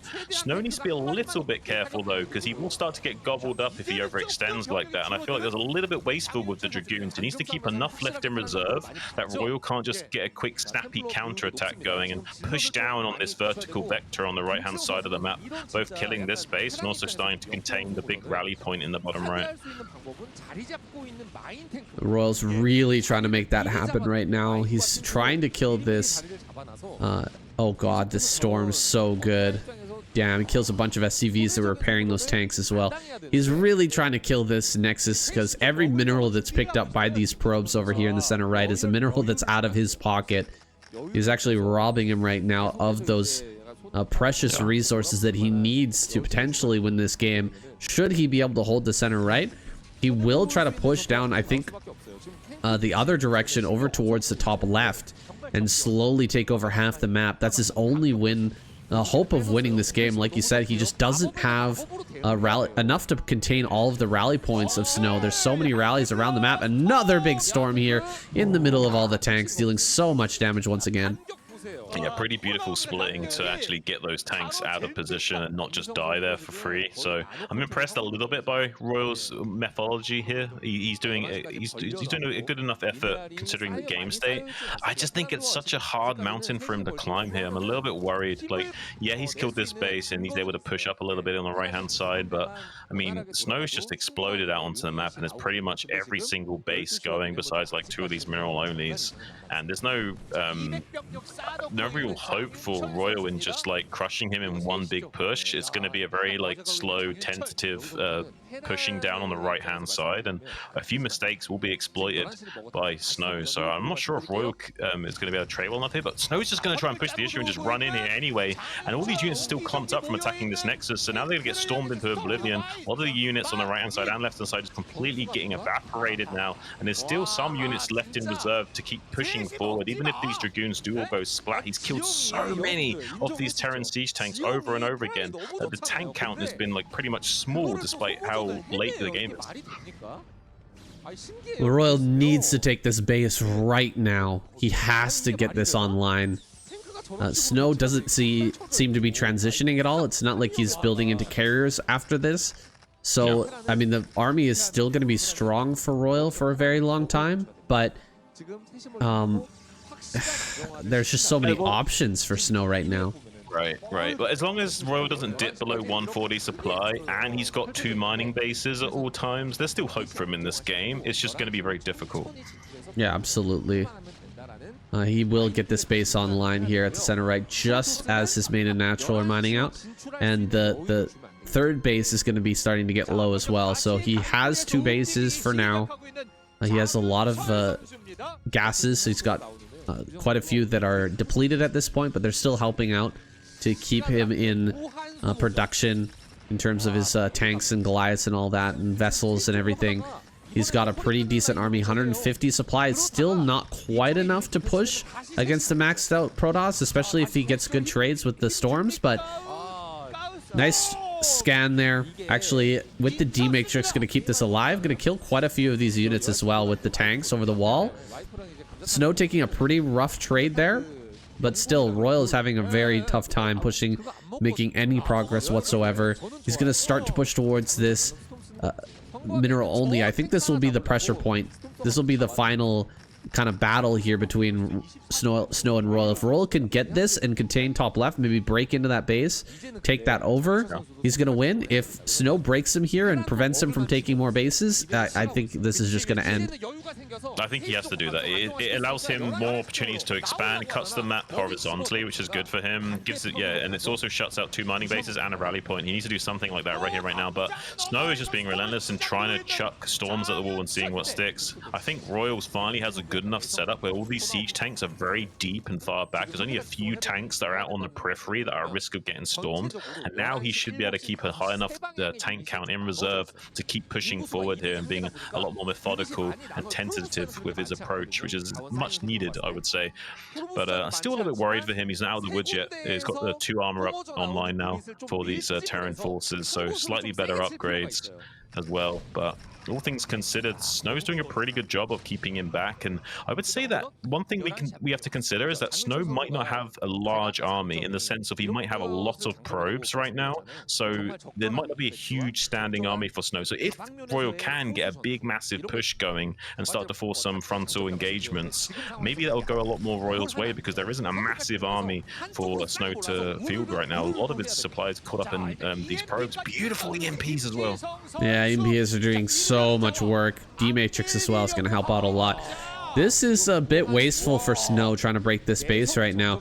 We need to wait for Royal to start to pull army away from that location in order to assault top left before we try to break that base. But he's getting a little impatient trying to get in on that center right, and now he's wasted a lot of his army.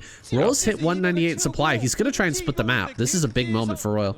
Yeah, this is his moment to shine. Like, everything has been waiting for this moment. He finally has the army that he wants, and Snow, like we were just saying, maybe has a little bit too many probes, so doesn't have a crazy huge standing army to stop this from just walking across the map and putting pressure on it. Big mine hits as well going off in the center, whittling down what little forces that Snow can muster at any given time. He has got a lot of gateways. He's able to pump out a lot of units at once, but hasn't got like a massive supply of army to just throw against this and stop it in its tracks. Royal is going to take out center left, it looks like. He's trying to bust into the top left as well, but he's got to be very tactful, very slow about taking this down, because breaking into a main base is always a difficult position to try and crack. With storms available, it's that much harder, and Snow's going to make it miserable for Royal to try and take out that base in the top left-hand corner. Great storm there. Actually going to take out both the tanks. Keeps the Nexus alive for now as well. So great win there for Snow. Yeah, he's stopping this position being completely overwhelmed right now, which is all he needs to do. He just needs to make sure he doesn't lose any bases too cost inefficiently right now and kind of stabilize. He is getting this base contained in the top left, and the pressure is still on this base at 9 o'clock. So Snow's in the first like signs of trouble that he's been in pretty much all game long. And with these D-matrixes being utilized like this, it's going to be very annoying for Snow to keep what he's doing up for much longer. Now there's like hardly any High Templars remaining in reserve. I think he's going to have to sacrifice the space at 9 o'clock now, at long last. Well, now might be a good time to attack into center right. I'm not sure how many tanks are still left over there, but a lot of army has been mobilized to take out this top left. He has still a maxed out supply, but a lot of that is in the rallies. They're just coming out right now. Some Templar popping out here, trying to get rid of a few of these vultures. There's a lot of zealots behind this that could be brought to bear here by Snow, just up in the top left-hand corner, waiting by the gateways. He hasn't pulled those out just yet. I think he's waiting to jump on top of Royal's army as he pulls up with the tanks, try to, you know, stop this in its tracks, but they're actually just getting eaten alive. All those zealots went down for free, and Snow not taking the greatest trades. He hasn't started the transition still. He's got a Stargate, but we don't have any carriers hitting the field just yet. Yeah, and Royal's been doing a great job of constantly laying mines in the center of the board and made it very difficult for Snow to finally come up here. But now we see High Templars desperately trying to get some storms off into those mineral lines, only killing about 3 or so SCVs. There's another High Templar, though, to try and do some follow-up damage. Does kill the tank and a few more SCVs, so a little bit of damage here. But now the whole top left is completely exposed. High Templars getting picked up as they're popping out of the gateways, and Royal's starting to go to work in crushing that expansion. Finally, the map will be eventually split in half, and that will be a winning game state for Royal if he can manage that. And he's done an absolutely phenomenal job of dealing with Snow that was in complete macro house power mode, and now he's kind of completely flipping the script on Snow and is looking very strong right now. This is crazy. I really thought that Snow had this game. Maybe the lack of transition from him being the big issue here, right? He never wanted to switch into carriers. He just wanted to play this complete gateway man style. It usually works out so well for him, but it's just not been able to break anything. Now he's gonna try and get over here to the center right. Can he actually get in? Oh, the EMP hits everything once again. There's still enough tanks here, I think, to hold on. The tank line is so deep, and there's no storm to try and pick off these big groups of tanks. He's gonna be denied. He can't break the center right, and Royal is gonna lay claim over all of this center or top left. Yeah, I actually think Snow's a little bit of a victim of success in this game, in the sense like things were going so well for him with the cost-efficient trades that he was happy to get a crazy probe count, loads of expansions, and like rely on that style to the point where he couldn't go carriers. If he had like used up even more supply and trying to switch to carriers, he'd have even less army to fight with. And I think like that's kind of been the issue here. But Snow is still like pressing forward, killing a lot of these tanks on the right hand side, and now threatening this base at 3 o'clock. A decent amount of SCVs will die, even Storms being laid down on top of Dragoons just to make sure he kills that whole SCV train. Not even that last SCV getting out with its life completely shuts down the majority of Royal's economy right now. He's only got a dried up mineral expansion and the other mineral base that's just gone online. Finally landing this other CC down in the natural pocket of the top left as well. But having his base shut down on the right prevents Royal having that explosive economy that he wanted to. The game is still very favored towards Royal in the sense that now he's got the map split in half still. It is still looking pretty good for him, but having that extra economy stripped away from him is a little bit painful in this moment because he's actually not maxed out right now. Well, Snow could actually go for the main base. He could try to break in there and make a counterattack, try to change this game. If he gets in with the counterattack and hits the main and forces Royal to pull back forces from the top left, or opens up a position that's you know, not as well defended any longer, maybe Snow can get in there to the top left and break that base open once again. Looks like Royal has just enough here to hold everything back, and he's going to get the CC over to the top left. I think he's got this game now. This is getting really, really dire for Snow. Despite having 6k bank, there's really not a whole lot he can do.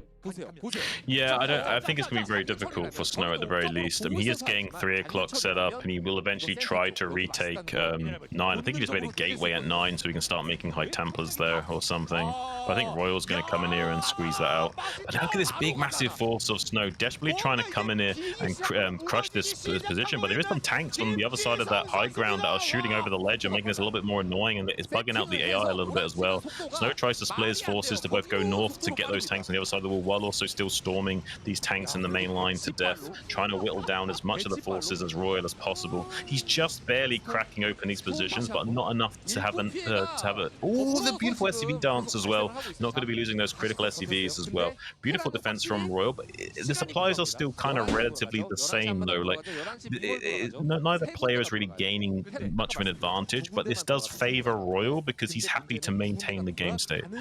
120 supply for Royal. He is in a very low supply, very small amount of army. Of course, he did lose a lot of SCVs recently, so that might be a little bit deceptive. Snow gonna remax super fast on all of these gateways that he's got with that 3k bank still left over after the remax. Is kind of insane. He's gonna go after the SCVs here, gets quite a few of those, but still going to be plenty of mining up there for Royal. Can Snow break through right now? I think this is really his last chance. If he doesn't get in here right now, Royal's going to have too much income. He's going to have too much army to hold back further attacks. He's coming in. Best he can do is land a bunch of storms, break this base. He does get some good storms there on the right-hand side, hitting those big groups of tanks. He's getting some storms on these SCVs as well. He takes over the mineral only, but his army is evaporating down to just 110 supply for Royal. That is crazy, and a quick remax from Snow once again, but he's running out of money. Yeah, this is a really weird situation because Royal is technically dying, but Snow's running out of juice to get the job done with. So it's kind of a bit of a weird scenario. Royal is technically at risk of dying at any moment, though. Like I said earlier, dipping below that like 140 threshold does put you at risk of just being bowled over by the Protoss maxed out army. If Snow can keep the pressure on, keep some High Templars coming into these expansions to like shut down mining, it's going to be great for him. He might get a lot of SCVs in his top left as well. Oh, still has Reavers being built at this point in the game. Only Snow does it like this. Picks off almost every SCV in this base. So many kills here on this Reaver. Even more damage going down right now. This could actually be the straw that breaks the camel's back. We've had so many attacks kind of like this throughout this game that haven't done too much damage in slowing Royal down, but this one might be the big one. This could be it, guys. He's going to load up a ton more units and try to break this. With Royal not having good income, he's not going to be able to reproduce that army as quickly. He ravaged like 30-40% of Royal's economy and killed a few units with that Reaver as well. So like everything is going in his favor, and he's got such a strong maxed out army, and Royal's just barely got 130 supplies, so there's enough here to bowl him over, but it's going to come down to execution. Some beautiful storms trying to come out onto the SCV line, and units not so far finding the damage that they want to, but it doesn't matter. There's still a critical mass here to overwhelm this Terran position, and he should be able to clean this up, or at the very least rotate over to the left hand side and put pressure onto this exposed expansion in the top left here, because now the units are kind of cut off from coming up here and reinforcing. Oh my god, he's sending out probes right now to try and kill some of this stuff. He's killing off the last couple of tanks. 4 Dragoons remain. It's really coming down to this. We're below 100 supply for Royal, and 3 Dragoons managed to make their way past the defenses over here into these this mineral line, start to deal that damage. 1 tank comes up to start to bully those back, but it will lose its life, I think. Picking off that tank is pretty big right now with the small number of tanks that remain. He's going to have to set up a perfect defense in order to hold back Snow's next attack. Yeah, it's kind of wild. Like the relative game state is just shrinking. It's like both players think that they're winning, so they're happy to trade off all their pieces off the board to simplify the game state, but both players are kind of remaining relatively where they were at originally on the power scale. It's just that there's a lot less units and economy available to both.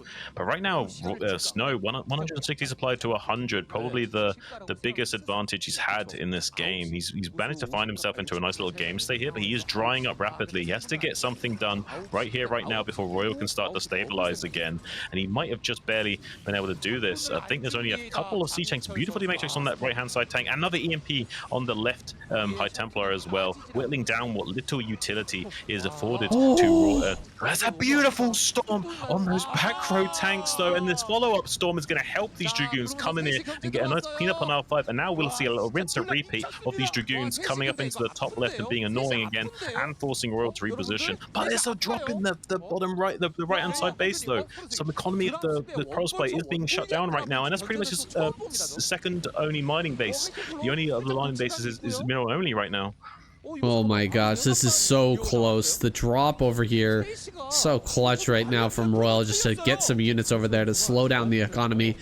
These Dragoons are going to end up going down, it looks like. Not going to get much damage over there in the top left-hand corner. We didn't have any drops come through from Snow to actually shut down the mining over here, and look at how low this mining is. Actually, look at how few resources are left at this position. He's gonna get one more shot with the Reaver. He's right next to this tank, so he can keep firing here, getting a few more kills. 7 kills total on this Reaver is insane. Another group of army coming up.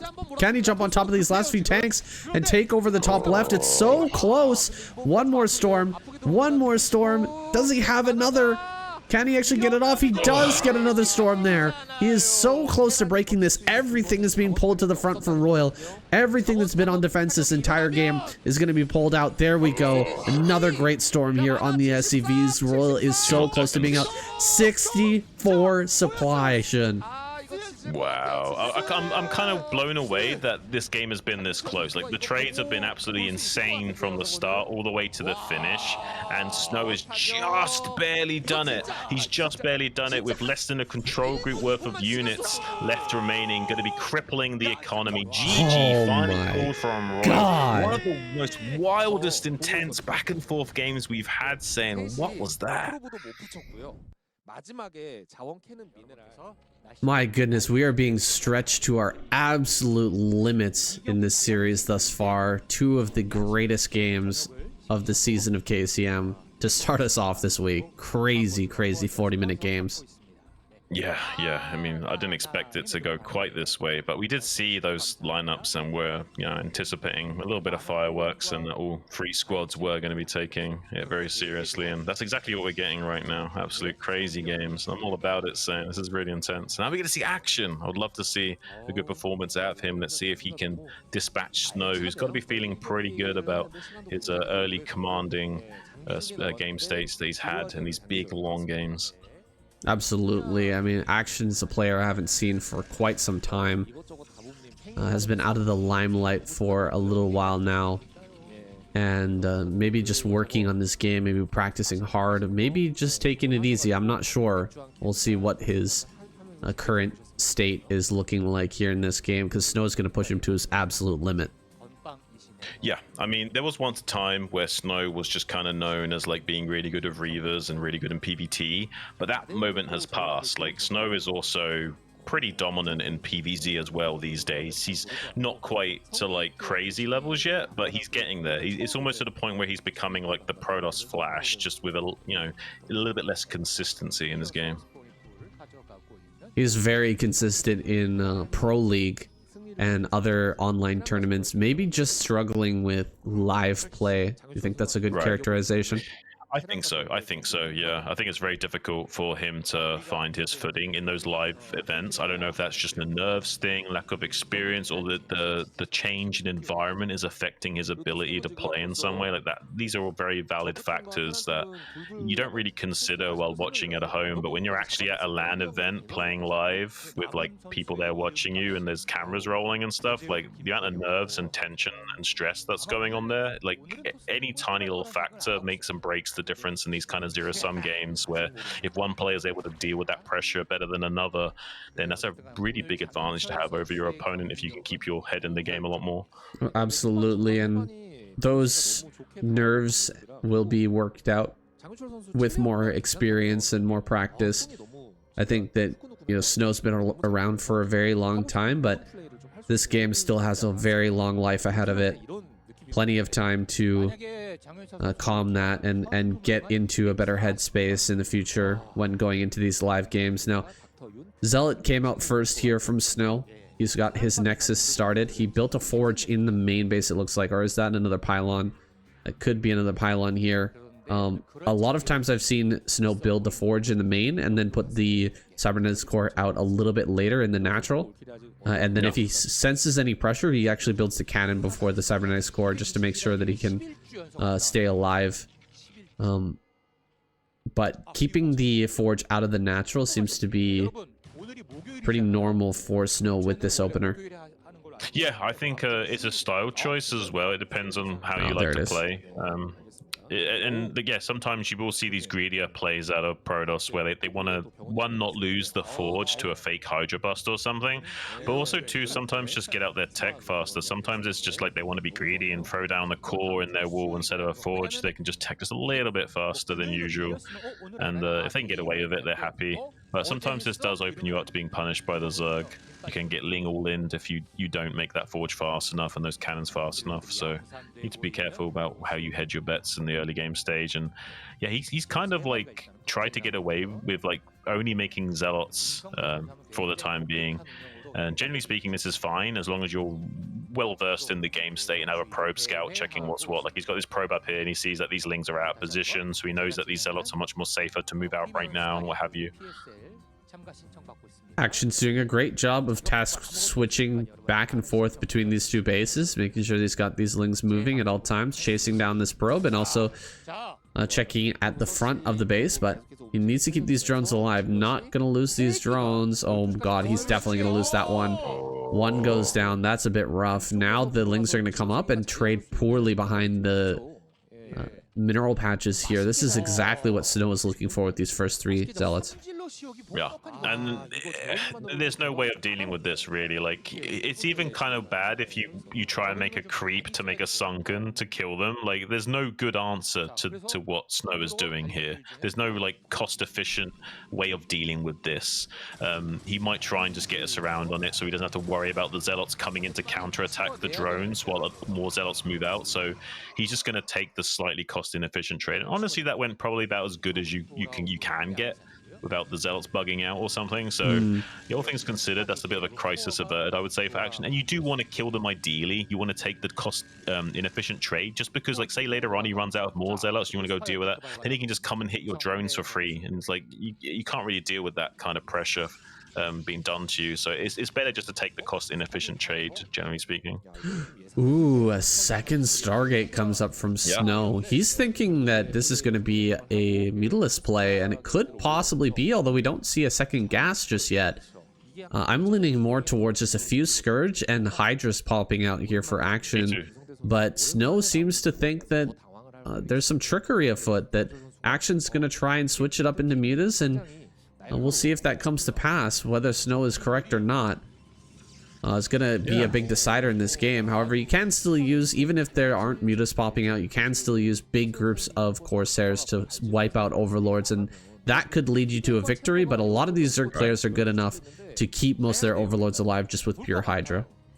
Yeah, a lot of the strength of the Corsair is that you can come in with these Zealot Sair timings where the Hydras are distracted with the Zealots and the Corsairs can, go to work for free on those Overlords, and it's a nice little natural synergy for those units to pair, and also does give you the ability to deal with like an Ogre Zerg switch up if he does decide to like invest heavily into mutas or what have you. So yeah, very strong, safe way of playing as Protoss players. That's why we see it so much. It also does allow them to scout around the map for that critical intel, because this is a Zerg favored matchup if information is denied.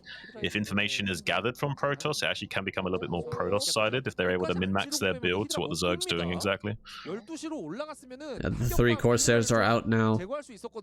That's not quite revealing the fact that we've got double Stargate yet. Oh, is this 4? Okay, it's 4. I think he should know. Seeing 4 at this timing, he might be able to connect the dots and figure out how many Stargates are available for Snow. And when he figures that out, he should just build a lot of Hydras. Just extra Hydras. Don't drone too hard, because you can't be losing Overlords. You have to have enough Hydras to fight the Zealots and kill off the Corsairs if they try to commit. Yeah, usually you'll be like chilling under the absolute bare minimal amount of Hydras, but now that you've seen this, you kind of have to respect it and just cut your drone production and go straight up into like 2 control groups of Hydras right away. You kind of do that anyway, but usually you're squeezing out more drones to get there and that what have you. So yeah, this is actually really wise from Action, just to like just bury himself with Hydras so that he can also move out. And this is the critical thing. It's not just about having good defense here, it's about having a good pressure potential on the Protoss player, because he has nothing available to defend this besides Zealot Cannon. So he has to like throw down like 6 or so cannons right now, because Storm is going to be too late in dealing with his timing.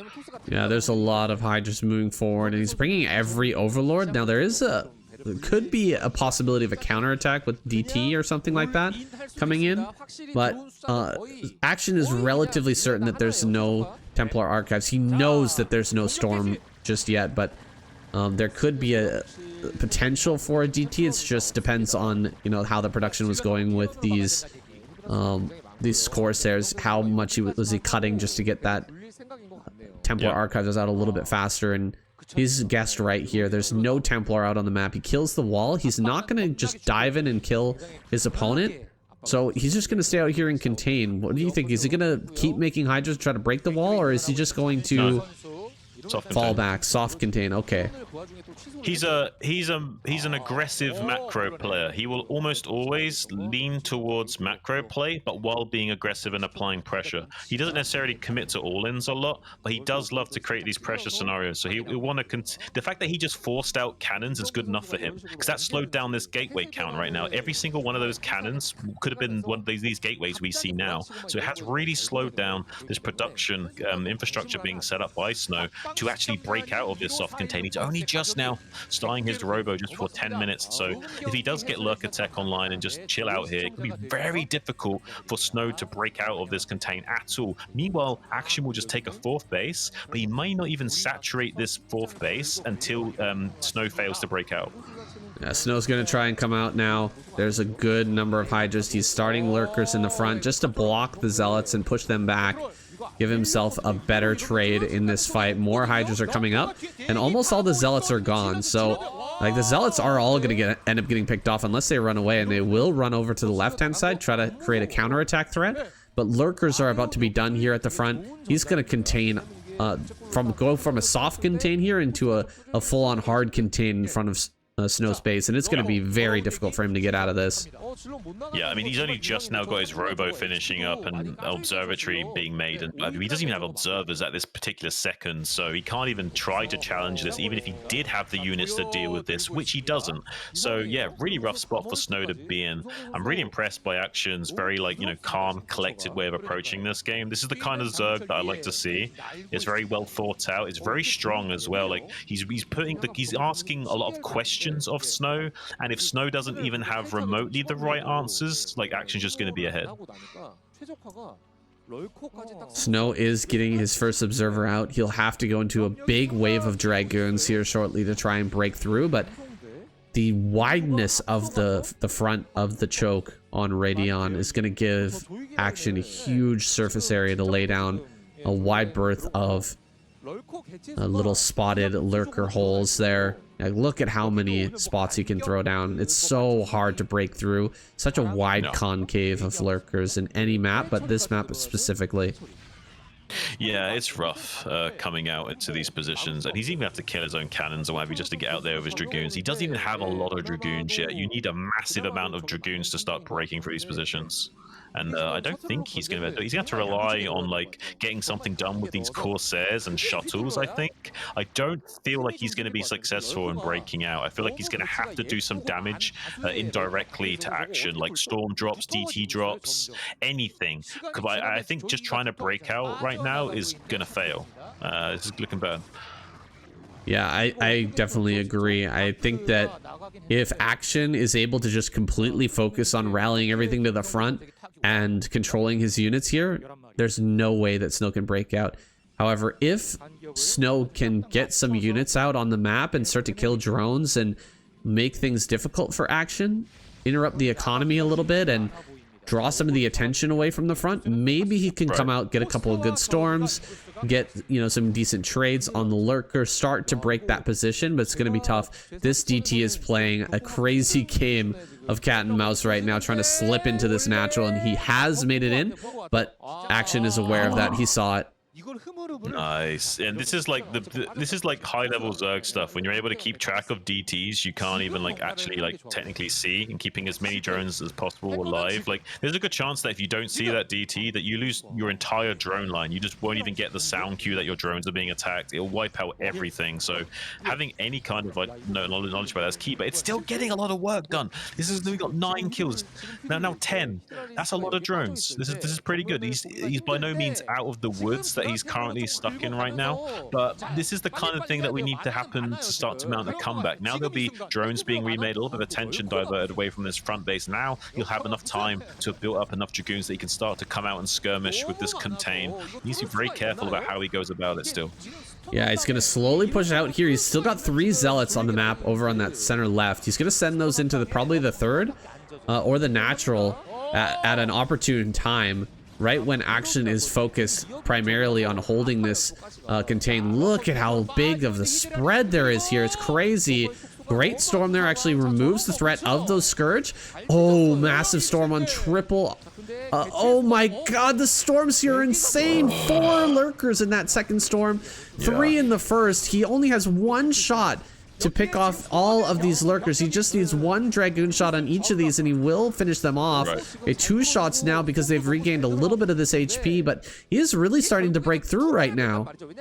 Yeah, Storm is 110 damage over 2.5 seconds, so just 1 dragoon shot afterwards is great to finish them off. And look at this beautiful floods of storms just eviscerating those packs of hydras. Finally, he's going to get to start to make some progress, and now he has more surface area for these dragoons to have a lot more value in these fights. And with some zealots streaming out to tank as well, it looks like he will just barely have enough to at least maybe have some hope of breaking out. But actually, maybe with the hydras on the right hand side, actually I think Action is still going to come out on top. This is kind of crazy.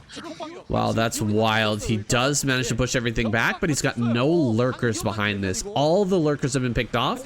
All the important units, all the expensive units have been taken care of. He hasn't sent in those zealots yet. I'm really shocked that Snow didn't send those in while Action was desperately trying to hold that front, because there was a moment there where Action had all of his attention, and just sending in those zealots to the third would have done a lot of damage. I feel he's going to send them in now, but it's maybe a little bit late here.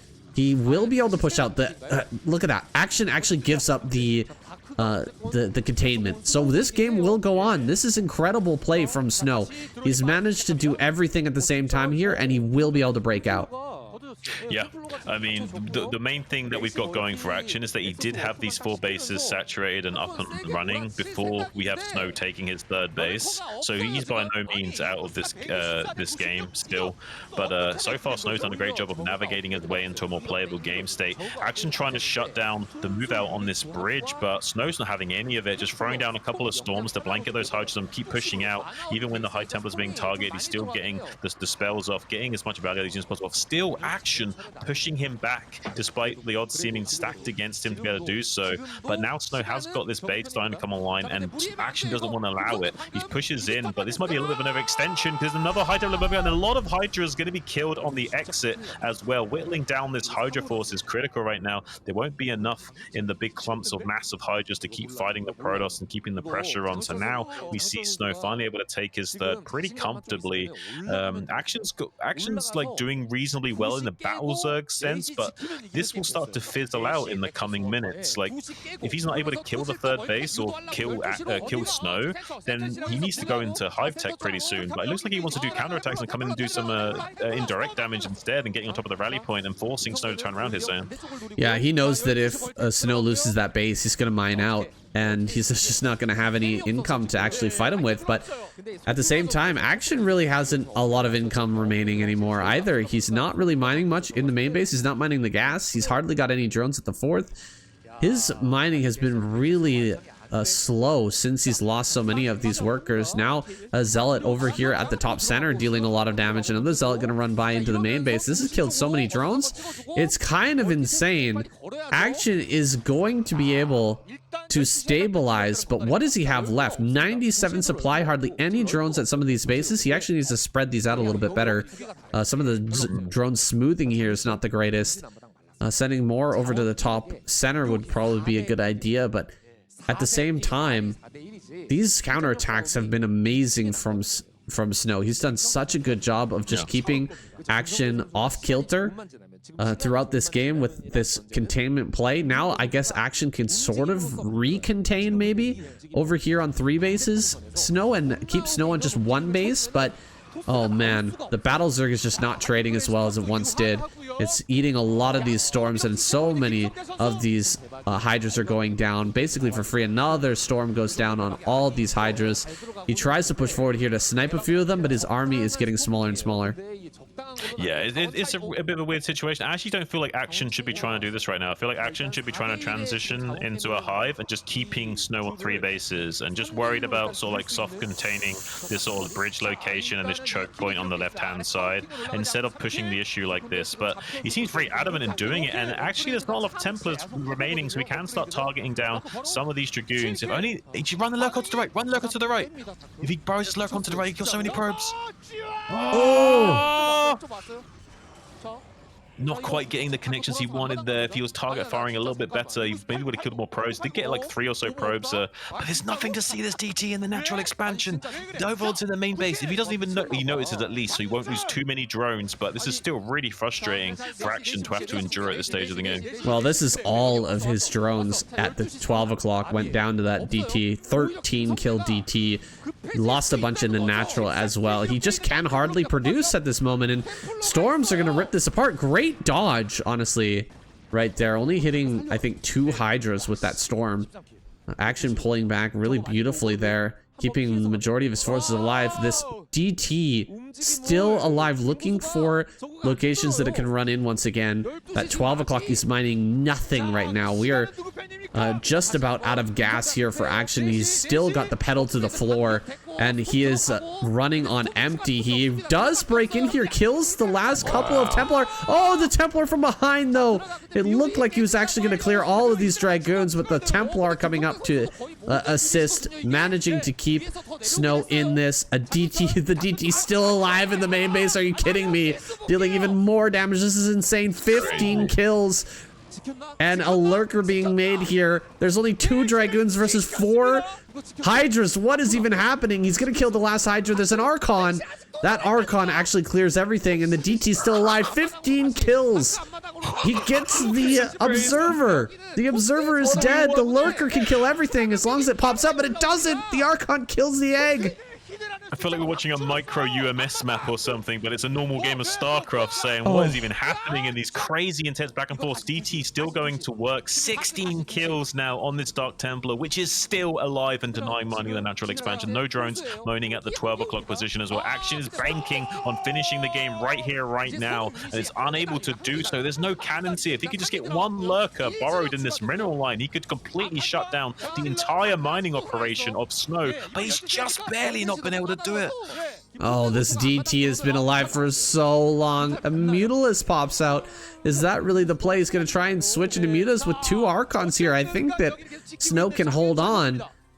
Oh, dude, this has been so insane. We've got 1 Observer here.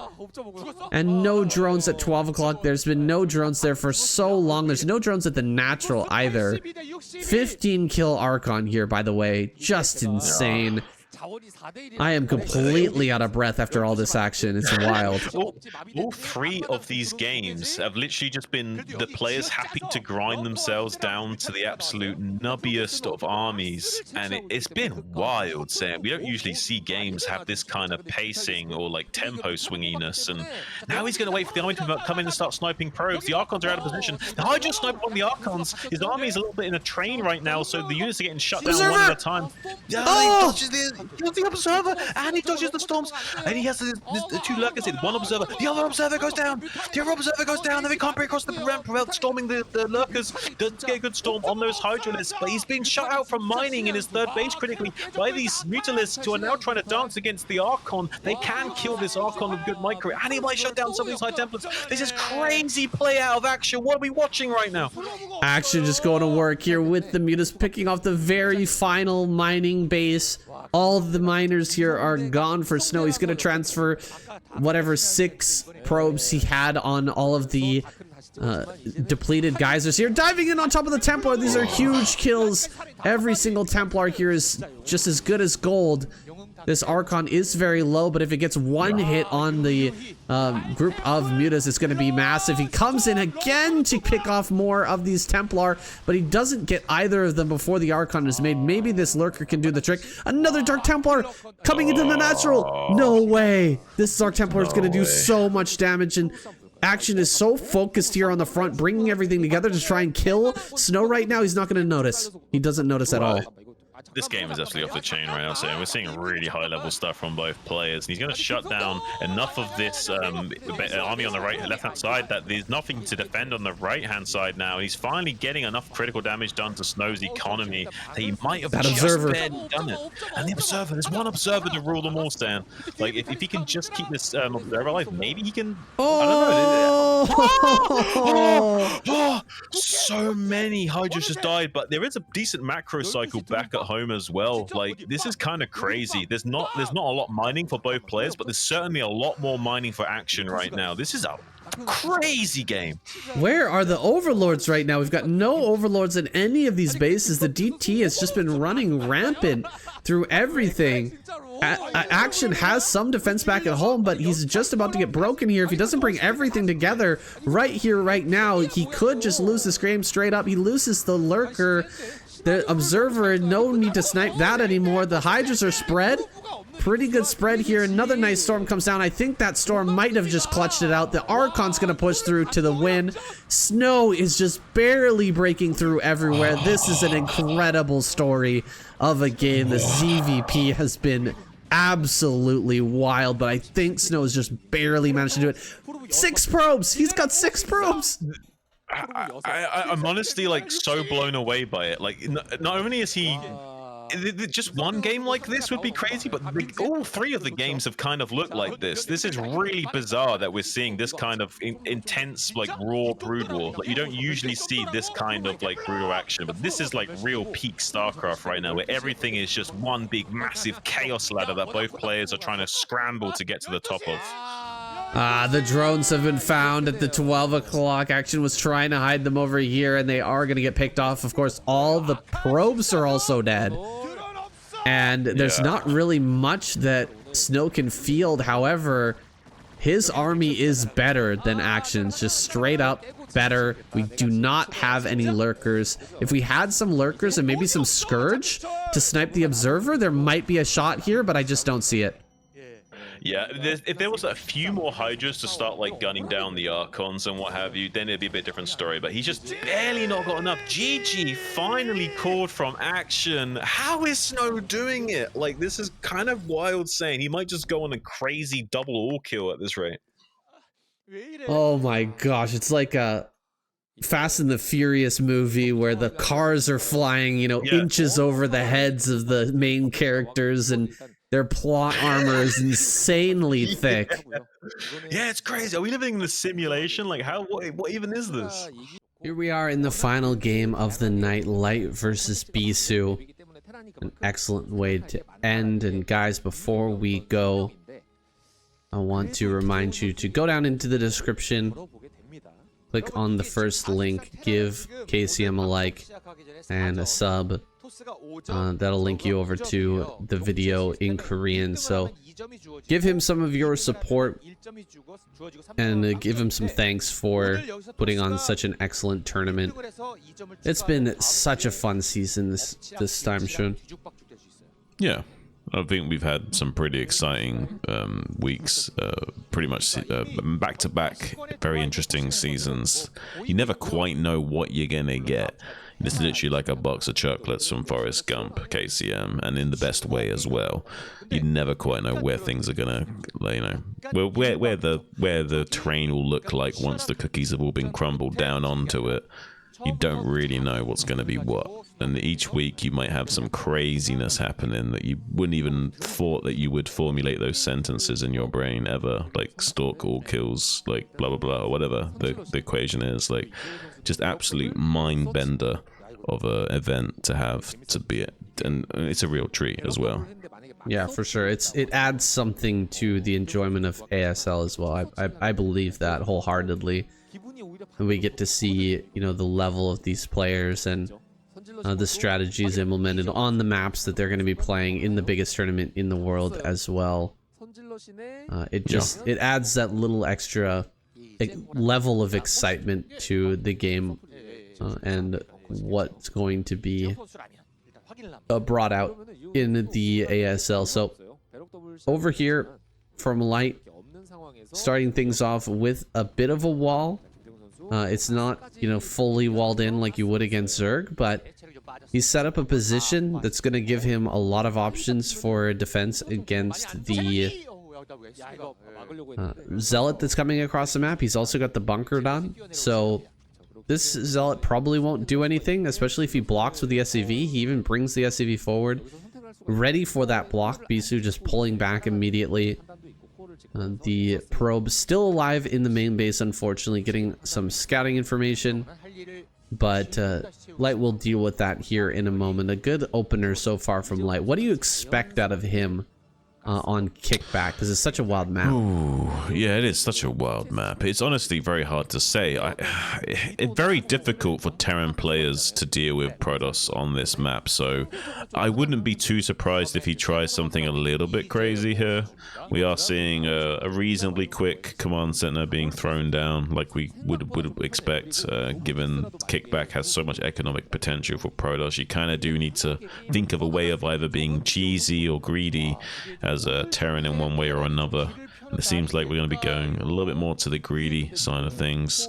I can't really say I blame him, but I don't know exactly what he's going to be following this up with. Light's very known for going for vulture drop, so he might commit to that, or he might know that it's such a likely thing for him to do that there's no way it would work against Bisu here, so he might not do that entirely and go for like just some crazy strong 2-base, like 5 factory or 6 factory push timing. I don't know. Look at that, skipping the range, getting into a Nexus and a Robo. Bisu playing kind of greedy with the way that he's opening. It could pay off though, because Light is also getting into his natural and not planning to put on any early aggression. There's the range started now, and so Bisu, with the closeness of these bases, like the vertical rush distance is not that far. Bisu might be able to get in right before turrets with a shuttle and maybe deal a little bit of damage. I think he might be able to do that. It does look like there's a starport that's going to be on the way, so it might be that vulture drop. Never mind. Whoa. Now here's the thing. This map is very good for Wraiths, so this makes sense. This makes a lot of sense, and I'm really excited to see this from Light. We're going to be seeing the Wraith style, and this is something that, who knows, we might be seeing this more in the meta in the future if players can figure this out a bit more, but just so you know, guys, Wraiths are actually pretty good against Protoss. It's just very situational, and like you need to know what you're doing. I don't think he's seen that shuttle play is coming, that Reaver's coming, but this is the perfect build to do this against. Yeah. If he was going for just 3-gate goon with Observer, this gets smashed. Like, there's nothing that the Wraiths can do aside from, you know, little bits of probe damage here and there until the goons are all in place. And then once the goons are in the mineral lines, there's nothing you can do. Which is why you see a lot of Protoss players just go for that free gate ob style, because it's such a cookie cutter, safest way of playing Protoss. But most Protoss players don't play that style. They want to play either a little bit greedy, a little bit cheesy, or some other kind of variation thereof. So you don't usually see that free gate ob style, even though it's the safest way of playing. So maybe this is a way you can catch Protoss players off guard if they're not playing too safe and standard. We don't have any Wraiths out yet. Okay, there's the 2 Wraiths. But the drop will still get off, I believe, into this natural. One Zealot pops out. Oh, he gets the Reaver onto the ground. Okay, can he get a big shot? Ooh. All right, 2 kills. Not bad. Another 2 kills, I think. And one 5 more. Total. 6 kills. Wow, okay. That's enough. That's good enough. Yeah. I mean, he loses everything, but 6 kills. Very, very decent. The Wraiths were supposed to block that completely if Light wanted to be ahead.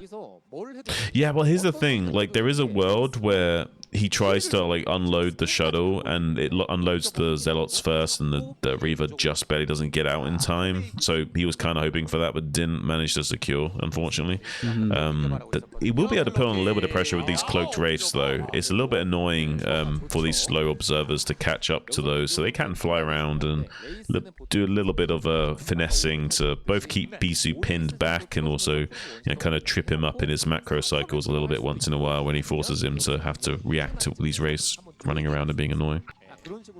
One thing that I always hear from... Oh, okay. Killing off the Observer was a good move. Hey, he's going to get a few probes out of this. 2 so far. There's the Observer. Does he have a scan for that? He's going to switch over to this 3rd base. No probes are present, so can't really do too much with that. He scans, he sees the Observer, is going to back away. I was about to say that whenever I'm playing as Zerg, people always ask me, like, oh, why don't you just build a Spore against these Wraiths? But, you know, Spores are not nearly as powerful or cheap when it comes to air defense as a cannon. You just throw a cannon down in your mineral line. As a Protoss player, you've got money for that, no problem. Right. You don't have to sacrifice a probe to do it, and you've got way more probes than the Zerg player will have in a situation like this. So dropping cannons in every mineral line it's completely necessary and should be the go-to for Bisu. It won't be long before every mineral line is completely defended, just purely by static D. Well, he will try to avoid that because there's a chance that Light doesn't commit into this and he's only going to make like 3 to 5 and never make any more. And Bisu knows that's a possibility, so he probably will avoid making cannons. But as he sees 1 or 2 more Wraiths being added on, he may start to make those cannons. Yeah, it's got 1 in the main, 1 at the 3rd, or 1 at the natural, excuse me. The 3rd should have a cannon on the way now. 4th base is already coming up, but Light sitting here on kickback. This is the reason why he did this build on kickback, right? He can take this 3rd base no problem. If he was on any other map, taking a 3rd would be impossible with the current position. He just doesn't have enough tanks, doesn't have enough units to hold on to that. So flying back in, he's going to get about 4 or 5 probes. Not bad at all. This is some very good damage with these Wraiths, but really is it going to be enough?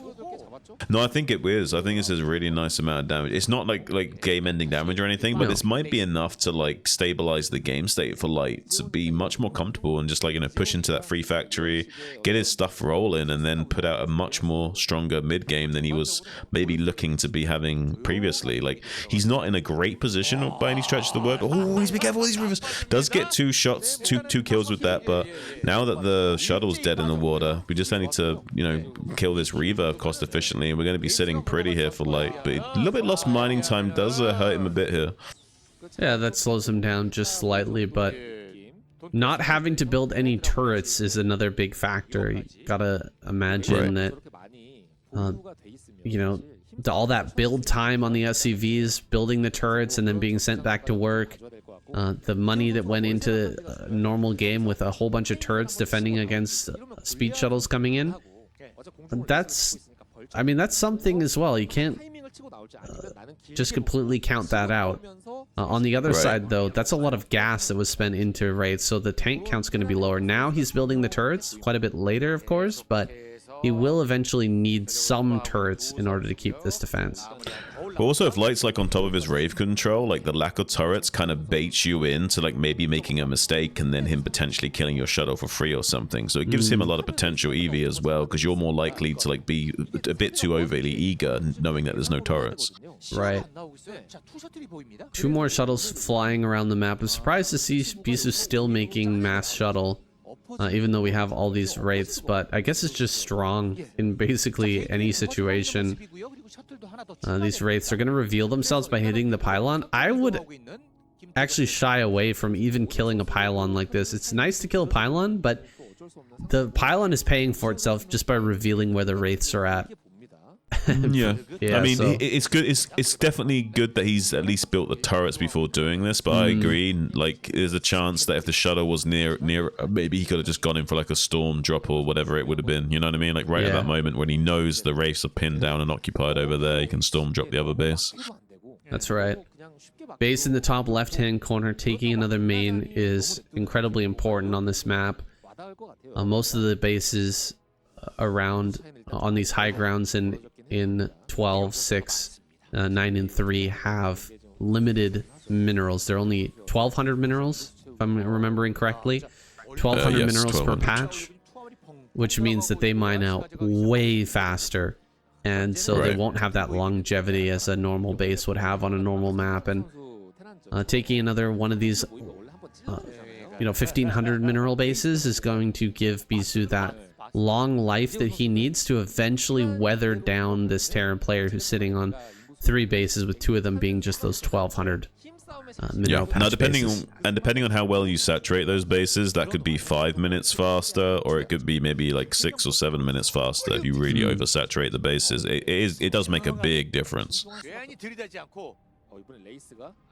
The wraiths are moving out on the map now. 4 of them. If they find these shuttles randomly out on the map, it could be some insane damage. He's actually flying through the middle. He's not cloaked, and so he won't be able to, just run around randomly here and potentially find those. 2 probes going to go down as they transfer over to the top left. Great snipe on a Templar, using them like mutas, picking off Templar in this army that's moving out. And Bisu, most of his Templar are in shuttles, but some of them have to be on the ground. There's just not enough shuttles to pick everything up, and losing those few Templar is going to be a serious pain. Now, Light has 150 supply. He could move out and try to take a 4th, and I think that's what he's about to do.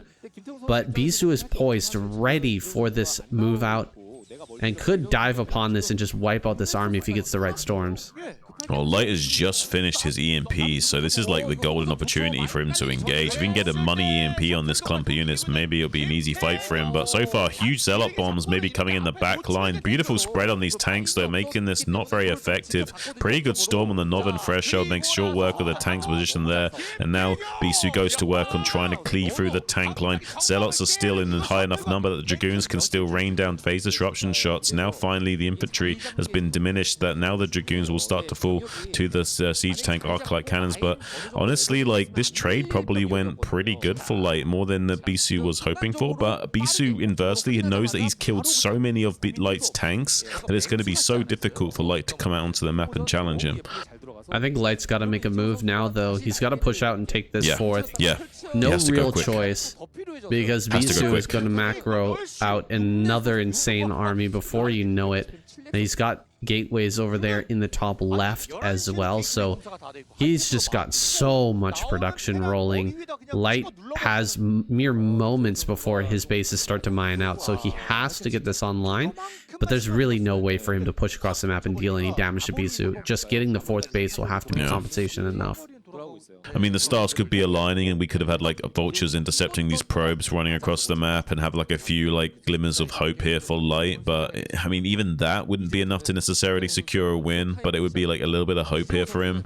As it stands, it's looking a little bit rough. He's barely got enough supply to not die, but because it's a non-traditional map with only 1200 in the mineral fields of these natural and the 3rd base here, like unfortunately, like these bases are literally about to dry up right here, right now. Like usually they'd be drying up in like 4 or 5 minutes time, but now they're going to be diminishing at this moment when he needs them most.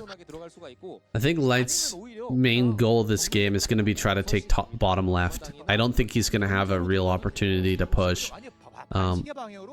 He's slowly getting that supply back up. 154 is just barely enough maybe to hold on against the maxed army, depending on how Bisu engages. The tanks are looking very nicely spread out, and so it'll be hard for him to get, you know, big storms on the army like Stork got on speed or anything like that. So let's see how this engagement goes.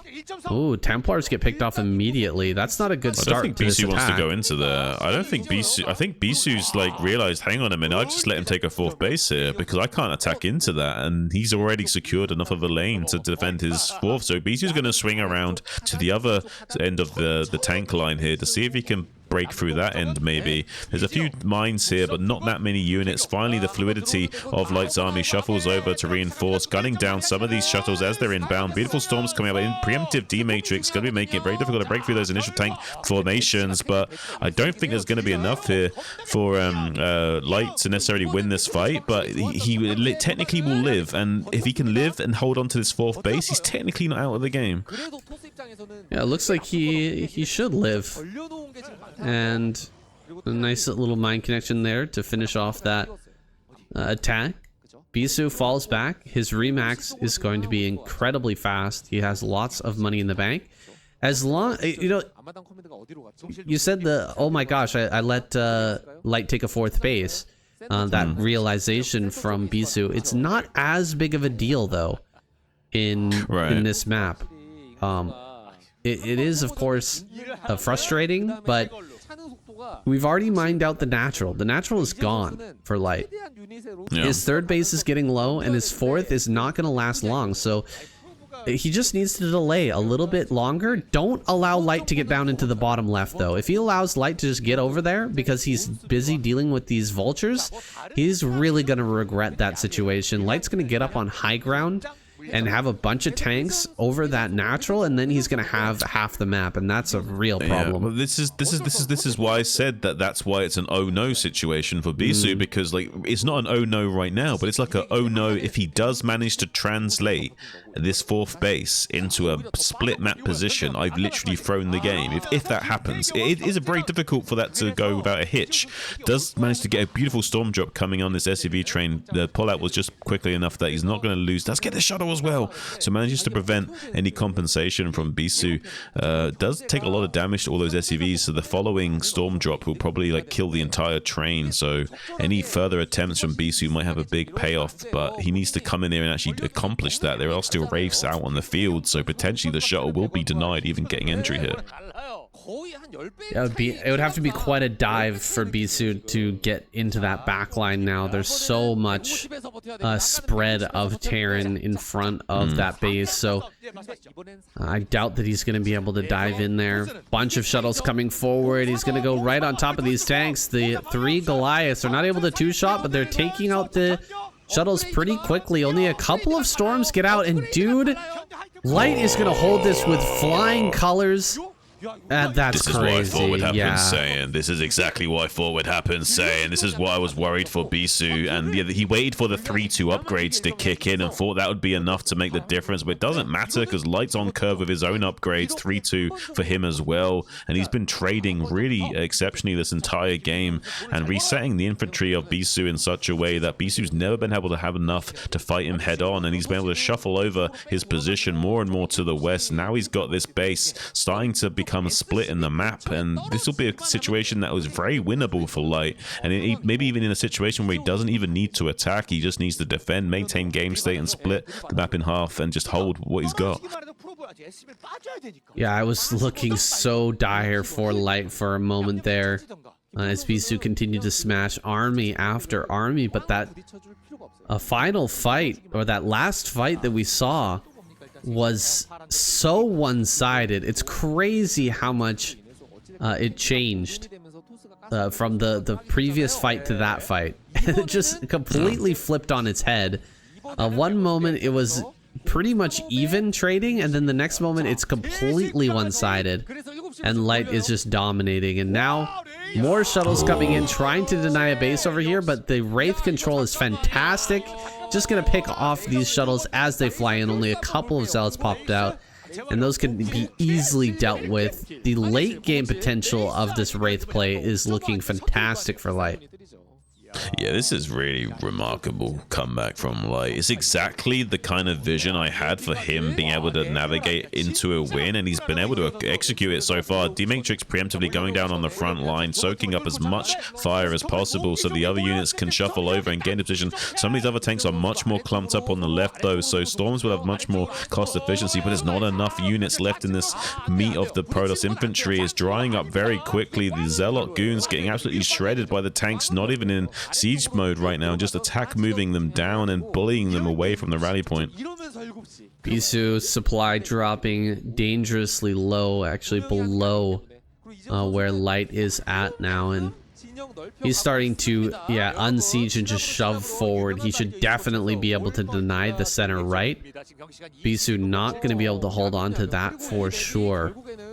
As Light pushes in, just a couple of tanks hitting that base, and they're gonna max out at nearly the same time in this one. Like, I think Bisu's starting to get ahead a little bit, but Light's gonna be right behind him. This is a game that you should show to Terran players to help them understand how Terran actually works, because Light kind of did a clinic on showing you like most of your micro is done before the fight even like takes place. Having good like spread of tanks can really like make the difference. Like, even if you are really in a bad spot, just a few preemptive things can really make enough to get you back into the game. And beautiful drills away from these drops then with good scouting. He's not really taking too much damage. These SCVs might take a lot of damage though. These ones are the bruised from before. They were already low HP. So even just like a few moments under the storm and get them killed instantly. So he is doing a lot of damage at the 6 o'clock base at least. Ooh, more and more damage coming out from the storm potential, and he can't really get his units up here to defend against this efficiently. This might be the best chance that Bisu has. He just killed a lot of SCVs, and he's dropped his overall supply dangerously low. Because he hasn't, he was cleaning up these drops efficiently when he had the Wraiths, but now that the Wraiths aren't a factor anymore, the drops are causing him such a headache because of how hard it is to get his units to flow around the map. He really, if anything, should have just remade some Wraiths. Yeah, those Wraiths were doing such a fantastic job. Now more shuttles coming out. This little army over in the center right is going to be cleared. Light gonna set up in preparation for an attack into the natural, but where is Bisu gonna go with this army? Tanks are quite stacked up at the moment. He'll have to spread those as the fight is coming in. These tanks are way too stacked up. This is the opportunity that Bisu was looking for. An EMP goes down, but it misses. Holy crap, so many kills on these Templar, annihilating the tank forces. Look at that supply just plummet as Bisu shoves forward. Oh my goodness. Light just got dismantled. This is such a great example of like the folly of Terran, man. It really does exemplifies the comeback potential of Terran, but also how quickly things can escalate out of control if your tanks are out of position just one time, saying if they're stacked and out of position one time, it's all over. Yeah, that was beautifully done by Bisu, as well as a mistake from Light. Light just allowing those tanks to get stacked up as they were moving over to the right. I thought he was going to be there in time. I thought he had the moments as the army was being cleaned out in the center right. I thought he had time to spread everything, but it seems like he didn't. He had everything way too stacked, and he allowed it all to siege up. Light is getting completely overwhelmed now. It doesn't really matter that he has bottom left, because this army is in between the rallies and bottom left, and eventually as more shuttles come in, he'll be able to bomb up onto that high ground. Look at the supply differential, 100. No, it's crazy. It's more than double. It's absolutely insane. It's literally 250% more. It's absolutely wild stuff.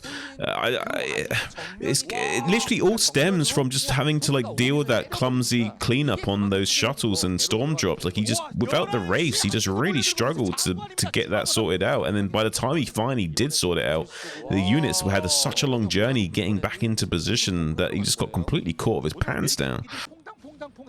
Bisu gonna try to break into the bottom left. It's a last desperate stand for Light. He's getting everything up onto high grounds. He's trying to put his forces into a position where they can trade effectively against all of this coming in, but drops are going to be laid down. This is exactly what I was saying. As the shuttles come forward, he'll be ready to break the bottom left, and there's nothing that Light can do. All of his rallies are coming out of bottom right, and they're being completely crushed by the rallies of Bisu. He can't hit that critical mass to take a reasonable fight anymore.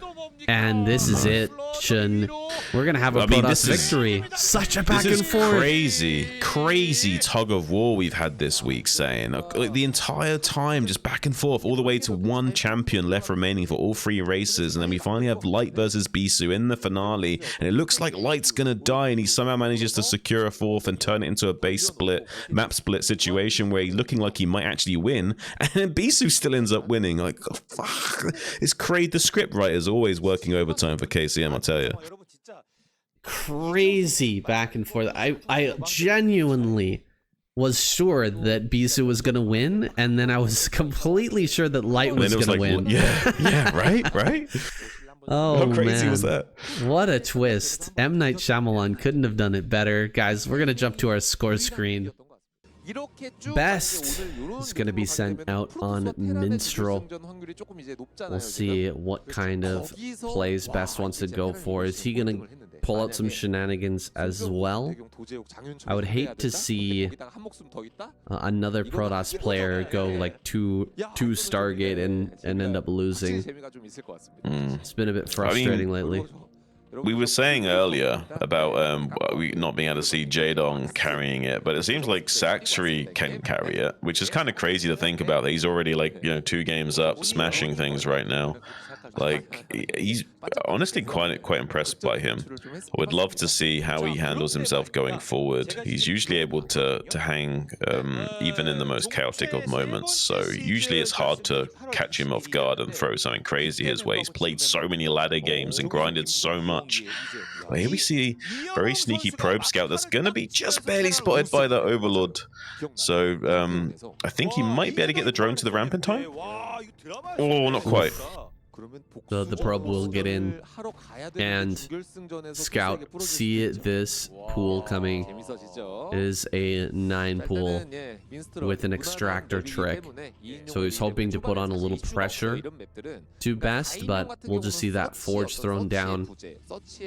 He'll probably get 2 cannons to deal with these early lings, and this is not really going to deal much damage because of this nice scout from Best. Yeah. Yeah, this is a beautiful scout from Best, and like Saxry almost shut this scout down as well. Like, he had it timed out pretty perfectly where he almost denied the scout, and then that would have been a little bit of a frustration from Best. He would have had to hedge his bets to even have a chance at being optimized against this. Does throw down the pylon to disrupt the hatchery location. Saxry will happily place that at the 3rd base though, and will ignore this pylon for the time being because he expects Council will come anyway, because it's the only way that Best can afford to make the Nexus after the cannon. So interesting from both players here. They seem to have everything kind of mapped out already with each other. I wonder if they've played enough games with each other that we're seeing a very unique kind of set of mind games from both of them.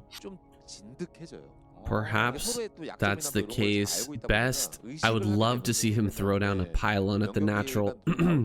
Looks like that's not going to happen, but if you guys have ever played Zerg on the ladder, you know that 2 lings does not kill a pylon before it finishes. So if you build a pylon in the natural, where do you even throw down your next hatchery? You just sit there and wait, maybe send 2 more drones or something to kill that. 2 lings is not enough, you need 4. And Saxry, he was a little greedy there, he's not going to get punished for it. Only building those 2 lings he's going to get away with. Why do you think, Shun, that they don't build a pylon? Like, why wouldn't you block the natural after you force the 3rd down to the bottom left? It depends on how your build.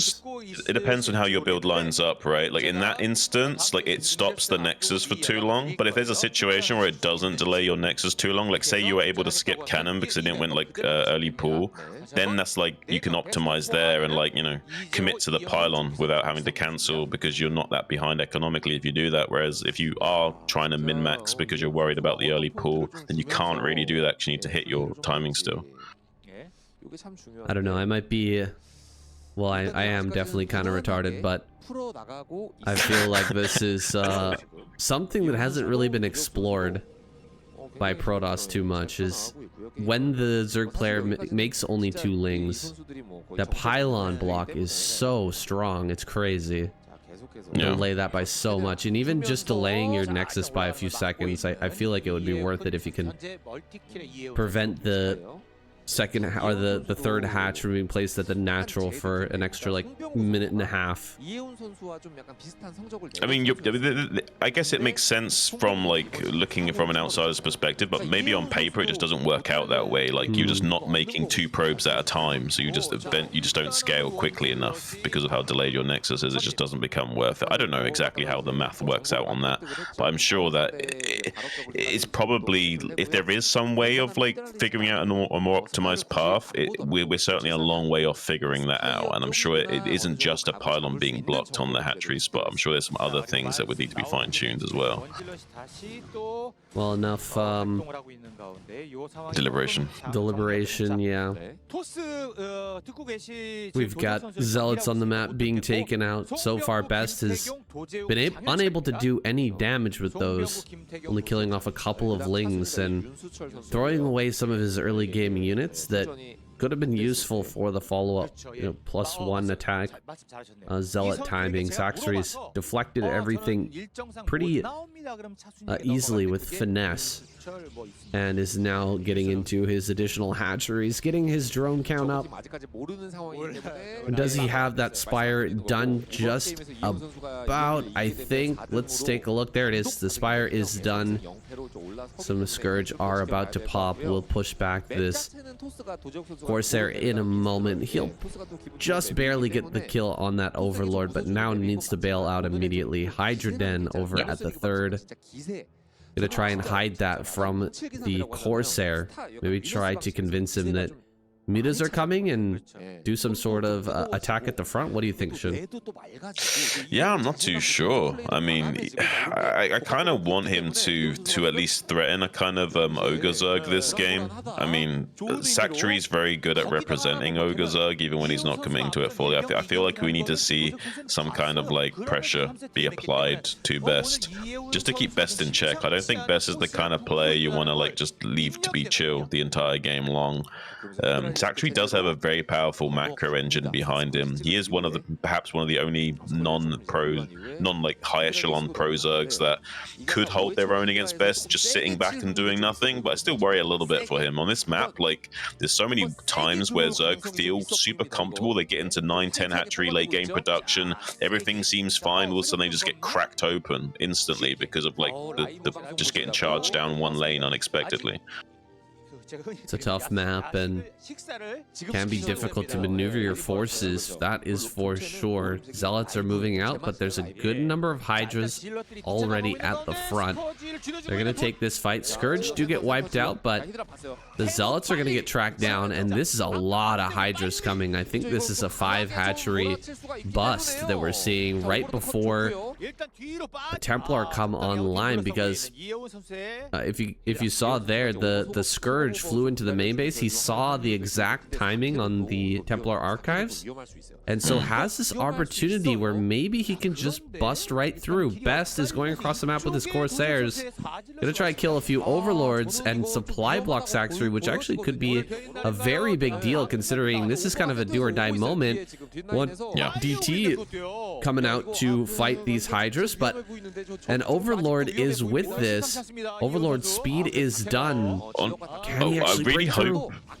I really hope that Saxory's making lurker aspect behind this so that he can contain if this fails, but I don't know if he's thought about that. He's pulling the probes, does a good job of drilling onto these Hydras, buying some time. The DT is still existing, but there is still 2 Overlords that haven't been picked off, so they can't really get on top of these Hydras and deny. So there might be a possibility that we can deny this upgrade for Saxory, which could be a big deal if he just kills that Forge and denies the upgrade timing. That'll be very frustrating indeed for Best to have to deal with. He's only just now got some High Templars there. It'll be another 10 or 15 seconds before Storm and Energy is ready, so there will be a timing to pick this upgrade off and deny that. So really frustrating for Best going forward. It's exactly how I wanted to see Saxory play, to apply pressure to Best early on.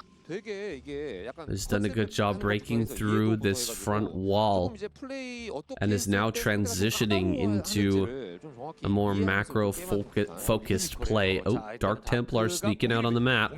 Definitely wants to track that down before it lands itself some kills in one of these bases in the bottom left, or prevents him from taking a well-timed 4th base, because that's the direction that we're heading. Saxory, like you said, has a serious macro engine behind him. He's very good in big macro games. He's picked off the DT. He's going to be taking the hatchery in the bottom left. His drone saturation is getting there. It's not quite there yet, but it's getting there. And a second Evo chamber on the way. We're definitely going to hive this game, I think. This is a late game Saxory, if I've ever seen it. Yeah, it's looking like that. And he has done the prerequisite pressure before going into this. I was worried if he was just going to sit back and do this without any kind of pressure being applied to Best, but sniping the upgrade and doing what he did, I actually kind of like this, the way he's approaching this game. And it's not like the lurker contained follow-up that I thought he might be going for, but this is very reasonable and conservative, and should give him probably the best odds at propelling himself into a late game 10 hatchery plus production, and allow him to use his skills to full fruition here and kick it up into the highest macro gear possible. Well, the difficulties of playing on Minstrel have not gone away just because he's put this pressure on. He's still going to have to deal with the awkwardness of defending these different lanes and trying to prevent Best from just sending in counterattacks everywhere. I wonder if he's going to move lurkers out immediately to kill these eggs. I would really like to see that, because I feel there's so many times, it's so common for Zerg players to get tripped up by the eggs and prevented from combining their forces at critical moments. So far he hasn't done that. He's sending lurkers forward right now, just 2. Does he have drop to potentially drop into the main, or what is he doing with these 2 lurkers? Yeah, I'm wondering. I think he is going to do that. Yes, he's just loaded them up now. He's going to do exactly that. But he will probably need to do some kind of bait and switch at the front. Yeah, he's going to show lurkers at the front and try and get his attention focused on the front a little bit more. See if he can maybe bait out the goons and observers into engaging this, so he's distracted and the lurkers can slip in right at that moment. Here he comes, dropping the lurkers in the mineral line right as this attack comes in. How many kills are we going to get in that mineral line? He's missing it. Oh gosh, all the Corsairs flying. There's a little bit too much going on. Yeah, this lurker, 8 kills already. This one over here, 1 kill so far, will end up losing its life. That's Pretty the mistake decent. from That's a mistake from Sakshi, by the way. He should have unloaded the lurker in the bottom right corner, not the top right corner of those mineral patches. He could have done way more damage. Potentially, for sure. So, a little bit an uncharacteristic mistake for our observer to miss that, but you could tell that Best was getting flustered there with all the stuff that was going on. The Corsairs flying in and just losing their lives for free. Pretty rough. Saxory has not gotten a hive. He's just focusing on a layerman play. Yeah. Loading up more and more lurkers and hydras and gonna send them into the main. The army is out of position right now. Best is in a weird spot where he's thinking about attacking down a different lane, but here comes that drop into the main. This is gonna deal a lot of damage, I think, Shun. Ooh, and he's hooing and hawing with his army. There's pathing issues. The eggs are blocking. He can't do the counterattack efficiently. There is some High Templars in position to deny the drops, though, so 2 blanket storms will come out, making the initial drop pretty unfortunate for Sakshi, but there should be enough units in reserve in the remainder of those overlords to start coming out in droves and starting to kill all of those probes once the lurkers can finally burrow. The counterattack's being pretty efficient, though. So many Hydras getting absolutely decimated by those Psionic Storms. Can he get onto the top of the Zerg production? There's a few rallied units desperately trying to get in a position to prevent Best from getting on top of the production. There's not that much infantry left for Best as well. I think he's just barely cleaned up enough of Best's army that he won't be able to get on top of his drone lines, at least. Oh man, Saxory lost so many Hydras just coming down that ramp. Oh, it's so painful to witness. As a Zerg player, Best gets some amazing connections on some of those storms, and now these overlords are going to fly into the cannons. He gets supply blocked. This could be lights out for Saxory. He's played a great game so far, but Best, I think he just took the better of that trade. He dealt with the drop very well, and he got an amazing fight over by that third base. Yeah, I thought Best lost a lot more to that drop in the main base with the lurkers burrowing. Maybe he didn't lose enough of his probes and managed to get them all out to safety with a transfer. Now he's looking pretty healthy. 130 to 90 supply, and Saxory's blocked, just now becoming unblocked right as he's being attacked. Does have a decent-ish lurker setup here. Might be enough to buy time. Some tactical lurker eggs blocking to both soak up phase disruption shots, bug out the AI, and also prevent too much body blocking from Best being able to transfer any of his units further, but he's going to have enough storm to skirmish of Saxory here. I don't know, like the supplies have just kind of clenched up again. I feel like Saxory traded extremely well there. I'm still liking his position. I don't feel like Best has done enough defensively to be in a great spot. I mean, the third base is coming online at 15 minutes, saying, and granted, like this is still Battle Zerg setup, but it doesn't really matter. He's still going to have like everything's going to be on curve. Like he's just now taking his third, so we just take our Queen's Nest, and relatively speaking, Saxory's still looking okay. I agree, Saxory is looking all right, especially with that Queen's Nest coming down. The Battle Zerg style is kind of a momentum play.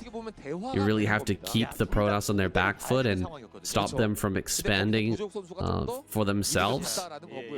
But Saxory has lost the momentum in this game, and now the army making its way down into the bottom left-hand corner. I don't think that he can save this. He's gonna have to run all the drones away, send them over to that brand new base that he's just setting up, and maybe take another base on the other side of the map. I'm not sure though if he can even hold on this high ground. This is a big army, and if it makes it into position in time, running into those storms is just going to be a death sentence. Saxory going for the counter attack, but Best is already on his way back across the map, has the storm ready to fight this. He does lose the Templar right away. There's 3 cannons, a couple of Dragoons holding on. I think that Saxory can hold this, but we'll just have to see. Or sorry, Best will have to hold. We'll be able to hold this.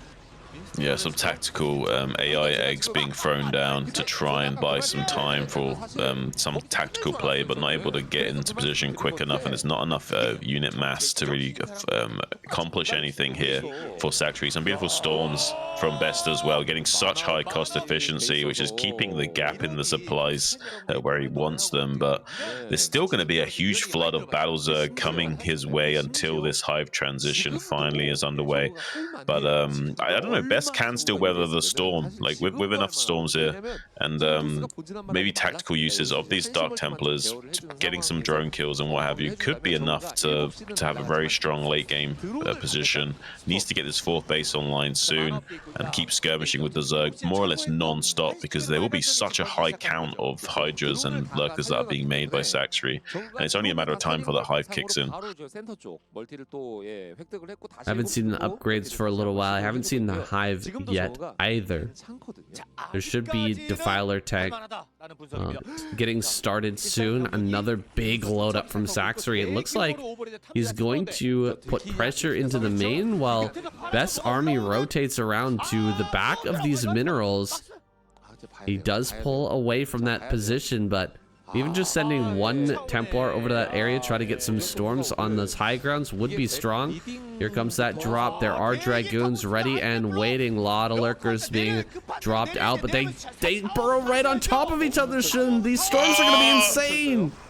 Oh, every Zerg player does this. It's so painful to watch. Why are we like this? Oh man, I don't know what you can say or do about that, but we gotta stop bunching our Lurkers up like that, guys. And oh man, that is painful to watch as a Zerg player. Ugh. It's like watching like a guy getting kicked in the balls or something. It makes you wince and like empathy, you know? Yeah, it's like watching Terran players siege 10 tanks on top of each other when the opponent has storms. It's so brutal. They've just thrown away a huge amount of supply. Each of those Lurkers, 3 supply, plus all of the money that went into them, 125 gas. Oh, it's so painful to lose that much potency from your army to just a couple of storms. The Storm is a very good unit, guys. Another Storm gonna go down. He's gonna take out like 8 Hydras with this one Templar. It's insane, but Best is getting into this very nice position behind the mineral patches. Now he can deny this base.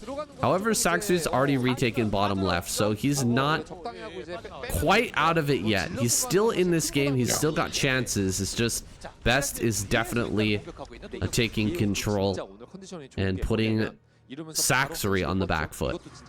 Right, and it's going to be a matter of time for this main and natural expansion we mined out. He's resaturating it now because he was trying to mine out as slowly as possible, but now that he's been denied mining at this 5th base, he's going to have to be forced to start mining out this main and natural, which means he'll be reduced to lower and lower amounts of bases worth of economy, and he won't quite have enough production in his wheelhouse that he needs to overwhelm Best.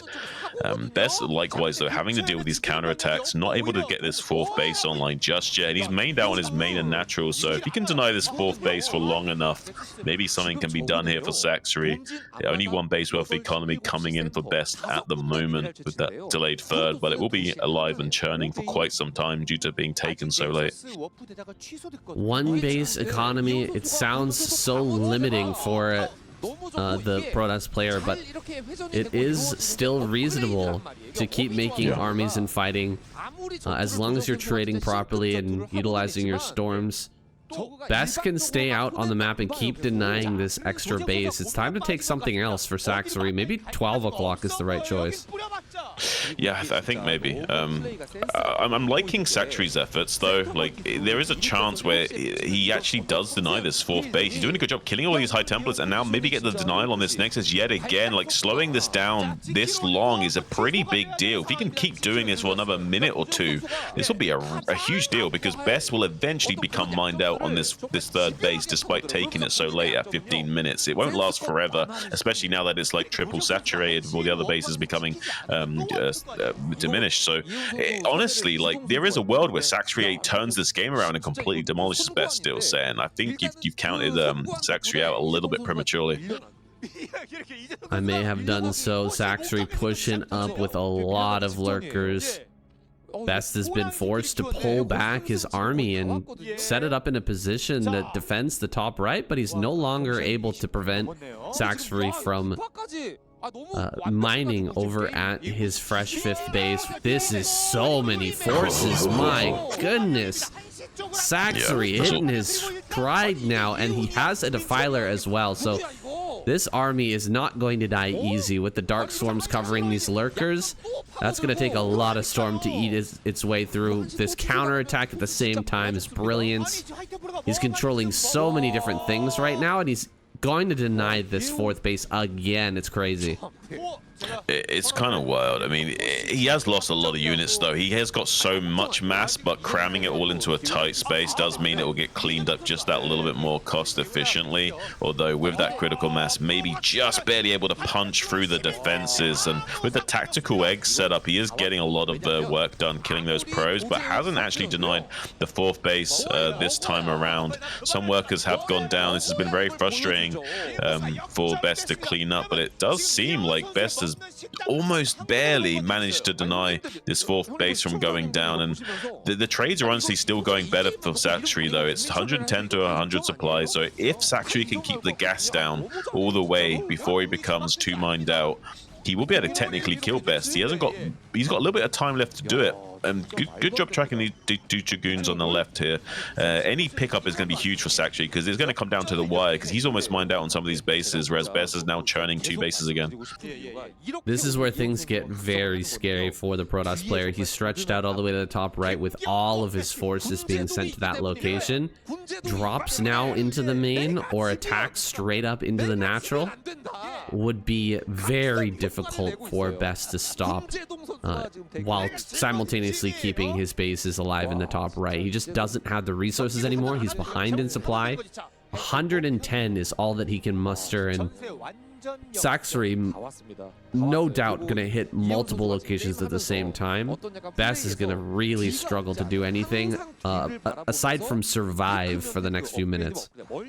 Yeah, and there's so many units that are coming out of Saxry's side of the map. He's so powerful with his macro when he finally does kick into high gear. It has taken him a long time to do so, but 1 or 2 good storms, though, can clean up a lot of these forces if they're not in good positions. Does need to start spreading out his units like we see here to get to force as much drainage on that storm well as possible. Beautiful plague as well, going to really start diminishing the value of these trades that Best can handle now that he can start churning out those plagues over and over again. Will basically be relying purely on the shields of the units, and most of those upgrades in there are in armor and weapons, so they're actually pretty brittle once you get away with those hit points using plague. Best is going to try to counterattack over towards top center while Saxry moves slowly into position, separating the 3rd base from the natural. If he gets a big lurker field in this spot, Best will be it'll be even more difficult for Best to swap between the defense of the top right and the defense of the main, and I think that Saxry will likely load up a bunch of energy on these defilers and press into the natural here soon, because there's only cannons defending that area. Just a couple of Dark Swarms and a group of Lings will break through that very, very quickly and force Best to run down this ramp into lurkers under Dark Swarm, giving him a much better trade against these forces. So far, Best casting out a lot of storms. He's managed to create a pretty massive Archon army out of all of these Templar that he's been able to put together, and I mean, that's so many Archons at this point. He is going to be able to hold on very strongly against Lings and lurkers running up this ramp, but is it even going to matter long term? Saxry has so much going for him behind the scenes. He's got another base going down in the bottom left. He can start to take more bases. 12 o'clock he can take. He's coming through with a counter of Lings to the north of this position. The Archon army is starting to go down. There's so many lurkers in this field. It's crazy. I don't But yeah. I mean, it is still technically 3 bases versus 2 bases, so there is still a world that Best can stabilize if there's too inefficient of trades for Saxry, but right now this is a great position to be in. The Archons are almost necessary. You need some kind of plague resistance, and the Archons provide you plague resistance because they're pretty much shields only. Now though, look at this counter-offensive from Best, clearing out most of that lurker field. This is what I was a little bit concerned about. There is a world where there are some efficiencies where Best can restabilize. And I mean, even though like Saxry's growing a little bit by taking that additional base, that's just, you know, compensating for the fact that the third just got mined out. So he's still on the exact same amount of production the entire time, trying to close out the game. Has been unsuccessful in doing so for the time being. So a bit of a weird situation. He's now looking like he's wanting to set up to just chill for a bit and re-macro up and maybe take another base here at the 6. There's so many different pathways that he has to cover. Is he going to be able to defend properly if he's, you know, forced to maneuver and hold back all of these different attacks that can come from so many different angles? If Best rotates, for example, and goes through the bottom lane or the lower lane, oh god, he's just going to attack into this? I don't know about attacking right into where all the lurkers are. There's not many lurkers, for example, at that fresh base in the bottom left. Why not attack into that? 28 kills on this Archon. Holy, absolute hero unit there. This is just a testament to Best and how well he's been trading throughout this game. Yeah, I mean, I don't blame him for trying. Oh, he catches the drone at 6 as well. I don't blame him for trying to come in here, though, because like he smelt a little bit of weakness. He was like, okay, you had the gas pedal pressed down the entire time a moment ago. Now you're suddenly like letting up. That means because you're a little bit weak right now. So he wanted to come over here and see if he could punish Saxry, but luckily Saxry had enough in the tank that he could just set up a massive lurker field here. Very, very good use of Saxry to identify that he needed to let off the gas pedal at that precise moment, because if he kept going for any longer and then tried to stop, he wouldn't have had enough forces left over to set up to deal with any kind of counters that Best threw his way. Now trying to take the 6 o'clock finally again, but there is another force coming down here to deny that potentially. Does catch 2 of these Archons at 12 o'clock though. These are great pickoffs for Saxry. These Archons are so good in isolation. If you can pick them off, it feels so good as a Zerg player. Once they like completely stacked up in a massive army, they're really devastating. Denial on the 6 o'clock once again. Best is starting to hammer these different areas and prevent them from being taken by Saxry. This is getting a little bit scary. If Best gets another base online, he's going to be able to extend this game for a long time, and his bases will be very close to the fresh expansions of Saxry, unless he wants to take the middle of the map. Maybe that's the call. Saxry could potentially take this middle, and that will provide him a lot of gas. Not that many minerals, but it gives him a good amount of potential. As this game goes into the very latest stages, this lurkers are going to be a little bit too stacked. He really needs to spread these out once again. Set up that really nice lurker field with a bunch of dark swarms covering it. He's pushing in towards this fresh base, gets a beautiful plague on the zealots as well. The lurkers can't really push into this just yet. Best needs a little bit more time to gather some more resources to be able to break that position. This spot though is deadly. If he can hold that this area right out in front of the natural, Best is gonna have a very hard time winning this game.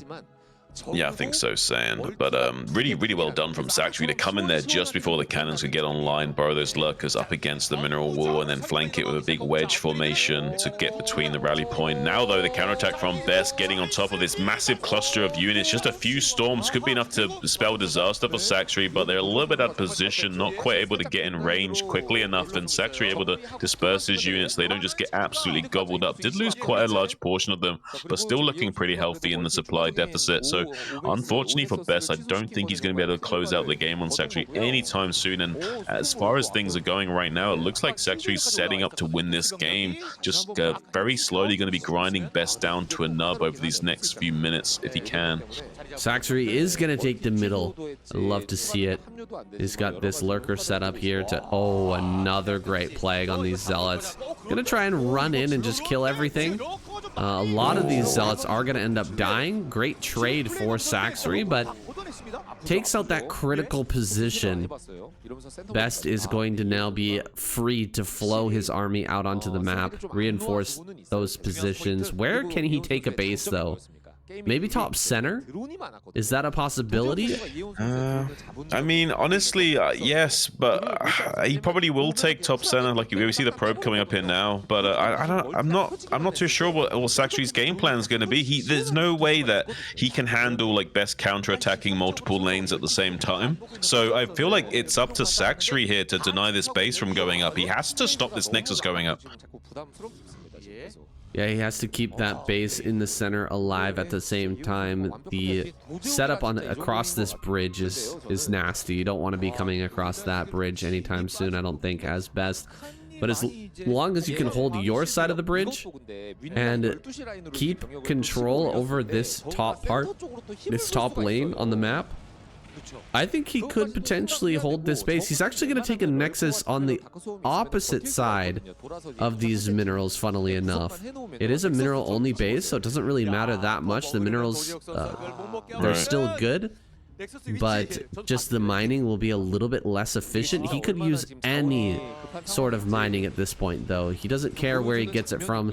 Just a little bit of mineral income is going to help Best stay in this game. Yeah, he's also got quite a high probe saturation on very few bases, so even mining awkwardly, he'll still be able to get a pretty high yield. The continuous plagues are really going to chip away at him, but like I was saying a few moments ago, the counterattacks on these different lanes are going to be a big problem for Saxry. He might lose a lot of drones here. Does notice, though, does start to pull them away. If there was a storm with that army, he could have lost so many drones there, but unfortunately, Saxry was on top of things, saw the army coming in and was able to pull his way. Does deny the mining here, though, and this is really tough to come in here and deal with this as Zerg, though. This choke point is so frustrating, and they can attack from over the wall on top of your drones that are mining. So now Saxry's distracted with defending down here, and he's going to have to be worrying about Best breaking through on the northern threshold as well. But has denied Best from taking that gas expansion, which is critical. The gas income will be a problem for Best. He's making mainly Zealots, and against the... Oh, that's a beautiful play. Against mainly Lurkers, like, Zealots are really poor, so I think maybe Saxry will win out on trades here. Saxry slowly grinding down Best, but Best has managed to hold another base. Doesn't have control over the opposite side of those minerals for now, but as long as Saxry doesn't send lurkers over there, he's going to keep mining away happily. 3-3 is done. No +3 attack upgrade on those lings just yet, but this is a desperate struggle. Both players really having a hard time putting out any units at this point because the bases are quickly mining out everywhere on both sides of the map. Saxry holding this middle. Will Best be able to break that? I highly doubt it. A Dark Templar making its way into a mineral line. This could be the help that Best needs to get himself back in this game to make things even once again. He's going to kill so many drones here, Shun. Every drone goes down. Days. That's 10 drones. Oh, this could be just the tempo swing that Best needs. Also, supply looking a bit in his favor now with those drones falling. If he can deny Saxry taking this base and then take it himself, Best will put himself into a great position, but still Saxry hasn't been denied from securing this foothold in the 12 o'clock. Looks like Best is going to try and rotate round, see if he can get on top of this clump of units at the rally point. Not able to do so, though. Saxry able to respond quickly enough. He wants to try and get a pounce attack where he can wedge into a position before Saxry can respond and get some preemptive storms and wreck Saxry that way, but not able to do so just yet. Saxry able to keep on top of things and keep things locked down on the periphery. Beautiful storm there, though, catching a lot of that clump of units. Exactly the kind of skirmishes that Best needs and is looking for here. Yeah, he's got a supply lead for the first time for quite a while. Saxry, his income has been dwindling. He really needs that 12 o'clock to come online here soon. Mining in the middle of the map is not very efficient, but it is giving him a few very important resources. Just coming straight across this bridge is pretty insane. Best just gonna try to bust right through this. Is it possible? Can he actually break in? I think he can. Has so many units coming in from different angles, but this Archon count cannot be denied. Not enough Hydras in this force to maybe cut these down. This is wild, saying. Like, how is he making it look like it's PVTs where it looks like an unbreakable position, but he somehow still cracks it like a nut anyway? Big, massive gorilla arms just crushing through. There is a counterattack, though, here at this mineral only, which will be very frustrating to deal with. There's only cannons there, no Templar support, so those 3 lurkers will pay dividends and get the expansion completely cleaned up here, probably. But that's a big, devastating loss for Sanctuary as well. Down to 77 supply with no real income right now, besides 2 of these bases that aren't actually mining at 12 o'clock and this mineral only, so there's a gas expansion rather at the 12 position. It's really rough for Sanctuary. Oh no, okay, he manages to get the drones to run away.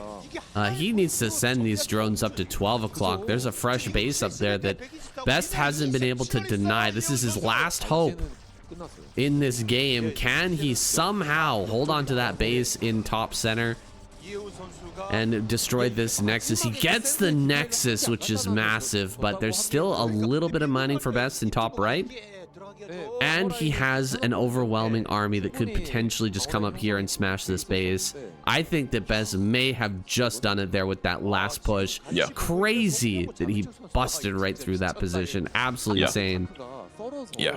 That was the point where basically he sealed the deal and was pretty much set up to win the game. Really wild stuff. He just barely had enough left over to crack through it and completely tempo swing the entire game. Really, really impressive stuff from Best. He's basically been on the back foot most of this game. Finally had like enough wind in his sails to start pummeling back at Saxury and did some pretty knockout damage as well. Just 58 supply to 124. Victory is all but certain now for Best. He just needs to hold things down and not make any critical errors.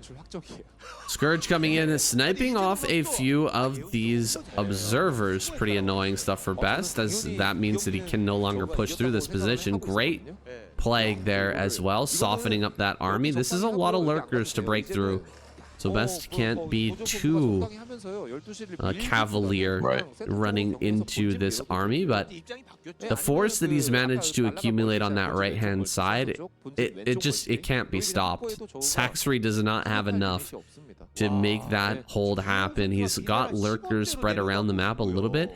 Needs to pull absolutely everything to this spot in order to hold on to this position. That is his last hope in this game. He's running some lings around. He's got a lurker over here, which could maybe kill off a few probes. Although, as the cannons finish up, he'll likely be able to save those. Double storm there, just getting rid of that. I don't see a way in. Yeah, this is rough. I mean, this actually just hasn't got enough churning to deal with this, though. Like, eventually he'll be out skirmished. There'll be so many storms coming out from Best that Saxury just can't do anything. Like, all the units will just die to spells at this point. Yeah, he's been on 4 gases for a little bit too long. Best has accumulated that resource and still has a bit of a bank behind it as well. So many Archons in this army. You need kind of an insane number of a Hydra Ling lurker to stop a force like this, and with the storms in addition, I don't see it happening. Best is being a little bit tentative now. He's slowed things down quite a bit. He's not jumping the gun, but he's run out of resources. He has nothing left in the top right. He's only mining from this base, this mineral only, so he's got to make this last army count. Otherwise, he probably won't be able to re-macro another one. True, but inversely, Saxury also only mining from this 12 o'clock minerals. There's only gas left for these other expansions. So yeah, both players kind of like stagnating in their growth potential right now, which is why both of them are hesitating so much in trading. They know just how little they've got, but Best will still come out on top, obviously, given enough time, unless Saxury could somehow secure more bases. 40 kills on some of these Archons, absolutely wild. 40 kill Archon, holy. That is insanity. These Archons have been kept alive for quite some time. They've certainly paid for themselves, and they're gonna pay for themselves all over again as he pushes into this final stronghold of Zerg. There's just not enough lurkers, and lings are missing. can hear our Korean counterparts calling out the GG already. Best is definitely going to be able to take this one home. A great little Ling counter is nice and all, shutting down the mining over here, but 24 supply speaks for itself, Shun. This is just about it. This is basically Sanctuary's like last frustrated hurrah. Like, I can't believe I let this game slip through my fingers, you know, and then he finally taps out. Okay, Best is slaughtering tonight, and the next head on the chopping block is Gameo, spawning in the top left-hand corner. We're on Deja Vu with Best in a vertical spawn. Do you think Gameo can stop the rampage of Best here tonight? I feel like he's just gonna tear through everybody. Yeah, I don't know. I kind of feel like Best is just gonna smash him. But I mean, I want to be wrong though. I actually do want Gameo to put a good game out here. Gameo needs to put out a good game, that's for sure. Well, whether or not he will, though, I don't know. Best is probably feeling like a monster right now, and Best feeling confident is a scary thing indeed. Yeah, Best. I mean, when he's on fire, when he is on the top of his game, there's just about nobody scarier. Especially Terran players need to shake in their boots when they see this guy coming. When they see this guy coming, you've got to be covering your, covering up, gotta get your dukes up as soon as you see this guy coming. He's ready to swing. They need like a mech suit or something, man. I don't know what you need. You need like from Aliens. You need that little the loader mech, you know, like Ridley used against the aliens. You need like something like that, right? Didn't need an exosuit. Yeah. Well, Gameo doesn't have an exosuit, but he's got a natural. He's got a few Lings in production as well. And there's no cannon yet. Okay. He's gonna drop that cannon just before the Lings pop out, and that should be enough time for that to finish.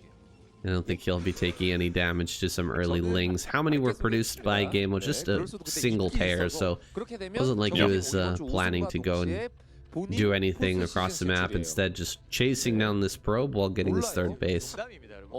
Yeah, usually if they want to be aggressive, you'll see 6. If they want to be very passive, they'll make 2. Sometimes you'll see 4 if they want to kill the probe scout, so they can deny, so that they can say maybe go into like a 3-hatch Hydra or what have you, and like kind of disguise what they want to go for. You'll see at least 4 usually being made, especially if they don't drone scout. Players like Zealot, for example, they never drone scout in this matchup, so they'll always make 4 Zerglings to compensate.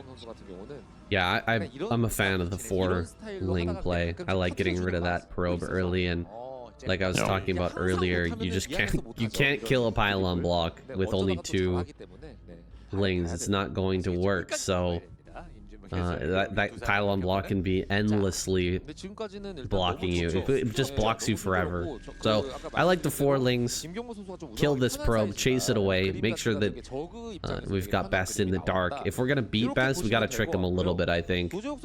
When he's on fire like this, it's scary, man. You gotta do something sneaky, and Gameo's gonna pull out what appears to be a 973, although it could be some variation on that.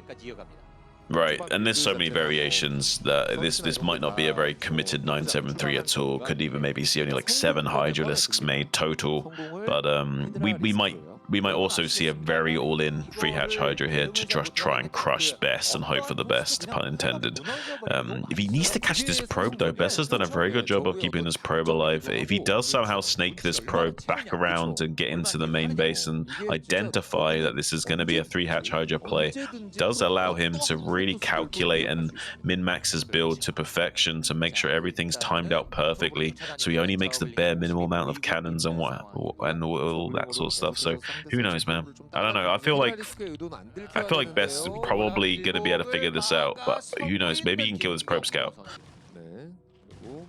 It's good that Gameo had a couple more Ling swapping so that he could block that ramp. You never want to allow this probe into your main. As soon as Protoss knows about this, the value of the Hydralisk bust is diminished massively. He went for Ling speed, so this is the variation that Game was chosen. Going for Ling speed, he's going to be able to kill the probe and deny the scouting information. He sees a lot of drones in the natural, but he hasn't seen the number over at the third. Looks like 3 with a 4th making its way over there, so it's not a full-on 973. Instead, we're going to have a little bit more income rolling for Gameo as he starts this aggression. He may be, throwing down a 4th hatch as this is going on. Yeah, 9734 is basically what that means. It's just where you're doing the 973 build, but you eventually throw down that 4th hatchery with your surplus minerals, and that gives you a little bit of a transition point and a production boon. So you're not technically fully all in with this, although you are committing quite heavily to it. A lot of cannons will be made in response from Best. You need a precursory fort and just not die straight up, but 2 are not warped in. The one on the bottom is very exposed as well to being shot down from range. We're only 4 Hydras currently finished and in position. A few more additional Hydras arriving, so for a total of 8 with 6 Lings supporting. Can do enough here to just bust through. The timings are pretty much critical here for Gameo. He will be able to kill at least one of these cannons for sure. Buffering against the Zealots with the Zerglings here. Does manage to kill one of those Zealots as well.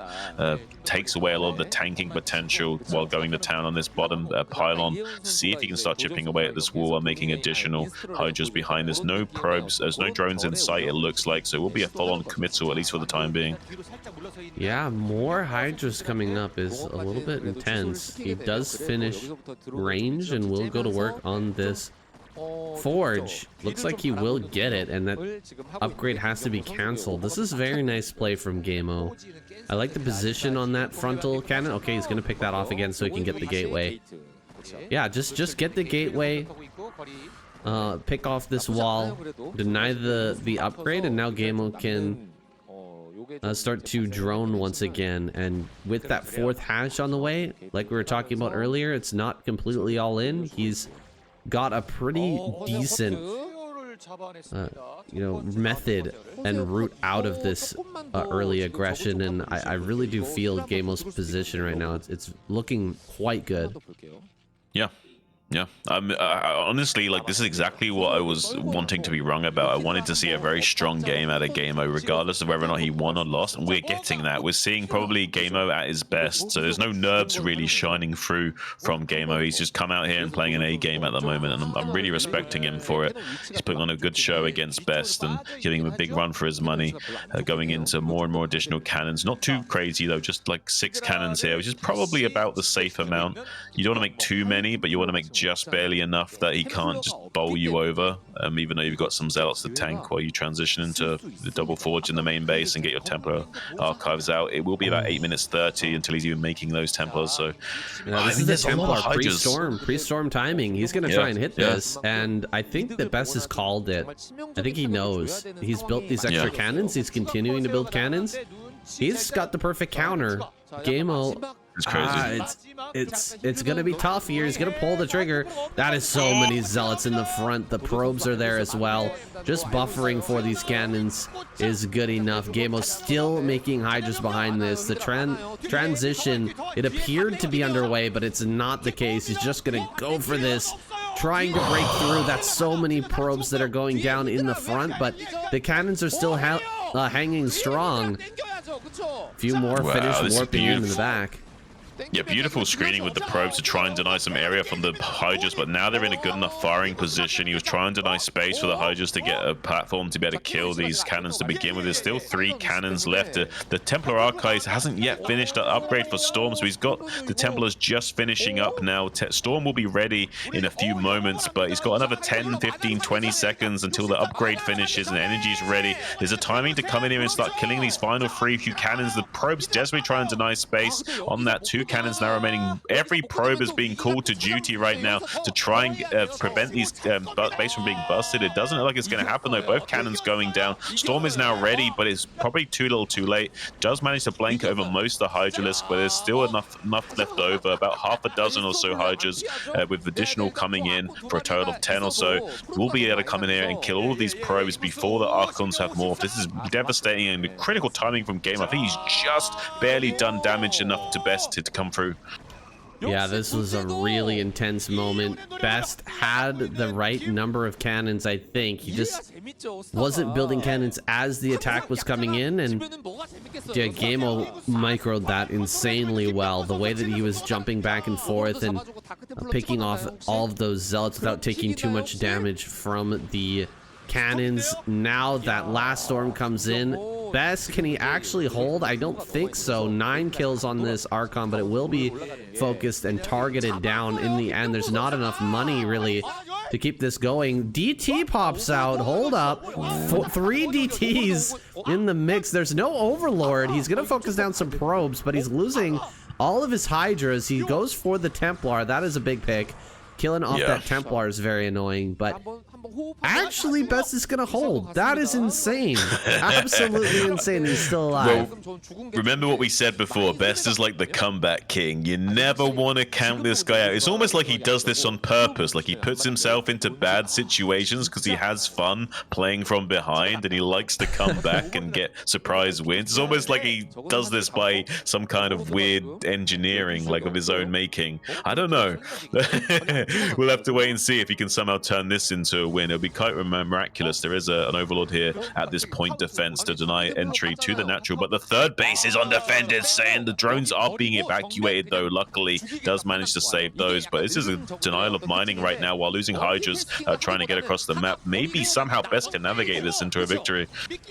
Oh, he's gonna lose all the DTs. How many cannons does he have at his natural, and how many storms does he have as well? That's the big question. Not Quite enough. a few zealots are available, and +1/1 should be done. No storm energy available, but Gameo doesn't know that, and so he's being a little bit careful with how he jumps forward. He does get on top of that Templar. There's potentially one storm. No storms available. Oh, both the Templar get taken down, but the cannons finally finish warping in. There's 2 zealots, 4 cannons. Is it going to be enough? Shoot, it's so close. It's so close. With the probe screening, it's just barely up. No. He needs to keep blocking with the probes. He can't let any Hydras get surface area like this. He's going to kill another additional cannon. He needs to be a little bit more forward thinking with the positioning of these probes. You have to move into position as the Hydras do, or you quite make it. Unfortunately, there's enough Hydras here that I think he's going to be able to bully this down now. He needed that 3rd cannon so critically. The other cannons are now going to start to warp in, but it might just be too little too late. The probes, though, doing such a great job of buying time. There's another High Templar out there that's so precious, like gold dust, saying 60 energy on that, though. Another 10-15 seconds until he can storm. Beautiful screening of these probes, but he's barely holding on by a thread now. Additional cannons being killed as they're warped in. There is a critical timing here. Gamer, though, mining on 2 bases. He just barely able to churn out 3 hatchery worth of Hydra to finish the job, but he might have just barely been able to do so. Final cannon goes down. There is still 1 warping, but now there's like 4 High Templars trying to get their energy. It's like a game of roulette. Who can get their energy first? Unofficially unbelievable, saying unable to deny the space on these Hydras, though. They will kill this cannon yet again. Dark Templar going to be getting into the main base, though. That Dark Templar's done so much work. It killed both the hatcheries at the 3rd base, so this is all in from Gameo. He's got no other choice but to win the game right here, right now. Probe still off the line. This DT in the main has 10 kills, and it's killing more as Gameo's trying to push in. He's going to lose the last of his Hydras. I can't believe it. Best wins the game. What do we see? I told you he does it. It's like he does it on purpose. Oh my gosh, just about killed KCM. He's falling out of his chair. It's like he does it on purpose. I can't believe this kid, man. No, he's too much. No. Oh my god, he's too much to handle, man. Unbelievable. Best. How the hell did he make that work? Oh, it's so crazy. I can't even begin to explain to you how crazy that is. Best Oh was my down God. to one cannon several times during those fights. He had almost nothing left. We were fighting with probes for the majority of that game. Oh, the probe screening was so elite. It was so good. Oh my God, I've never seen anything quite like it. That's going in the Oh my folder God. for sure, Shun. That was an insane hold. One of the speed running through that game number 2. It's kind of hilarious to me, Shun, that you know, you were talking about the 4 pull so long. That's and ridiculous, then the one time someone finally pulls it out, it gets completely shut down. That's ridiculous. Oh my goodness. I won't even Caster's hide curse. my saltiness. I won't even hide my saltiness at that. I mean, what are Zergs meant to do? Huh? Like, come on now. Come on. I think this is map makers need to, like, you know, butt their ideas up. We've been giving Terrans, we've been throwing Terrans a bone one too many times, okay? Maybe so. Maybe so. Difficult to say what would have happened if that was a different map. If it's a 4 pull on this map, for instance, Right. I think it's a lot more likely to be successful because you have the possibility of not getting scouted with the initial SCV, and there's not a chance for the Terran player to bring everything down to the natural. But you can see that there is definitely a clear understanding for these Terran players, like what needs to be done to just survive the 4 pool, even with the wall in. It's not an instant win for sure. Oh, you better believe these entitled Terrans know they're in balance. They just won't admit to it. That's the thing, right? This is the problem that we have. Like, they know it's OP. They just won't admit to it. They know. They've got it mapped out. They're fine. They're happy. But if you anything else, anything that is, like, unfair for them, they'll be the first people to tell you, right? They're so outspoken. That is true. Terran players are definitely the loudest when complaining about imbalance. It seems to me anyway. There are a few pretty loud Protoss players in the comments, you know who you are, who are complaining about the maps and the fact that Protoss hasn't won too many ASLs as of late. But yeah, but Terrans tend to be quite loud. The vibe I get from the Protoss players is more like the loud worker class guy at the bar that's just, like, you know, had a rough day and wants to, like, you know, let off some steam. Whereas the Terran are like those real entitled nerds you get, you know what I'm saying? the blue collar Protoss player. Yeah. I definitely I get the visual here, Shun, and I think I agree with you. We've got YSC down here, grabbing that Nexus up on his high ground. He's got the Zealot probe combo, just kind of chilling up here, waiting for a challenge from Royal, but Royal gonna wait for his Vulture and a couple of SCVs to kind of join with this army, be able to push this back more successfully, more quickly.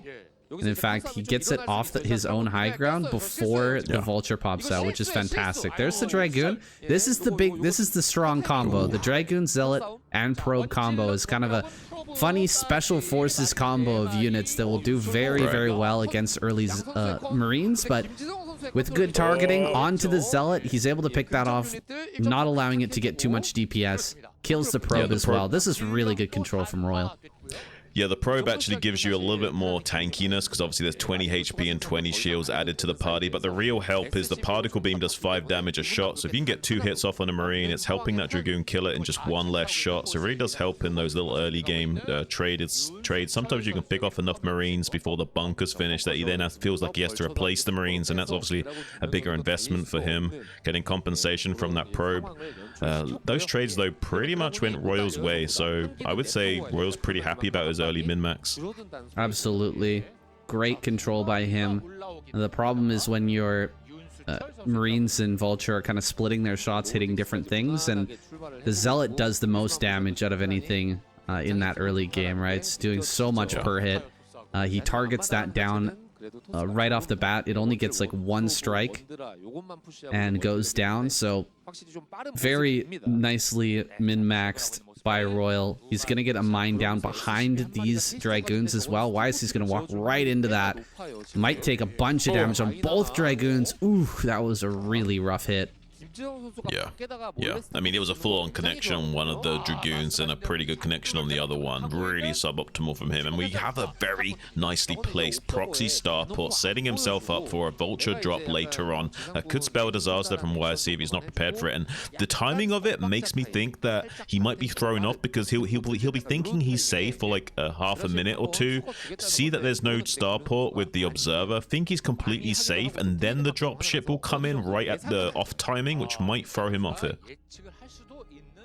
Yeah, this is pretty sneaky from Royal. It's very unlikely that YSC will find that. That's not in a very optimal location. Like maybe down bottom right, one of those spaces, hiding the starport might be a little stronger, but just having it out on the map at all means that when the observer comes into the main base and sees the factories and doesn't see a starport, he's going to maybe discount the fact that there's a possibility of a drop coming in, and then Royal can actually get some good damage. We're about to see that observer come out. It's heading across the map now. There are some Dragoons in the main, but we'll see if YSC pulls his Dragoons out of that main base and stops defending once he sees what's inside Royal's main. I mean, the main issue is that this dropship will come in at a slightly weird time. It won't come in at a normal time. It'll be ever so slightly delayed, so he might like think he's okay because the timing hasn't hit, and then his observer scouts just at that moment and he thinks, he's okay, but he's checking for a lot of mines right now, so he won't actually scout inside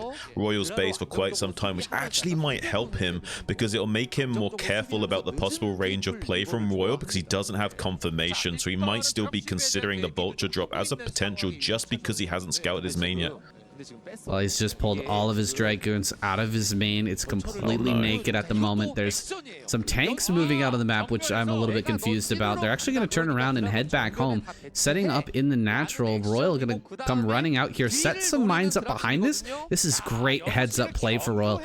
Right as the drop comes in, and chaos ensues in the Protoss main base, we're going to have... Oh, God. Oh, hold on a moment.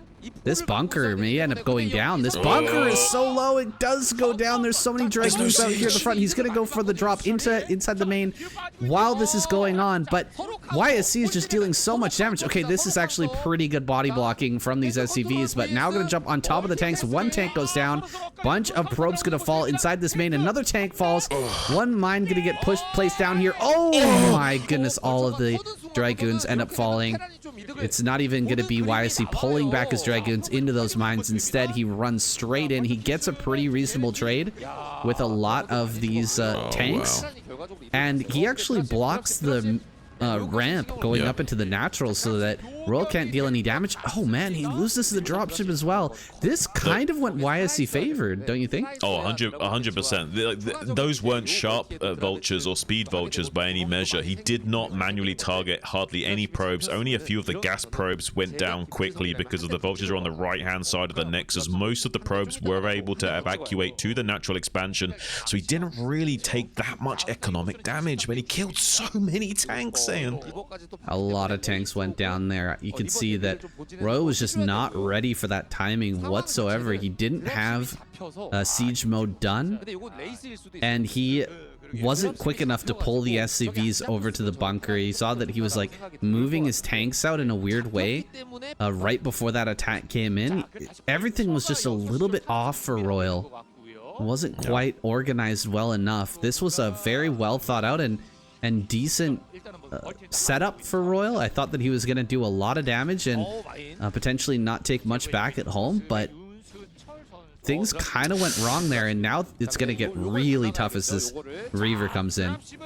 Yeah, I mean, luckily he has a pretty good turret setup, has one of these siege tanks sieged up out there as like a bare necessities, and does have these two pretty strategically placed mines off to the left-hand side. Maybe he'll detonate that. Oh! I think he managed to avoid the hit there. Like, really quick pickup from YSC. He has to be confident like Snow with his micro to be able to detonate that mine and not take damage from it. It's a very tight window to get that, like 1 or 2 frames. Very difficult to do, but as you can see, he seems to be pretty confident with doing it. YSC much more confident with his shuttles than we saw previously. Gone is the days where the shuttle would just run in and die for free. We finally see a little bit of Snow-like confidence out of him. Yeah, I remember those days. YSC donating his shuttle into the Terran base. Not anymore the case. He's ready for this drop. I'm surprised that we're seeing this follow-up drop. Oh, he gets the kill! As it's coming in, only one vulture landing in behind these mineral patches, and I think it's stuck. Like little doodad there. It is. Gonna prevent him from running away. Looks like the Dragoons are gonna take some time, so he manages to get like 3 or 4 kills. 4 kills on this vulture, which is kind of crazy. 5 kills, in fact, which is actually reasonable damage for that drop, but he almost shut that down perfectly. Yeah, I mean, I'm really surprised with YSC. Like, he's been playing so much better, right? Like, once upon a time he would just fall apart at the seams and just seem to, I don't know if it was a confidence issue or consistency when playing like in a live event or whatnot. I don't know exactly what was going on, but he never seemed to play this consistently before. But recently he's had like the last season or so, he's had a very much stronger showing, and I've been really impressed with him. Yeah, talking about recently, like you're talking about just the last few weeks of KCM alone, right? He showed up big in the semifinals, and we were both very surprised, but he's looking really good now in this game. And Royal is, I mean, kind of submitting to the fact that he's going to need to go for a longer game now. He's lost too many tanks. He's going to try and secure that third and get into, late game macro. He's going to have that science facility finishing up soon and continuing those upgrades, but he's not going to be ending this game anytime soon. Yeah, I like that Royal's just going straight into the gas expansion as his third. Doesn't want to risk this mineral only. It's just not valuable enough. He needs that gas critically. It will be slightly harder to hold this position. These pizza slices are very challenging. A little bit scary for the Terran player to go up and down these slices without knowing where the Protoss army is exactly. You can just walk into your death if you walk unsieged up a hill and suddenly there's Dragoons there raining down on your tanks and you're fighting low to high. It can just be a game over for you. So can be a little bit daunting to move out as Terran on this map, but Royal needs to just keep on top of the scans, keep an idea on where the army movements are based on the mines being cleared up on the map, so he needs to keep laying down those. If he can hold on to this third base for some time, maybe there's a little bit of hope for him, a little bit of light at the end of the tunnel, but I don't know, I'm liking YSC's chances here.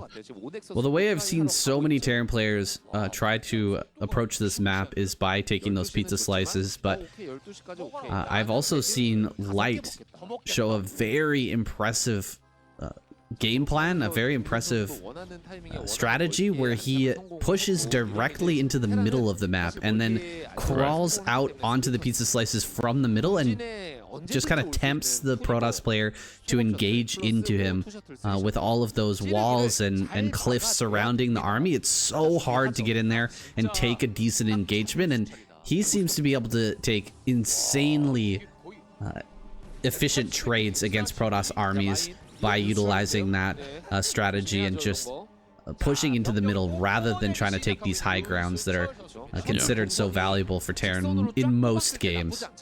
It just shows how valuable the center of the board is, like in chess. Even if there isn't a bit of minerals there to like supplement your income for some vultures, still so valuable just to take that positionally. This little poor man's recall going to be coming to the main base though. 3 speed shuttles. There is quite a significant amount of mines and turrets to deflect this, but the vultures are going to be in position as well. But there's 2 Reavers that are popping out. They could be doing a lot of damage here, but so far Royal is in position to do a lot of cleanup very quickly. Only 3 or so SCVs going down to that Sonic Storm, and it killed itself in so doing. So I don't know if this is that much value here for YSC. It's not bad, but honestly, all it's doing is sandbagging the Terran's progress. This isn't the kind of probably value he was looking for, and he didn't even clean out the turrets, so can't make further attempts easier either. So this isn't really what YSC wanted. This is a little bit of glimmer of hope for Royal if he can keep trades occurring in this sort of manner. Look at what YSC's been building behind this. How many zealots do you need? So many. That is so many zealots.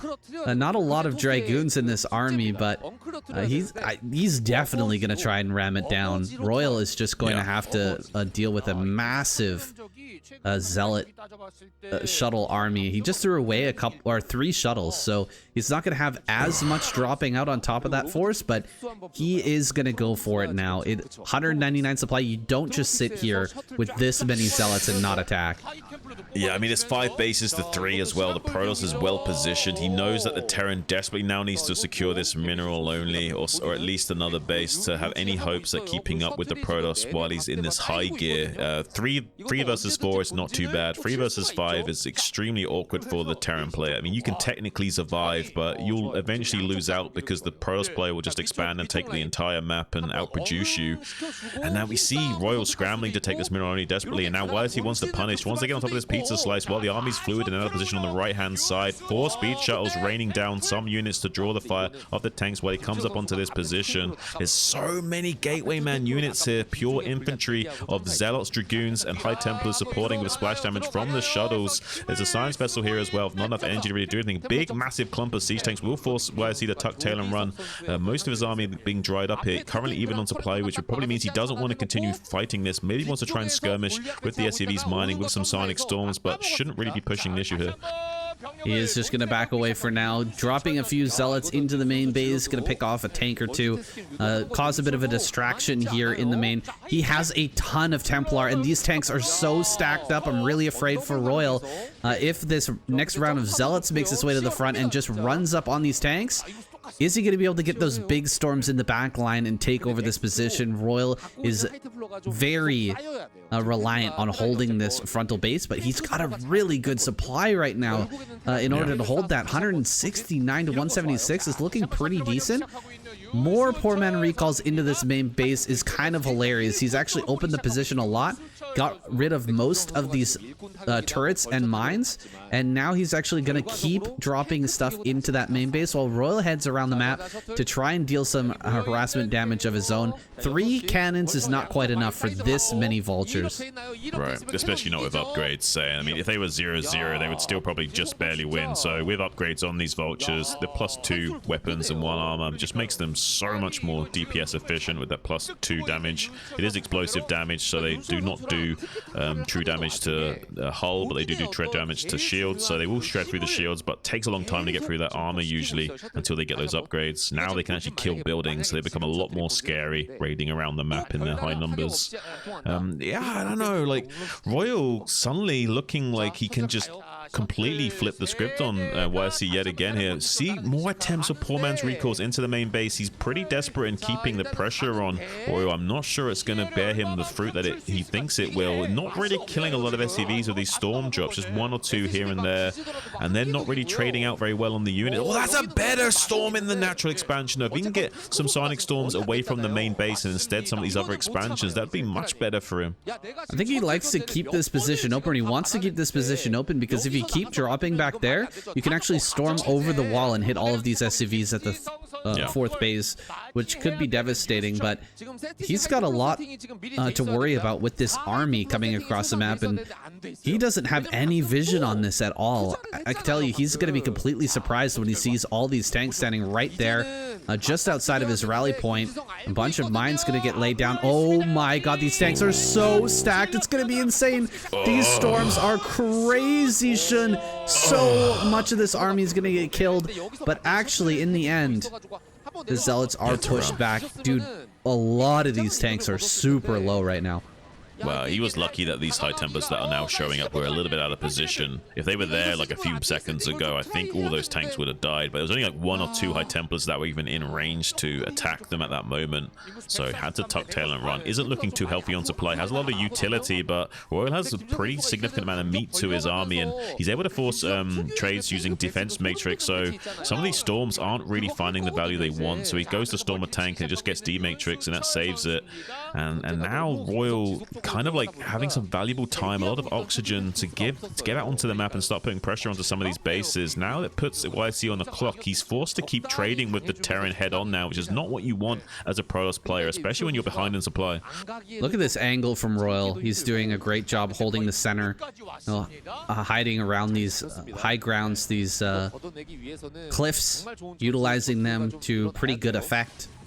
It's going to be hard to dive into that, and he's keeping a bunch of Goliaths in this army as well to just continue to shove back the shuttles, which have been, you know, key with this this type of style to actually break these tank lines. He's not allowing them to just indiscriminately land zealots on top of everything. Now YSC moving around the army is trying to get into a position where maybe things aren't as well defended. He's coming forward with these shuttles, going to try to drop on top of a bunch of these tanks that are being reinforced. He actually kills off a lot of those, but he loses his Templar to just a single mine, and the tanks are actually going to hit this fourth base. YSC is in quite a lot of trouble. Royal is eclipsing him in supply, taking control of this game. I really do feel like YSC kind of fell apart with his macro a little bit earlier on when things were getting a little bit insane. When he was doing those drops and trying to attack in after he maxed out the first time, he gathered up a ton of money but wasn't really hitting his macro cycles and following up like someone like Best, who could just overwhelm you with the macro rounds just flowing out of the base the entire time. It felt like he just lost momentum in this game, and now Royal has seized that momentum and he's starting to roll around this map, taking out bases left, right, and center. Yeah, you're not wrong, Sam. Unfortunately, Royal's like championship demeanor kind of shining through here a little bit and kind of outdoing YSC's experience level. Not really up to par. Oh, beautiful EMP as well, not connecting with those high Templars. This is seriously rough for YSC. Just unable to find value at any junction at the moment. He's never going to be able to get ahead on supply again. He's either like equal on supply or just trickling behind. Royal has just been non-stop pounding him as soon as he's got this fourth base under control, and I guess that's why he was so desperate in getting up into that position. But like you say, he doesn't have the finesse and tactical know-how of Best to just know when to commit to these attacks and to have the powerful macro behind it to get it actually done. Instead, we see these desperate attempts from him to try and take some positional advantages with these pizza slices, but unable to really accomplish much by it just because he's winning out on the numbers game is Royal, just by how far ahead in supply he is. Yeah, he's going to get in range to cast a couple of storms. They're doing a good amount of damage, but there's another great EMP. Royal deciding to utilize the EMP rather than that D-Matrix. Both are great tools against the storm. YSC being pushed back on all fronts. He's having a very difficult time making any progress towards this base over in the top right. Royal setting up a bunch of mines to just slow down any excursion moving up into that position. I want to mention his starport up in the top right is still not scouted. That thing has just been sitting there pumping out science vessels the entire game. Science vessels and dropships is what that starport's been making, and now we're hitting that max supply. Royal is going to slowly move towards this middle and start to choke out YSC. There's really no way for YSC to take the right hand side of the map any longer. I mean, Royal's been finding so much value across the board. The only time those the vessels weren't providing value were when they were dematrixing tanks that were being killed so quickly because he had so many of his own tanks splashing them, but that's just a representation of how strong his army was due to how many tanks there were. So really, the only time that his units weren't providing value, which was when he had too many units. Yeah, that can be the case with Terran. Having just too many units to micro and move around the map, sometimes that's a hindrance. It's not as easy to utilize your units as it is for Protoss to just A-click an army into your opponent's tanks and vultures, especially if they are, you know, uncontrolled. Both armies being uncontrolled, all things being equal, the Protoss army will take victory. There you go. He finds it. Oh, there it is. Right before he taps out, he's gonna find that. I mean, I would like to think that YSC's smiling a little bit after finding that starport, and he's like, finally I found it. At least I can GG out of this game knowing what happened and knowing exactly where it was. I mean, that's something. He's gonna be a little bit frustrated with how this game has gone, but maybe that's a small moral victory for him to lick his wounds after this game closes out, because even though he's currently even on supply with Royal, it's gonna be very difficult to end this game. He's kind of counting on Royal making a mistake. Like, the only way Royal's really losing this game is if YSC just plays standard and somehow Royal makes some big mistakes. But he is coming into this race killing a lot of SCVs. He's hoping Royal will turn around and send a lot of army to deal with this. He doesn't want Royal to come out and challenge him onto the map. He wants to do a counter attack onto the mineral only while pulling the army out of position to the top right quadrant. So far, Royal's not really done anything with his army in terms of turning around, so he might be able to get here and defend this pretty quickly. Yeah, Royal's gonna turn everything around and head back to defend. Maybe he gets some really good storms on the retreating army. Those some pretty decent storms, but a D-Matrix comes out to deal with that. A lot of SCVs have gone down over here at the 5th base. Even more are going to fall over at that 4th, and the Nexus down here at 6 o'clock may end up going down as well, but this is not a huge amount of damage to YSC's economy. I would like to see Royal split off those tanks and actually take out the base down at bottom right as well. So this storm could be huge. He's coming up the ramp. He's got the energy for it. He's going to cast it on the ramp. He does get all of the vultures, but those SCVs will get away. That was kind of a mix-up. I'm not sure if Royal is still that far ahead anymore. It's everything's been thrown up in the air. A great move by YSC to just kind of mix things up now that we're in late game. I mean, attacking that army head on would have been instant death, and he found like the one way for this game to continue. Yeah, I mean, technically, Royal's technically doing okay on paper, but YSC has created enough chaos to climb here, unfortunately for Royal. There is now much more oxygen for YSC in this game. It did look very hard for YSC to win a moment ago. Now it's not quite as hard of a thing to envision. We still have a lot of paper advantage for Royal to work with, though. He has good position and has a lot of tanks and has managed to establish himself on this mineral only on the 3 o'clock. So if he can use that as a little outpost to push out YSC from this corner of the map as well, he will win out on bases. So just needs to hold the game state and stop this base from going up. Beautiful storm drops though from YSC, killing so much of the economy of Royal. It might be enough to put a dent in him to finally get an advantage. Yeah, he is bursting ahead in supply for the first time in quite a while. 40 supply advantage. I think he needs to do another move though. Like, he can't just take a straight up fight with the army. Right. Even though he's got this little bit of a supply advantage, he needs to do another move like he did a little bit earlier, where he gets the Terran army out of position and forces him to walk unsieged tanks into some of these storms. That's the way I think that he'll be able to win this game if he ends up winning it. Royal is just gonna sit though with his defensive position and not move for a little bit longer. He's waiting for a higher supply to start to push out across the map and take a fight. I like this from YSC more, where he's already got some Templars in position on the northern flank in case there's an opportunity to attack, rather than pushing up into there with your units and waiting for the Templars to catch up while you're already engaging with your forces, and they're not even there to position to storm yet. So I like this more like cautious approach from YSC, like setting himself up to exploit that position once he now does some like jabs over here on the right hand side of the map to kind of blindside Royal. He's now going to commit more of his forces over to this right side of his map, and then he's going to go with his army on the left.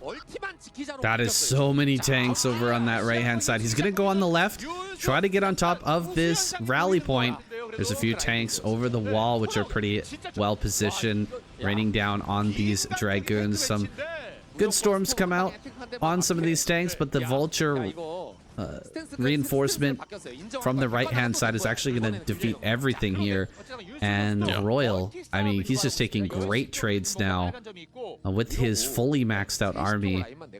All of the upgrades are here. Gonna go ahead and unsiege a lot of these tanks, trying to not splash his own tanks down, but YSC actually gets a reasonable trade with that shuttle, and he's looking towards this natural once again, looking for where Royal is not strong and trying to hit him where he can without taking on the bulk of the army of Royal. This is a great trade as well, killing off a ton of SCVs there.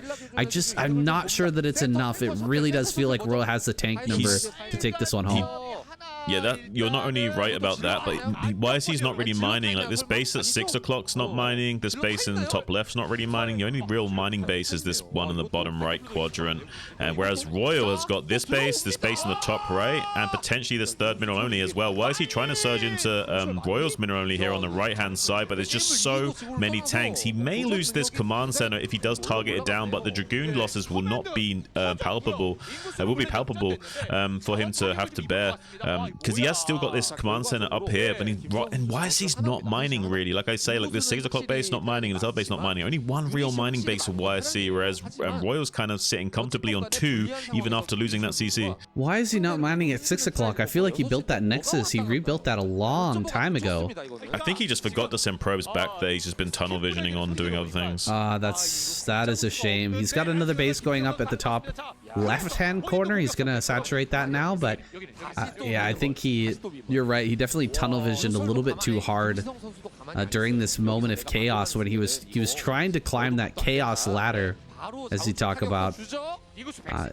He made a lot of problems for Royal, but he created problems for himself as well, and that he just didn't have enough attention to deal with all of the stuff he was trying to do while taking these bases and saturating these mineral lines at the same time. He's managed to clear out the tanks that were attempting to kill the bottom right. He's got some mining going on the top left. He's got 6 o'clock.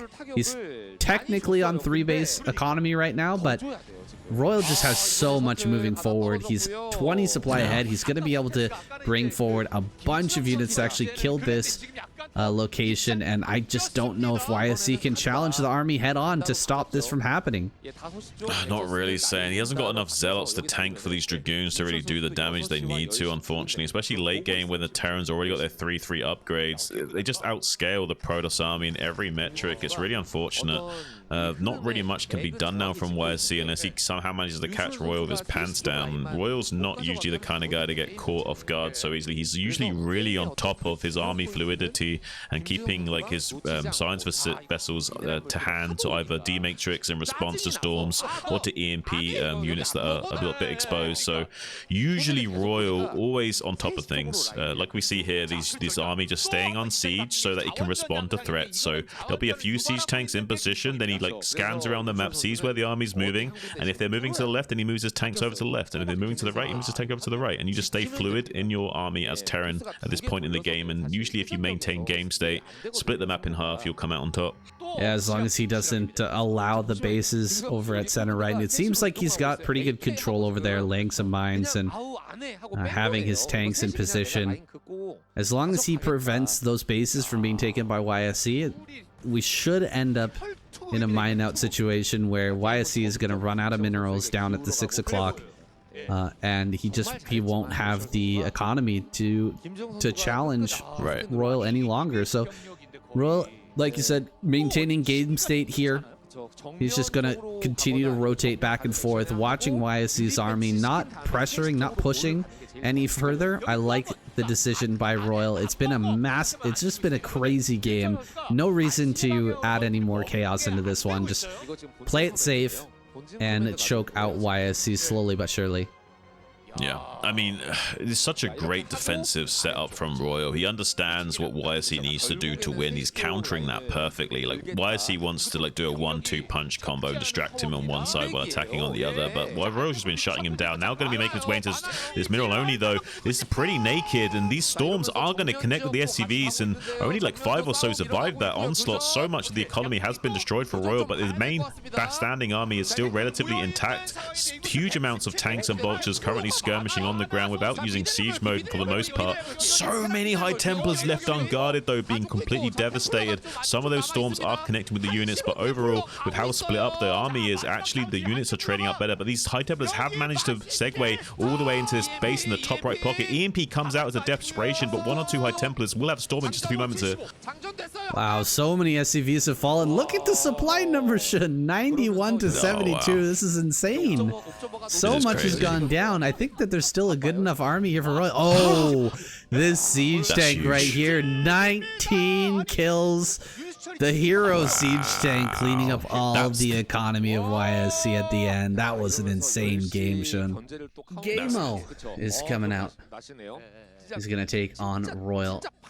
I was really impressed by Royal in that last game. The fact that he was able to get a tank over to that corner while all the craziness was going on to get that final kill was very impressive. Like, there was a lot of stuff going on.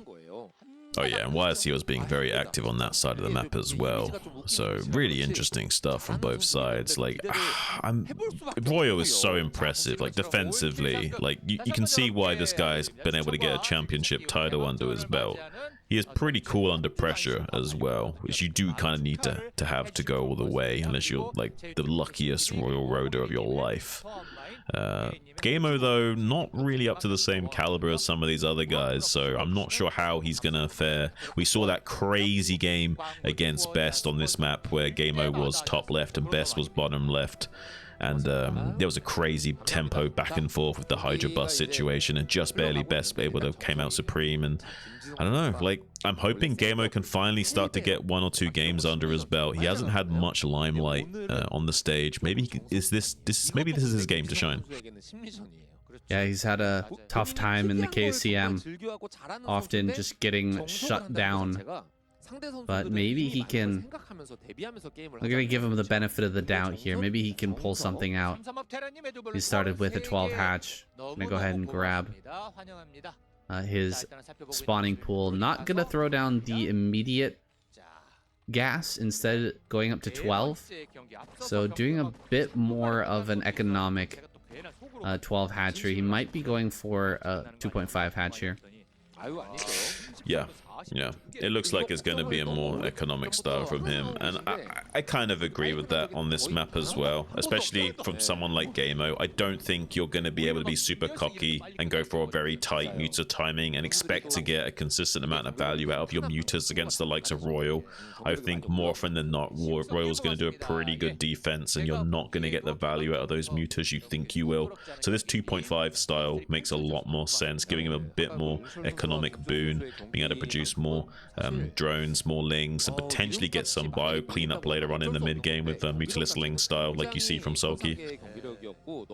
We see the first couple of Marines pushing across the map. They're going to hopefully push the drones away from the natural. He actually shies away from that though, turning back with these Marines before making that attack happen, and Gameo's just gonna go ahead and continue to mine happily. He's got a couple of lings out. That's all he built, which is a little bit surprising, seeing those Marines coming across. Okay, he's got a couple more. So yeah, he did go to 4 lings, which is pretty standard in this early game. He's going to be able to push back this SCV, try to pick that off. We'll see how much time and effort he puts into trying to take that down, because you can't really hide anything as long as this SCV is in that main base. And with the lair just about to finish up, you're not going to be able to hide any tech, and Royal's going to know exactly what's coming. That's a pretty good situation for a Terran player of this caliber. Yeah, usually with a 2.5 style you won't see too much tech shenanigans. Sometimes you'll see some Zergs on the ladder do the double tech thing where they'll make a Spire, an Evo, and a Den. Sometimes it's kind of a weird thing where they just want to really throw you off and you never quite know what they're doing, but usually it's just like a little cheap mind game, and they play the same way each time. So if you get up against the same guy, you know, eventually you'll be able to figure it out. But it can be annoying and throw you off as a Terran if like you scout them and they've got everything. They've got a Spire, Den, and an Evo. It's like, is this crazy Zerg? Is this normal? Is this Lurkers? What is going on? Definitely not optimal, but sometimes the unoptimal thing, if it's you know, not standard and it confuses your opponent, can be the optimal thing, kind of counterintuitively. It's not going to be anything crazy here out of Gameo, and he hasn't even sent out a drone just yet. Instead, just working on this 2.5 hatch, he's going to pop out a bunch of mutas, try to put on that pressure roll, going up to 4 racks. Yeah, I like this. Did he? I think this guarantees him coming out onto the map as well. I mean, 2-3 is okay. It's very mid-range, but this 4-Rex almost guarantees you being able to contest the Mutalisks and get out onto that map and at least force the threat of a counter-attack and get some control early in the mid-game. So I really like this decision from Royal. So he went for the early +1 here, huh? Yeah. He's got Yeah. that probably about halfway done. He will have a little bit of a... Evolution Chamber. He's going to have a little bit of a slower... Oh, wow, look at this run by. Can't get my words out. That's cheeky. Nice job running right up into the main base as the barracks lifts off. Great timing by Gameo, just realizing that you're probably going to lift that off in a moment. And he's just paying attention at the very perfect time to get up in here and start to cause some chaos. Not really going to get too much out of this, but there's no turret over these barracks. The mutas are going to come right in and deny this. This is actually fantastic for Gameo. He's going to cause some real problems here for Royal. There's no turret over the main base. He slows down the factory. This is fantastic play out of our Zerg. Oh, this is madness. And he's getting so much slowdown as well. Like, he slowed down the factory, and he's going to be slowing down the production. There's only one turret that's established on this barracks. He's made the bare minimum. This isn't a standard amount of Mutalisks. He's only now just got a bare minimum of 7 to snipe SCVs. This is not a crazy amount of Mutalisks. And he's getting so much damage to Royal with a bare minimum amount of Mutalisks. How greedy is Royal that he went such a cut on his turret timings? He felt so super safe with his 4X, and he thought, there's no way these 6 mutas are going to come in here and rip me apart. And those 4 lings did enough of a wrench in the cog work of Royal that he couldn't keep ticking over for the muta timing, unfortunately. Really well done from Gameo to find a tiny window here to make himself look like an almost contender at this tier of play. Is impressive. Yeah, that was something that you rarely ever see. Zerg player timing it out to exactly when the Terran wants to lift off their barracks and then running in at that moment. Stellar decision making, stellar reaction from Gameo to just get in there and start to throw the Terran player off. Now he's got a bit of an advantage. He's killed so many SCVs. I don't know even how many, and he's following up with double evolution chamber, going for crazy Zerg. Yeah. This is a great spot for Gameo. I mean, he's not going to do anything after this. He's trying to win my heart with this right now. Like I was saying, like, maybe this is his game to shine. He's really putting a performance on, and like he's speaking to my heart with this crazy Zerg style. Like I'm liking it. I'm really impressed. Well, Royal is responding properly. He has immediately thrown down, like, he realizes that he's not going to be able to just come across the map and kill. He's taken too much damage. He needs like a later game solution. So he immediately gets his science facility and goes into double eBay, which is just fantastic. This is gonna it's gonna guarantee that he's always gonna be ahead in upgrades, right? And he's gonna have double upgrades pumping. This is fantastic for Royal, but it doesn't solve the problem. It just kind of gives him a decent out in the late game here. Considering how much SCV damage he did with minimal Mutalisk investment, and he slowed down the factory, even just a tiny bit is a huge deal when you're going crazy Zerg. Like, just having a slight extra window of having an armor upgrade advantage with the Ultralisks will spell disaster for Royal later on, potentially. I'm a little bit nervous for Royal. Absolutely, I'm nervous for him as well. That's so many drones, dude. Gameo hasn't had to build any sunken colonies at his front. He's got like 2-3 sunken colonies there. Usually you have to build like 8 to hold off the... more critic. But he didn't really make that many Mutalisks, right? He didn't like go crazy. Like, he made like the bare minimal amount of mutas and still got so much damage done. So relatively speaking, he's been getting away with murder, making so many drones back at home and killing so many SCVs with such few investments. Now finally there's this irradiate for Royal to play with. Maybe he can come out onto the map and put some pressure on, maybe force some big trades out in the center of the board as he tries to come up into the third base. base location, it'll be probably too tricky to come into this natural expansion with the Sunkens being added on, but maybe Royal can get up into the top left. There is a Nidus already there. These mutas have been softened up by this Irradiate, though. Maybe there's a little bit of a hope and a prayer for Royal if he can come out onto this top left base in time. Already one Sunken being set up there to sandbag. I don't know if Royal's going to be able to get it done, though. I have a feeling that Gameo might run away with this game. Yeah, Gamo's been able to get away with a lot, having that base in the top left mining, while not really having any solution to just mass marine. He's just been able to slow down Royal so much that he's still stopping him from really moving out and being aggressive. Gonna lose. So, some of these mutas, he lost a Scourge as well. He lost one Scourge? No, he kept both the Scourge alive. That's pretty good. Okay. Could potentially dive in and kill one of these science vessels if they're slightly out of position. A lot more barracks coming up here for Royal. But dude, we're just gonna see so many ultras. Yeah, it's gonna be scary. And the reality is that Royal's technically not gonna like die necessarily. He can always like turtle and like block the gaps with his SCVs and buildings, and you know, hold on to a thread basically. But the reality is that how is he gonna take a third? How is he gonna stop the Zerg taking a fourth gas here? I mean, Gamer might not win the game right here, right now, but eventually he will starve Royal into oblivion, and I just don't see how Royal's going to win the late game. He's sewn up tightly. The only real way that he could have done damage here is if he somehow did a counter offensive with some gambling drop shits, but he's only been pumping out one star put worth of production here, so now he's not even got a big fleet of vessels to really contend with the huge count of ultralisks that are stacking up either.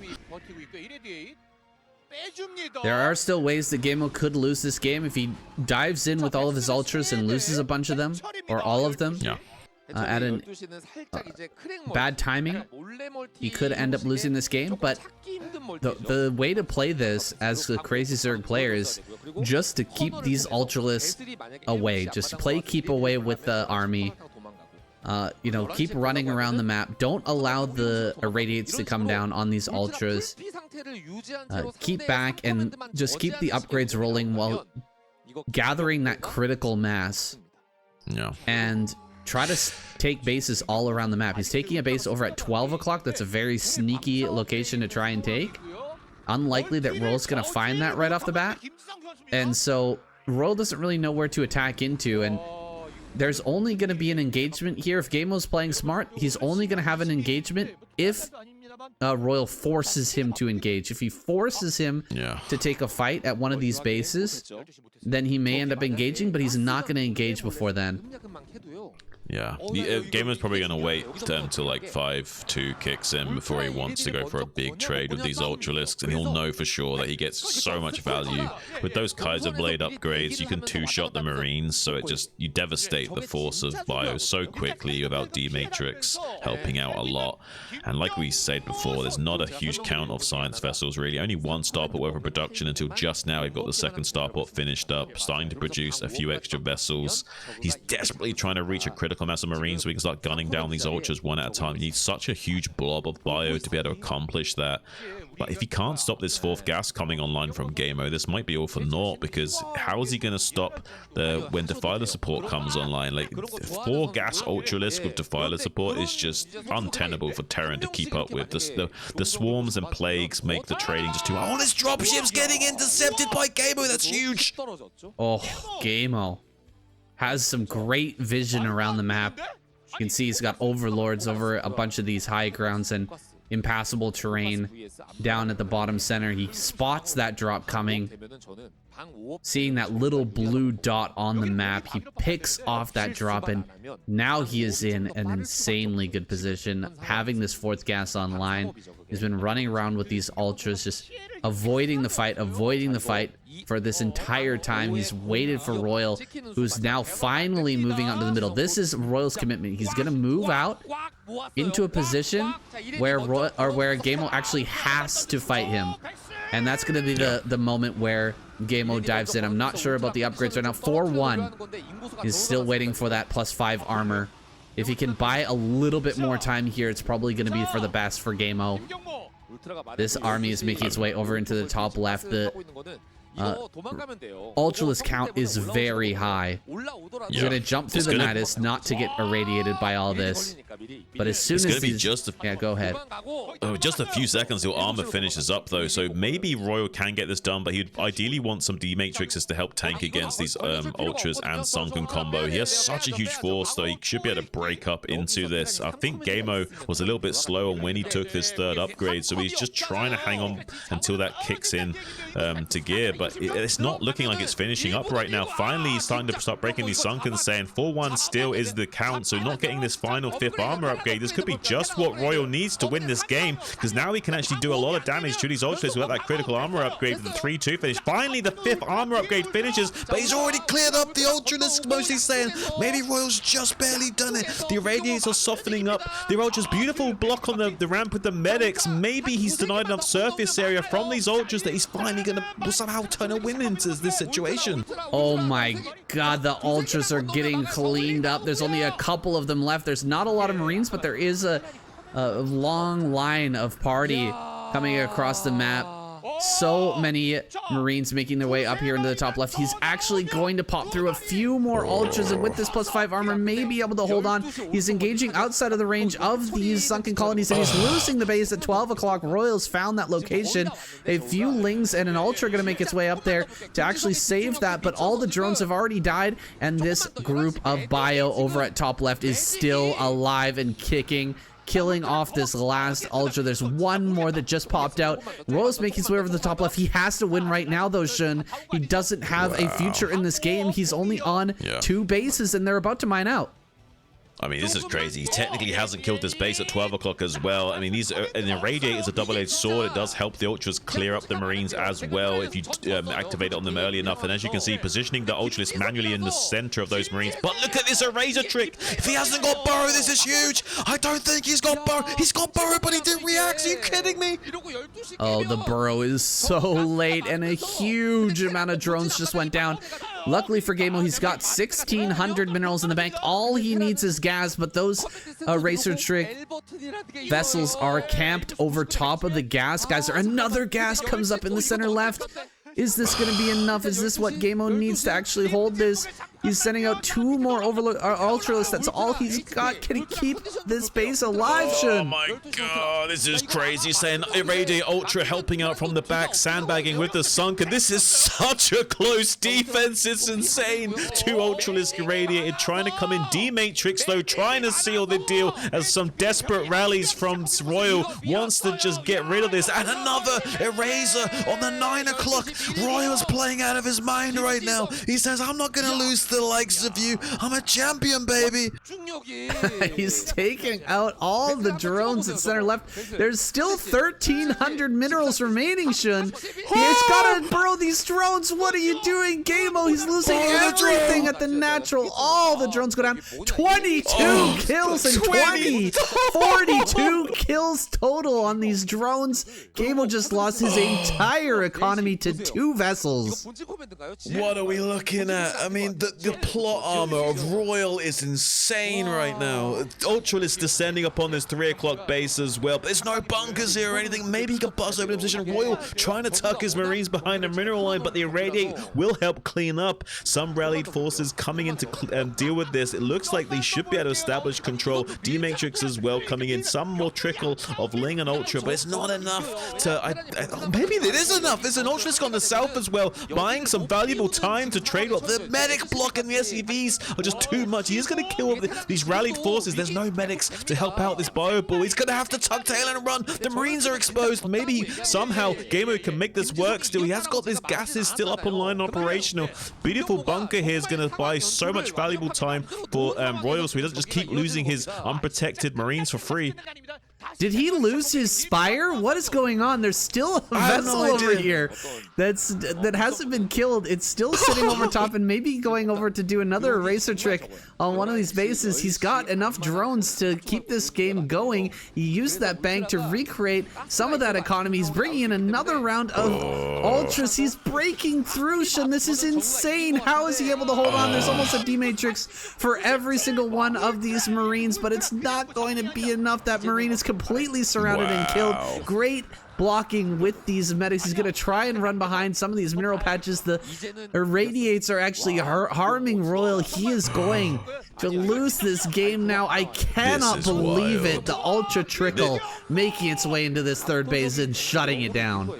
I mean, this is turning into a Marine Special Forces UMS very quickly. I don't know if Royal is going to be able to handle this situation. It's a big, tall order for him to deal with. Ultralisk still spelling this out. He's going to tap out. GG. Gameo has done it. He's slain a champion tier player on stage at KCM. Gameo, finally, with a bit of aura. Oh my goodness. What an insane finisher there from Gameo.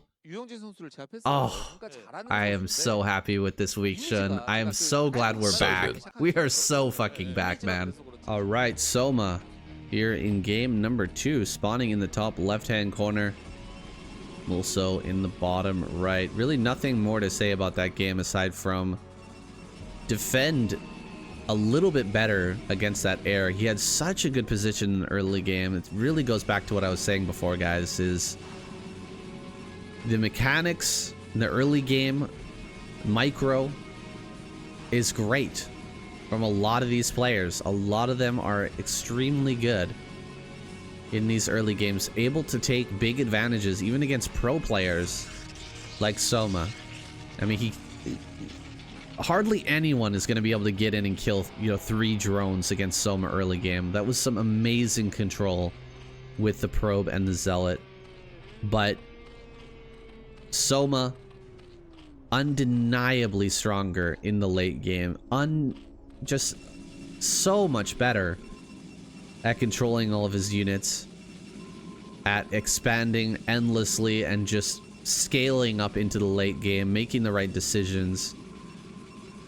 And so the mid-game Mutalisk play, it just wasn't responded to correctly. It was a great way to come back. That's generally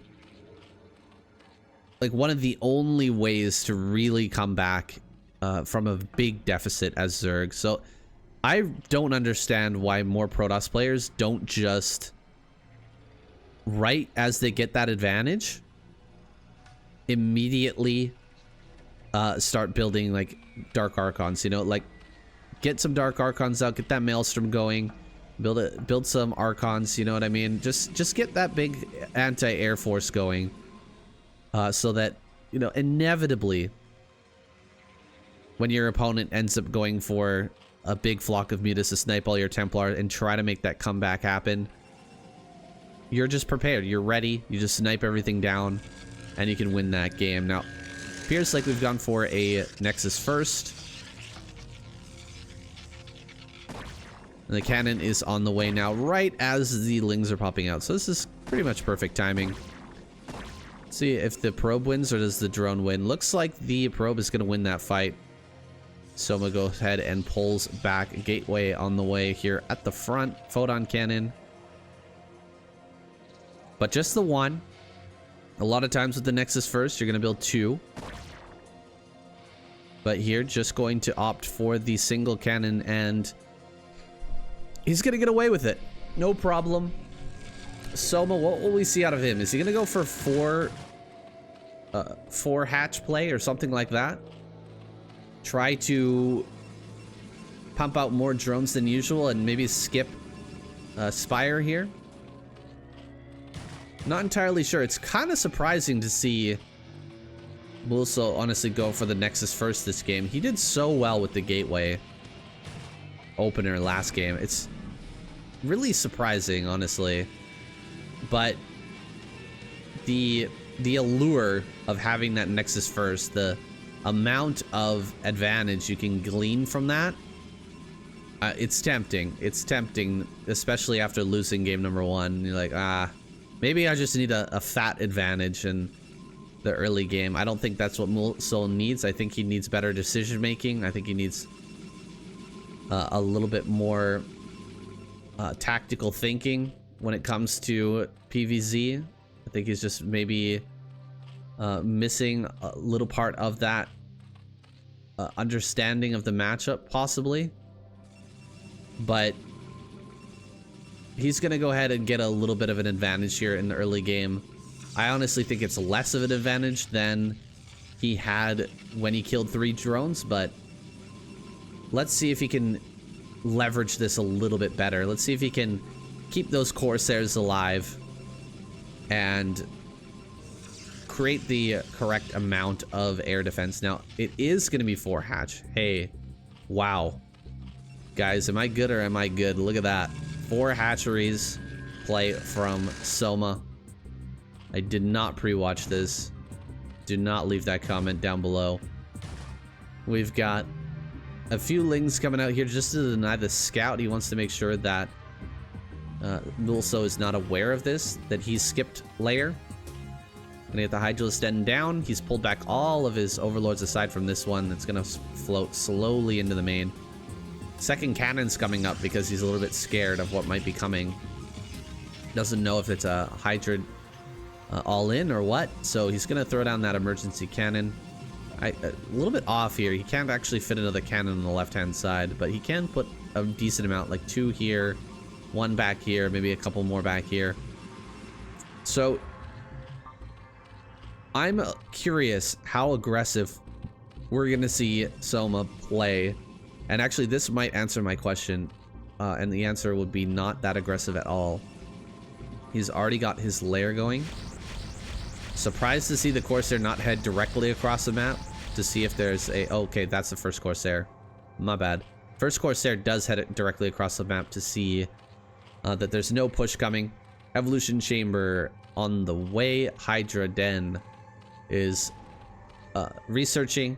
Gonna keep all the overlords here at the front and start to really pump out drones. So we're gonna go up to like 45, get those 6 hatcheries going ASAP. I was kind of wondering if he was gonna go for like 4 or 5 hatches and then just keep making Hydras and kind of hit a weird timing just before Storm is available, around like 9-minute mark. But with the layer coming up and the extra drones that he's making, I feel that he's not going to be pulling that type of move. He's actually going to be very focused, laser focused on getting into the late game, getting in this 6 hatch Hydra. He may end up throwing down a Spire and switching into Mutas in a bit here. As soon as he pushes out the Corsairs, he might try to hide one, but these Corsairs are scouting everything, and so there's not really an opportunity just yet for him to try to hide that somewhere. And so, you know, he's just going to be getting up to around 45 workers, get a 6 hatchery out, excuse me, and then start to push back these Zealots. See, the Zealots here, they don't stand much of a chance against the Hydras when they're microed properly. Now that the Zealot speed is done, though, it's a little bit of a different story. +1 is done. The Lings are not going to fight nearly as well. The Hydras are kind of caught out on the map a little bit, not stuck in behind this Sim City. And he is going to come in now, actually trap the Zealots in this corner. This is actually a big move. Oh, the DT in the mix, though, does change the math a little bit. The DT, you can't allow that to just keep hitting all your units. And so he is going to have to run away with a lot of these Hydras. Trying to flank this still, but the DT is doing work. 4 kills on this DT. And the Zealots are going to move back. Hydras trying to chase down these Corsairs. Now that Overlord speed is done, he can deal with that DT. We've got Dragoon range on the way. And there is going to be a Dark Archon. This time he makes a Dark Archon. I really can't understand, like, Mulso's brain. Like, what are we even thinking? Okay, there's the Spire finally as the Corsairs leave the base. I guess he's going to go for the Spire. But he's also left the Dark Archon here well in the view of Soma. So Soma sees that completely. He's like, okay, well, I guess I'm not gonna make any mutas, right? Like, why would I make mutas now? You're gonna have definitely enough energy for the Maelstrom, and you're gonna be sitting there waiting 100% for me to try and dive in. I'm not gonna get nearly as much damage with the mutas as I did last time, and I may even just lose them all. So why would I even go for it? Watch as he makes 10 mutas and completely proves me wrong. That would just be hilarious, wouldn't it? Wouldn't it just be hilarious? Now a lot more drones are coming out. He needs a 4th base. Okay, 4th base is gonna go up in the top right, I suppose. Big group of zealots coming out. The attack into the natural was not successful in the least, though. I don't think he killed any Templar in that attack, and he didn't kill any cannons either, just trading out a few zealots for a ton of Hydras. So that didn't really work out too well for Soma. He's on the back foot right now, just kind of hanging back, waiting for this attack to come in. He's going to get into a pretty good position against these zealots, but most of his Hydras are actually on the way in right now. Maybe he can kill off a few drones while he's here. Let's get 1 or 2 at least. Looks like about 4 drones have gone down, but with 52 workers, it's not the end of the world, that's for sure. Lurkers are coming up now. Lurker aspect on the way. This hatchery in the top right-hand corner might actually be denied. This is a great move by Mool. So if he just goes directly to top right, he will kill that hatchery 100%. He's actually heading up here, thinking that the hatchery might be there. But if he turns now and goes directly into top right, he gets the hatchery and he's going to be ahead. Yeah, this is going to give him a big advantage for sure.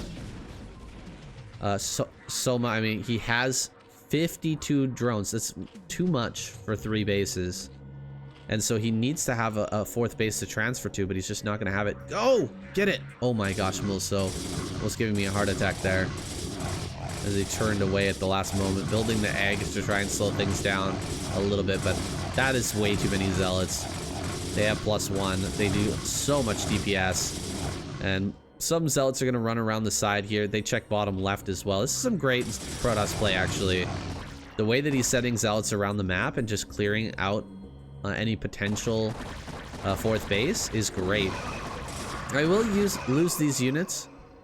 Unfortunately. Whoa, Mutas actually did come out. That is craziness. I can't believe it. Okay, there's that first Maelstrom. Storm? Oh, he doesn't even need it. Using the Storm to deal with the Mutalists that are flying around. The Dragoons can clear up the Maelstrom units. I think he's got another Maelstrom, doesn't he? 4 seconds, 3 seconds. I can't believe he went for so many Mutas, actually. It is just really proving me right here, even though it's proven me wrong, you know? I said that it wasn't a good idea, and then he did it, and then he showed clearly that it's not a good idea. Gonna come in and start to harass these probes at least, so maybe gonna get some damage done there. Definitely needs to transfer these away. Oh my goodness, he's not transferring. He's actually trying to fight up this ramp. What are we even doing? There's no hatchery up here. He's losing so many probes back at home. Also, dude, what is going on? Running up this ramp and just losing a ton of Dragoons. Maybe throwing away his lead. I can't believe I'm saying it again, but yeah. Kind of throwing away the lead again here. This is rough to watch. I'm gonna bring his entire army over towards the rally point now. Might be able to catch some units coming out. Yeah, I gotta catch a few units making their way across the map.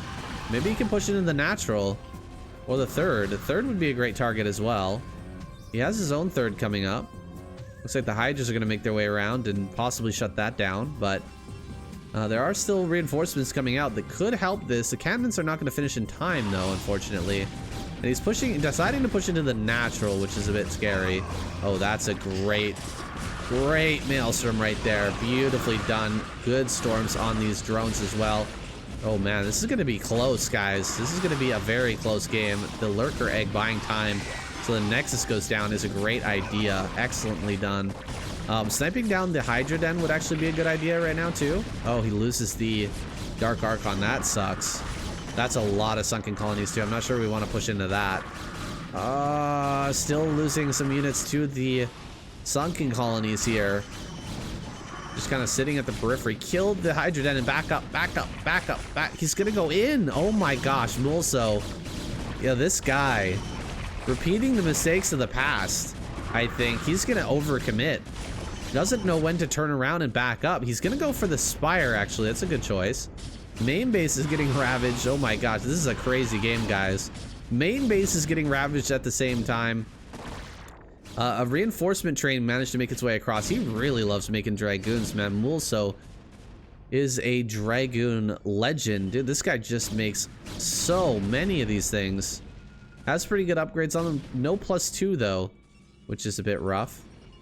No +2 means lings. Okay, no, there's no, I mean, lings are gonna be amazing, actually. Lings are gonna help out so much. He killed the natural. Oh my goodness.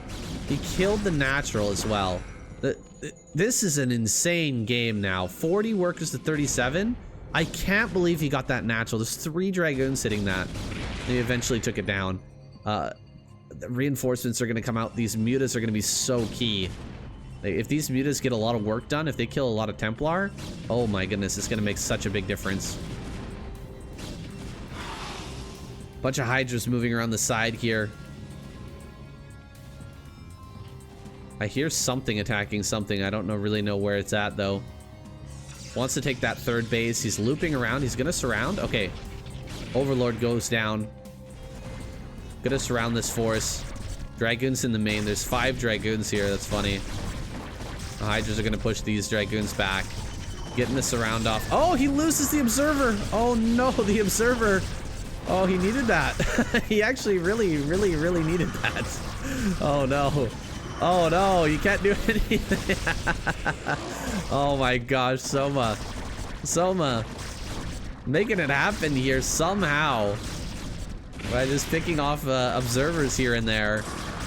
Is actually gonna create an opportunity for himself to maybe win this. A lot of Hydras and Lurkers are coming out right now, and the mutas are still a threat over at the natural. Okay, sets up the Nexus. It's really going to be important that Soma breaks this base right now. Oh, Storm, where's the Storm? Storm on the Hydra, Storm on the mutas. Okay. Fighting up high ground, not the greatest. A lot of Dragoons here against Hydra Ling. A pretty rough battle for the Dragoons. So some Zealots come out to help out a little bit. He's going to be able to push some of this back. The 3 mutas are going to come over here and start to harass this base, which is going to become quite annoying. He's actually going to pull his whole army over there to deal with that. But not much is actually coming out of Soma. This 5 Dragoon little hit squad there actually becomes useful. That was completely forgotten about by Mulso. Now he sees it, and it gets some kills. So this is fantastic. He's going to bring those to the front. They are definitely needed at the front. He hasn't killed his eggs yet, which is hilarious. Those Dragoons are having a hard time rallying. He is going to start to push forward here. Storm on the high ground, dealing a lot of damage to that 1 Lurker. This fight up on the high ground against Hydras is about the worst thing you can ever do, except when you have way more Dragoons than the opponent has Hydras, and then I guess it's okay. Slowly pushing up this high ground. My god, are the trades horrible, but he's willing to take them if it means he can kill this army. Oh, if he had 1 more Storm on these Lurkers, it would be amazing, but he just doesn't have it. He does, however, have a great spread of Dragoons, and yeah, when you've got that much phase disruption, I suppose you're going to be able to push everything back. Guys, this game is not over. Somehow, it's still going on. 34 workers to 38. We're 17 minutes into the game, and people are just getting online there. You know, 3rd and 4th base, right? 3rd base for Protoss, 4th base for Zerg. Protoss is actually mined out now, so that 3rd base coming up was so essential. So important that he got that up, but now he needs to take more. He needs to go and get a 4th right now. We need that 4 base, or that 2 base economy. Just 1 base economy Protoss is so weak. It's so pathetic. Like, it just doesn't really do anything. You need those extra, you need that extra oomph from the 2 base economy. Oh, gonna lose a Templar here at the natural. It looks like 1 Templar goes down. That's a great little hit squad of 4 Hydras running into the natural and picking up a kill. Those type of moves are just, those are such pro gamer moves. 4 more mutas on the way, and we still don't have you know, any Archons, and we don't have another Dark Archon either, which is crazy. No Corsairs. 8 more mutas on the way. Are we gonna see Soma win this game through mutalist play again, even after Mulso made a Dark Archon early? It's crazy to me. Oh my gosh, he has to storm his own units, and both of those Templar go down. Make a Dark Archon. Make it. Come on, Mulso. Oh, it's so tragic. 37 workers remain.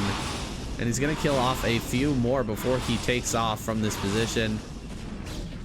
The Mutalisks leave, but he leaves himself in an advantage overall. And workers, oh, looks like maybe a DT got in down in bottom left, and he spots that base. That is important. Seeing the bottom left is crucial, as he knows exactly where he needs to attack into. Finally, an Archon. Oh my gosh.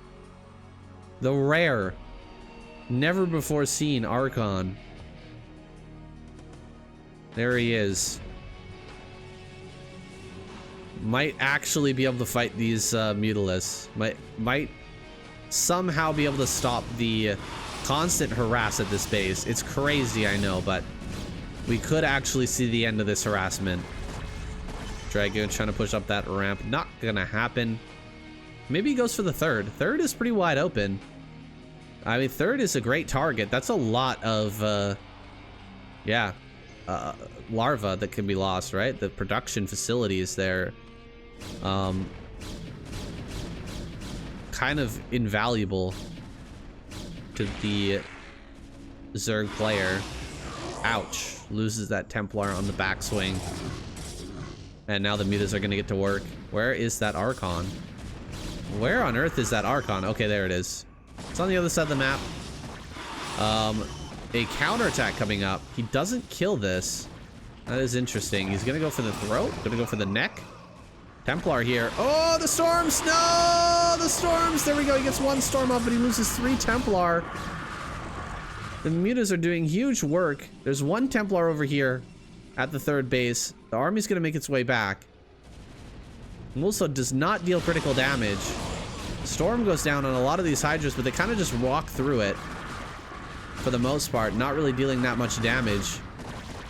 Zealots and Dragoons will eventually clean this, but more probes are going to be lost on the back end. Great storm there, not even hitting those probes somehow. These lurkers, lost lurkers, make their way over towards that third base. They're a little bit late to the party, I should say. They're gonna head out now. Still, this is an incredibly close game, but I think that Soma is starting to take this lead. Nothing working at that third base. They're gonna transfer drones down there momentarily, and they're on their way now. Some more drones can be sent to bottom left as well. There's really not a lot of defenses down bottom left. Even just a small group of zealots would be able to affect some serious damage there, but more important, he needs to get up a 4th base. Mulso needs to be angling for a 4th. And, like, he's got to realize now that this is just layer-based army. Soma needs to end this game sooner rather than later. As long as he keeps upgrades pumping, if he gets to 3-3, like, there's no answer from Soma. He's barely mining on 3 bases. This is about to run out. The third is about to run out. Like, things are really starting to get dire for both sides. If only he just moves out and takes a 4th. If Mulso can move and take a 4th and hold it, I think that's a winning condition. Like, he probably will win that game. I think that someone will dive in and just try to kill. Try to kill that base with all his might. A drone heading to the top right. Maybe he would try to macro out of it. Maybe he would go hive, but I really do feel like that would be leaving himself quite far behind. Oh, God, Templar. Oh, great dodge there by the Mutas. Really great dodge. Picking off Templar on the outskirts of the army over and over again this series, preventing him from really having the storms that he needs in all of these fights. Moving northward now. Maybe we're going to see a big engagement here, what Mulso can win. Because so far it's just been hit and run tactics from Soma. Only fighting when it's way advantageous for him and when he can snipe Templar. Going after a few Templar here. He gets 2. He will get the 3rd as well. There's another storm though in the midst of all of these Hydras. However, the Hydras are going to win the day. 2-1. to the 3-1. Where is that extra attack upgrade? It's crazy. No base coming up from Mulso yet. He's really struggling to grow. And I don't fully understand it. I feel like had he grown a little bit harder in this game, a little faster in this game, if he just moved out with that previous army and camped down here and just taken this base, he would have had the great potential to win this game. But now he's just kind of running around. Here's a pause. Is just running around with this army, allowing like more opportunities like the one we're seeing right here for the Templar to get sniped. Look at this. He's not able to throw down a storm with this Templar. Taking a pretty good fight though. Archon here in the midst is actually going to get picked off pretty easily, and I think all of the observers died as well. Most of the mutas went down, or all the mutas went down. But now there's a lot of dragoons. There's no observer, and we're running out of money. Seriously running out of money. So, Soma, by the same token, running out of money. He's going to be on one base soon. He's been mining more bases than Mulso for quite a long time because just the way that the Zerg economy functions, he was able to have more minerals left over at these bases. He's going to try to get another base going before he's stuck on one base. There might be a moment, there might be a chance where Mulso sitting here on one base has an opportunity to push out, but fighting up this high ground is a nightmare. It's so hard to get up this high ground. He gets a couple of good storms there. Finally, now that there's no mutas to snipe these Templar, he's getting the storms that he requires to win these fights. Oh my goodness, so many lurkers just popped out there.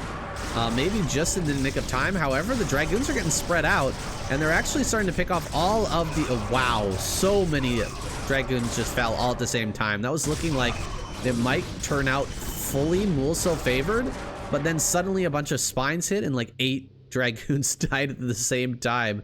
Oh my goodness, that might actually be the thumbnail right there. That is nasty. What an insane moment as those lurkers finished up in just the nick of time. I swear, if those lurkers had been like 5 seconds later...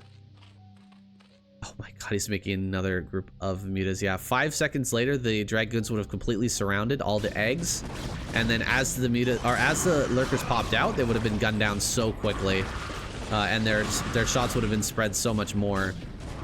Oh, he's being so cavalier with the Overlord just running forward here. He's pushing up with just a few dragoons and 1 Templar with no storm. We're gonna see a whole bunch of mutas pop out here, like 10 mutas gonna come to the front. And I just don't see how he's going to be able to deal with that. Yeah, the dragoons are not going to have enough DPS to get rid of those mutas. And, I mean, we've got Hydras here as well. The dragoons need to fight the Hydras, but they also need to fight the mutas at the same time. If we got the most legendary storm on a bunch of mutas, maybe there's a shot. Well, that was pretty good. But I don't know if that's what he needed. He is going to kill the 4th base, though. Relegating Soma to 1 base economy. That is it. This is all that Soma has coming in right now. And you know what? I think that favors Protoss, but it's not going to last for long. He's going to run out of money here soon as well. He had the storm, but he didn't cast it. Oh, God. Mulso fighting up high ground again. How many times have we seen dragoons fighting up high ground in this game? I feel like it's been every fight. Just about every fight in this entire game has been dragoons on low ground fighting up high ground versus these Hydralisks. Now, the Zealots are fighting quite well, considering they have so much armor. 3 armor is fantastic. There's only 1 armor for Hydralisk and 2 attack. So staying ahead on that armor is actually helping him fight these Hydras really, really strongly. Where's the 4th? What are we doing? Get a base. Take the middle if you have to. Probe's gonna head out. Heading up to top right. Oh my goodness. He needs this base so desperately. He so desperately needs this base, guys. If this actually comes up, Mulso's gonna win this game. I think he just needs to send his entire army and just defend this. Because even like on one base, this army is not gonna be able to defeat the rallies and the cannons in the natural. And even if he defeats the cannons, just go up on the high ground. Just go to the high ground. Fuck it. Just let it die. Who cares? As long as he gets this 4th base up, it's gonna be fine. Yeah, you go ahead. Go ahead, attack into my natural. Mulso, do not send your entire army down to defend this. If he does, and Hydras come and kill this Nexus, I'm just gonna be so sad. It is going to be so bad. He's not leaving anything to defend. Oh my goodness. Oh my goodness. Soma actually gonna win this game. Is Soma actually gonna win this game? Oh, the Zealots are getting minced. The Zealots are getting minced. There's a great storm. An excellent storm there, but the Observer goes down. Oh man, the Observer goes down. Oh boy. This is gonna delay by quite a lot. And 5 Hydras are making their way up here to the Nexus. I'm gonna have to turn and run. Bring his army back up here. Stop this. He makes 1 Lurker Egg. Oh, he's so cheeky. He does this every time. Making the 1 Lurker Egg just to buy that time. It's like the probes, more of them get taken down, but 23 remain. That's enough to get 1 base going. That is enough. Some lurkers maybe gonna be made up here on high ground. Potentially, he's gonna hide these 4. Yeah. Hiding 4 Hydras. Oh my gosh, this is so crazy. What an insane, great game, honestly. Oh, he doesn't see them. He doesn't see them. That's so funny. There is a Observer coming up. Let's see if Mulso just throws it in and loses it. Well, that's not possible now because the... No! 2 HP! Oh my gosh, I thought it wasn't gonna be possible because the Overlord died, but there's another one over here. And you know what? Those 4 lurkers on the high ground are actually gonna kill all of the workers. Oh my god. I can't believe it. Soma's actually gonna win this. He's gonna win. He kills every probe. He kills every probe because of that Observer snipe. Mulso throws away his Observer again. There's 9 probes on the map total. And his Observer is finally flying out. I think he might actually kill the Nexus before this gets up here. Oh, burrow your lurkers, for the love of Christ. Burrow those lurkers and get that damage. The DPS is so important. He can't afford another Nexus, so he'll have to long distance mine if this dies. The Observer comes up, the Nexus goes down, and I believe Soma has done it. He's made it happen, boys. That is crazy to me, but this crazy story of a series has an even more insane ending. Soma gonna win this game. Oh my god, what? What? Excuse the cackling, boys, but this is just insane. Where can he even long distance mine from? He's gonna long distance mine from top right. Maybe middle is a better option, but it's not gonna matter. 35 to 60 now. The overwhelming supply lead. Just this final battle here with 4 Dragoons, 1 Archon, 3 Archons actually, and a bunch of Lurker Hydra. Pushing everything back. The last Observer gonna go down. There's no way to fight this. And everything gonna get targeted.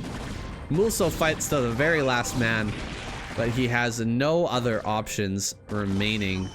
And so he will have to tap out. How funny is that the drones down here actually long distance mine? Not to this space, but to this space over here. Oh my gosh, what is Broodwar pathing? So funny. Bit of an anticlimactic finisher for that last one. Saxory building up the entire game, that Ultralist force, and then it just breaks against the wall of bio like waves on a cliff face. Absolutely destroyed that entire army. I think we're gonna have a pretty explosive game though here. Best versus Sharp. This is never a standard or a straightforward game between these 2 players. No, not at all here. And on Deja Vu, I mean, we have this mineral only in the center. You can take, it's kind of a little bit like Retro. You got this like big round ring of a center, a bit of mineral expansion there. and 12 bases located around the map. Not quite the same as Retro without the high ground 12, 6, 3, and 9 to worry about, but similar layout nonetheless. And yeah, we might have to see Terran without any easy access to a fourth here. You kind of sometimes have to just take the center of the board and push from there, and with cross map no less. This is going to be a little bit of a tricky one for Sharp to navigate. Maybe he's going to have to think about how he wants to develop with his expansions as the phases of the game shift, but getting into the fourth base here as Terran is not easy. No, absolutely not. Even taking the third base is tough as Terran. There's so much space between the two.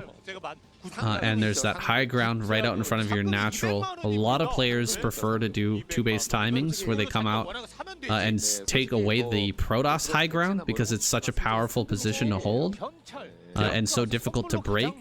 Allowing the Protoss to just take over your high ground is, to some players, a little bit untenable, I think. Yeah, I think so.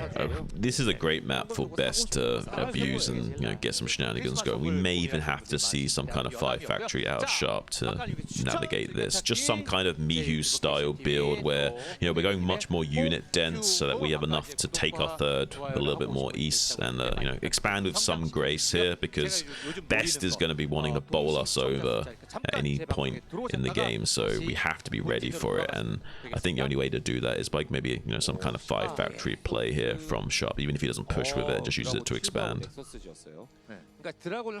Yeah, 5 factory in the mid game might be a strong option. I'm looking to Sharp to see what kind of cheeky early game push he might come up with. He wants to do some sort of Marine Vulture tank craziness to try and throw Best off in the early game.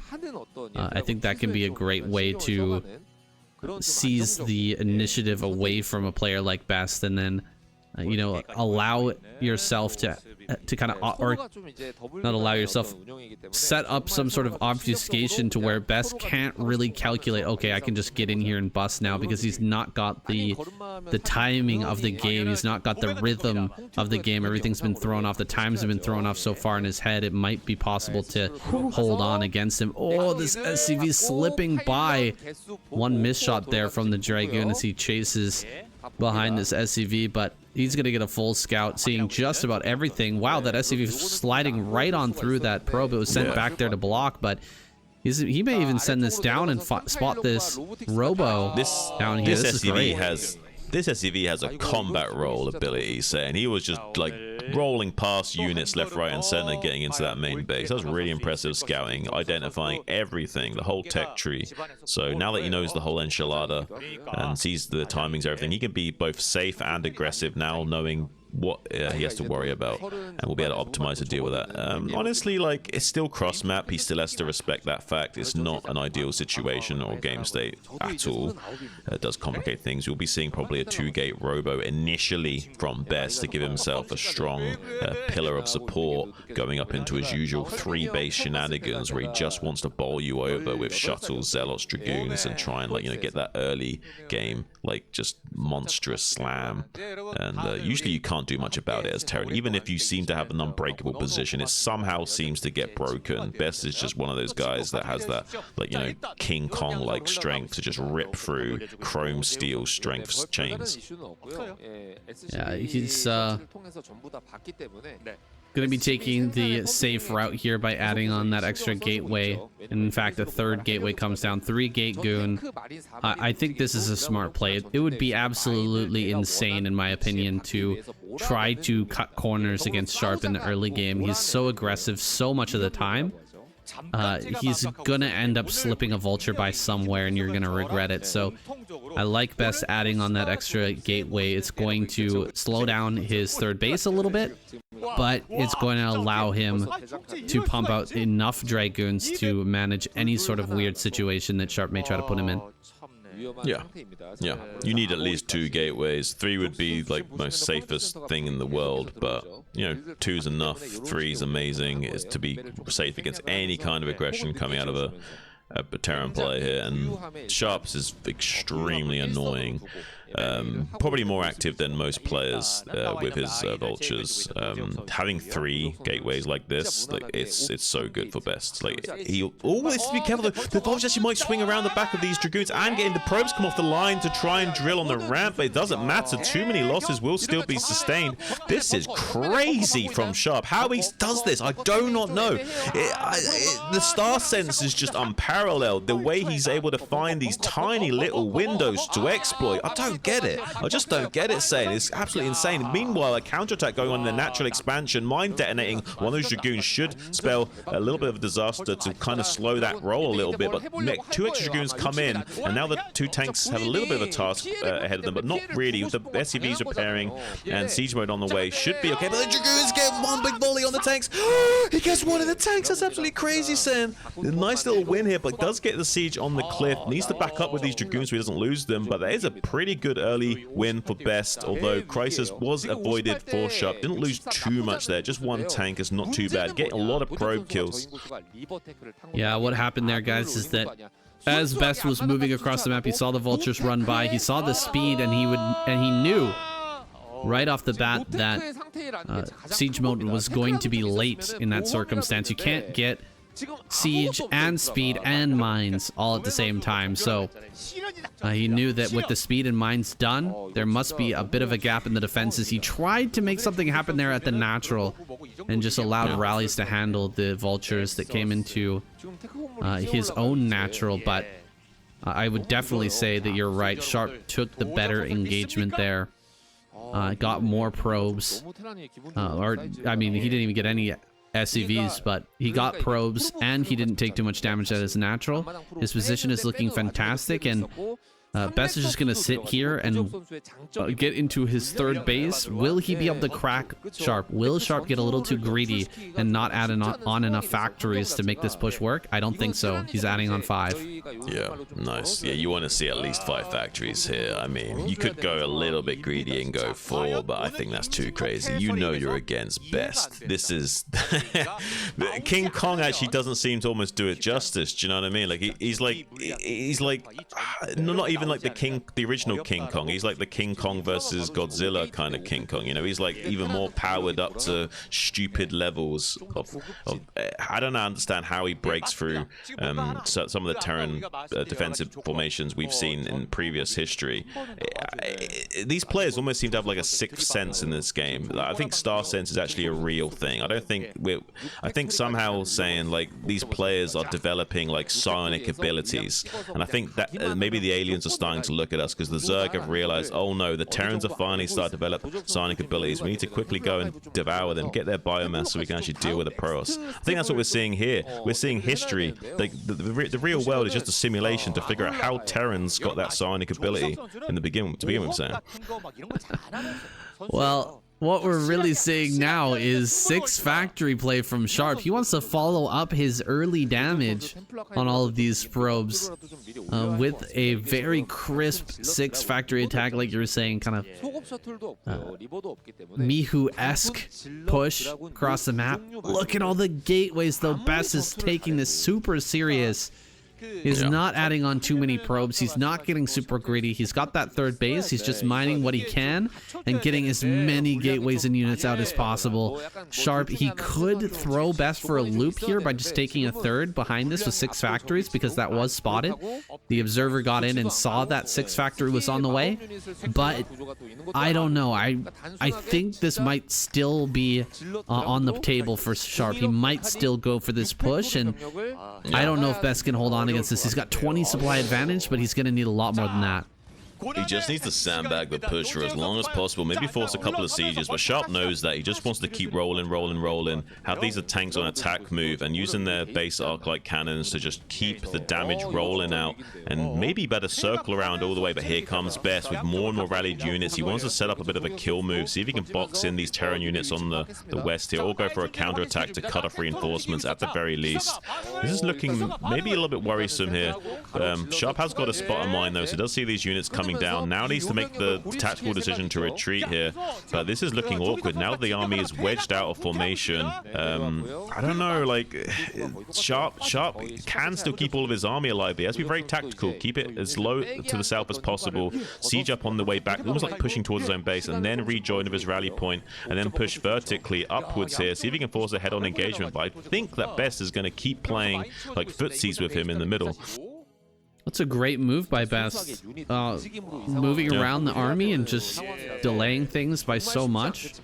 Simply with the threat of a counterattack and not even the counterattack itself. Now going to come forward and clear out some mines here over by the natural, set up to cut off reinforcements, and again forces Sharp back. Sharp is starting to build up money actually in the bank, and he's getting a little bit frustrated. You can tell he's just going to try and run up here and push back these forces, this counterattack force, as best he can. The unsieged tanks are actually doing very well against this smaller force from Best, but Best has delayed by so much. The supply differential has extended by up to 30 now. It was 20 when this push initially came out, and it's gonna just get wider and wider, that gap, as Best pumps out more and more units and prepares to break this push.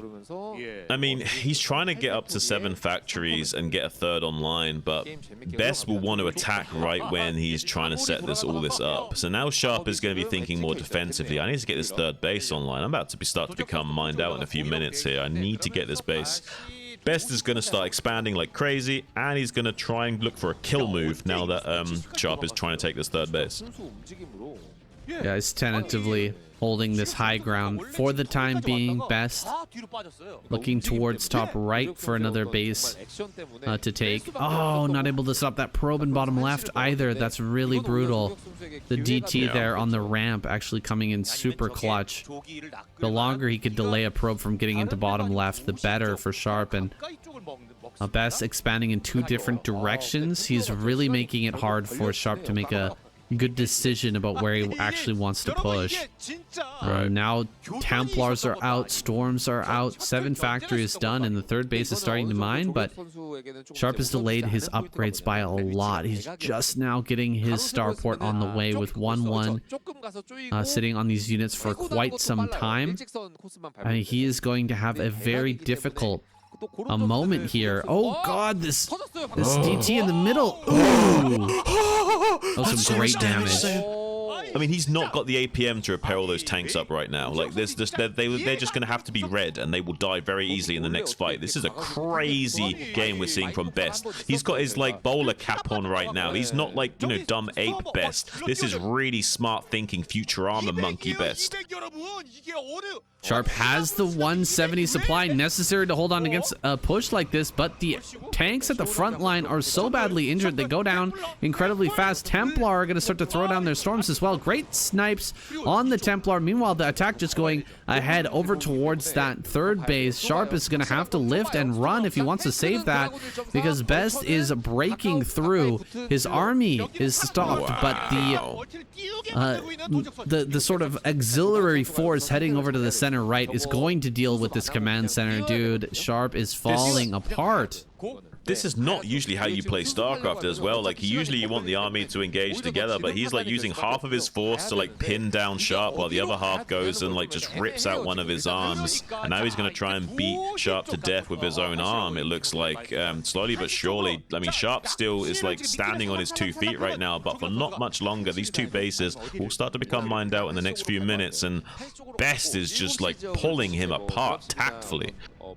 This is a pretty good move by Sharp, you know, moving up towards the top right and leaving mines behind his army to deal with this kind of trapped force over in the center right. A lot of SCVs are actually long distance mining over in that center right. Oh my goodness, the storms are so good. He's out of range now of these cannons, and it's being delayed quite a bit, his attack into this base. Yeah, I mean, Sharp has a lot of potency left in his army, but I think this is going to change very rapidly. Like, unless he gets the ball rolling right here, right now, there's no way of him coming back in this game. He's going to get outscaled by Best. Now that Best has still got his 4 bases line, he's not killing this Nexus in the top right. It's still mining, even though he's putting on pressure, and Best might not be able to actually... Oh, he lands them! Okay, he does manage to get the storm off, so at least we'll kill some units for that. Did get some compensation. Now, though, cleaning up the army on the front lines is best. Looking better and better in supply as time goes on. There's 1-1 upgrades from this, like, low-tech style. We're starting to, like, see problems now. Can't quite get efficient trades without a massive, monstrous army to work with. Does get the vultures in on the top right, though. Going to be siphoning off a lot of those probes. So a lot of the economy now being crippled for best for the time being to kind of try and squash him for at least the moment here. But I mean, Sharp's about to be mined out, and we're taking the bottom left as best. We're not too worried. Coming in now with the Dragoons on the southern threshold of this donut, or more rallies of units coming out. More rallies coming up for Sharp to deal with this push. He's got a lot of siege tanks on that low ground, and he's clearing out quite a big part of that army.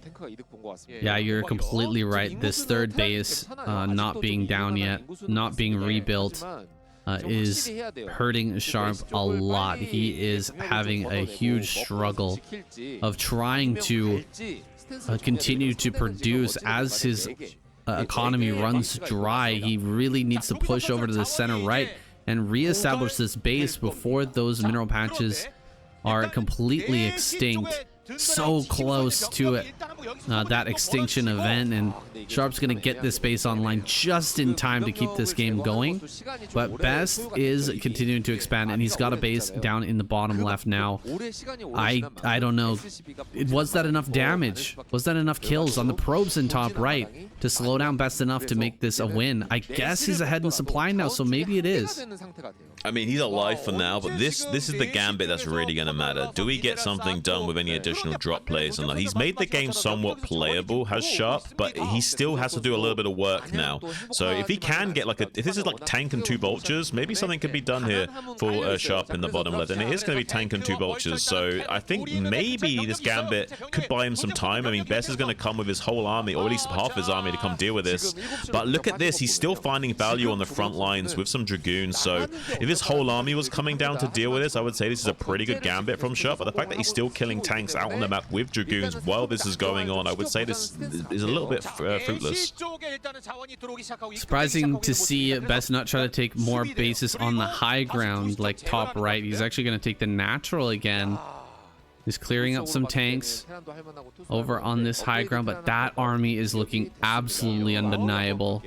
So many tanks over there at the center right. It's super necessary that he keeps that alive, of course. That is a huge commitment of tanks, though, and it's about time for Sharp to start to move out and put some pressure on some of these bases.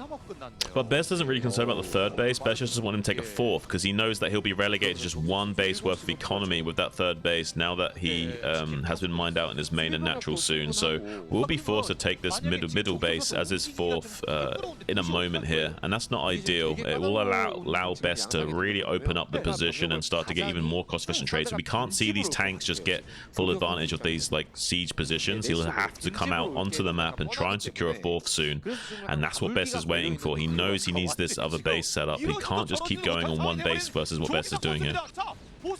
Best is going to push towards the middle, securing some ground here, clearing out some mines, preparing his attack pathways, but Sharp is not budging at all. He's keeping his army, for the most part, over there sieged at center right, and allowing Best to kind of take over the map.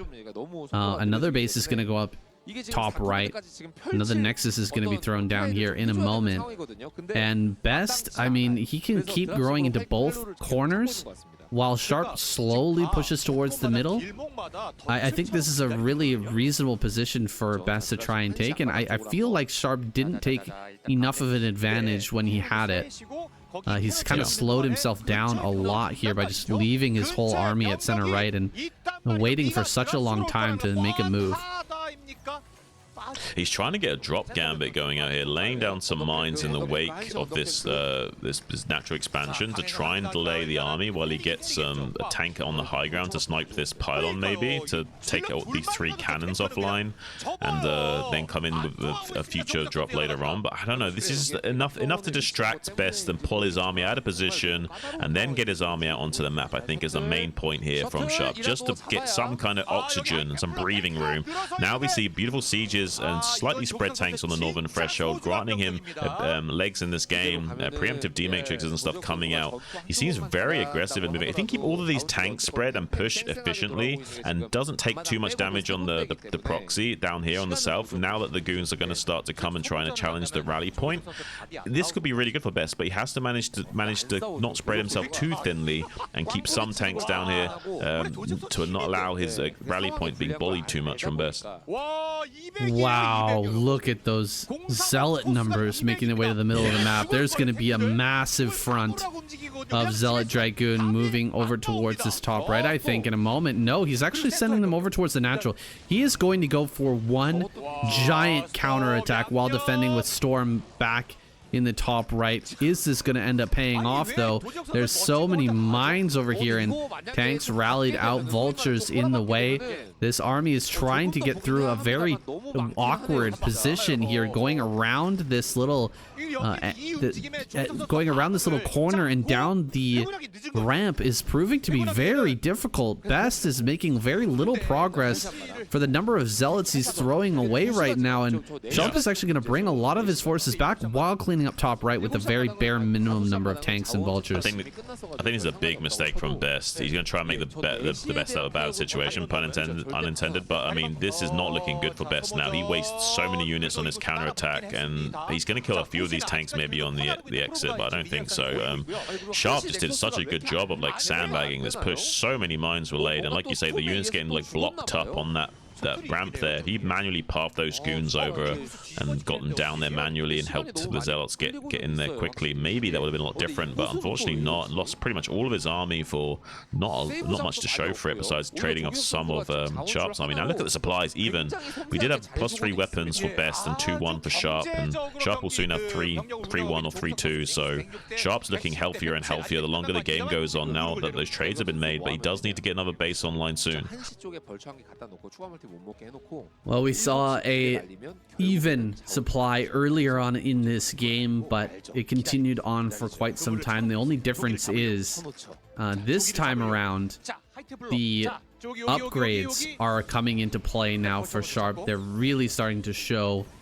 Yeah. Not a lot of armor or shields here for Best, by the way, and I mean the upgrade advantage is going to be insane. These zealots and dragoons are going to melt so quickly. Zealots getting on top of some of these frontal tanks, and a storm will come out in the end, but only making a little progress there and throwing away a lot of his army. Sharp has so much behind this as he pushes forward. I don't know if Best can keep this back. Yeah, I don't know about this. I mean, Best was trying to be fancy this entire game, and he was doing a great job of it, but he kind of botched it at the last moment and did a massive blunder, and it's a little bit unfortunate for him because he was looking pretty good until then. I like the tactical decision. It just wasn't well executed, unfortunately. His army got way too blocked up.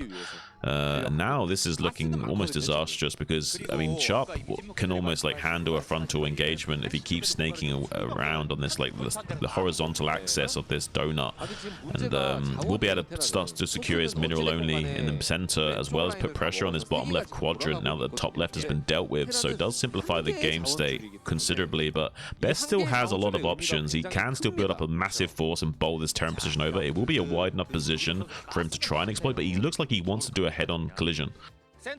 Yeah, he's coming up with a big rally of zealots, and I think the moment that those arrive will be the time to pull the trigger. Doesn't have a lot of storms here, not a lot of splash damage to help deal with this, but the number of units, as usual for a game with Best, is a little bit staggering.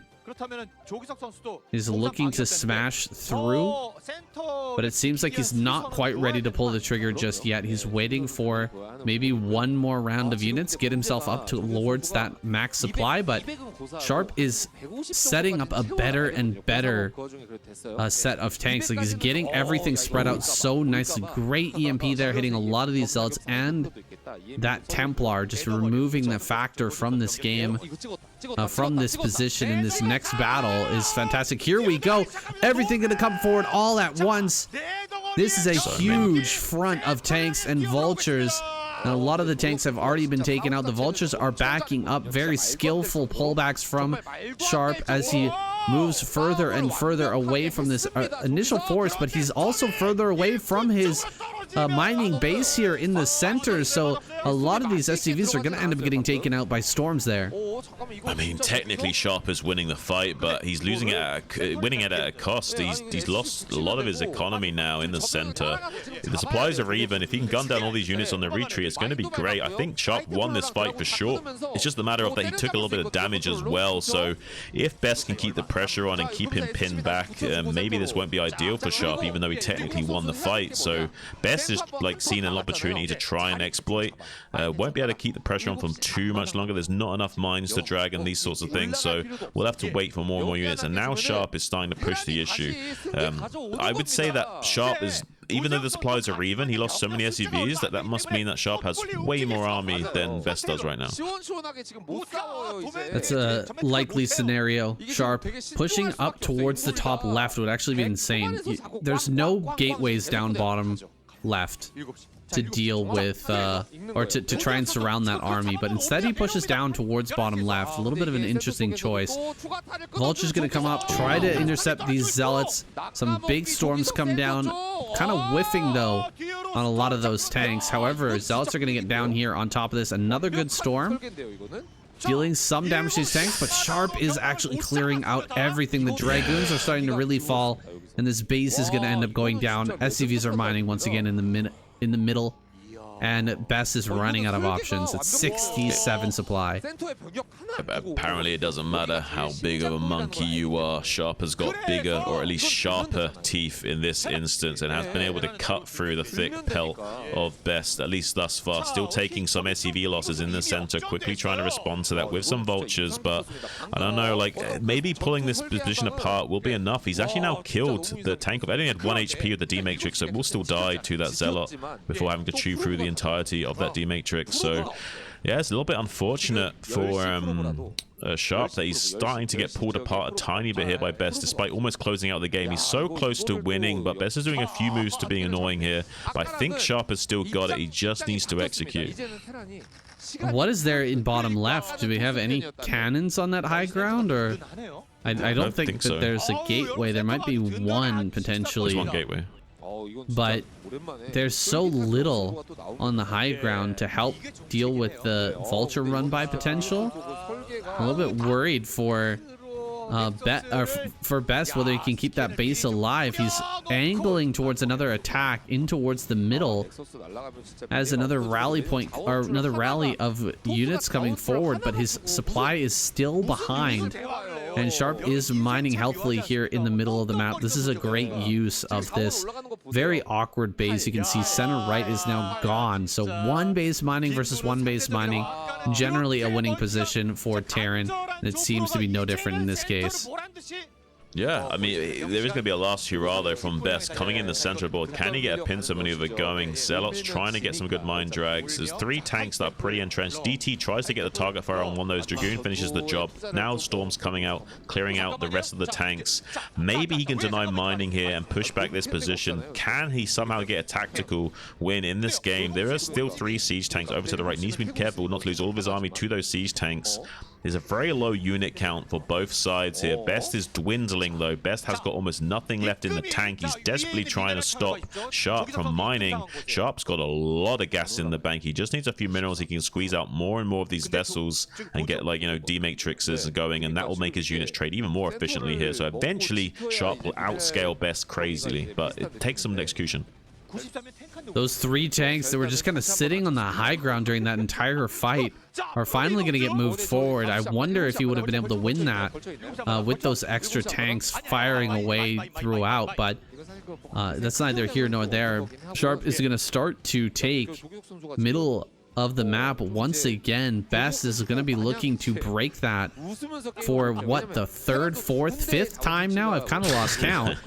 Best, yeah, I mean, he's making his way down to bottom left. He's going to try and maybe establish another base in that location, but I mean, this game has come down to little tens of minerals. We're not even talking hundreds. This is getting really ridiculous.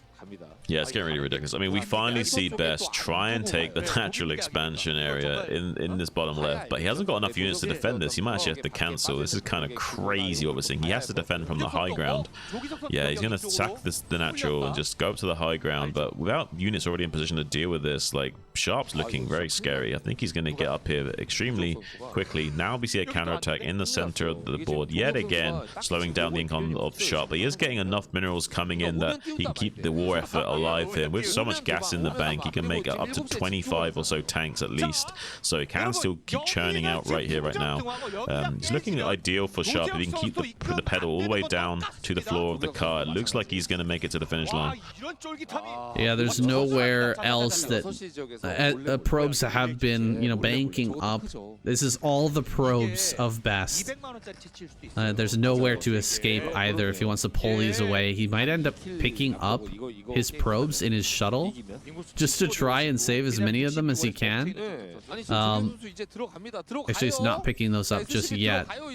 But he doesn't really have anywhere else to mine. If he wants to mine somewhere, everything's being covered by Sharp. He's got top center covered, top right covered. There's really nowhere else to put a nexus, so Best he's completely out of options. Coming forward with one more storm, he does get one of those. Oh my god, that mine actually almost killed the Templar as well, but the Templar manages to survive. The mine there actually is so big, it lowered all the HP on all of these units. Sharp is not mining, guys. He's not mining at all. 178 minerals. The CC is dying. 66 applied to 54. What is happening? I don't know. It's absolutely crazy. I mean, Sharp should technically still win this game, but there's a world that he doesn't. Best is somehow going to take GG's out. Oh no. Somehow Best couldn't quite do it. Like, even though like Sharp was looking like he was confidently winning this game, like Best almost did it. Best is like the comeback king, man. He somehow manages to bring these games back from the dead. That's absolutely wild how close that game was. Finally, Sharp. Here he is, Speed, spawning down in the bottom right. Zealot in the top left. I know we've been glazing this guy quite a lot in our most recent casts, but he certainly deserves it. That and more. He's been playing absolutely out of his mind lately. Can't wait to see him try to take on the Zealot. This guy is so fast. You do need to be fast to deal with Zealot. I mean, I just said a little bit in that last cast, there's a reason why Zealot used to get paid 2 or 3 times the salary of the other pro gamers in his house. One, because he was a much more aggressive negotiator, but also because he's just so damn good at being a sniper. He's got 50, maybe 100 different ways he can dismantle you, and you don't even know which tool he's going to pull out of the bag to deal with you with. And so many different ways he can kill you. Is that going to... What are we doing? A 9 hatchery Zealot? Look, he wants to block a 12 hatchery and he meta games it and takes a 9 hatchery, so he can't block him, so he can't disrupt the build order for Zealot. This guy's out of his mind. Wow, Speed gets in there. He sees the 9 hatch. This is a very interesting match, honestly, because Speed is the top player on the ladder right now. He is easily claiming that prize on multiple accounts, like very, very high ladder player, high up ladder player. You know who he probably meets all the time is Zealot, because Zealot plays ladder absolutely nonstop. This is where he butters his bread. Gonna go ahead and steal the gas. Interesting choice here from Speed while going gas at home too. This is crazy. You know how strong Zealot is. You just have to disrupt his build in any way possible. Like, whatever build order choice you've got, I'm gonna make it so you can't do that. You have to do something more economic, or at least adapt to what you originally planned out. And this is what you have to do against someone of Zealot's magnitude. It might just be the wrench that you know, does like clog up the machinery of Zealot, and he can't quite figure out his wing condition that he usually can coordinate. That's a very interesting point. Zealot's sending a drone down towards bottom left. Is he actually going to take a 3rd base right now? I think he is. 3rd base before gas. Very interesting stuff. I mean, he's got to optimize somehow, right? he's gonna have such a late gas, and this is a vulture coming out from speed, so how is he gonna defend that third? This is gonna be a very weird situation. Only one SCV mining gas in the natural, so I think we're gonna see a quick CC after the vulture comes out. So kind of an economic 1-1-1 from speed. We'll see if he ends up getting that starport, or will he just go straight into Goliath play? I think that could be the case as well. Yeah, I think Zealot's being a lot more reserved because he knows that this might, because of the investment from speed, there's no way he can do an economic build from here. So he knows it will probably be a tech-based play. So he doesn't want to make gas in the natural expansion or anything. He wants to just play wide. He probably won't even make drones necessarily at this third base until he sees this the tech choice of speed. He might even just make units at that location. Either way, though, speed may be able to exploit with these vultures still coming in here doing a lot of damage, but I have to favor Zealot's position overall. Now, this is a very interesting early game. Hydra Den is going to be thrown down, and we'll have Hydras to help push back any vultures that try to harass this third base. You'll also have those Hydras just in case there's a follow-up starport and Wraith, although I don't think that's on the menu. Instead, speed likely gonna go for a vulture run by, similar to what He'll just Sharp make ended up overlords doing. and hydras at that base. He'll just make overlords and hydras at that third hatchery, probably. Yeah, for sure. Not targeting down the larva at this moment. Looks like he did try to target that, but the egg gets made. Hydras are going to be popping out there very soon, and then Zealot can start to mine once again. Like, this base is going to be up and running super fast. And so we'll have 3 hatch Hydra with 3 bases super quick against a speed who's not really done any damage and is just getting his natural online now.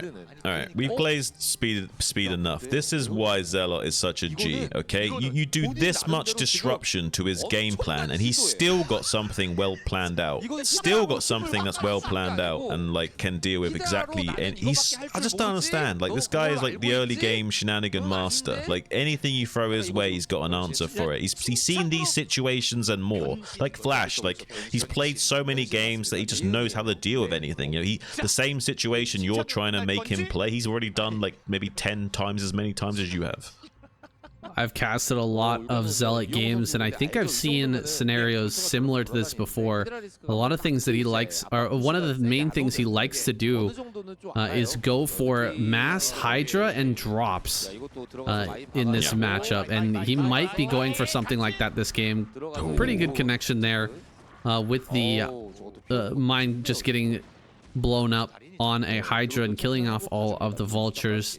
That is a reasonable trade. Not losing any drones is the main priority here for Zealot as he powers up further. A Spire starts, so he might have a transition into Mutas. So. Yeah, he's gonna put on pressure. Yeah, he's gonna put on pressure with the Hydras and make it seem like that's what the dealio is, but honestly not. Honestly, like, we're gonna see maybe a powerful Muta switch out of him. I don't know if that might not come for some time though. He might power up for Hydras for quite some time and make it seem like he's really committing into this kind of tech play, and then surprise him with a massive Muta switch, and there's not going to be enough online. But pretty good connections in this third base though.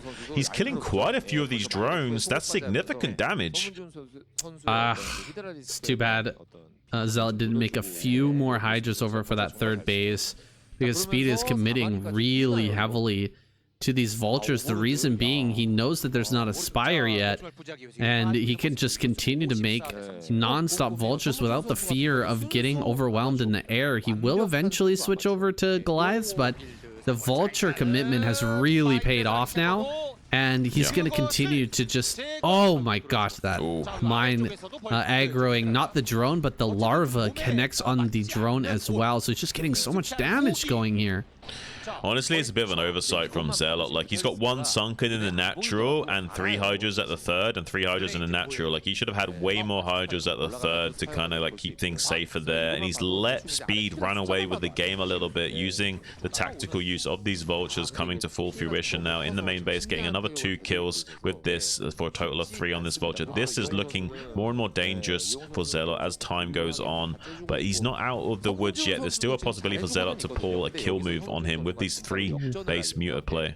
You saw the Mutas pop, though. That's a really important scout there for Speed. He's going to be able to throw down, you know, 4 or 5 turrets in each base immediately with the Goliath starting to pop out to get prepared for this. If he hadn't seen that, if he'd only seen Hydras popping, and like as he was doing this pressure, he might not have added as many turrets, and there might be an opportunity, a larger opportunity for Zealot to get in there and deal that damage. But now it's gonna kind of be wasted here for Zealot. Maybe he can use this time where he's got his Mutas out on the map and he's got a bit of map control. Maybe he can use this time to kill off these vultures and then really ramp up his drone production. But he's lost so many drones already. Yeah. This is looking very rough. Double evolution chamber now. He did make a 4th macro hatchery, so he has been able to like saturate a decent amount of drones to fairly recover. It's just not ideal. Another 2 drones went down just now to another vulture raiding party. It's not looking ideal for Zealot, but there is still enough oxygen in the lungs for him to play the game. He won't be able to do the kind of damage to Speed that he was originally looking for. Speed now should barely be able to defend against this threat of Mutas without being overwhelmed, whereas originally Zealot would have been able to churn out so much more and put on so much more pressure that Speed might have just outright died. But now there's much more life in the game for Speed going forward. Here comes Zealot, though, gets 1 building SEV, but sees the bad news that, yeah, Speed is kind of sewn up tightly now, and he's gonna have to wait. Queen's Nest on the way. Likely that'll just be double Queen's Nest. I think this might be a mistake. Yeah, there we go. He does cancel. Not really many real possibilities or situations where you'd ever want double Queen's Nest, but Broodling and energy at the same time doesn't really make sense. Yeah, doesn't really make sense. So he's gonna cancel that. He will be going for Queens, though, I think. That's probably going to be the case. 1+1 is done now for Speed as he pushes across the map. He's probably going to be finishing up that +2 soon. The evolution chambers just kind of finished moments ago, so the +1+1 is on the way, but it's probably not going to be ready for this next fight. Yeah. I mean, it looks like he's. I think, is he just going to get Queens? And we're still seeing Battle Zerg here from Zealot. Maybe somehow utilizing Queens, he can come back in this game. Broodlings and then Snare can be a very valuable ability. It's possible like an end snare can slow down like a clump of Goliaths as well to help you either avoid them and just run around and kill the rest of the army so they can't support and things like that. So there are some very tactical plays you can go for it. Even just like using the Broodlings to shut down tanks is very important, especially if the Speed wants to use tanks to try and put some pressure on it and go for a timing push. These Queens might even be necessary in just being able to not die here for Zealot if enough tanks were made, and he did come out quickly enough. Okay, guys, this is going to be the big moment. As you can see in the main base, Speed has not added a starport yet, so he is relying on 1-1 to end this game with a big tank push, a lot of Goliaths, and maybe some vulture run-bys on the side. He's going to try and win straight up. However, trying to take a base behind this, I don't think this changes. I don't think this changes the math at all for Speed. He's just gonna cancel and pull the trigger on this massive attack. Taking the third base is just kind of an afterthought. You know, a safety precaution in case the attack doesn't work and things get really, really even. I think he's just going to go straight across the map here soon with all of his tanks and Goliaths, but Zealot is setting up for a counterattack to maybe get in the way of the rallies, which might be a problem for Speed. Yeah. Zealot knows that he needs to sandbag in any way, shape, or form, even indirectly. You don't necessarily have to engage their army. He wants to come in here as soon as the Terran starts to advance, maybe. But there still might be enough potency in Speed's push where he can just bowl Zealot over. He's trying to get a lot of hatcheries online right now. We see another macro hatchery coming online at the third, and the fourth has come online, as well as the fifth. So now we have some hatcheries to work with here for Zealot. A total of 7 hatcheries worth of production. It's like just enough to get things going. and maybe he can slow down this Terran army enough to get the queens out and start to brooding. But it takes 2 minutes from the time that the queens are out, and they've got enough energy to broodling. So will be some time before these tanks can be dealt with, and he's obviously not going to be doing that anytime soon. So unless he's got ensnared, these queens will not be helping him in this fight. Ooh, these queens popping out at the worst possible time. I know he was sandbagging that push, but well, did he really think he could sandbag another 2-3 minutes before this push comes across the map? It's just not going to be the case. Speed is pushing in for the kill, while Zealot is scrambling to move all of his units into position to surround this army, which is bearing down on his natural. The tanks are going to get set up and fully sieged before the engagement ever occurs, and this is looking extremely one-sided for Speed thus far. Here comes the attack from either side. In fact, from all 3 sides hitting this army. These spread of Hydras is looking pretty good, but these ones down at the bottom getting splashed a lot by the tank fire. Oh my god, it's so close as the last tank goes down. Is he going to be able to surround and actually end this? He's almost actually doing it. Oh my This is crazy. god. But there's more units coming in. There's 4 more tanks, but he has basically weathered the storm for the time being. That's absolutely insane. There is a weird situation in Zerg versus Mech where if you can somehow pre-split your Hydras before the engage, you will absolutely demolish the Terran Mech army. You just usually don't have the time to pre-split your Hydras to deny the splash damage value. So most of the time, they just clump up like this and get absolutely annihilated. Oh, but he's getting on top of the tanks then. Running in on top of these tanks, but the Hydras are so stacked. He gets 1 more tank before the last Hydras fall. I mean, a round of Mutas would be fantastic right now. Things are looking pretty, like the anti-air is looking quite low. This is such a small army. I can't believe Speed is still trying to do this. A lot of Hydras are moving forward, and I think he can actually surround and kill this army, especially when the Broodlings come up. Their Broodlings are going to be online in just a second. Here they come. Yeah, Broodlings are right now going to be coming in to decimating him. This is absolutely wild stuff from Zealot. Such value. Now the Hydras won't even be touched. Oh, you just can't do anything against this now. He has got a couple of tanks left over, but there's even like 1 or 2 spells left of Broodlings ready, waiting in the wings as well. So Speed has to tuck tail and run, and Zealot is showing you that this is why you've got to do something against him, because he's not just a one-trick pony. He can play a late-game macro style against you as well. It's just he wants to play into his strengths if he can. So this is why he's such a dangerous player, because even in a macro situation, he's still going to be able to dismantle you. Coming in out with a tactical 2 broodling sweep on these final 2 tanks, and now he's going to be putting on so much pressure to this 3rd mining base of Speed, and it's looking dicier and dicier for the Terran as we age on here. Starting to get some momentum in this game. Zealot pressuring the bases, but unable to defend bottom left. He had to sack mining at this location and just work towards holding that push as it was coming across the map. Everything went into stopping that and breaking it, and it was so close to being a win there for Speed, but things have kind of equalized down now. There's a 4th base and a 5th base coming up for Zealot, but he hasn't fully secured those locations yet. There's still opportunities for Speed to slip in, kill some drones, and maybe bring this one back. He's got a base over in center right.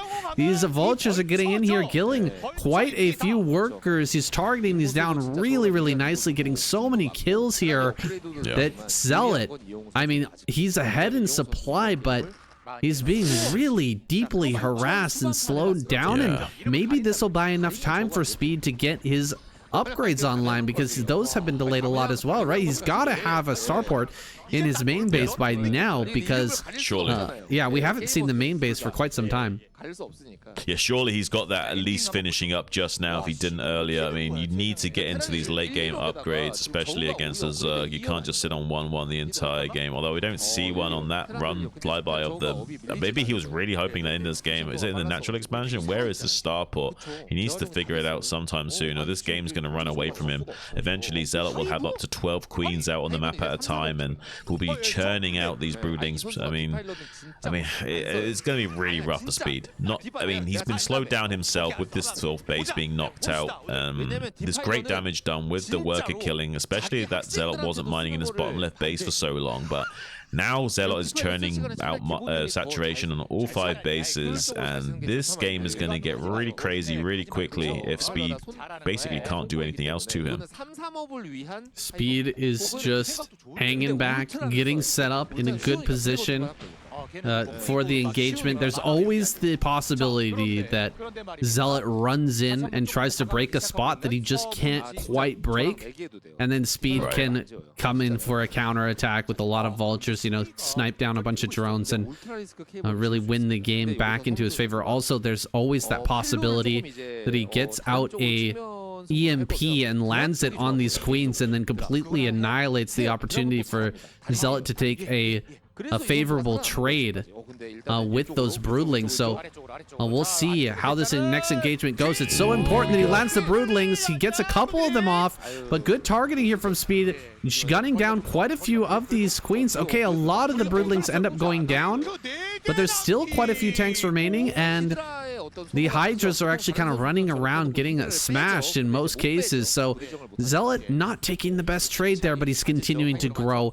in the meantime and keeping Speed's tank count low enough to where he can't quite push. He's playing Starcraft 101 right now, which is pressure while growing, and just sniping off enough tanks might be the ticket to going forward here. But Speed wants to press the issue now that there's a little window where he dried up some of the Hydras. He's killing the queens off critically. Zealot's not reacting to this. He's just letting his queens die. He's distracted, controlling the counterattack at the third base for Speed, trying to get on top of the tanks and SCVs there, maybe getting a kill on the command center. He should be able to float that way to safety in time. If he can at least take the command center down to half HP, the queen can infest it. So if he target fires the CC down, he might just get that. Oh, please, Zealot. Please, buddy, make it happen. Come on. One time for the boys. Oh, I don't think he's going to get it. Or is he? He's following it with the queen, I can tell. He didn't do enough damage, I think. Hydra's coming up and actually getting rid of this tank. The 2-2 upgrades, by the way, to the 1-1. I don't think Speed ever got that starport, by the way. Nope, he's not got the starport. Oh, there it he is. didn't get the CC. Oh, there it is. Okay, it wasn't the natural expansion. It was all hiding in the natural expansion. I was wondering if that little clump of buildings was it, and it actually was floating there as well. So does have that going, but a little bit late. But finally, you know, better late than never. So it can get a deny on this base here, but this is still 5 bases worth of economy besides the main drying up now for Zealot. So this is still not ideal for Speed, losing this base up here. He's on 1 base economy. The longer this game goes on, the worse it gets for Speed. So he needs to make a move quickly. And like the movie Speed, where he's got to stay above a certain threshold, or the bomb will go off, saying, and Zealot will just take him out.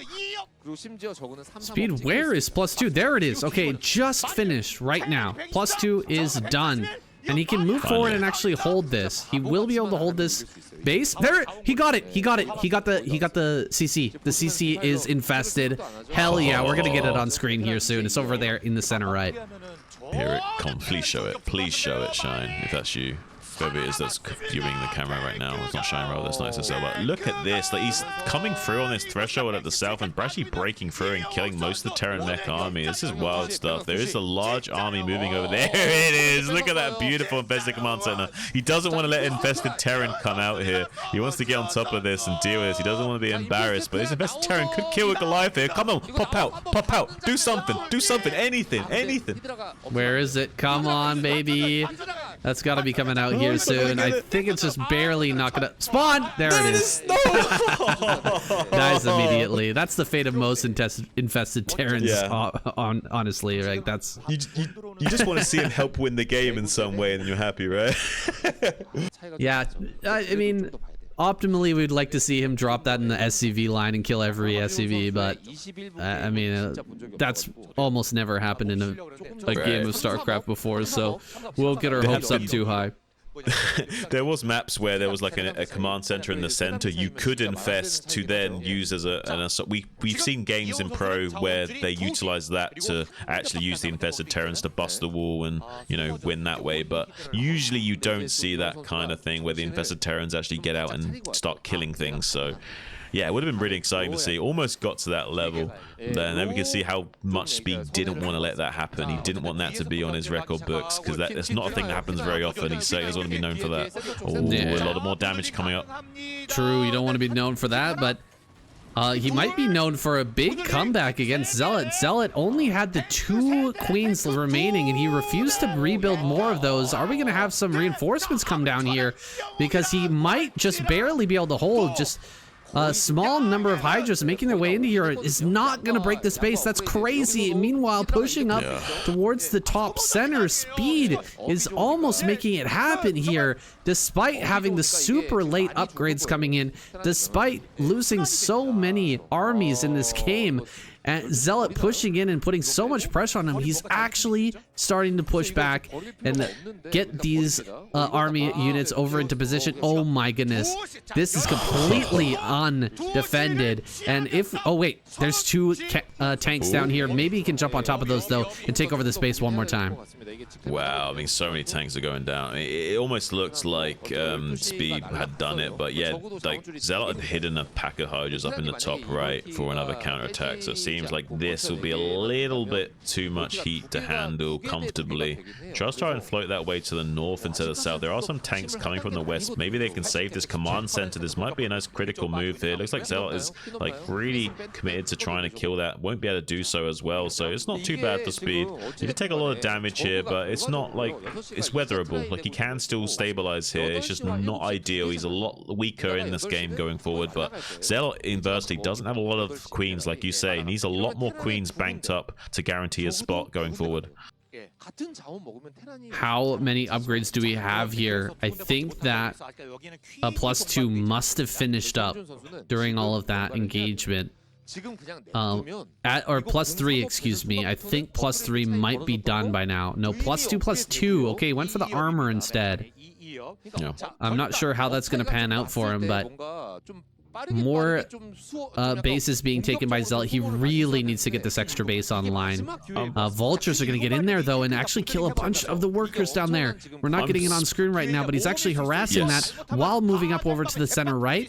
He's actually in a very good position. If these queens don't do amazing work here, I don't think he can break center right either.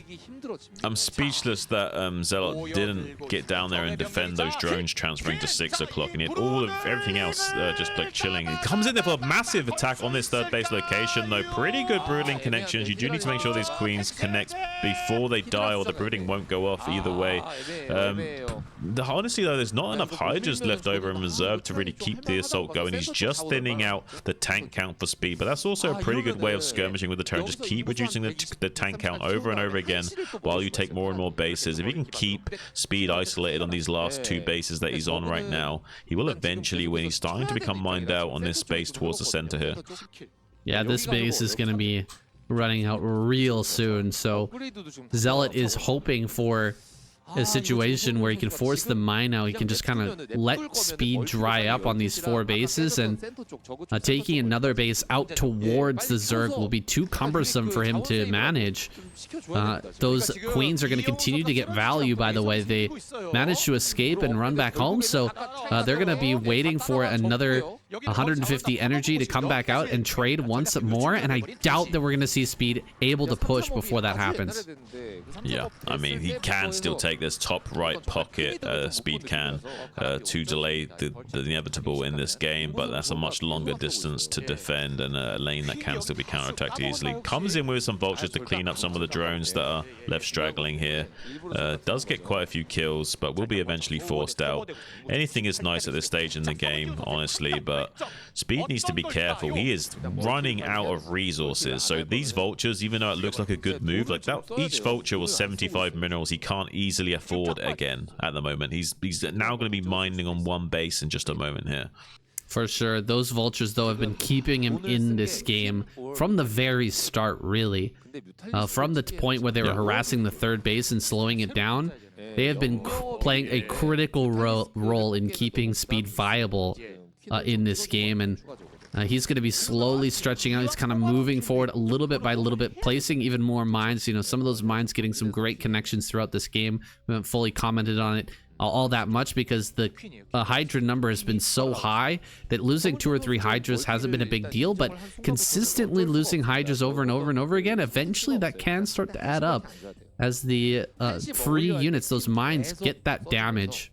over time. Right. We have 18 queens in reserve, currently banking energy, saying every 2 minutes is one broodling worth. So every 2 minutes we have 18 tanks we can kill, potentially. This is getting out of control. A good EMP, though, can spell disaster for those queens. I just don't think we're going to see it from Speed. He's so dried up on resources. I think EMP is the last thing on his mind, and that might actually spell disaster for him here.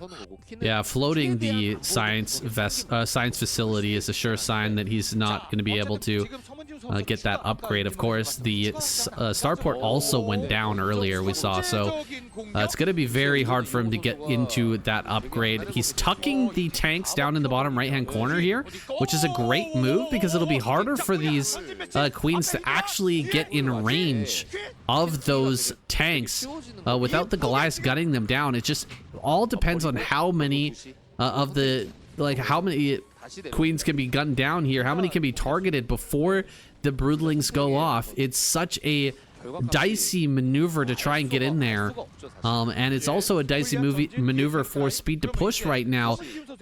Waffling a little bit right now is Zealot, going back and forth, deciding which lane to attack into. He's finally decided to sack bottom center and go for center right. Let's see if this ends up paying off. Yeah, I mean, I think he really wants to force the ability to keep just taking out this mining base, because this is the lifeline of Speed right now. If he can just force this out and then take away the opportunity from securing this other base in the top right, that's all Zealot needs to do to win the game. Then you know, there's no real hope of Speed like expanding towards Zealot and winning the game that way. At least it'd be much more cumbersome to do so. Does put a bit of a counterattack on this bottom left pocket, though. I mean, it could be a window where maybe Speed can exploit and kill these bases just before they come mined out, although they are pretty much mined out, so it's not the worst case scenario for Zealot here, although it does give some wind in the sails of Speed to try and put on some kind of counter pressure, although I don't know how much fruit this is going to bear, because I mean, it seems like Zealot is prepared to come down and deal with this. Queens are in hot pursuit right now. Speed, he's not mining, guys. He is not mining at all. The queens are coming in to land these broodlings. So many broodlings are coming down, and he is actually losing this battle. Everything is dead. This was perfection for Zealot. A bit of an overextension for Speed as he decided to push that bottom left-hand corner that had, like you said, had hardly any resources left. Throwing away that army might lead to his defeat here in this game. I think so. I don't think that he's gonna be able to recover from here. I mean, he can secure this 6 o'clock like we were just saying just a moment ago, but it is expanding towards Zealot, and you're in an exposed position. It's very difficult to defend this base and your own rally point at the same time. He can't do both. He can't secure his own production line and his new expansion efforts anymore. Suddenly Zealot's going to start picking him apart like vultures on a carcass right now. More bases are coming up, and he's continuing to grow. Great mine connection there. Oh my god. What was that? 6 Hydras just died? He's going to lose that 75. Command center. Let's go, baby. Make a infested Terran, or I am never going to cheer for you again, Zealot. That is a promise. Let's go, buddy. He might want to close out the game, so he might not even be thinking of making a command center. But he's looking at it. He looked at it for a second. He actually looked at the command center for a few seconds. He's looking at it again. He's moving the queen. He's not moving the command center, so I think he's thinking against it. He was considering it, and now he's thinking against it.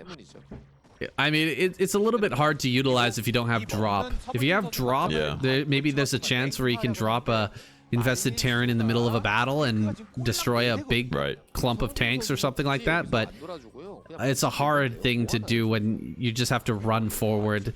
Those things are such great targets. Like everything in the Terran army is going to target that as soon as it sees it. They're also really dumb. They're like ground scourge, so you have to manually control them to actually get them to detonate correctly. Oh my god. So look at this. It's actually a really good job from Speed to screen away the queens so well from the tanks. They actually can't find their connections. And like we were saying earlier, if you lose the queen before the broodling connects, it doesn't count. So you have to keep the queen alive as well as connecting with the broodling. Not always ideal for the Zerg player. Speed can exploit that a little bit and try and stay alive in this game for a bit longer here. Oh my gosh, this is getting ridiculous. Speed is actually coming back. That last attack with the queens, he messed it up really badly. He lost like 4 queens and didn't deal any damage at all. But meanwhile, these vultures have been running around and killing even more drones and throwing down mines everywhere and just being a complete nuisance. This is insanity.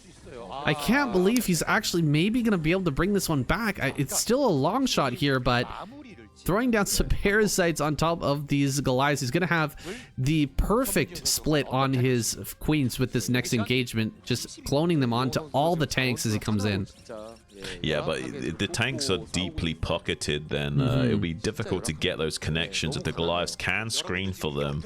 So there's a little bit of hope in this game, and Speed now coming out onto the map with a Vulture raiding party, seeing if he can deal with maybe some of these lightly defended expansions, although Zealot did anticipate this, has got quite a substantial force of Hydras at some of these bases, so they will have to tuck tail and run and see if they can get something done elsewhere, maybe coming in and killing off some of the units that are being built out of these hatcheries, but won't get too much done for their efforts. I feel like Speed is doing what Zealot maybe should have done a while ago, which is just go in to the main base and start killing off the production. Zealot is sitting back in the front and just not going in. Finally, we see some broodlings coming out onto those Goliaths from Zealot, because the broodlings will also force the tanks to splash their own units after killing the first Goliath. So killing quite a few of those Goliaths off in that method, but kills a lot of drone kills at this base over here towards the center with those vultures. So still finding a lot of damage to keep himself in this game. Speed is not out of the woods. He's still deep in the forest here, and he's having like a Blair Witch Project kind of thing going on right now. I'm not sure if he's going to make it out alive, but it's very interesting to watch. Yeah, very interesting indeed. Why is he, enlighten me, why is he not going into the main base right now and trying to shut down the production of Speed? There's no way he can bring this army back without getting caught by queens, and I don't think there's a whole lot in the main base to actually defend, is there? Queens should be able to clear all of that out anyway, if he wanted to try and dive into that main base. This army is so far away from everything. Even if, you know, Speed unsieges everything and goes for a counterattack, like, what's he gonna do? Like, he's gonna have such a hard, long travel distance to actually get anywhere worthwhile attacking from Zealot. Yeah, he just needs to even just start broodlinging more of these Goliaths. He's being a little bit too, like, skittish about broodlinging the Goliaths when he shouldn't be. He should just be, like, broodlinging anything in sight that's gas. So Goliaths and tanks just broodling, and that's the method he should be going for here. But he's being a little bit more cautious and reserving most of his energy. Even if he's got so much energy to work with, he might as well be brooding a few Goliaths, you know? Here we go, surrounding this bottom center. He's brought the Hydras from both sides. The queens here are going to be laying down their broodlings. Oh, it's perfect. He's absolutely set this up to perfection. Yeah. Oh my goodness, Zealot handling this this one final remaining base down at the bottom center. He does. Oh, did he actually try to? No, he did try, but he killed it anyway. He killed it. He killed it anyway. He killed it too fast. That's too bad. But I mean, Speed is done. He lost the queen. GG's out. Incredible final game here, though. Yeah, it's really wild stuff. I actually think he lost the queen because he killed the command center as the queen went inside. I don't think you usually see that interaction. That's really weird, but... What a lineup that's been brought this holiday season. Sharp Royal Light, Best Stork Mini, Soul Key, Queen, Hero. Hope you had a good Christmas. Shouldn't got everything you wanted. Because, I mean, this is just another present on the top. This is a cherry on the top, isn't it? Right. There was one present under the tree that we forgot about, and we looked under it, and we saw it was quite a nicely wrapped one as well. We opened it up, and there was only one thing about it that could have been better, and that's maybe swapping out like a Stork for a Bisu, but other than this, like, this is about as good as it can get, and I'm really happy to see Hero showing up again. Yeah, I'm a little sad not to see Speed in the lineup.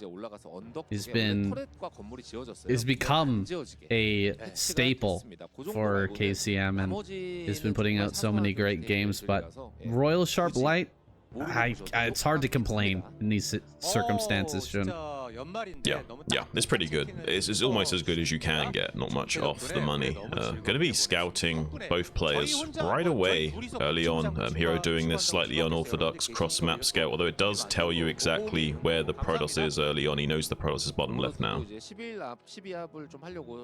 And so he will be able to find that natural in good time. Just the pylon so far, and hasn't sent a probe towards the natural just yet. Looks like Stork might get a little greedy, go for a Nexus. This was an overpull, so it's possible to get away with it, but you have to pull probes. Yeah. I mean, depending on what state of the game is, you sometimes only pulling like 1 or 3 probes. Sometimes you have to pull as many as like 5 or 7. It depends entirely on like what the pull timing is and how far the rush distances are. But generally speaking, when you're playing greedy, you have to pull at least 1 or 2 probes. Stork's not going to get too greedy though, just putting down his Forge now.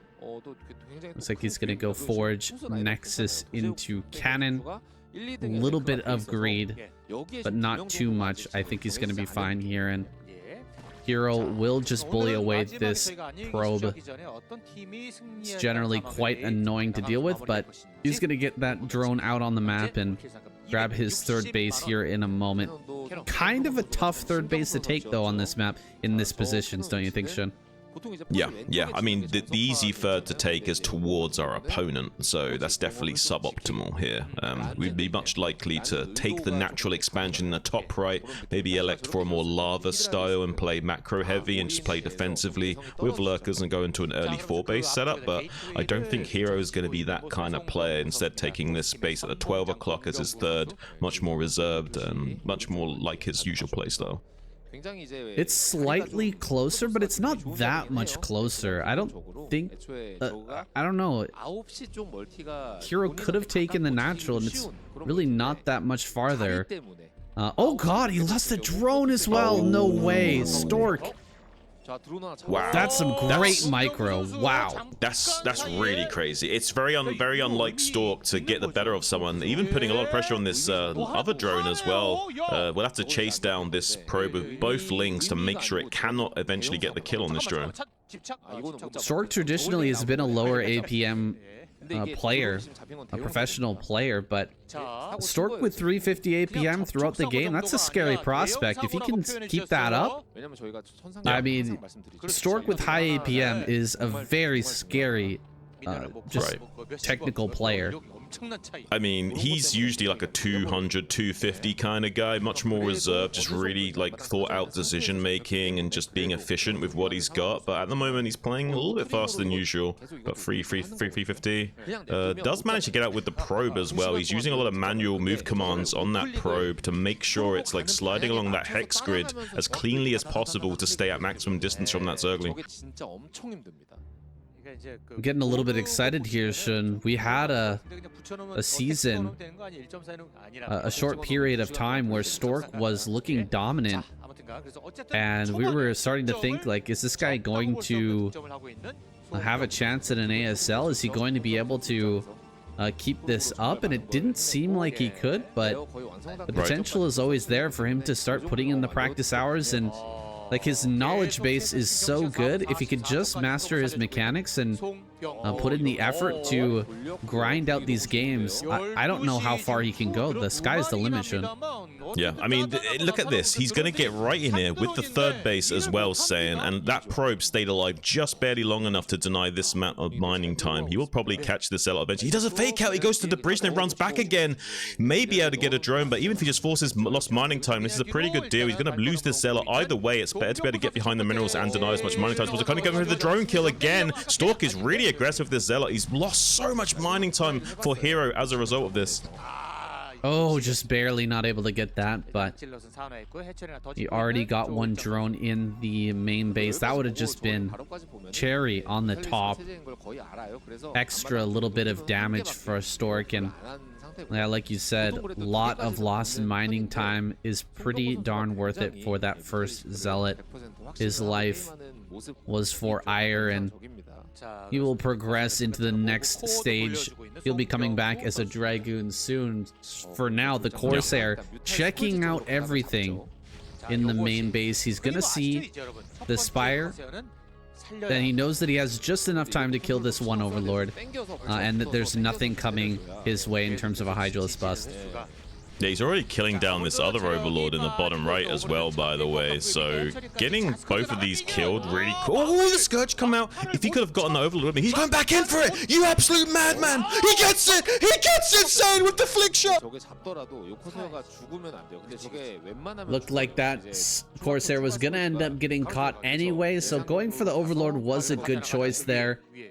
There's still the possibility of getting this out, but you really have to pay close attention to it. The Scourge are going to come from an angle, and there it is. He manages to pick it off. It's so hard to keep your eyes on that Corsair non-stop, keep it moving, and prevent the interception. And he loses one Corsair. Is there a possibility of an Ogre Zerg play here from Hero? Yeah, I think it might be likely. He did get one of those Corsairs scouted in the main base with the Scourge, saw that there wasn't a huge amount of them just yet.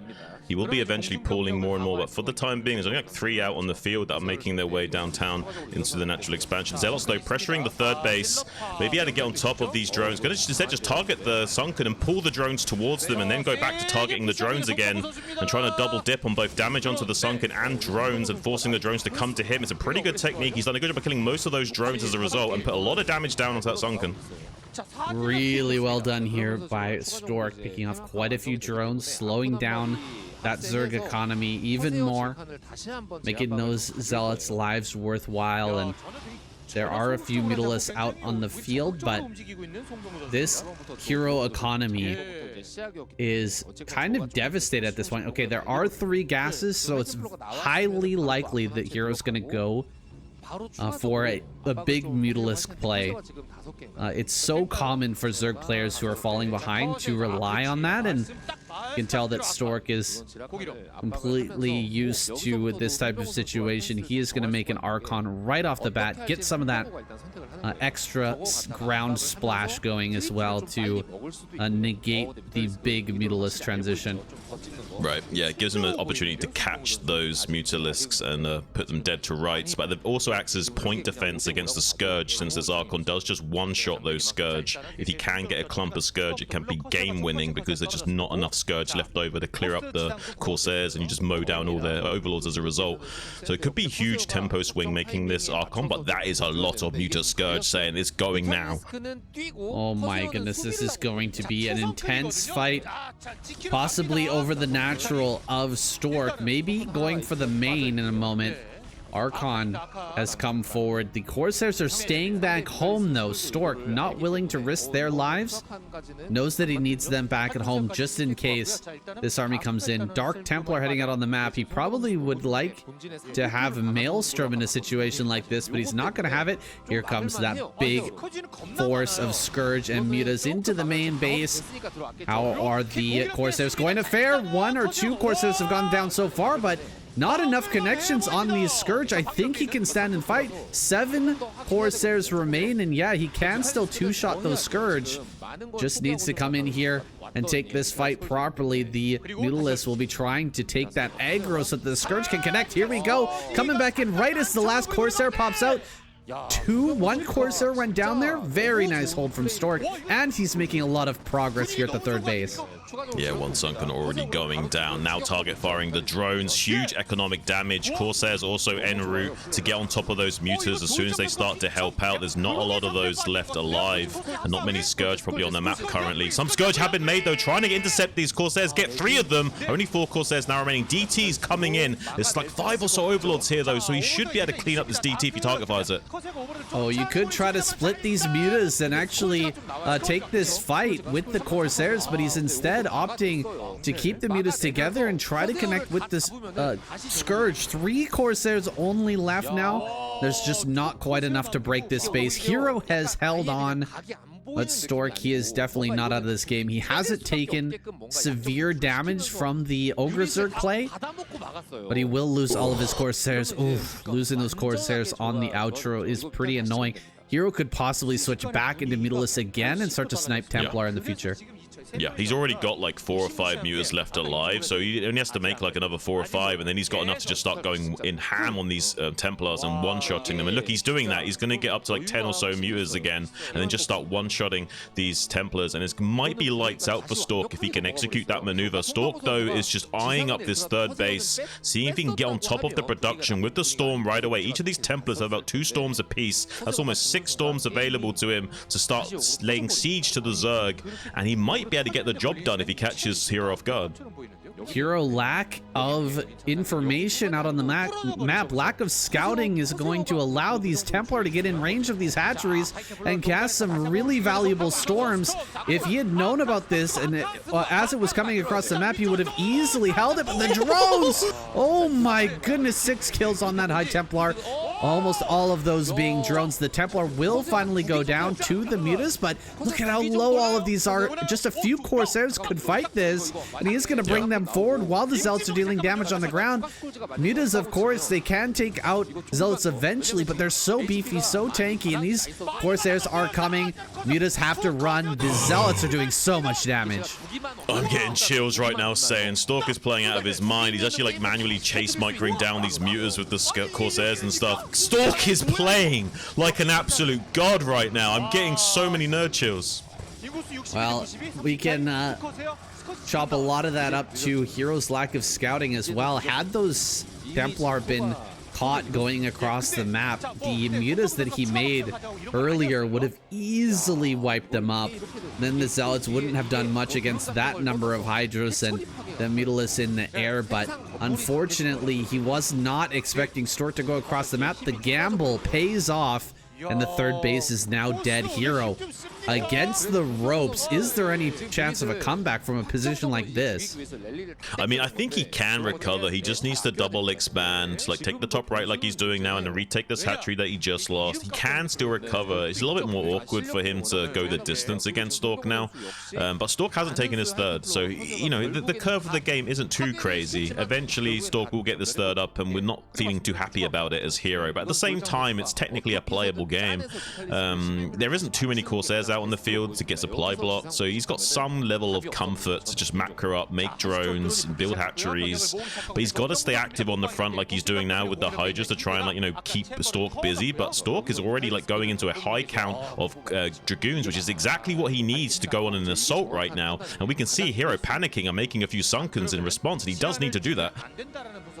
He absolutely does need something on the defense, because he's just going to go across the map with his Mutas and try to trade the Protoss Natural for possibly the third base that's completely undefended. Fourth base over in the top right-hand corner, I don't think has been scouted. Hero maybe making some lurkers on that high ground. Sunken Colonies holding back at home, but that's a lot of Dragoons. Some Storms going to come out on any units that are coming forward, and drones are going to get stormed as well. Drones being pulled to the front, trying to block here in a desperate attempt, a desperate maneuver. This last Corsair will go down, and the natural is breached, but the Zerg natural is so much more important. Gonna dive in on the main now.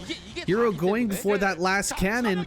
It's almost looking like a base trade situation here between Stork and Hero, but I mean, can you actually win this as a Zerg player? Oh my god, he's actually driven it back. He stopped the attack into the natural. This is crazy, Shun. Yeah, this is really crazy. There is a DT there that will bully back some of those Hydras, so he will go for another assault here, maybe getting something done. But with this base mining in the top right, Hero's not feeling as threatened as usual, so has some compensation this. But now look at Stork. He's got some tempo. He's getting on top of the Zerg production. He's going to target fire the den down. This is now a little bit more awkward for Hero. Is there an Overlord in top right? I certainly hope there is, because that is his last mining. It has to be saved. There it is. He gets the DT. These units breaking in through the natural. A few more mutas are going to pop out. And Army's going to come back home to try and deal with this. If he can just quickly snipe down the Templar without taking too much storm damage, there's a really good chance of Hero winning this game. But if the storms connect properly, ooh, it whiffs the first one. If he could just dodge a couple more storms here, Stork will be in a lot of trouble, but he's holding them back, waiting for a full engagement from Hero before he casts those storms so that he can get maximum value. Here we go. Storm on his own units. Ooh, that was a bit rough. He storms and the Hero just dives right through it. Great dodge there on those Mutalisks, and he's got a bunch of Sunken Colonies up on the high ground, so this Zealot run by is not going to do anything. I think maybe Hero's done it, man. He's done a great job. Yeah, I mean, what's so crazy about that was that Hero was calculating that, okay, I need to make a game state where even if I lose this natural, I'm still okay. He was making Sunkens in the main base. He was really thinking ahead, and even then, he didn't actually need those Sunkens in the main base. Now coming onto the counterattack, getting one of these high Templars critically, every utility snipe is a big deal. With 11 Mutas, it's going to be so difficult for Stork to be able to deal with these. Now he's on top of the production. There's no way he can even mine from the main base. Like, Stork's in a world of hurt right now, so... If he targets down the Templar archives, that would be such a huge snipe, but instead he's gonna fly over here to the third base. He finds the cannons. There's one Templar with some storms, so you can't actually take a fight there without losing everything. Hero gonna back up for now. 3 base versus 4-ish, almost 4 bases for Hero. Storm goes down. This is a little bit rough. He's gonna lose these cannons real fast. Hydra's diving on top. The storm was not good enough from Stork, and Hero might be able to take out this base. Yeah, this is kind of a wild situation that we're seeing right now. Stork needs to make something happen soon. If this DT can get a lot of work done, it would be crazy good. But there is an Overlord in the main base, so as long as he reacts and sees that he's losing drones, he'll be fine. But he might not pay attention. He might just lose all these drones for free and not even notice. This is such a weird situation now, Hero. He's not going to notice until almost every drone is dead, so dropping that overall count of drones insanely low. Still at a supply advantage, though. A lot of that being in Mutalisks, however, could fall apart very quickly if those get caught, if they get stormed. Suddenly that supply advantage could disappear, but so far, Hero doing a great job of just hanging in there. Hero running these drones away and attacking into the third base. All the Zealots are on the other side of the map. Stork gonna go for a counter while this attack is coming into his third, though. Losing a lot of these probes. Zealot's gonna jump on top of this base, gonna go for the lair. Yeah, go for the lair is a good choice, but the problem is that like Dragoons lose straight up to Mutalisk, so he needs to get something done critically, or he'll eventually just lose out because there's no way he can keep trading off against these Mutalisks with just pure Dragoon production, especially not Hydras supporting those Mutalisks. So he needs something else, some sort of splash, Archon, Corsair, anything just to deal with these Mutas, or he won't be able to win the trades forever. He's having such a hard time getting some gas income going. The main base is finally going to start to mine a little bit again, but he's been on 1 gas for quite a long time, and he's completely lost that third base. Zealots going to make their way over towards that top. 2 Zealots and a DT coming over to this 4th base. I don't think it's going to be enough to break this position, but he is going to shut down the mining at the 3rd for the time being. Those Mutalisks going to come back and hopefully shut that down. 1 drone, it looks like, escapes from the 3rd base. Kind of an insane situation here, but Stork is starting to mine out, and Hero has completely secured top right. The Stork would have already been mined out if this game wasn't so crazy, and he wouldn't have had to keep pulling his probes back and forth. So he might have a little bit of longer time mining than usual, but he's about to dry up now. And without a 3rd base, that's a daunting prospect. He's even making cannons in the main base to stabilize still. This is not a position you want to be in as Stork at all. Hero will run away with this game for sure. Could all come down to 1 or 2 storms, though. There's always that possibility that Hero flies in and loses a bunch of mutas to a good storm, but it's so hard to do as Stork when Hero is so good at reacting with these units. There's the storm. Okay, that was the one chance, I think, that hidden Templar over the assimilator gets some damage going, but not enough. He really needed that to do so much damage. Yeah, these are the kind of tricks you want, like, you know, High Templars hiding on the tops of gateways and stuff, or the tops of gases, your buildings, basically, just to, like, you know, surprise the Zerg player with a storm or preemptive storm they don't anticipate, and you catch the entire flock for free. That's really good. These storms are okay as well, but they're nowhere near as good, because they only, like, do, like, you know, 10, 20 or so damage before the muters are already out of that box, so needs to ideally get those preemptive storms where the muters fly into them and don't expect the storms to even come. So I don't think he's going to find it, though. Look how many Hydras are out as well. Like, this is just... Hero's just so good. Like, only Hero would come... Only someone like Hero or Sulky could come back this smoothly in a game. Where did all these Hydras come from? We've only got like 4 hatcheries in this game. Somehow able to finagle this army together. It's kind of shocking to see what Hero can bring out now with 100 supply to just 66.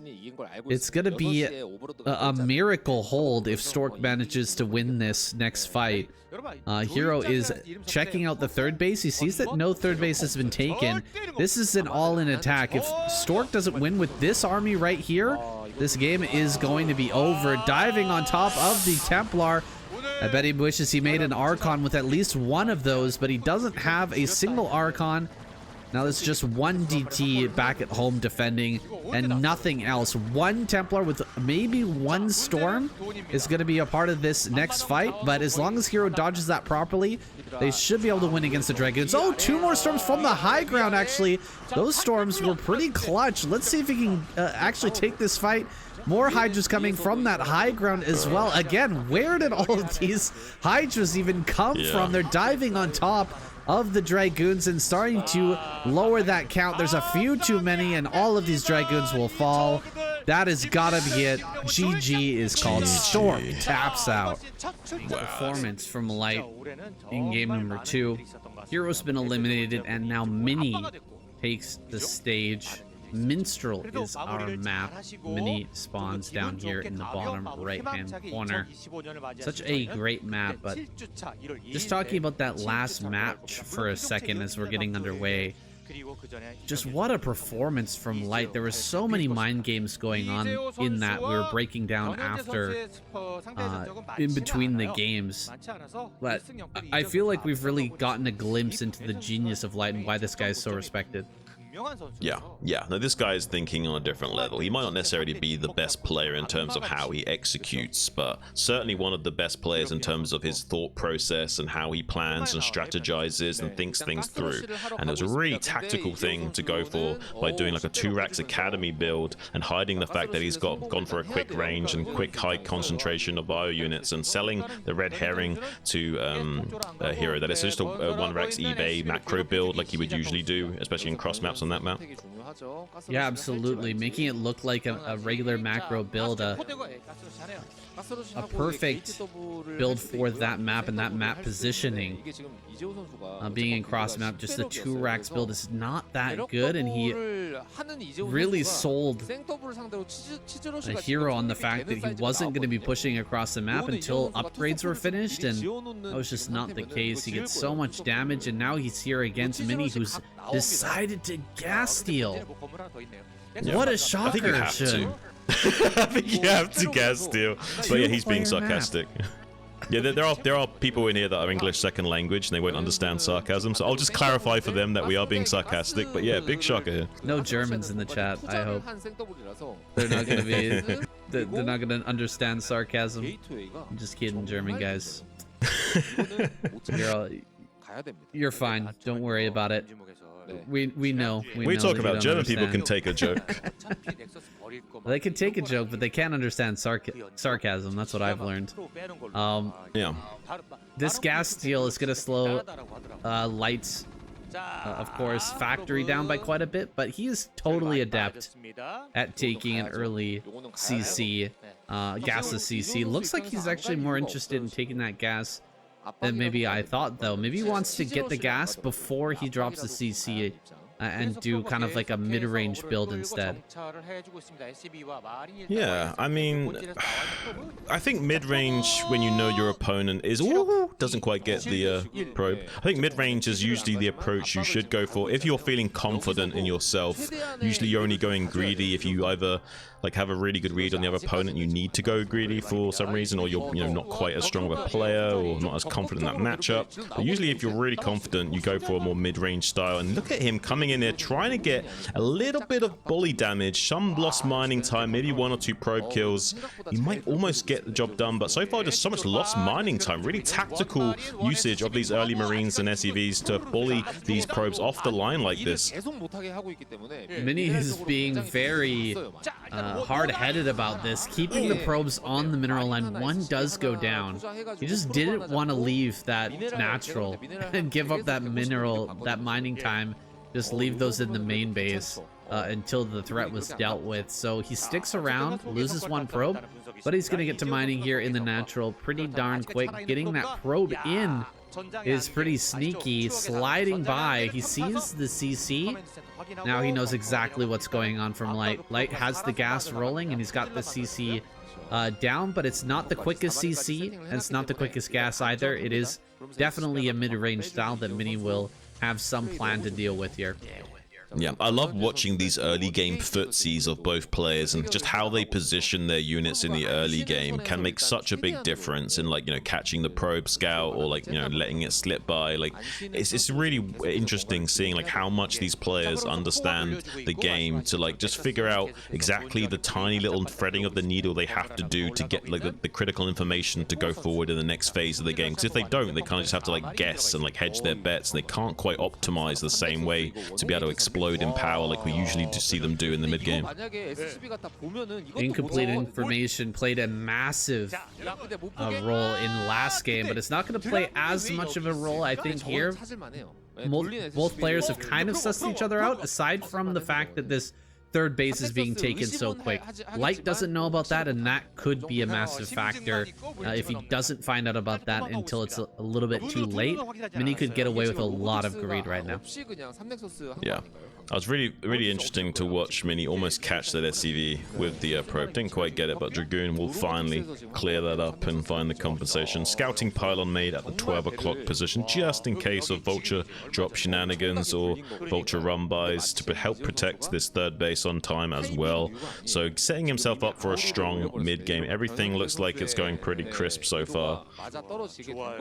Mini getting this insanely fast third base out. This is the benefit of going for a Nexus first, is the fact that you can get that third out so quickly.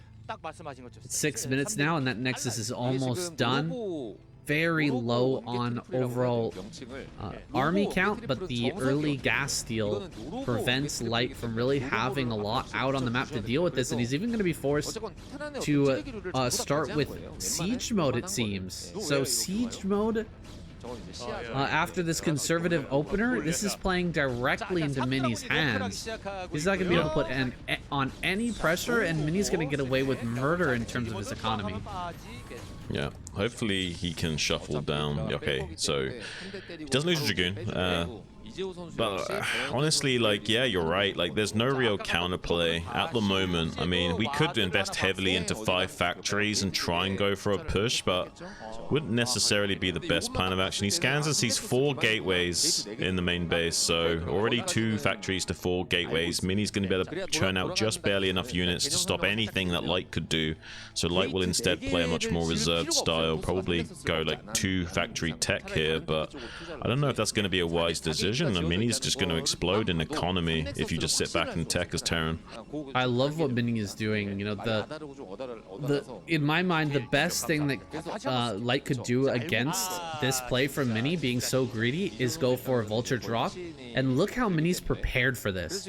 He's set up pylons all around. He's got a pylon in the north, 2 pylons on the left-hand side. He's got units everywhere just set up and ready for a drop that could possibly come out from any angle out of Light's base is going to get caught, and Mini will be able to respond to that. He has perfectly set this up, and Light is just going to move out and take a third. He's going to try and macro super hard, I don't know if Mini can break this, but he's going to have an opportunity here pretty soon. Yeah, I mean, this is going to be an interesting game because, like, if Light can somehow hold on to these bases, he might be able to make a very strong game out of it. Mini, I'm not sure what his style will be here, if he wants to go kind of crazy right here, right now, and put on a lot of pressure with the shuttles, or if he wants to just, you know, take an early 4th base, because he can take a nerf as early as a 4th as he wants. Like, he can take an 8-minute 4th, which is insane if he wanted to. Now we see the 5 factory coming out of Light. I don't hate it. I think it's very mid-range though. It's going to be very difficult to like get an easy value here against Mini, but it might be consistent enough value for him to survive, and that's what he's thinking about right now. Just getting as many units as possible to not die to the macro machine of Mini. Coming across this bridge is a bit scary. That's a very tight position to try and rush Dragoons across with this many tanks waiting on the other side. It looks like he's going to turn away from that. I'd much rather see him come from the north. That pathway is way less cluttered. However, he is going to go ahead and grab that 4th, as you were mentioning earlier. He throws down the Nexus already. But Light, I mean, getting away with a CC here at, what, 8 minutes? That's going to be finishing up now? That's so crazy. That's such a fast third. The amount of greed that's going back and forth in this game is kind of crazy, but I think it might favor Light in the long run. He is so good with those giant maxed out armies. It's crazy. And Mini is double expanding, so this is going to get really wild. Like 5 base versus 3 base. We're allowing the Terran to take this 3rd, and we're going to say your 4th is going to be impossible to take, and I'm going to race ahead to 5 base economy. So if you can keep the Terran on 5 versus 3, you will just be slapping him around all day. But we do see a rush into, like, you know, 7 factory production from Light. He will be firing on all cylinders now. Maybe he can build up a big enough force to both screen Mini and also eventually take this 4th at 12 o'clock and then push on this horizontal axis in the top lane, maybe. Does it look like Mini's going to go into carriers? It kind of feels like he's just going to take this 5th and start to build out a carrier force. Maybe sack one of the bases, whichever one Light decides to push into. Probably top right, sack that base, and then wait for carriers to come online, try to do a counter or something. That is a possibility. 4 Templar, or 4 shuttles, excuse me, is a great force for just diving into the main or the natural and try to get a bunch of damage, try to, you know, make a big distraction. Typical play from a Protoss player who's trying to switch into carriers to just create some problems for the Terran, so they're not really thinking about what tech is coming out next for the Protoss. Let's see if he can get that good damage and distract Light enough, or is this just going to get completely crushed? And then Light can come across the map and destroy him before the carriers even come online. Indeed, it's going to be carrier this game. Yeah, I mean, he's aware there's Reavers out on the map, but he has no idea about these carriers for the time being. He's going to have to figure it out soon. He's on like a 3-minute window where he needs to figure this out and have some kind of response executed before that window is up, when the carriers are popping out and they're building up interceptors. Once they get 4 carriers, they're going to start running away with the game, especially if you don't know they're coming. And this is going to be 3 Stargate carriers, so, you know, going from 3 to 6 is a very big power spike for the Protoss player. Yeah, 3 Stargates definitely escalates quickly. Light throwing down scans, but what did he see? Just taking a look at the natural. He doesn't see any Templar. That might be a tip-off. Templar should be out at this point if you're going to be playing a normal game. You want to have Storms in this army to deal with the big clumps of Terran units, so he hasn't actually scanned any further. I don't think that he knows about this yet, but he might be starting to get suspicious. Right, he'll eventually get the Templar tech once he's finished building his carriers, but until he's built his carriers, like, all of the gas will want to be invested into those kinds of critical units, and eventually have some Storm to supplement and, you know, use to soften up, you know, clumps of Goliaths and stuff. But now we see the big move out from Light. He wants to maybe take this expansion at 12 o'clock and attack on this axis at the same time. Needs to make sure he keeps some units back at this 3rd base so he doesn't just get destroyed by Mini's counterattack though. Well, Mini is, I think, likely going to sack this base, as I mentioned earlier, while taking 6 o'clock. He's just going to run the probes, Send a bunch of them down to 6 o'clock and just give up this base? He has so much money. Another base down here in the bottom left-hand corner. Look at him. He's got 2,000 minerals. Wow. This is what I was thinking was going to happen. Yeah. He's just dumping all of this money into carriers and a lot of zealots, I imagine, as well, as that speed comes online.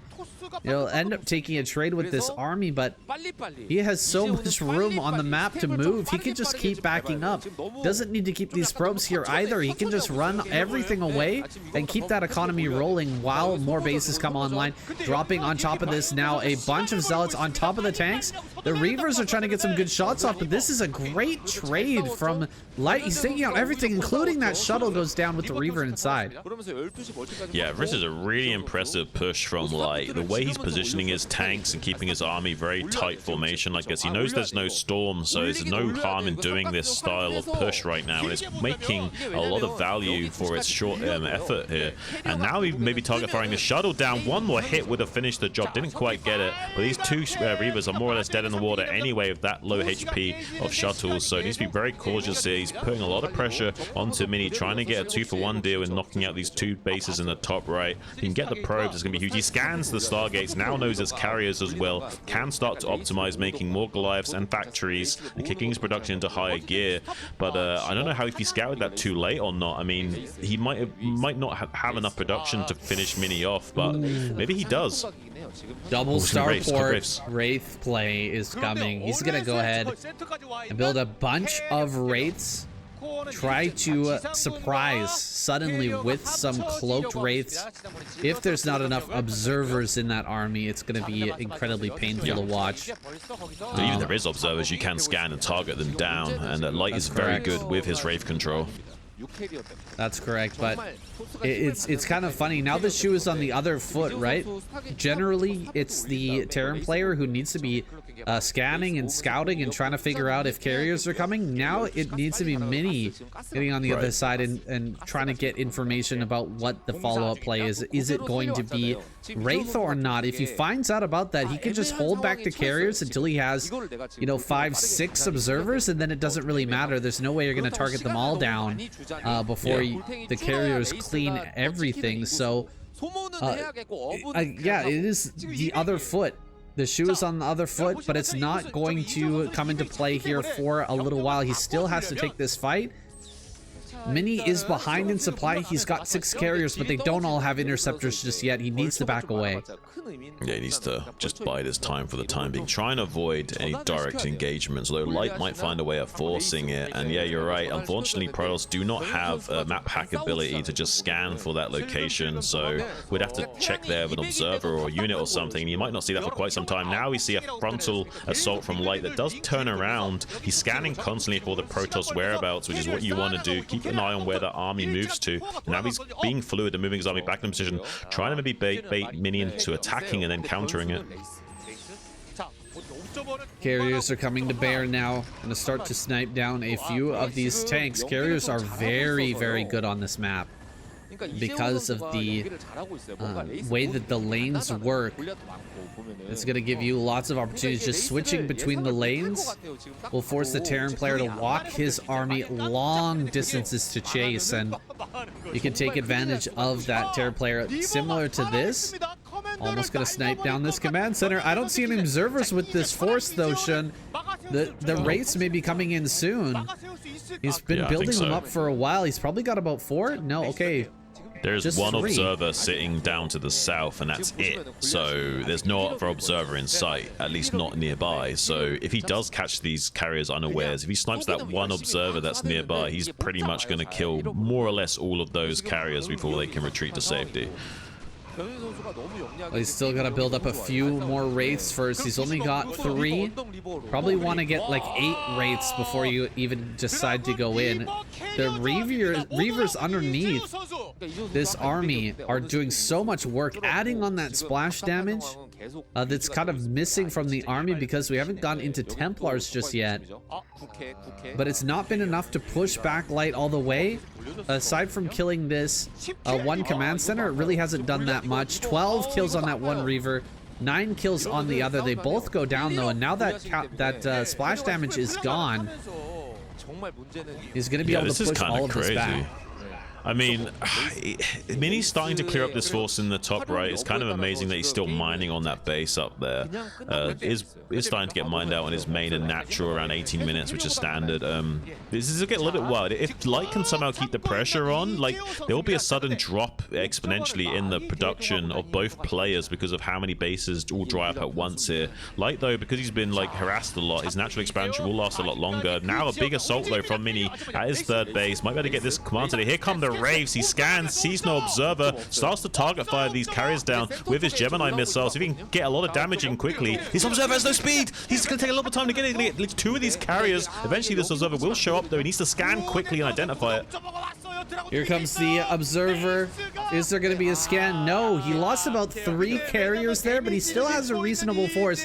And now that he knows about it, the Wraith play will not be nearly as efficient, as effective at taking down these carriers. Another scan comes down. He's going to get another carrier. I'm really surprised to see the observer wasn't with the carriers at that all-important moment. Meanwhile, Light is pushing through. He's killing off so many bases. He's shutting down all the mining of Mini, and Light is losing bases of his own, but it's not nearly as fast, and he's forcing back the carriers, killing them off with these raids at the same time. And critically, he has this natural expansion to go back to mining to get a little bit of extra drip feed into his economy if he needs to. Unlike Mini, doesn't have that luxury. He has to mine out on the map, which are easily assaulted from this point onwards. And there's a pretty big push here from Light. If he can get in there and cripple the last remaining bases of Mini, maybe he can just about do it. Currently ahead in supply, 136, 121. It might just be doable for Light. That bottom left command center, so smart from Light.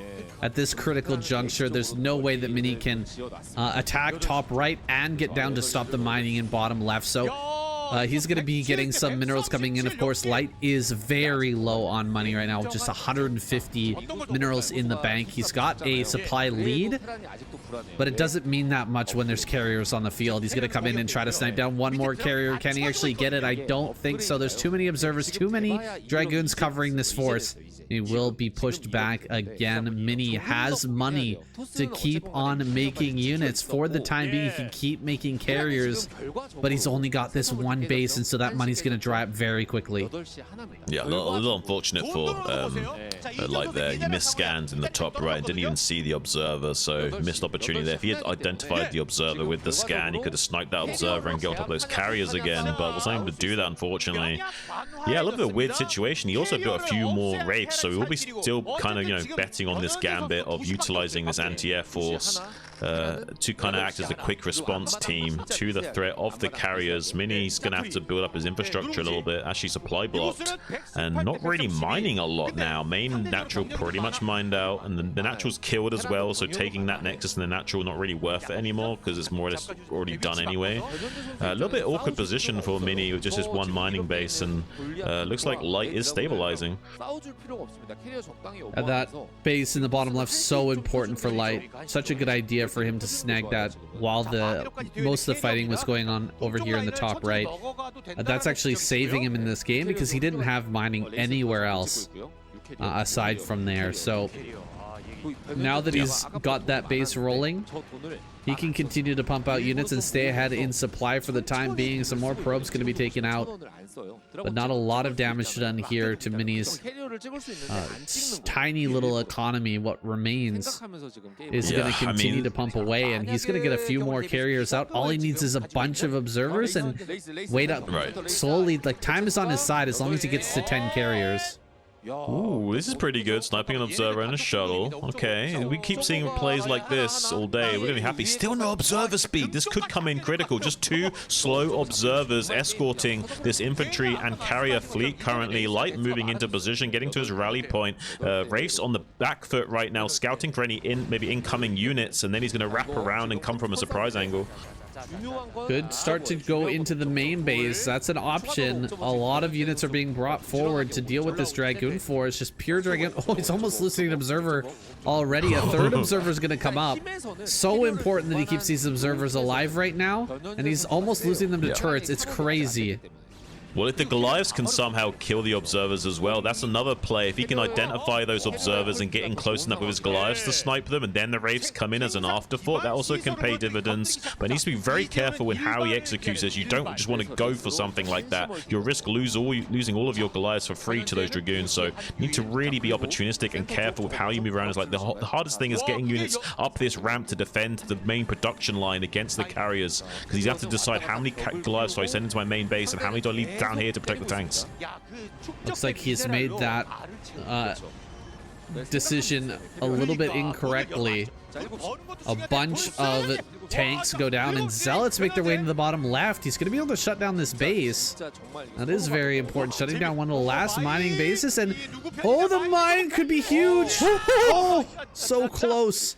So close to a massive mine drag. Once again, switching into the main base. Mini is pulling Light apart. He's lowered his supply. You know, he was about 20 supply behind just a couple of minutes ago, and now he's just a little bit behind Light. He's sneaking out a few more units, but he's losing his factory, so that's not going to last much longer. This is looking like the Dune films, where they've got those shields, so you can't just go in and finish the player off right away, but Mini is slowly pushing his knife through the defenses of Light and is getting closer and closer to his vital organs and making a mortal wound here. But look at this, Light! Big counter push coming out. There's 4 observers here to escort this fleet, but if he can snipe them, that'd be critical. He does get a little bit of damage as one of them, but they're moving into a safer pocket now. Much harder to get on top of those. Instead, just target firing down with whatever they can. Interceptors at first, then going back onto carrier duty, because just so many interceptors, it's might as well just try and get a carrier kill at that point. Only 2 tanks left, though. That was some amazing sniping there by Mini, just staying at the maximum range, using those mineral fields to block the Goliaths away from the carriers, and he picked off so many tanks in that army. These Dragoons are going to be super, super valuable. Still, this gambit of having the race fly around and maybe catch onto some carriers could end up paying off big. Gonna dive on top of one of the carriers. He almost gets one, but it manages to stay alive, and the carrier number will continue to grow. I mean, it's a very hard gambit to pay off now. There's just so much escorting the observers. Before it was like a few carriers and that was it. Now there's a massive infantry squad of Dragoons to soften those up as they come in, and a massive fleet of carriers as well. It's very difficult to come in and snipe these observers with those Gemini missiles like before, but still can manage to get that to go his way. Just maybe not while they're out on the field. He's gonna have to like catch them off guard, or while they start to engage in a fight, and then come in from an angle. But I don't see it happening at the moment. He needs to somehow make this work, but it's going to be very difficult. Mini has a pretty sizable force here. Only was ever able to get +2/+2 on these forces, and that's not gonna leave the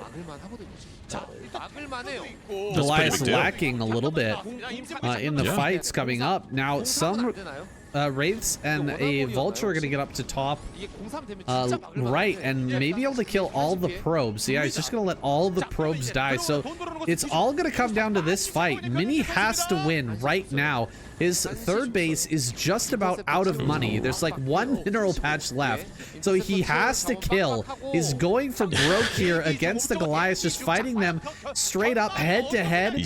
There's just enough Goliaths, though, I think, to win against the Interceptors. These Zealots might be able to change the fight, though. Diving in, jumping on top of the tanks. Maybe the infantry can do it. He's diving on top of everything. All the tanks are falling. Oh my gosh, with just 7 minerals in the bank. Has Mini actually done it? I don't know. I think he has. There's just barely not enough critical mass to fight this back, unfortunately. There is still Wraiths. Somehow, if he can get the Observer snipes, maybe. But look at this. 4 Observers! And still so many Dragoons on the floor as well. Not enough tanks, though. Going to be buffering, helping out these Goliaths against the Dragoon fleet. But there's just not enough left to deal with the carrier fleet. Sorry. I don't know how he's going to do this. But the race can make all the difference. Just with all these Observers out there, he's going to like struggle to find a gambit for these Wraiths to actually get something done here. If it comes down to the very last he's moment. target the observers, oh my gosh, he got the observers? Did he get them all? Okay, there's 2 more. There's 2 more. Okay. He scans them. He knows where they are. If we get down to like the very last couple of units, those wraiths are gonna come in so handy. Still pushing in here. Mini with no money left. 30 minerals in the bank. Is gonna continue to take these fights. He's so low on interceptors. These are almost flying paperweights. The carriers are out. GG. He's done it. Oh my god, 2 amazing games back to back.